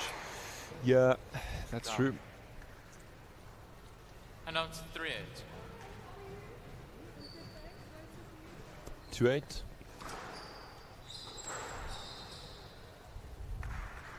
And out 9-3.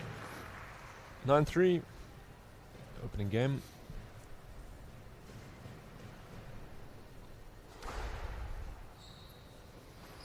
That's a nice winner by Emil. And out 4-9.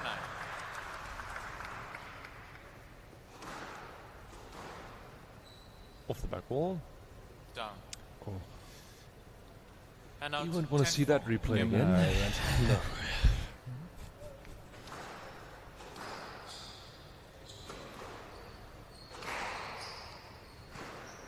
Chance.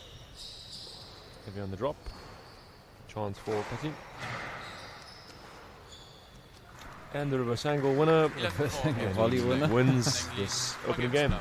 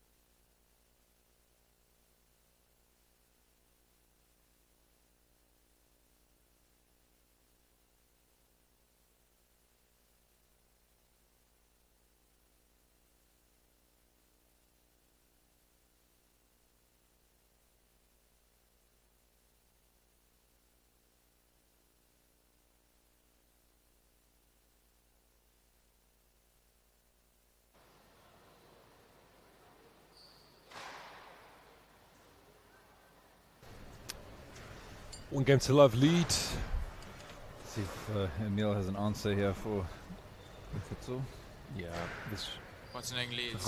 Watsoning looked comfortable, the most comfortable he's looked all week, in fact, in that first game. Love all. Let's see. Does that continue?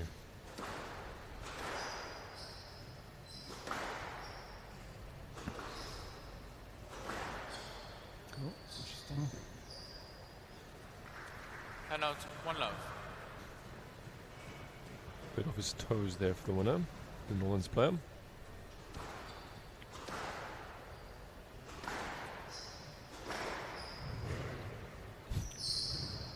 The dive. Yeah. He looks alright. 2 love. But he's not getting up to fetch that shot. Overall, Mix, what are your thoughts on this venue and this new court? The court is much better than the previous one. I think there will be very few of the players, at least, who will have a different opinion. It is better to watch, but also much easier to play on. There's few. The previous court they used, as you remember, was this greyish, almost like the floor on this court. But it was hard. It was really hard to see the ball. The ball get lost in the light, and it had a lot of dead spots. It did. What you typically find with the players, as we see the winner there from Emil, is that if a court is warm or if it's cold, as long as it's consistent, the players don't mind too much. Yeah. That previous court was not consistent. And that's a screamer of a winner there from Betty. And out, 3-all. The venue also, I think there's more space. You lose the feel of being in the middle of a mall and seeing perhaps more exposure to people that haven't seen the sport, which is a loss. But until someone is able to persuade me that 4-3. exposure there resulted in more engagement with the sport, which I don't think it necessarily did. There's more seating. I was going to say the space is a big plus. Space better, and I think the lighting is better as well. Yeah. Great thing about this court, because of the laminate in the glass. Oh, that's nice, yeah. Is the sound. So does sound good, yeah. Closer to a traditional court, a duller thud rather than a loud crashing sound with every contact with the wall. Yeah, I mean, this is a absolutely minimal difference, but when it was in the VNA, you had less place to actually warm up. I remember I managed to make the top 8 for the seniors 2 years ago, and you have to find room to warm up there, and you then have people in the mall staring at you strangely before you're warming up, and you're trying to ignore everyone. Also, with the light coming through, it made it very, very challenging in the VNA. I mean, this is the first year that this court has been on, as everyone has seen, but even the other court here, venue was better, but the court itself, not winning too many glowing reviews from the players. But once you're there, I mean, you have to adjust to what you have. That's a nice winner there from Emil, and both players deal with the same conditions ultimately. All right. But an improvement, and I think Maker's Landing is a nice venue. It is. Volley there by the Northern Scout player. Nice get. Yep. There we go. Into the open court. 9-5. It's nearly 6:30 p.m. here.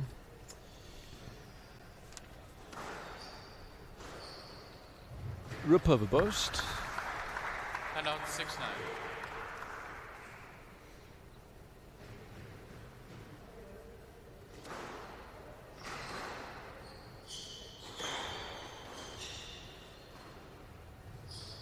Oh, and he sends in the wrong way there. And that gives Emil Erasmus 4 game balls to equalize here.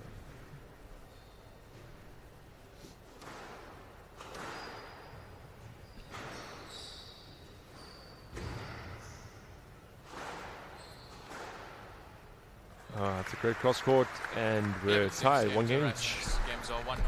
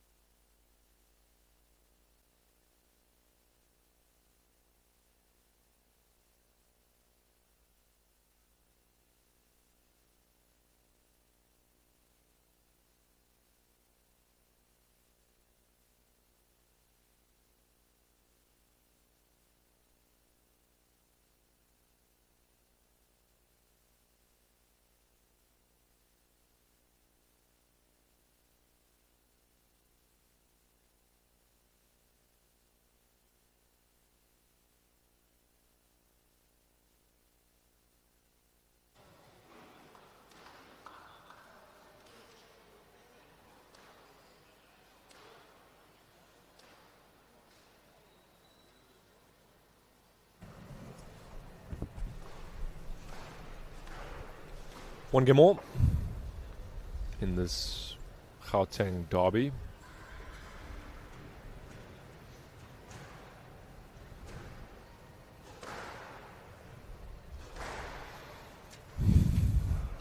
One all in games, Erasmus to serve. Love all.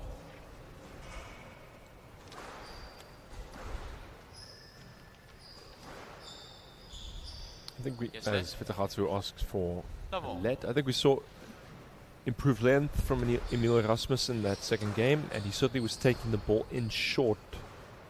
Oh, wow. That's a good kill. Okay. I mean, if he can replicate that, that bodes well for his chances, the Joburg player. Down. Well, some days you And were out. the statue, other days you were the pigeon.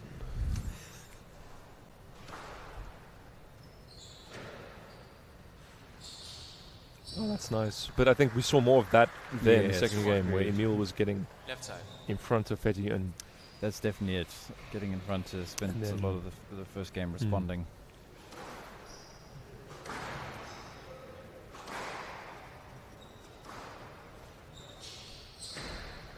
that's a nice counter drop. Good work there. And out 2 all. 2-all.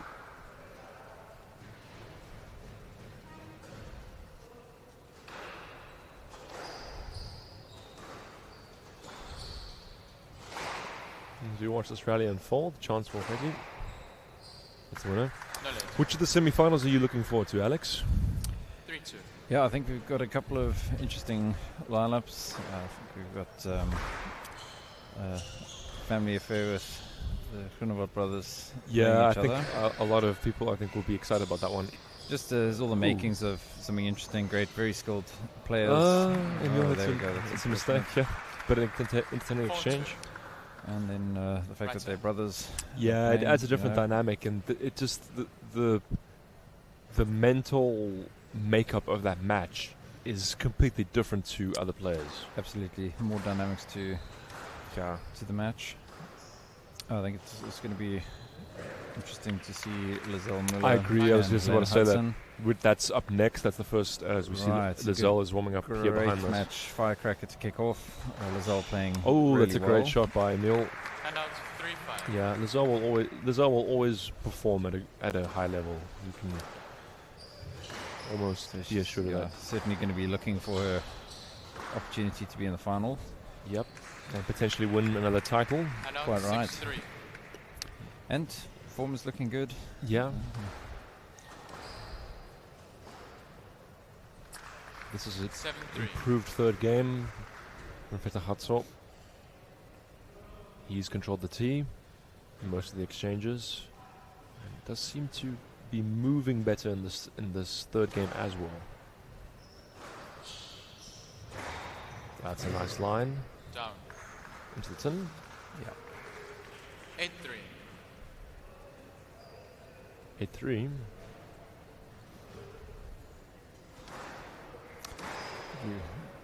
Roberto is returning to his first game And up. form. Yep. And out 4-8.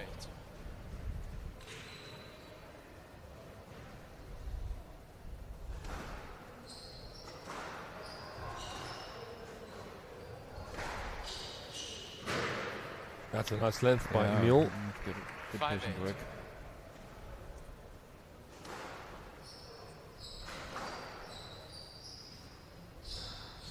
Chance for Emil. Oh, the cross flick.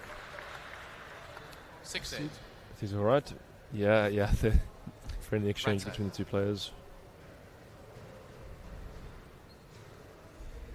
So 6-8. Yep, and that's a great weighted shot there on the volley. 7-8. Both players representing Dunlop, different Yes. style frames. Yeah. What is your personal preference for quite a while? Has been teardrop, isn't it? No, I play with the one that Emil is playing with. That 8 one. all. Yeah. The kind of one that Ali Farag used to play with, the Right. 128. It's a head-heavy one, but because of how wristy my swing is, it actually works out quite well. 9-8. But the more round shape that we see Petty used. That's, I think, the one that Diego Elias uses. Right. That's a lovely racket as well. I've actually been curious to have a hit with it at some point. There used to be that green one that Gregory Gaultier used. Right, the Elite. And that goes all the way back to the infamous Hot Melt Pro. No. There's someone in my club, Aidan Finley, who has one. I hit with it the other day, and it still feels magnificent. I think I might have one in the attic somewhere as well. I don't know why they stopped making those, man. Those matte black and white. The Jonathan Power, yeah. Yeah. Great counter drop by Betty Hatzfeld. He has a game ball for this close third. Game ball.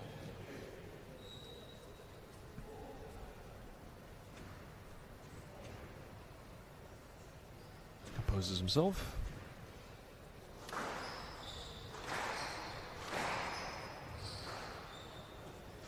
Down. Oh, and just didn't move his legs. And now 10 all. Well, it's going to cost him to fight it out in the tie-break. Yeah.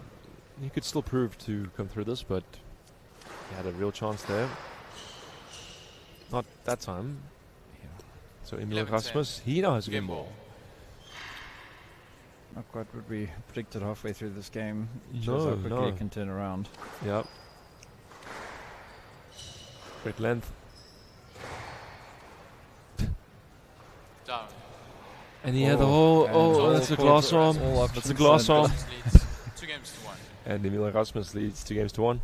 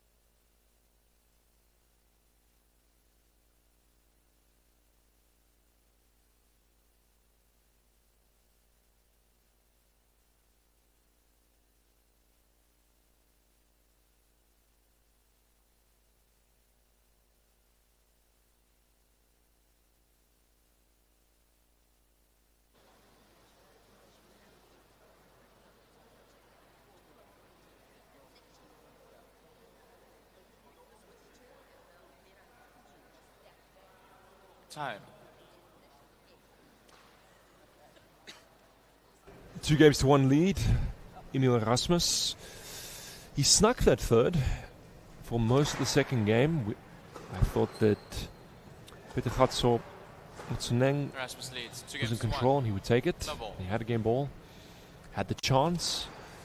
And then right at the end he missed the open court. But he has to reset now. That's in the past. There's no point in loitering over it. It's another opportunity for him in this fourth. Oh, that's a lovely drop from him there, and that's exactly what we need, or he will want to see more of, to re-establish his hold over this match and take this to a deciding game. Down. 2-1. What is your prediction here? I think we both know what my prediction is. Why do you ask questions to which you already know the answers? Yeah, I'm going to firmly keep the production team out of my eyesight, but I think this will go to 5. Producing your predictions, producing a wry smile or two.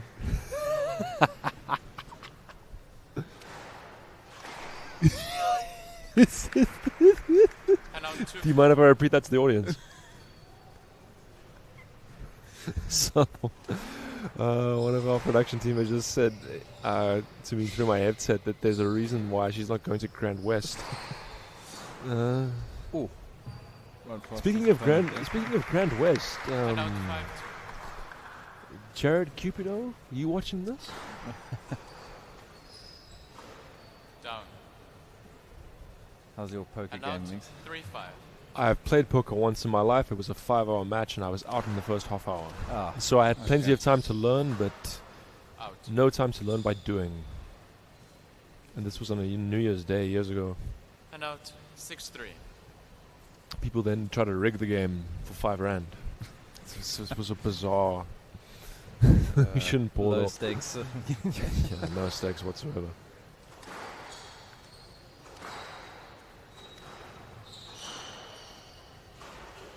That's a nice post, and the drop. Oh, that's a great straight lob. Oh wow! This is the rally of the match. Nope. He's going to query the pickup, but nope. Definitely got that one. Neither of these two players looks to be too demonstrative to me, or they get too sulky or surly. No. They both appear to just get on with it. 5-6. 5-6. Emil Erasmus is back in this. What he needed is 2 points in a row to stop the runaway train, but then And out 7-5. Speaking of the runaway train,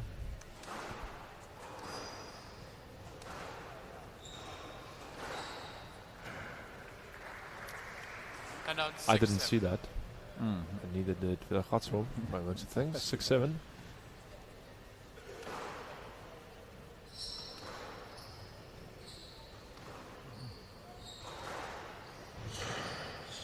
Big move, big lunge again. Chance.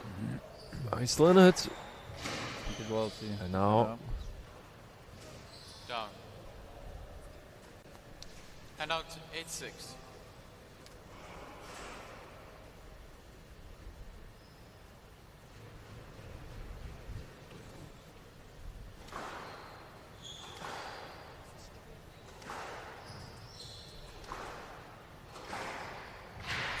It's a nice kill by the Joburg player.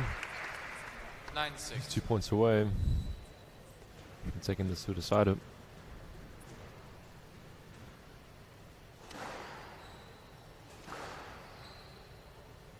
Yes, let. Guess yes, let. 9-6. No complaints, just getting on with business. It's a wise decision at this point.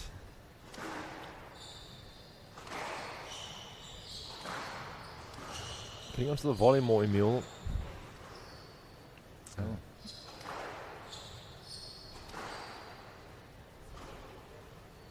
That's a great post. Yeah, great timing.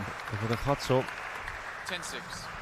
He has 4 game balls to equalize.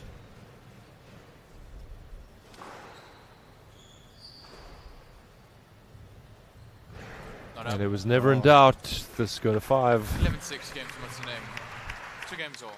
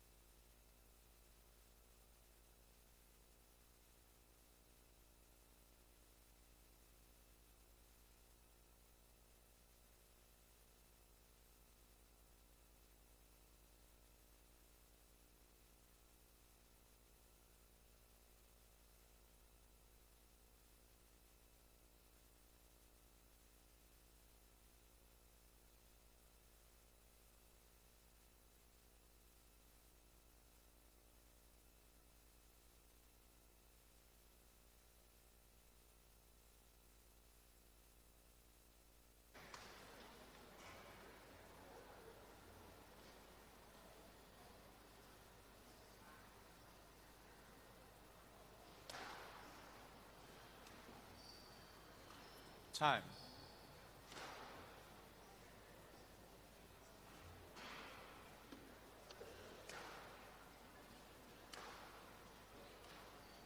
Two games all, Martinenk to serve. Love all. 2 games all. This will be the final game of the under-15s for today. Nothing more. And both these boys, they'll leave it all out there, I have no doubts. Into the tin. 2 love. 2 love. Let's start by Peter Hatzo. Emil Erasmus. Finding himself behind his opponent. Down. Audacious triple burst. It probably would have been a winner, but in the world of these juniors, why play a simple straight drop when you can do something extravagant? I do predict the appearance of a reverse angle at some point during this game.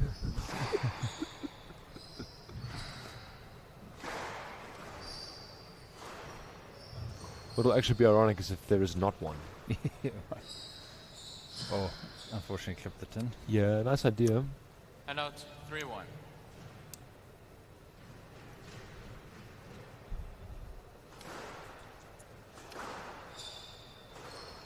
Oh, that's nice. Clever shot also against a taller player because you make them with the slow first step out into this. No, where did that go? Just fell out the back of the net, I think. Yeah. Oh, it came all the way up here. Oh. Yes. And, we see Craig van der Vat up here with 2 guests. They were kind enough to retrieve the ball.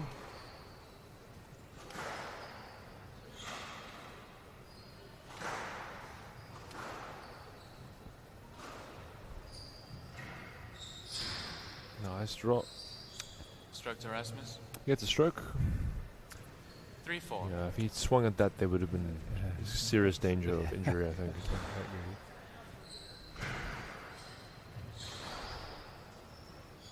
Cross drop. Flick. Post. Flick. Ooh. Chance. Go straight. Ooh. Straight. Down. Oh, and he's... That was probably a miss it. Yeah, I think so. If he had gone for the cross neck there, well, I wasn't far away. For being something utterly outrageous, but 5-3 to the young man from Kez.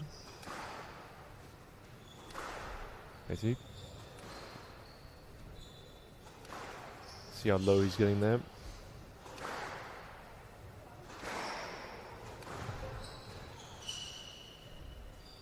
Down. He's made that mistake before. The open court was to the right. Still mid-game in any man's game. We've got to be careful about unforced errors here.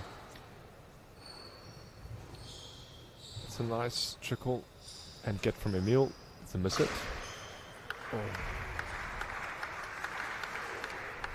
And out 6-4. 6-4.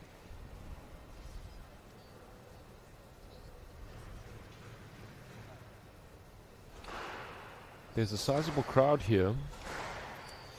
So these 2 boys are getting the chance to play on the glass in front of a very live audience. Right, and that's one of the benefits of this great Absolutely, mix-up between yeah. the juniors Yeah, and the seniors. I think I'm really pleased with that. I think it's great exposure, especially for the youngest group of players, because they now get to they don't do under 13 nationals or under 11. Yeah. They get to see the best of senior squash that South Africa has to offer. And that it was a bit like when the senior IPTs used to have internationals. Right. Just the exposure that you would get, seeing the level and how inspiring that was. And then, yeah, that's a story for another day. And I think also the nice introduction to pressure of playing in front of a crowd, it obviously changes the dynamics. Oh, for sure, yeah. As the locals here like to say, the prezo. The prezo. It's something completely different to playing in a practice match. Oh, fortunate rounds there. And I think even the feeling of playing on a traditional court in front of a crowd versus playing on a glass court in front of a crowd is also different. Right. Theatre to it. Down. Oh, yes, it's And out 7-8. Well, down to the wire here, and only 1 point. The benefit of having glass courts is you can actually put them in theatres, like they've done in Nantes and Nice, I think, as well. This looks amazing. That's a nice length there by Petty, and he's 2 points away from the win. They keep going for it. There's the volley.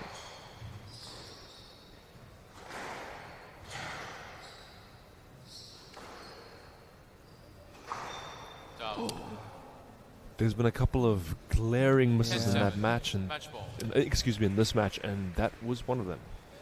By Emil.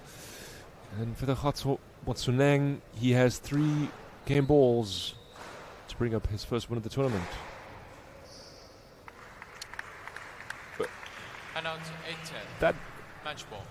I'm honestly not quite sure what happened there. That is unreal. We're both speechless here in the commentary box. Oh, wow. No, that's a great rally. Wow, fantastic gets. This is great stuff for Emil Rasmus. The last two, I don't know how much he knew about the previous shot, but that rally was intentional. Yeah, absolutely. Just shows what they're capable of and what we have to look forward to as they improve. Big cross court. And he finds the winner. Phenomenal. And we go to a tie-break. 2 points. Well.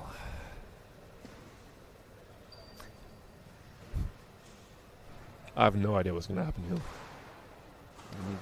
Oh. That's a great... And what a turnaround for Emil here. Yeah, and this time Emil Rasmus, he serves with a match ball. Good serve. The boast. Very risky. And the cross-court winner. And out 11-all. Appreciated by the crowd. 11-all.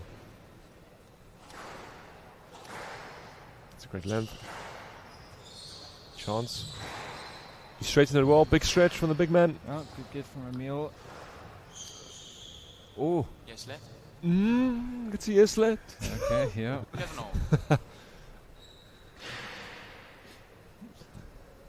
11-all. Chance. Down. Oh. Somewhere Daniel 12-11. Thompson Match ball. is watching this. He may be gone out of the sport for years, but his shadow yet lingers. No one was going to get that reference, but a match ball again. Hatsu Motsuneng. Oh, it's a great lob by Emil. Down. Wow. And on we go. On the edge of our seats here, tall ball. Yeah, tension mounting. See the big match temperament here. Great length. Yeah, that's a great shot. And out 13-12. Another game ball. Match ball. The Jogo player.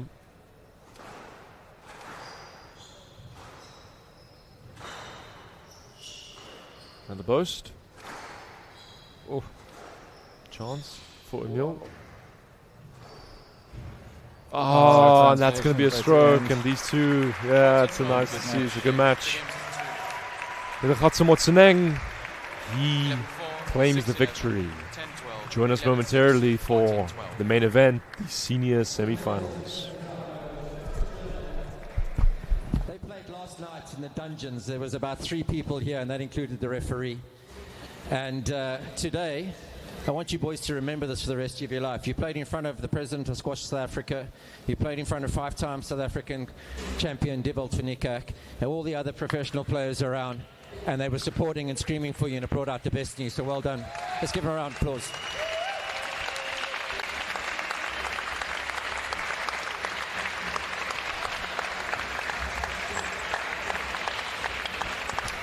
Right. We move on to the main events, the semi-finals of the Senior National Growthpoint Championships right here at the beautiful Makers Landing in the city of Cape Town. I'm going to call our first 2 lady semi-finalists onto court. Please give them a rousing welcome. First and foremost, she describes herself in 3 words as a daughter of Christ. And she says her greatest memory is representing South Africa on the international stage as to what she's achieved in the game so far. Her aspirations with regards to squash are to break into the top 100 of the PSA by the end of the year, represent SA at the 2026 World Team Championships in South Korea, and grow women's squash in the country, and lastly but not least, to win Jarvis Kaplan Cup with her IP team, Northerns. She's coached by Liz McKenzie. She represents Northerns. Please welcome Helena Hudson.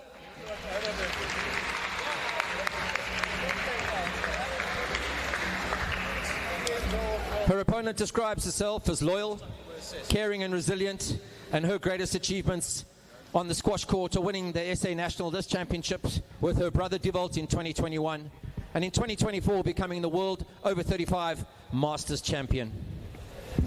She plays out of Lawn Park. She represents SACD, and she says her aspirations with regards to squash, she says, as a mother of 4, I just want to enjoy squash and see how far and how long I can push my body. Please welcome Lyselle Miller. Oh.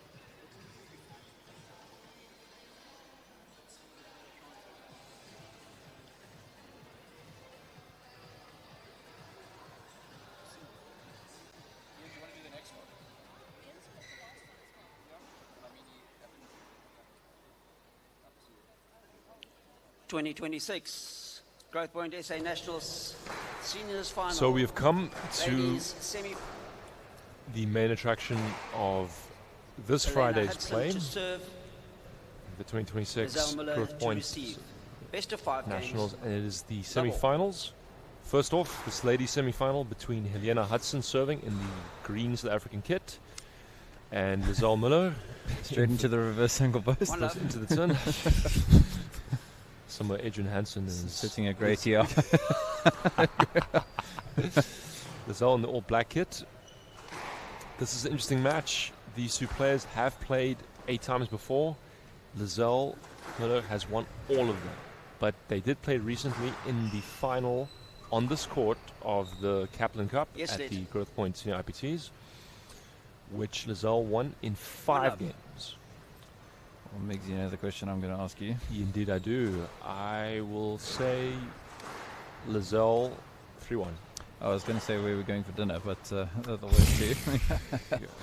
I'm sure that was what you were going to ask, but that's my prediction. Okay. What about you? Now it's going to sound like I'm parroting, but I actually was thinking the same thing. Rizal's coming with laser focus. Okay. There's no need for the two of us to be contrarian, I suppose. That works better with other commentators, but Down. yeah. And out 2-all. 2-all. This is refereed by Ian Harvey. And in case any of the viewers wondering, there is no video ref. We do not have. We'll be sure to share our opinions, but they won't count. They won't. Yours perhaps has a bit more weight than mine, considering your expertise with refereeing. 3-2. Rizal Miller, of course, is a former champion. She won this in 2021. It's one of the most special of her squash memories because she won on the same day as her brother Dierwold won his first of his now 5 titles. She will be very keen to repeat history. Absolutely. Yeah. Helena Hudson, on the other hand, Northern's player, she has not been to the final of this event. Well, she will be really working hard to earn her way in there.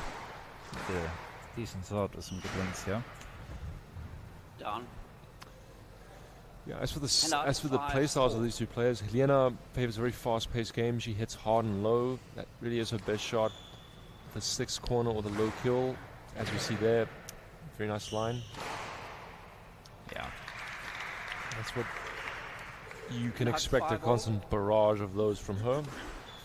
I mean, she's comfortable and in a rhythm. She's quite difficult to break out of that rhythm, but Down. Rizal will be looking to try and change it up a little bit. Yeah, Rizal, even though I would say 6-5. she's not necessarily a player known for hitting extravagant nicks, she does have good variety in the game. She has excellent experience. She's the most experienced player in this draw. 6-5. And she's clever tactically and just a fantastic competitor too. She's hard to beat. You have to beat her. Yeah, she shows up looking to win every match she plays. Absolutely, and, yeah. You'd like to think that's the case for everyone, but not always quite with the same intensity. And see there, that was nice there. The volley lob by Rizal created space, and that started the sequence of events that led to her winning the rally. 7-5. She also anticipates it going short and moves in nice and quickly for that cross-court kill. That's nice. Yep.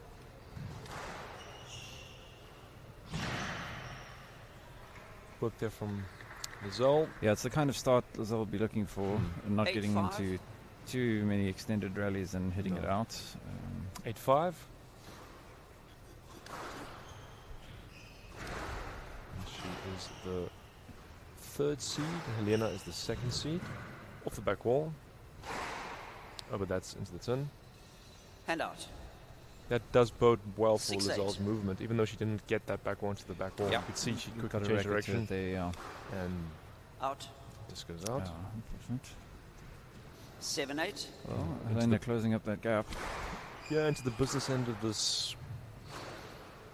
Oh, that's a great post.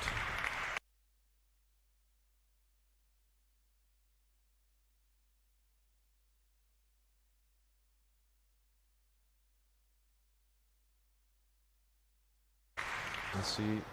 Oh, that's great stuff. That's great work from Helena. Yep. She's, 9-8. settling into some confidence here. Confident stuff. Right. Everyone's player. And just out of court. Great response by 10-8. Vienna. Game ball.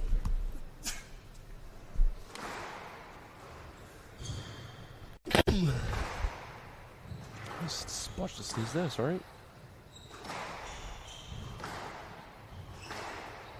And she's found the winner, Daniela Hudson.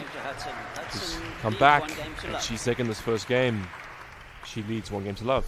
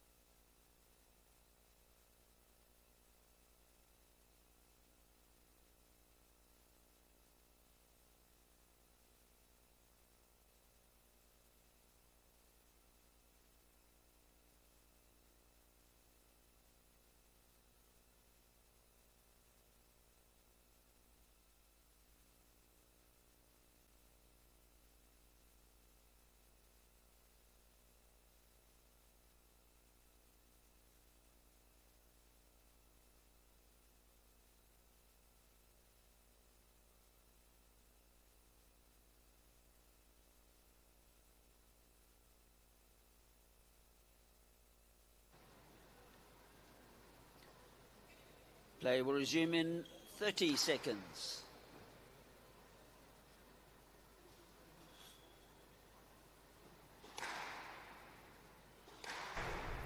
Interesting first game there, Alex. Lizelle Miller, it was close, but looked in seconds. control. And then Helena Hudson turned it around with some spectacular winners. Time. Yeah, and Hudson needs 1 game to love. Helena's Double. hard hitting, definitely keeping the ball warm in these cold conditions. Well, two commentators looking like Scandinavians with our winter wear on. It is winter, still winter season in Cape Town, so despite the sunny day that we had. That's nice from Lizelle, just throwing up there.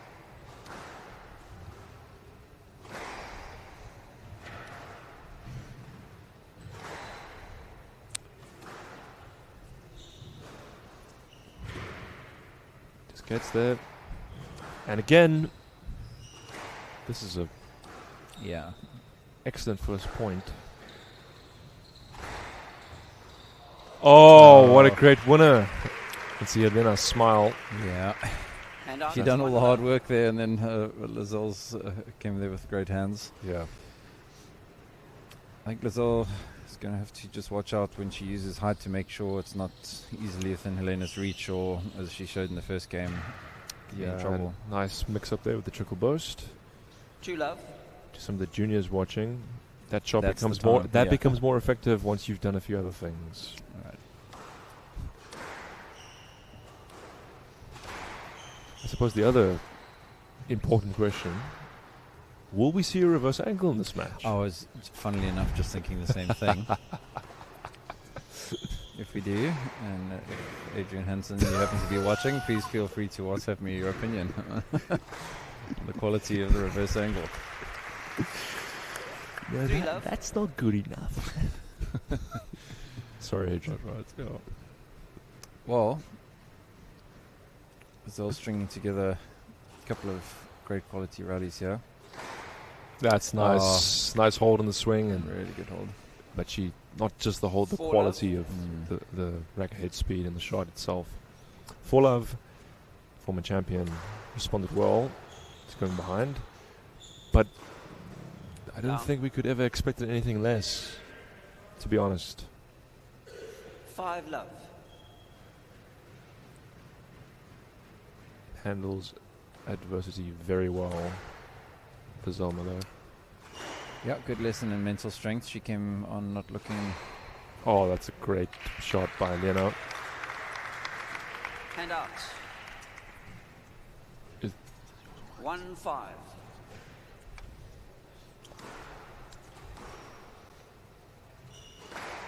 Yep, and that's her bread and butter there. 2-5. So I was saying she can't afford to give Helena space and time. It's a bit of a change-up, but it worked. Hand out. 6-2. 6-2.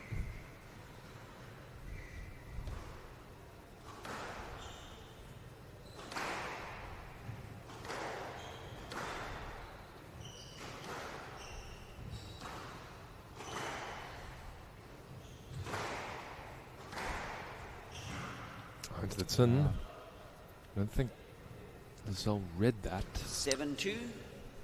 Don't think so either. Oh, thunderous. Hand out. 3-7. That return also on this court works exceptionally well. Saw it in the under. The highlight. Somebody cued the highlight reel for the past 2 points. Yeah, that's really great. 8-3.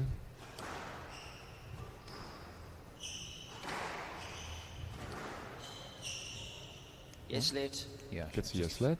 Not sure where her opponent 8-3. was.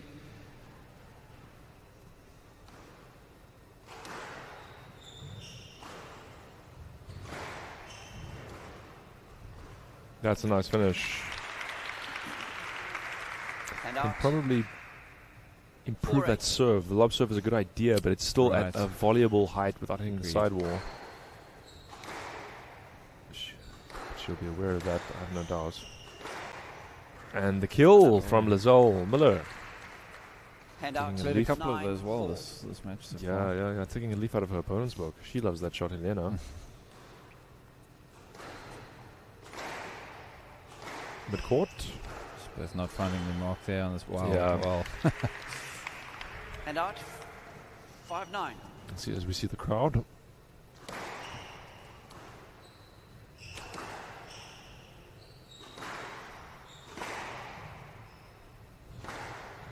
Read it.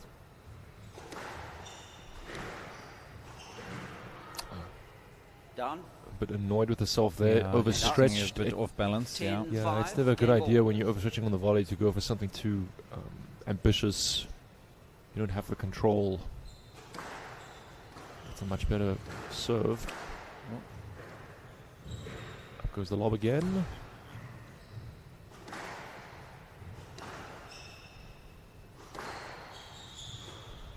Loose post. And the triple to finish it off. And former champion Lizelle Miller, she's evened things up, 1 game apiece.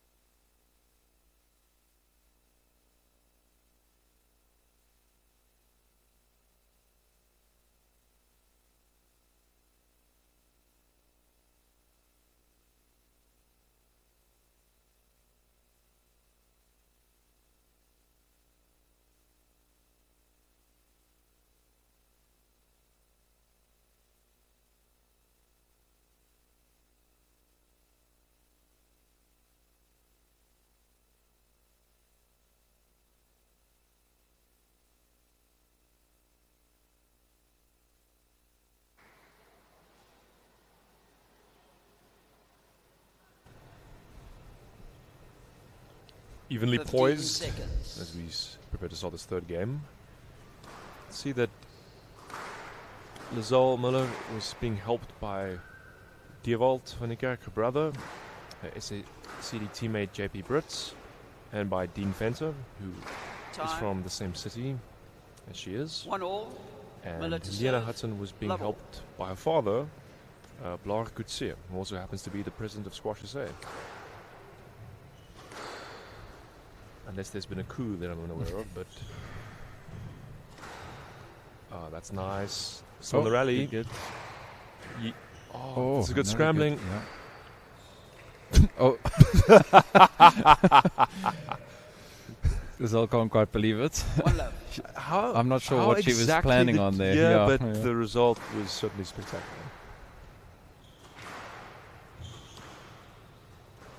I think we should have clipping for accidental shot of the day as well. You can have a highlight reel, a low light reel, and then the unexpected. Yeah.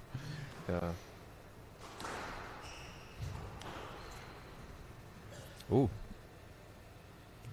Yeah. Yes, led. Harvey was thinking about a I think he was thinking about a no-let. Definitely thinking about a no-let. Yeah. Lazelle was on the other half of the court already, so Helena just starting to get concerned with the pause there.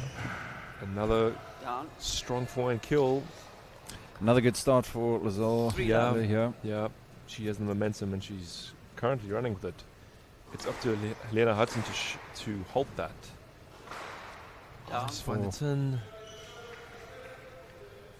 These are the kinds of errors, she can't afford. Helena's going to need to find some opportunities to impose her own pace.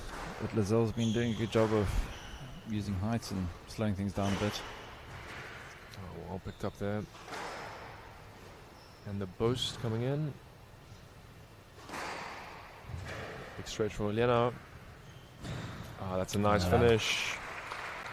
A lot of great touch from Lazelle so far in this match, and yeah, that was a great rally from the former champion because she defended when she needed to. She used racket work and experience, and then slowly outmaneuvered her younger opponent. But that time she misses. Hand out. 1-5. So 1-5. Important for Helena Hudson to get onto the scoreboard there. That time it worked. Hand out 6-1. Post off the serve.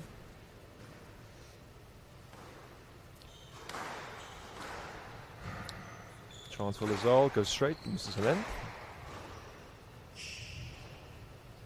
Read that trickle so quickly. And now another cross, and that's the winner. Lazelle Miller is flying 7-1 at this stage of the match.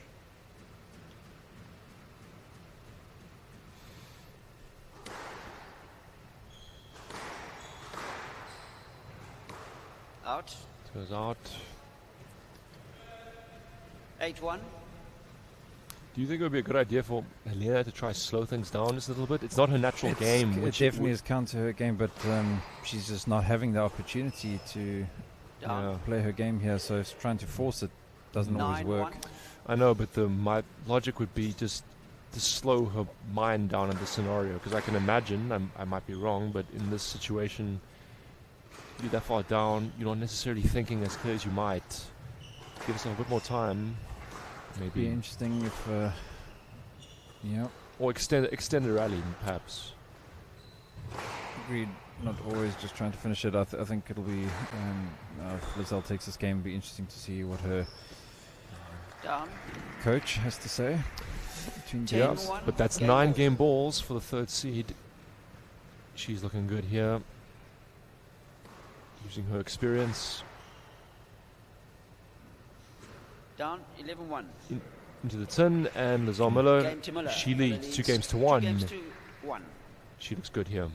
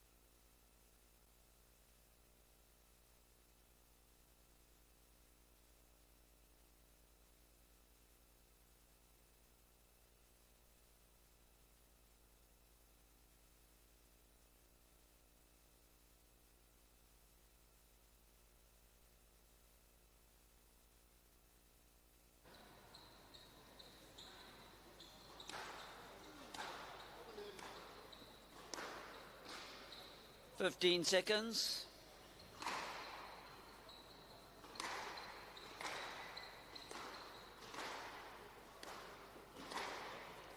Time. Miller leads 2 games to 1. Third seed Level. and former champion Lizelle Miller serves at 2 games to 1 up. Very impressive second and third game from her. It's now up to second seed Helena Hudson. Some great games there. One of the biggest rallies of the match. And Helena needs that type of point to just get herself going again. Absolutely, especially in these early points of the game. Every point is going to be part of setting the trajectory for things. That stays in. Wow. Tight. Up goes the volley lob. That's a great idea. Just missed it. True love. So, Molden's number 1. She's Down. Oh, not the start Lizelle would have been hoping for. Yeah, here. you can see, even in her calm way, she not happy with herself there. Out. Out. And on the board. Hand out. 1-3. 1-3.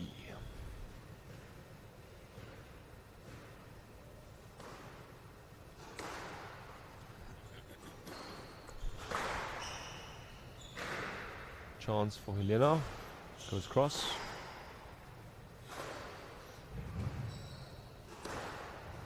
That's great movement by Lizelle Miller. And the finish followed it up. 2-3. Good footwork to get herself in position there. And to fetch the post and to recover, yeah.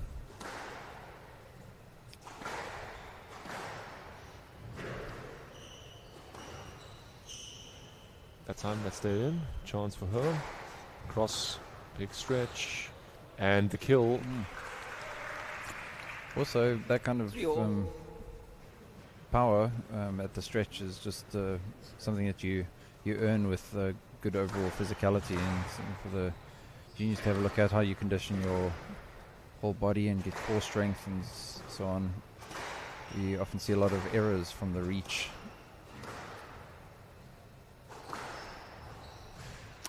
That time a bit overstretched. Hand out. I feel Helena needed that rally just to put her at ease.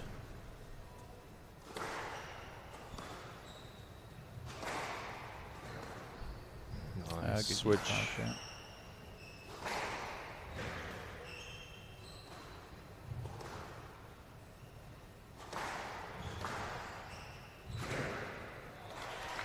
Better pressure there on the length and the width.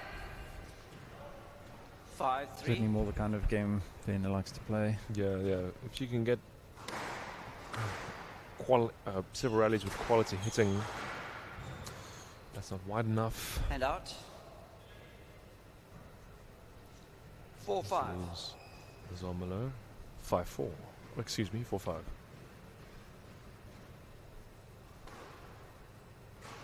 Good serve. And that is a beauty. Wonderful touch. Into the neck. 5-all.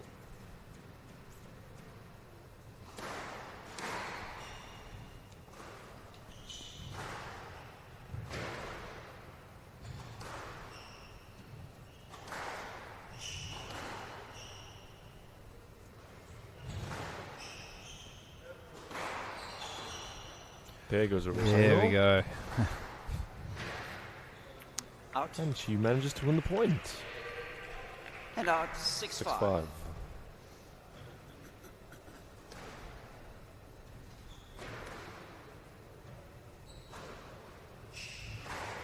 Nice cross. Look at that width. Excellent stuff. And out. 6-all. Well, crucial point in the middle of this game. Yeah, we're edging towards the later stage of this game.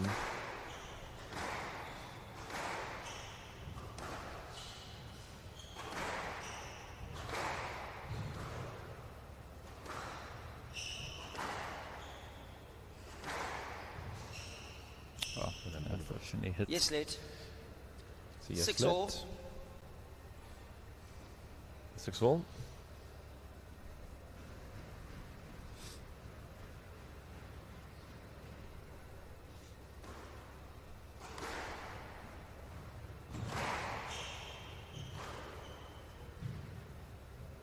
Lovely finish there by Helena Hudson. And out.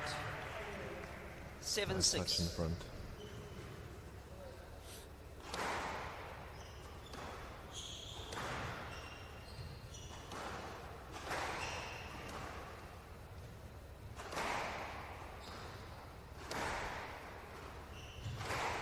Much more what Helena's wanting to be doing here. Yeah, she just has to be a bit careful that her accuracy isn't sacrificed for the power of her hitting, because then 8-6. she will give her opponent chances to pick her off in short. But she has the 2-point cushion here. Found the winner. 9-6. 9-6. 2 points away from going to a fifth. Let's see, what does this next point have in store? Loose. Out. Somehow that stayed in.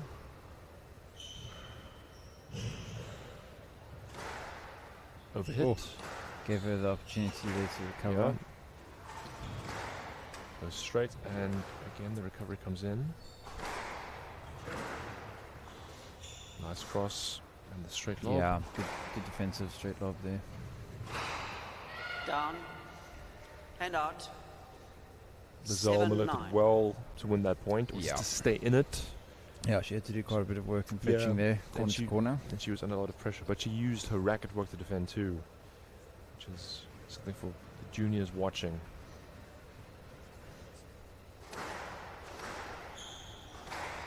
Loose. Oh, is that a glass on? Potentially expensive mistake there. 8-9. The tension mounting. 8-9.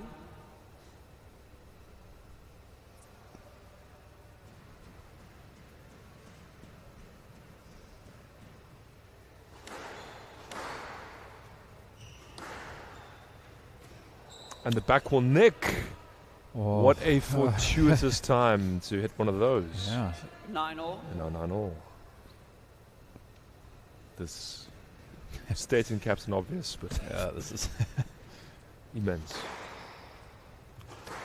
Variation on serve there. Chance for Elena.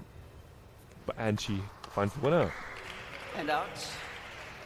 Okay. 10-9. Game ball. Game Chance here ball. for Helena to Yeah, even take it it up to to 5. 2-all. Nice straight lines. In goes the burst. Intercept.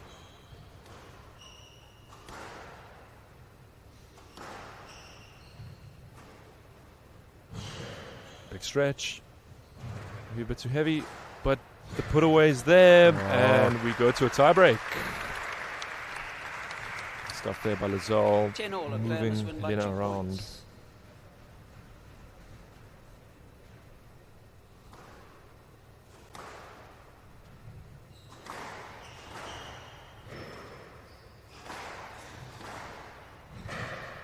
Chance for Lazal. And she makes the wrong choice. And out. Yeah.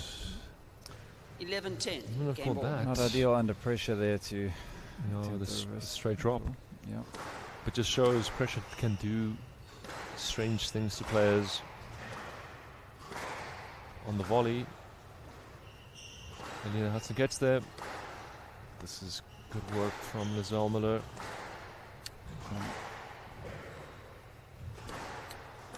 Good shot choices Oh, that's from both nice. players. Yes, wow, that's excellent work. Yeah, and you can hear the yeah the screech there from the third seed, former champion. And out. Great composure under 11 pressure there in all. that rally. You can see how well she weighted that volley, especially. Mhm. She didn't try to hit that ball as hard as she could. She knew you can use the pace. You have to die. 11-all. In goes the Down. Armiton. And Lazelle Miller 12-11. has a match ball. ball to go into another Nationals final. You said that she'd won a previous Nationals final. How many finals has she participated in? Do you know? I haven't checked.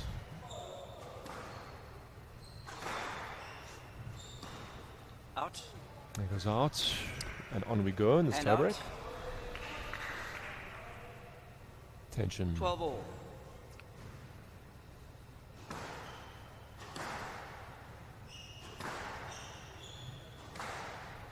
That's a nice crossword chance.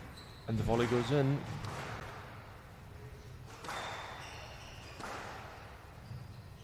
Switches it. Oh. Clever shot there by Lizomela. 13-12, match ball. 13-12, another match ball. Second time. Up goes the lob. Chance. Goes deep. Is she going to get it? Desperate lunge for Helena. Another chance. Again. And the chance is there. Oh, wow. Oh, unbelievable recovery. Great recovery there from Helena Hudson. And out. 13-all.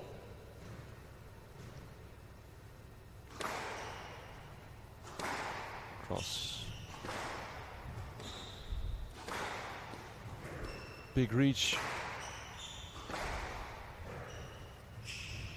Ambitious. Oh, that's a clever shot. Very, very good. Oh, that was not a clever shot. Yeah. Just not a full swing in there either. Just a half bit, attempt. a bit speculative, which at such a big stage of the match you cannot afford. 14-13, and a game ball for Helena.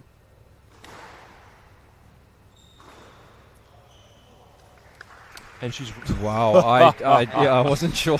I applauded there because that took guts. Totally, that took a lot of guts. 14-all, on we go.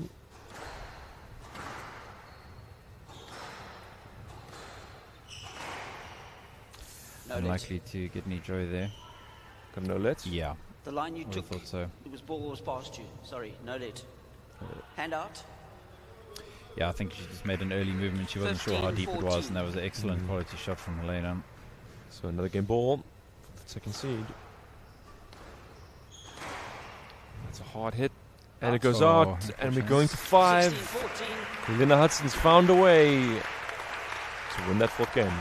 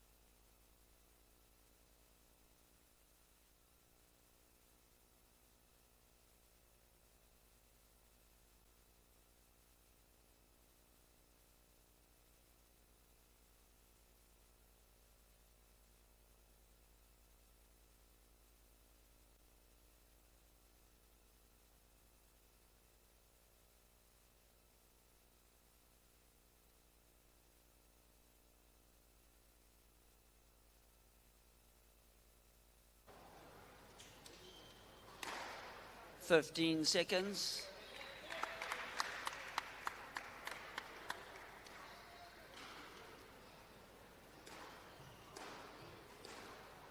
Time.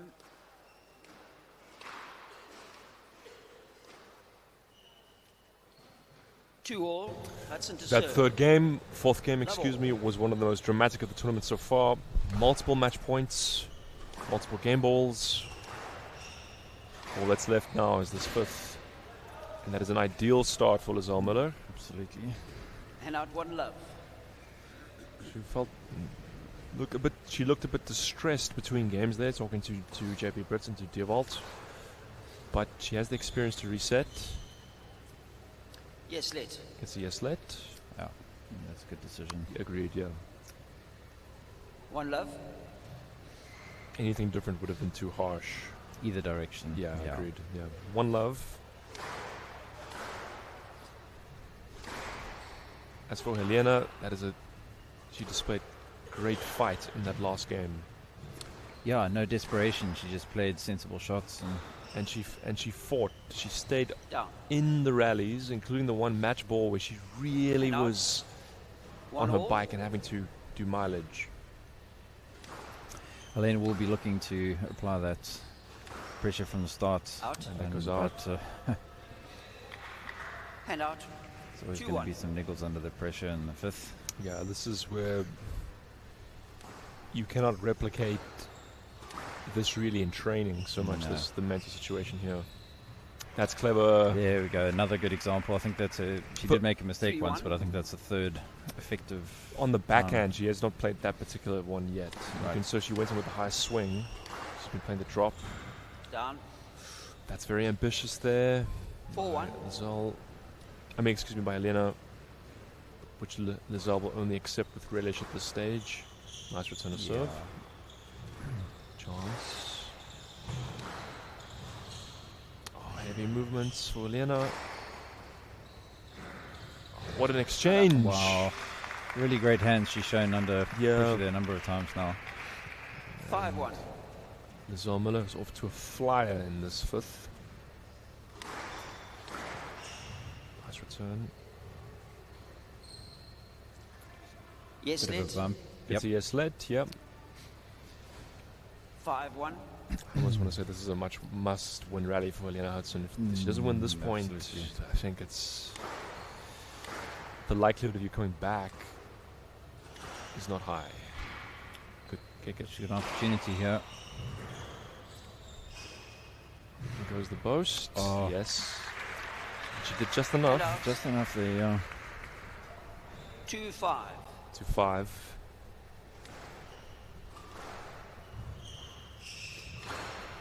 Wide cross court chance for Lizal, goes cross, and the winner. But that was set up by the previous shot. She knew that Helena would anticipate moving forward. Just went extra wide. Sign of a very experienced player.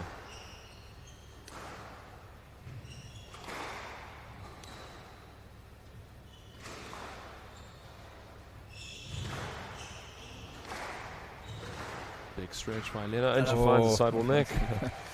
Needs a bit of fortune. All to play for here at 3-6. 3-6. 3-6.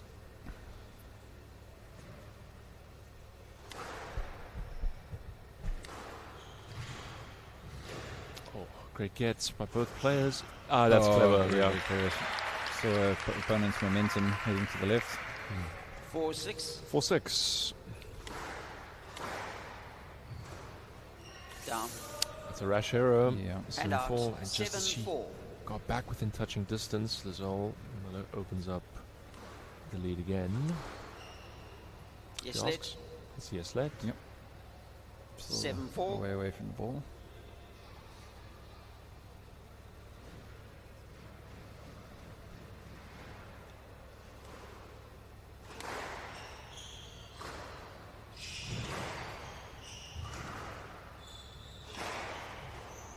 Goes the boast. Not up. That's a winner. That's the risk you take if you keep playing that six corner hard as 8-4. Helena does. You give your opponent a chance to use the pace and change direction, like Lizal did there with the boast. And the volley.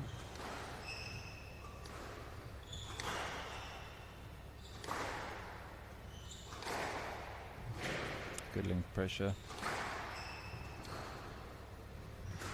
Change up, chance for Lizal. Oh, that's unfortunately experience. He runs into it. That's 9-4. experience. 9-4.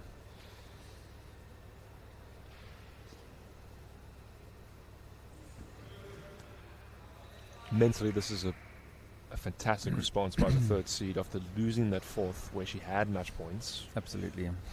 Shows her resilience, and she really has stuck to her plan here. Hand out. The unforced errors 5-9. aside. Yeah.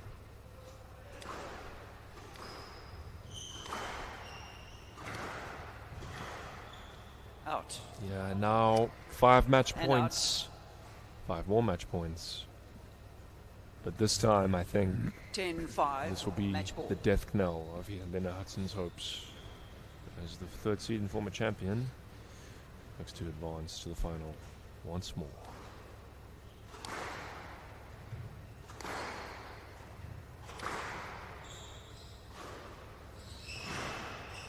Stroke to Muller.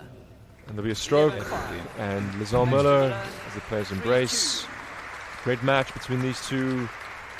She shows her fighting qualities, and she will contest for the title again tomorrow. 14-16, 11-5.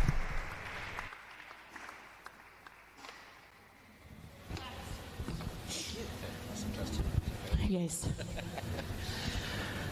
Lizelle, back in the final, that must have felt good. It felt very good. It was a hard match. Well played, Eliana. Yeah, it's fantastic. Give her a round of applause. Well done. Superb. Big fight there in the fourth. I'm sure you all enjoyed that. You were nervy in the beginning, in the first game. You got in the lead, and then she came back at you. She played really, really well. And then the second and third, I don't think you could have played more perfectly. You were moving like Usain Bolt. You were pushing up. Your touch was there. I think every single straight kill you hit from that forehand side was just smoked. Not even your brother would have got it back. And then what happened in the fourth? I don't know. I think I got excited because it was quite easy, and then I just started. My arm went all, and I couldn't get my follow through. But yeah, it happens, eh? And in the fifth game, once again, you demonstrated something which I hope all the juniors were watching, is that instead of hanging back and being defensive, you pushed further up on the tee, you shut her angles down, you got there because she was playing well, and then you dominated and created scoreline pressure. It was really well. Was that the plan? Was that the information? I saw you had all the boys around you there. Yeah, that was the information I was given. Just move in front of her because she does go short every single time, so I'm there, and then I can just play whatever. Well, listen, I think it's fantastic. I say this not lightly. With total respect, you're a mother of four. To be in the finals of a squash tournament, the SA Nationals, as prestigious as this, I think is phenomenal. Congratulations. Thank you. Lizelle Muller, everybody.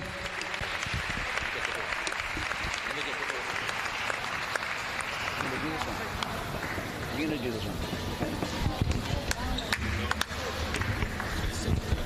one. Right, we move on to the second ladies semi-final.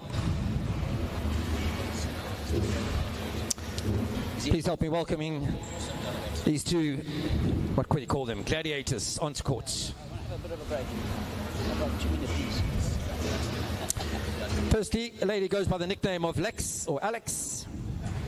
Her greatest achievement in the game of squash was making and representing South Africa in the Women's World Team Championships in Hong Kong in 2024. She just wants to enjoy squash and play the best she can for the rest of the time that she has left. She's been playing for SACD for the last 13 years at the Growthpoint Jarvis Kaplan Cup IPTs. As I said, she represents SACD. She plays out of Bryanston Sports Club. Please welcome Alexa Pienaar.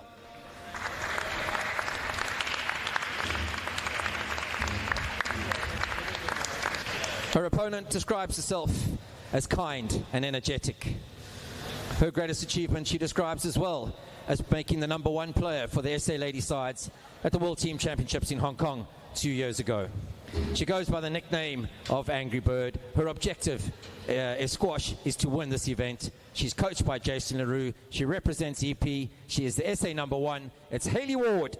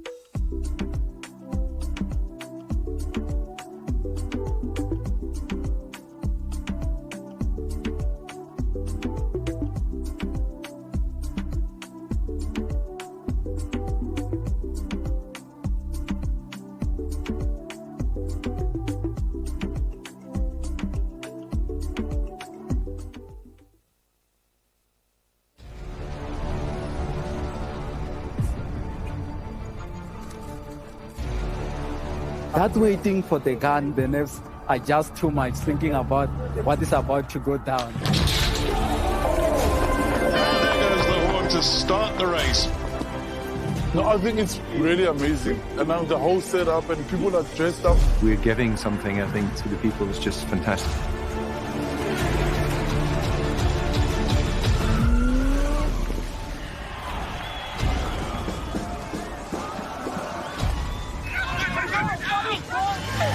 The support on the side of the road is second to none, and that gives you the extra oomph.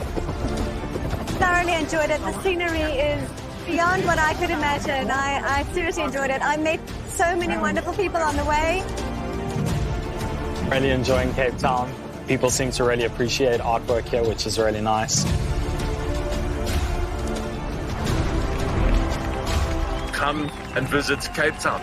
We are waiting for you with open arms. We welcome you here. This will remain a city of hope and opportunity for everyone, not just in Cape Town, but around the country and the world. And he takes the tape.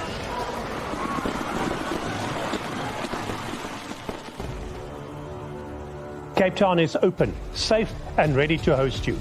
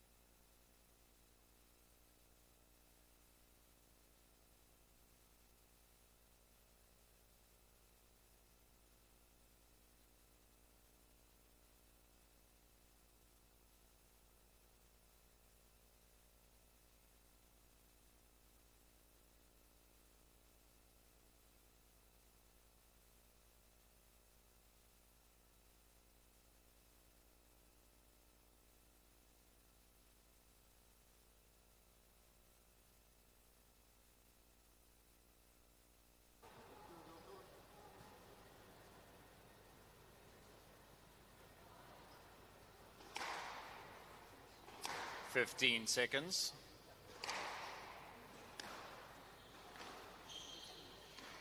"2026 Growthpoint SA National Senior Finals. Women's semi-final match. Second ladies semi-final is about to get underway, and we are all but ready. Haley Ward to receive. In it is Alexa Pinar serving in the black shirt, green skirt, and in the full black dress, Haley Ward, who's been the finalist in the last 2 years, losing finalist. These two players are actually staying together at this tournament. I think that's what Haley told me yesterday. They have stayed together before, as Alexa finds the tin. They will have to put friendship and camaraderie to the side as they now lock horns here. They've played a number of times over the years, at least 6 times. Alexa won their first meeting in 2019, but since then Haley has won all of them, all the others. They play very different styles of squash as well. Yes, let's. To love. From the left. Alexa does not hit the ball as